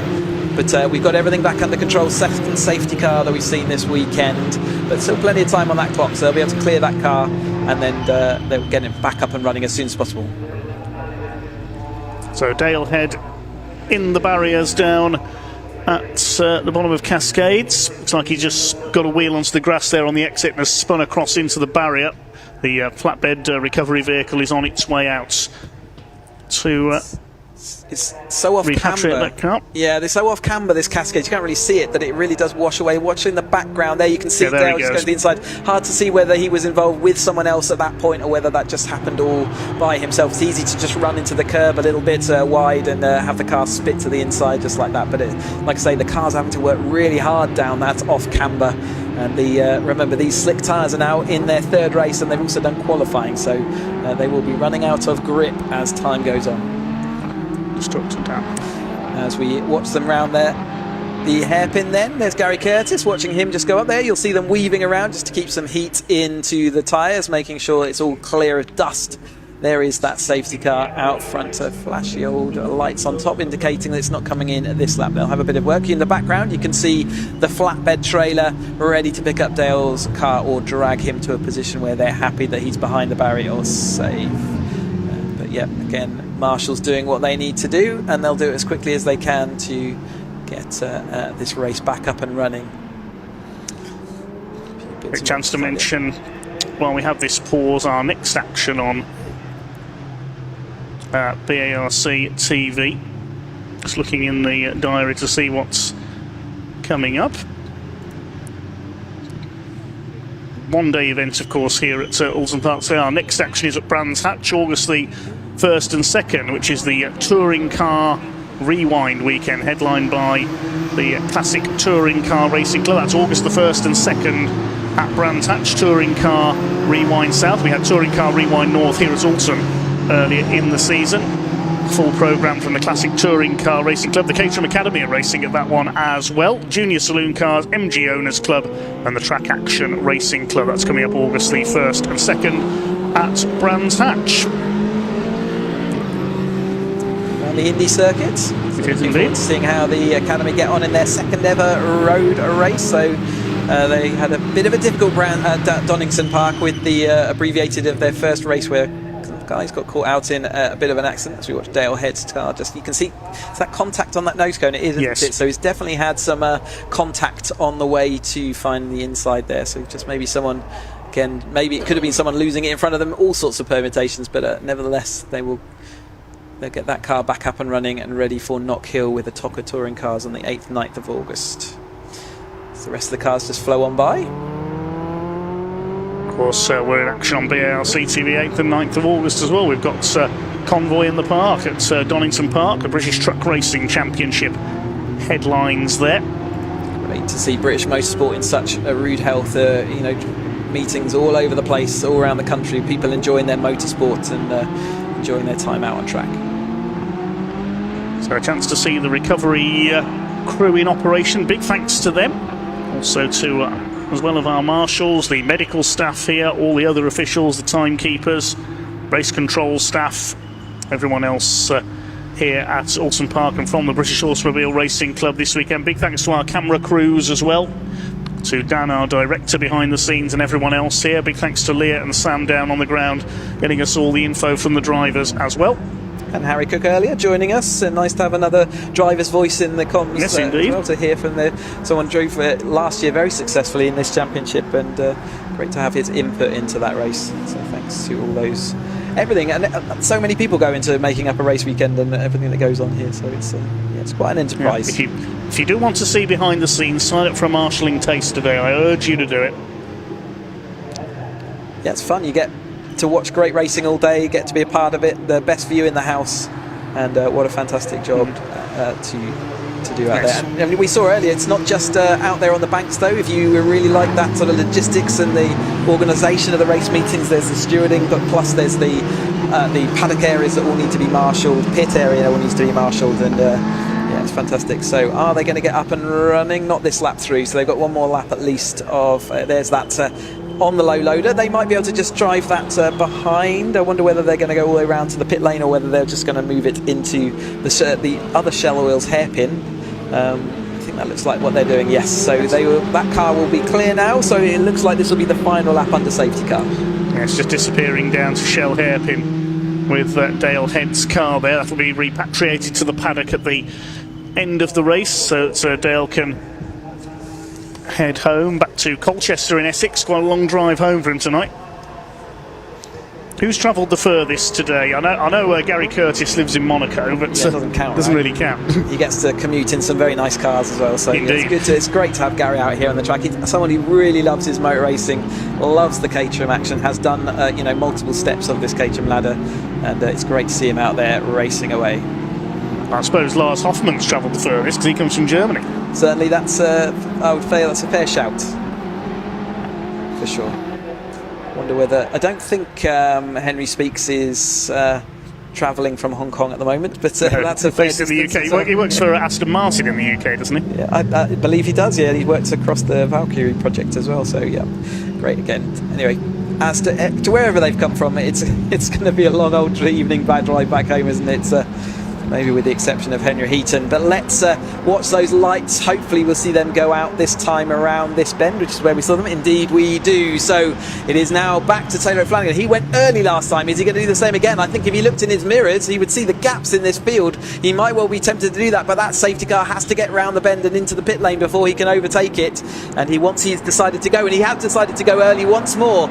And he is going to bring them over. And actually it does make Matt Armstrong's on a little bit of a back foot there. He's got a gap back to him, and that's a great start then by Taylor O'Flanagan. Yes, perfectly judged there by Taylor O'Flanagan. He really has settled in so quickly to the Caterham 7 UK Championship, moving up from the 310Rs, where he had so many battles with Lars Hoffmann last season. Into Old Hall they go then. It is O'Flanagan who leads from the Armstrongs in second and third. Henry Heaton coming under fire there. That's from Charlie Lower. There's yellow flag again. A yellow flag at Cascades there.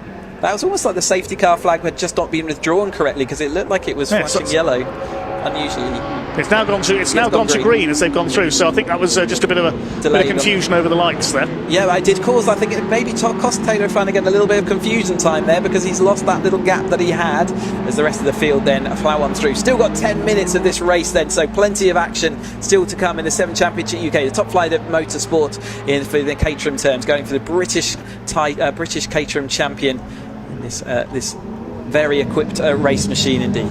There they go then, and the lead gap has indeed come right down. Matt Armstrong right with Taylor Flanagan now.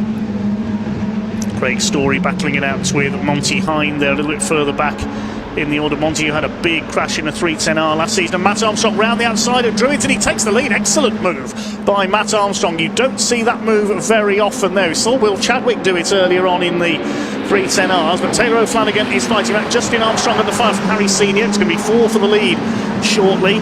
Here comes O'Flanagan. He gets out wide onto the curb though. Jinks back in behind Matt Armstrong. Steve Nuttall trying to catch up with the leaders too, and Charlie Lower, of course, started slightly further back as a result of that penalty in the early race. Justin Armstrong goes for the inside. Oh, that was close. Thought he was going to dive at the inside of both of them, make it 3 wide at Old Hall. Now here comes Harry Senior. They haven't noticed him creeping up as they come through Dentons. He might get Justin Armstrong here. No, not quite. Steve Nuttall's being drawn into this as well because they're losing time to each other and allowing him to close in. What's going to happen as they come down towards Island Bend this time? Matt Armstrong leads. O'Flanagan goes for the inside. He stands on everything up the inside as he outbrakes himself slightly. Armstrong back up the inside and retakes the lead as they come over Hilltop. This is frantic stuff. It really is. That was the first time we've seen a sort of someone just trying for an absolute last of the late breakers dive bomb, but it actually, even though he went past on the way in, he did cost him on the way out, and it's the inside line that's important into that chicane. We've seen that all. Flanagan's car is really, I think he might have cooked his tyres a little bit. It takes a while, as Harry Cook said earlier on, for those tyres to get back under control and a little bit cooled off. So yeah, I think maybe working them a little bit too hard, but certainly no lack of commitment from this front three. There were millimetres between them as they went through turn 1 last time through.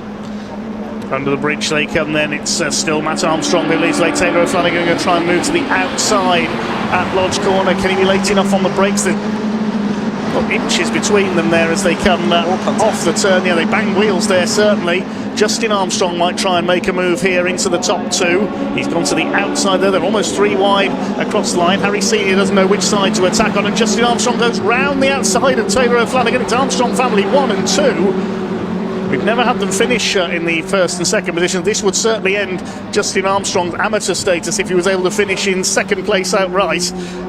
I think that class and the status, he's certainly showing himself right up there, capable of running at the front here this weekend, isn't he?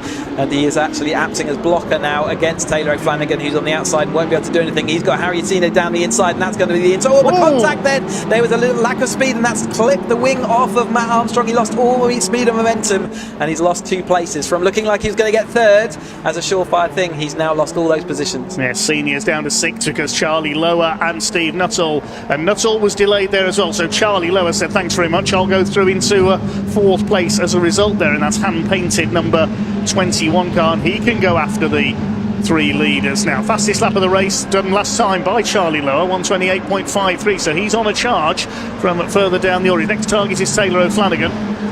5th overall it is Nuttall, down to 6th is Senior. Craig Story in 7th, then Heaton, then Heighton, and then looks like in 10th place Tom Eden's come through from further down the grid, so he's running well from towards the back. He's gone ahead of Monty Hind.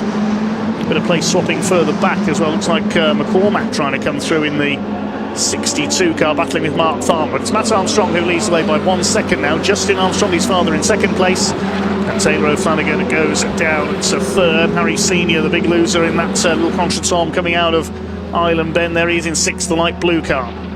Leaders coming down through Cascades once again, and Matt Armstrong now just starting to break away. Yeah, just starting to break away, like I said, as soon as Justin got into that 2nd place. Oh, Mike Evans locked up fully as he comes down Cascades. It's in the gravel. Can he get it out?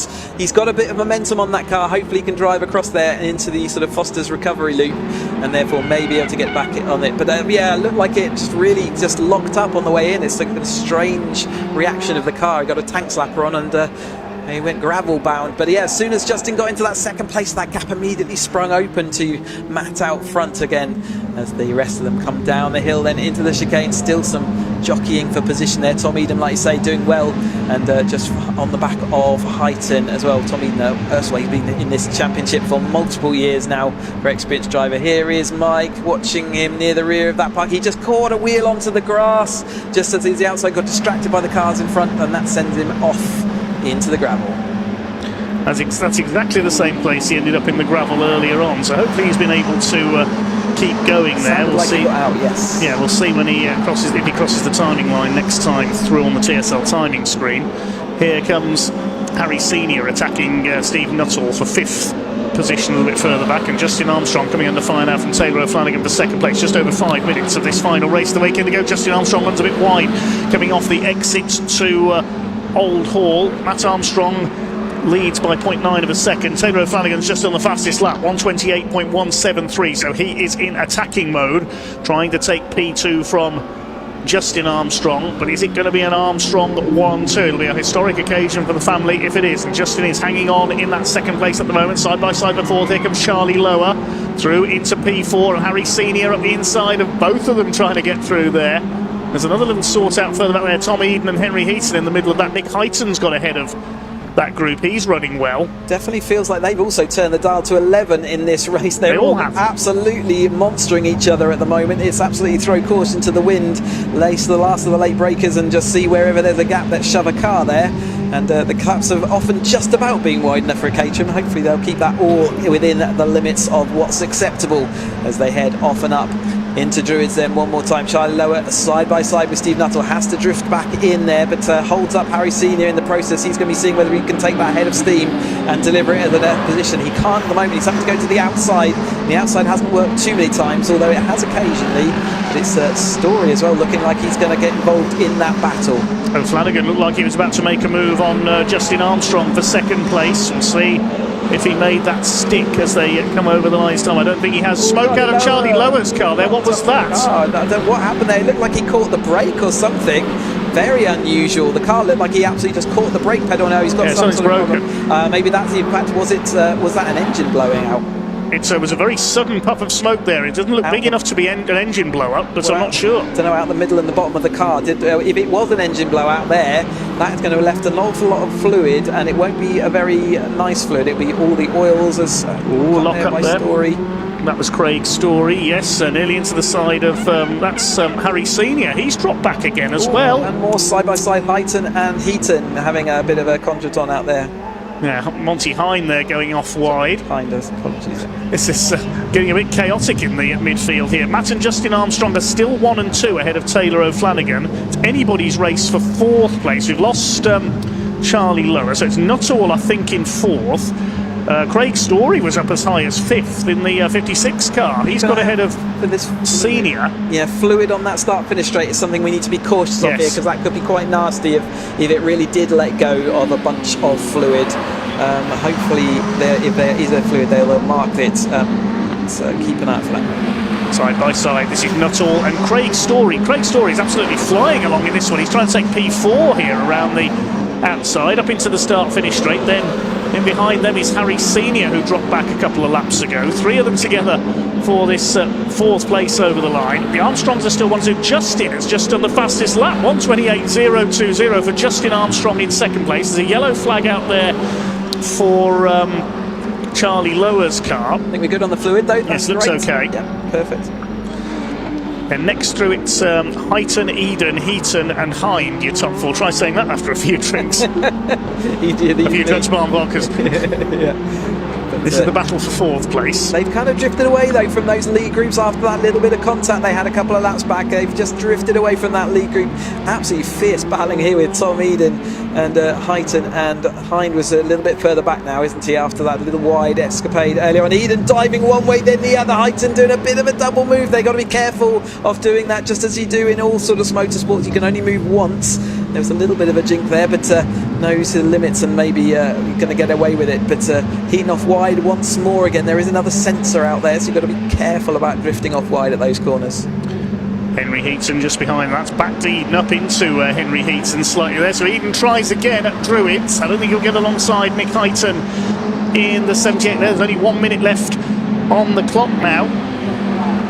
Wait for the leaders to come through over the line. I think we're into the last lap of the weekend this time through. Yes, indeed, they are. Armstrong, the two Armstrongs over the line. It's only 0.68 of a second between the two leaders now. Could Justin Armstrong go for the win here? Well, he could.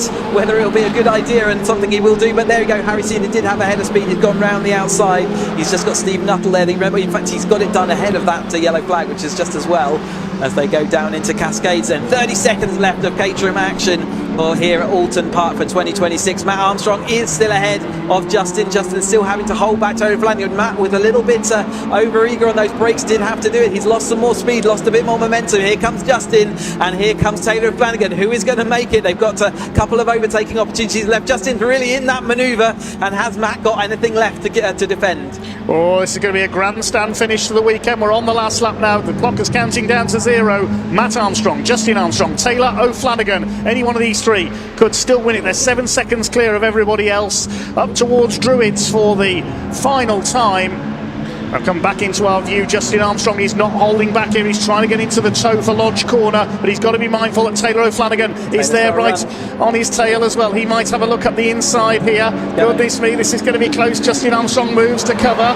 Is that going to allow Matt to get away slightly? I think it has. Oh, this is going to be really close on the run to the line. What a cracking finish. It's going to be a second win of the day for Matt Armstrong. It's an Armstrong 1-2 for the first time ever. What a finish. Justin Armstrong, you are no longer an Am, my friend. You are now into Pro-Am status, surely. What a fantastic race. And I think that might be the first father and son 1-2 we've had in Caterham Motorsport. What a fantastic. And the rest of the field still coming over the line then. Still battles to be won. Looked like it was indeed Hind and Houghton that won that battle in that second pack of cars as well. Yes. But here's Mike Evans still fighting away, so he recovered back to the track, and he's just overtaken Gary Curtis and Chris Welch, who had a battle to the end there.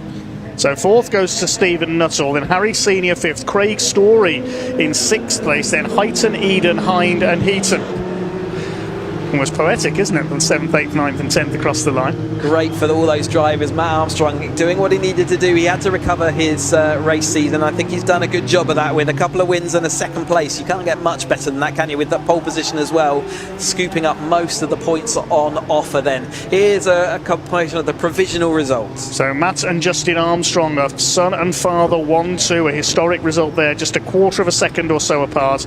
Taylor O'Flanagan in third place, and they were 10 seconds clear of Steve Nuttall, who fought off Harry Senior and Craig Story. Only 0.3 of a second covering those three, and then only 0.3 of a second covering the next four. Nick Heighton, Tom Eden, Monty Hind and Henry Heaton. Behind them were Darren McCormack, Mark Farmer, Mark Kendall, then Evans fought his way back up to 14th ahead of Curtis, and Chris Welch the final finisher. Bad luck Charlie lower, his car breaking down, and of course we lost Dale Head on the first lap. Oof. Well, that's about all from here in the commentary box. Indeedy. Any final words, Chris? Yeah, absolutely. What a fantastic series of races we've had today. Finished off by that Seven Championship UK. But I just want to make my personal thanks, and on behalf of Caterham Motorsport, all the marshals, officials, the BARC team that are out there doing their thing, all of 24/7 and Bark TV, Dave, Sam, Leah and Harry Cook in the comms box, and yeah, been a brilliant day's action, and we've packed a lot in, and I hope you've enjoyed it at home. Yes, I don't think I've got anything that I can add to that. Thank you very much for listening, everyone. Full credit to everybody here today, to all the marshals and officials. Big thank you to all the volunteers making this event possible. Big thanks to our camera teams and our director Dan behind the scenes as well for bringing this production to you. And a big thanks to Chris Hutchinson for joining me here in the box today. Big thanks to Leah and Sam down in the assembly area and Park Ferme.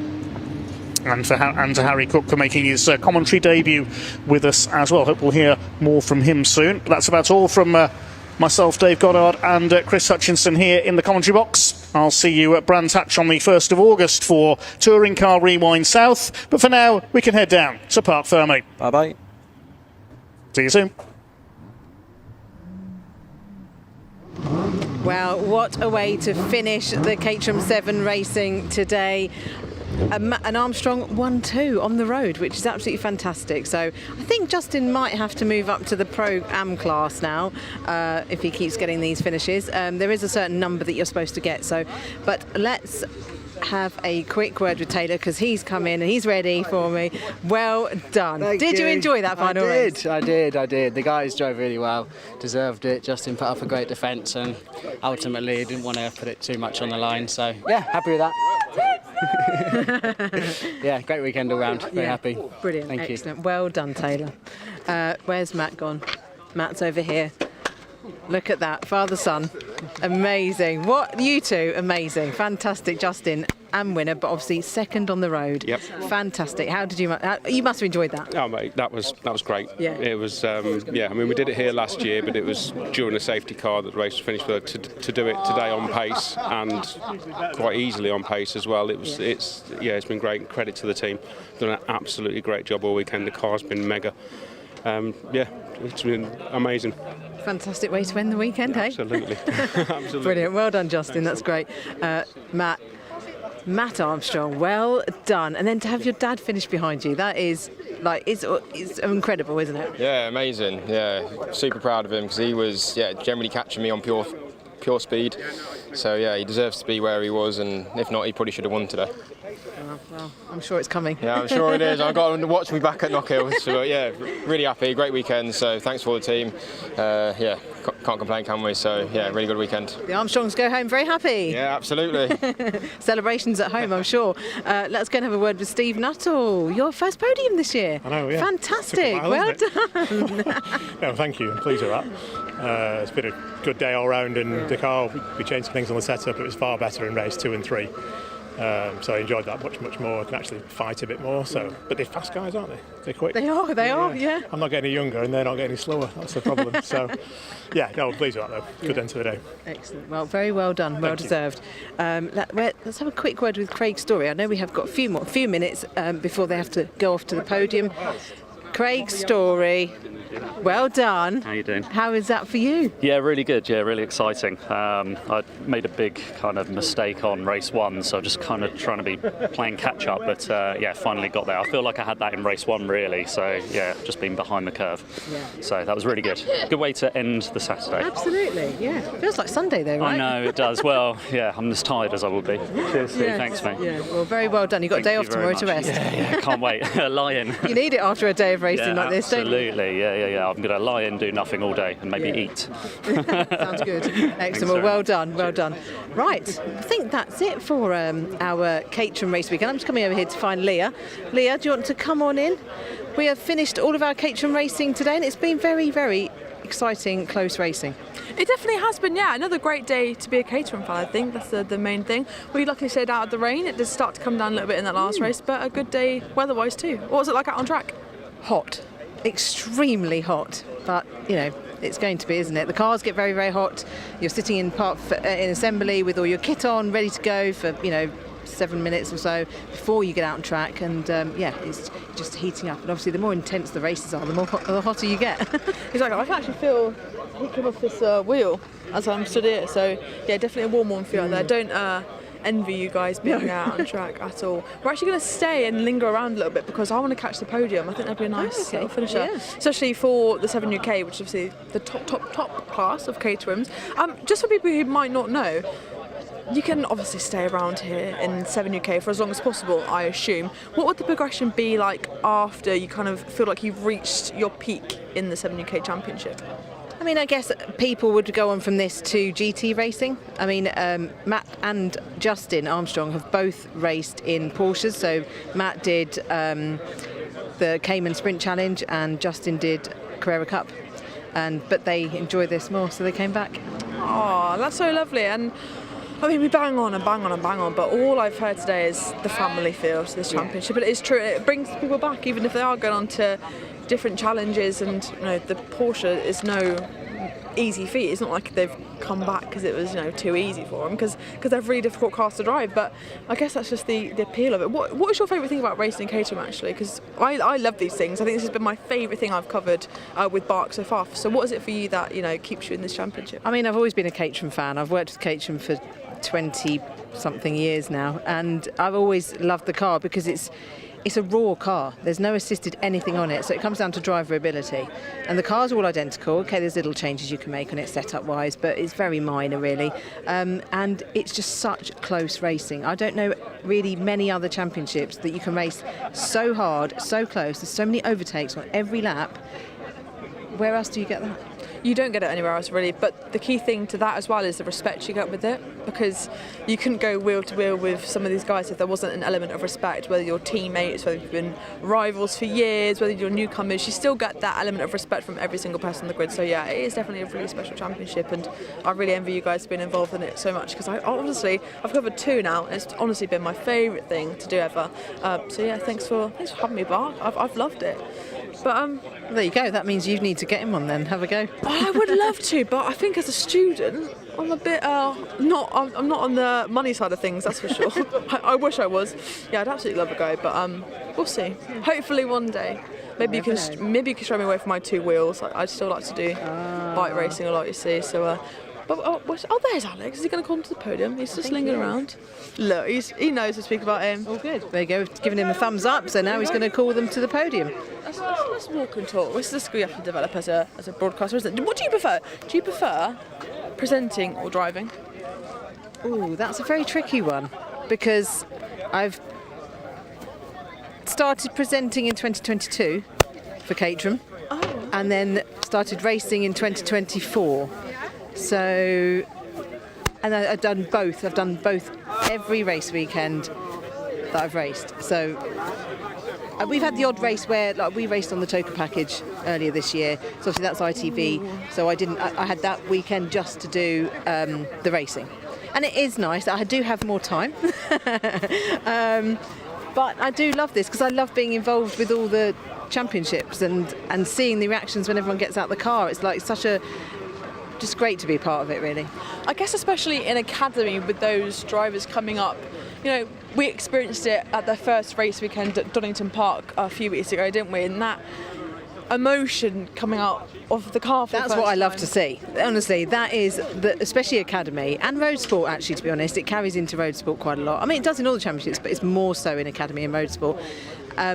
Because they are on this journey. They've only just started this journey together, and it's, you know, everyone's congratulating each other, and it doesn't matter where you fit, you know, where you are on the grid. There's always someone to race with, so you can always have a good battle, even if you're at the back, you know, and you haven't quite got the same experience as some people at the front. You can always have a good battle with somebody. Definitely, like you say, wherever you are, no matter who you're racing with, there's always respect and there's always close battles. I think we're going to get Alex presenting the podium now. Yes. If we just get, we'll just put the mic move on over. him. We'll put the microphone on him, but we'll move over this way a little bit because let the crowd come through. Oh, is there more people? Oh, You go ahead. just being told by the marshal that is there more cars coming through? Yes, more cars. So we just have to watch some cars coming from there. The marshals coming off from different parts of the circuit. Oh, more cars are moving. We've got cars going everywhere. Cars. No pressure on you reversing. Oh, see, he's fine. He's got that. And it's so nice to see everyone like turn out for the podium, because easily if you've had a bad race you can go, well, sulk off, I don't want to watch this, but everyone's here, everyone's supporting each other. It's just so unique. It's such a special championship to be involved in. Alex, short time to shine. Here at Oulton Park, we're going to start with our AM podium. Can we have a big round of applause for Tom Eden in P3? Thank you. Cheers. Well done, Tom. Thank you. You're going to record me doing all the shouting now, aren't you, Sam? I am. As well. In second place, Craig Story. Cheers. Thank you. Well done, mate.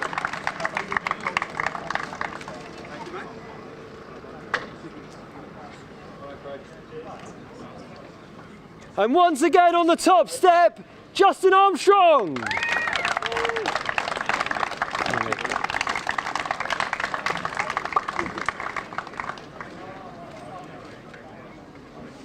Justin, please.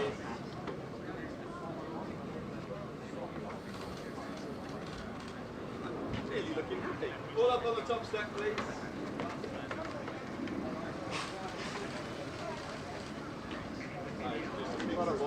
Cheers, well done.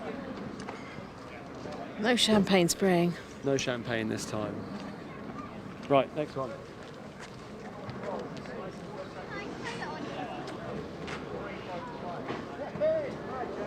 I think Alex needs a glamorous assistant for that. Leah, you should be up there putting the trophies on the podium. I was just going to say that. For those who don't know, this is Alex Reed, and he's the head of motorsport at Caterham, doing it all himself. It's not just a one-man show, though, is it? There's so much support he gets behind the scenes from all different kind of people, isn't it? But he is the star. He's doing it all. Okay, over to Pro-Am. In third place, big round of applause for Stephen Nuttall.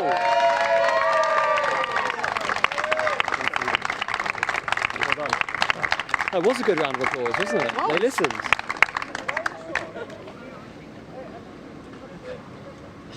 Trophy up, please, Steve. Big round of doers.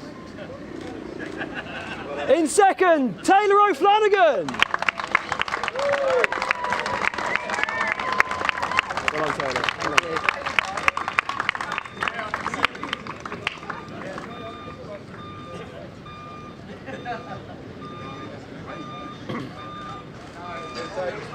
And completing an overall Armstrong 1-2 in first, Matt Armstrong.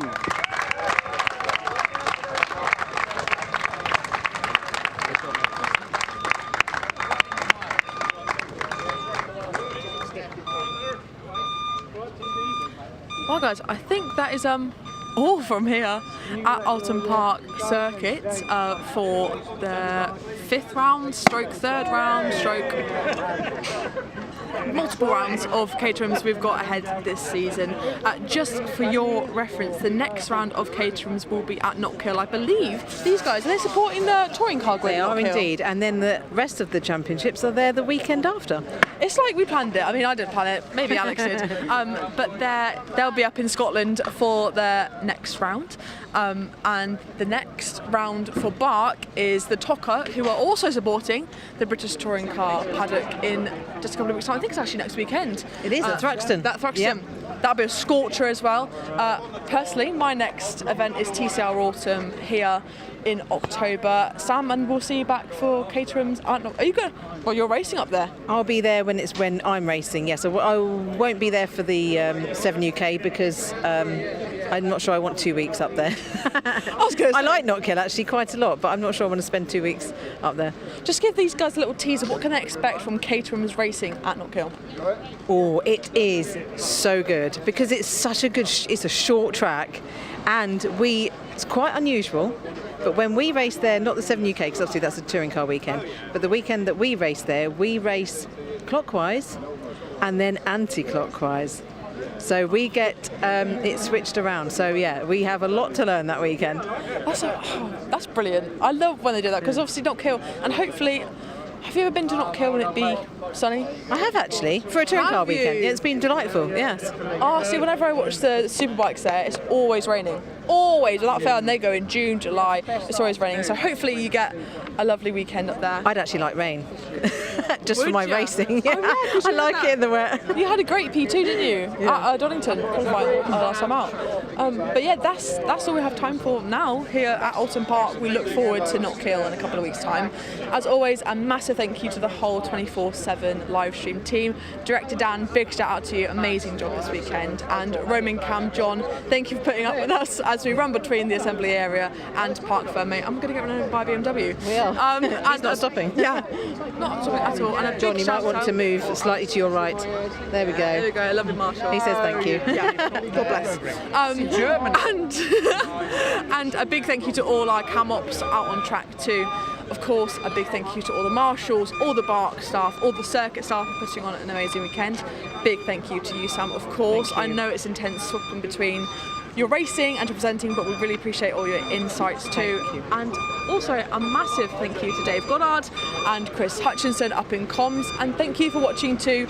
We'll be back with BARC at Tocker next weekend, but Caterhams will see you at Knockhill in a couple of weeks' time. Thank you for watching. Thank you.